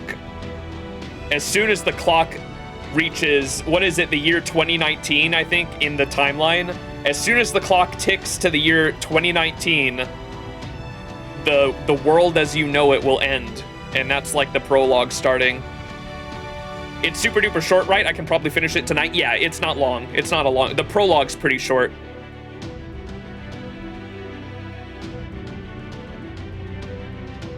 Yeah, I saw some silly people showing up in Chaldea in that ep, so I don't know what's gonna happen, but I know it's gonna be fucked, yeah. Galahad, I'm a held out, yeah, literally. He said, good luck, I won't be helping you. And you should just lay down and die.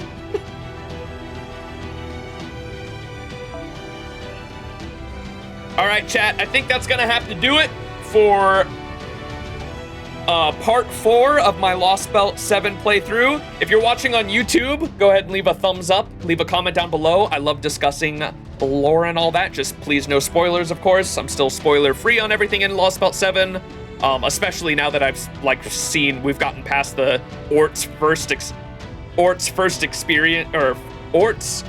I'm so tired. I'm slurring my words.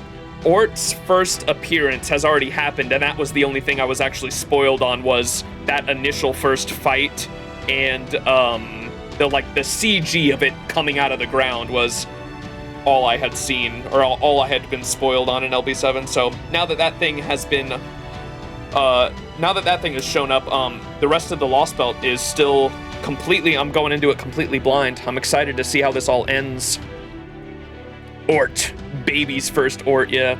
All right, peace out, everyone. Thank you all so much for watching, and I will see you all in the next stream. All right, bye-bye. 2.4 stream tomorrow morning. Yes, HSR fans, 2.4 stream tomorrow morning. Before, I'm trying to finish it before, I'm trying to do 2.4 before the servers reset, so playing for that tomorrow morning. I'm gonna get some sleep before then, because I only have a few hours before I gotta start that. Or a few hours, I said. It'll probably be like 12 hours from now, probably. All right, peace out, everyone. Love y'all. And I will see you tomorrow morning if you're going to show up for that. If you're an FGO fan, I'll see you later this week. I'll try to do another LP7 stream before the end of the week. All right, bye-bye, everyone. Love y'all. And see you next time. Peace.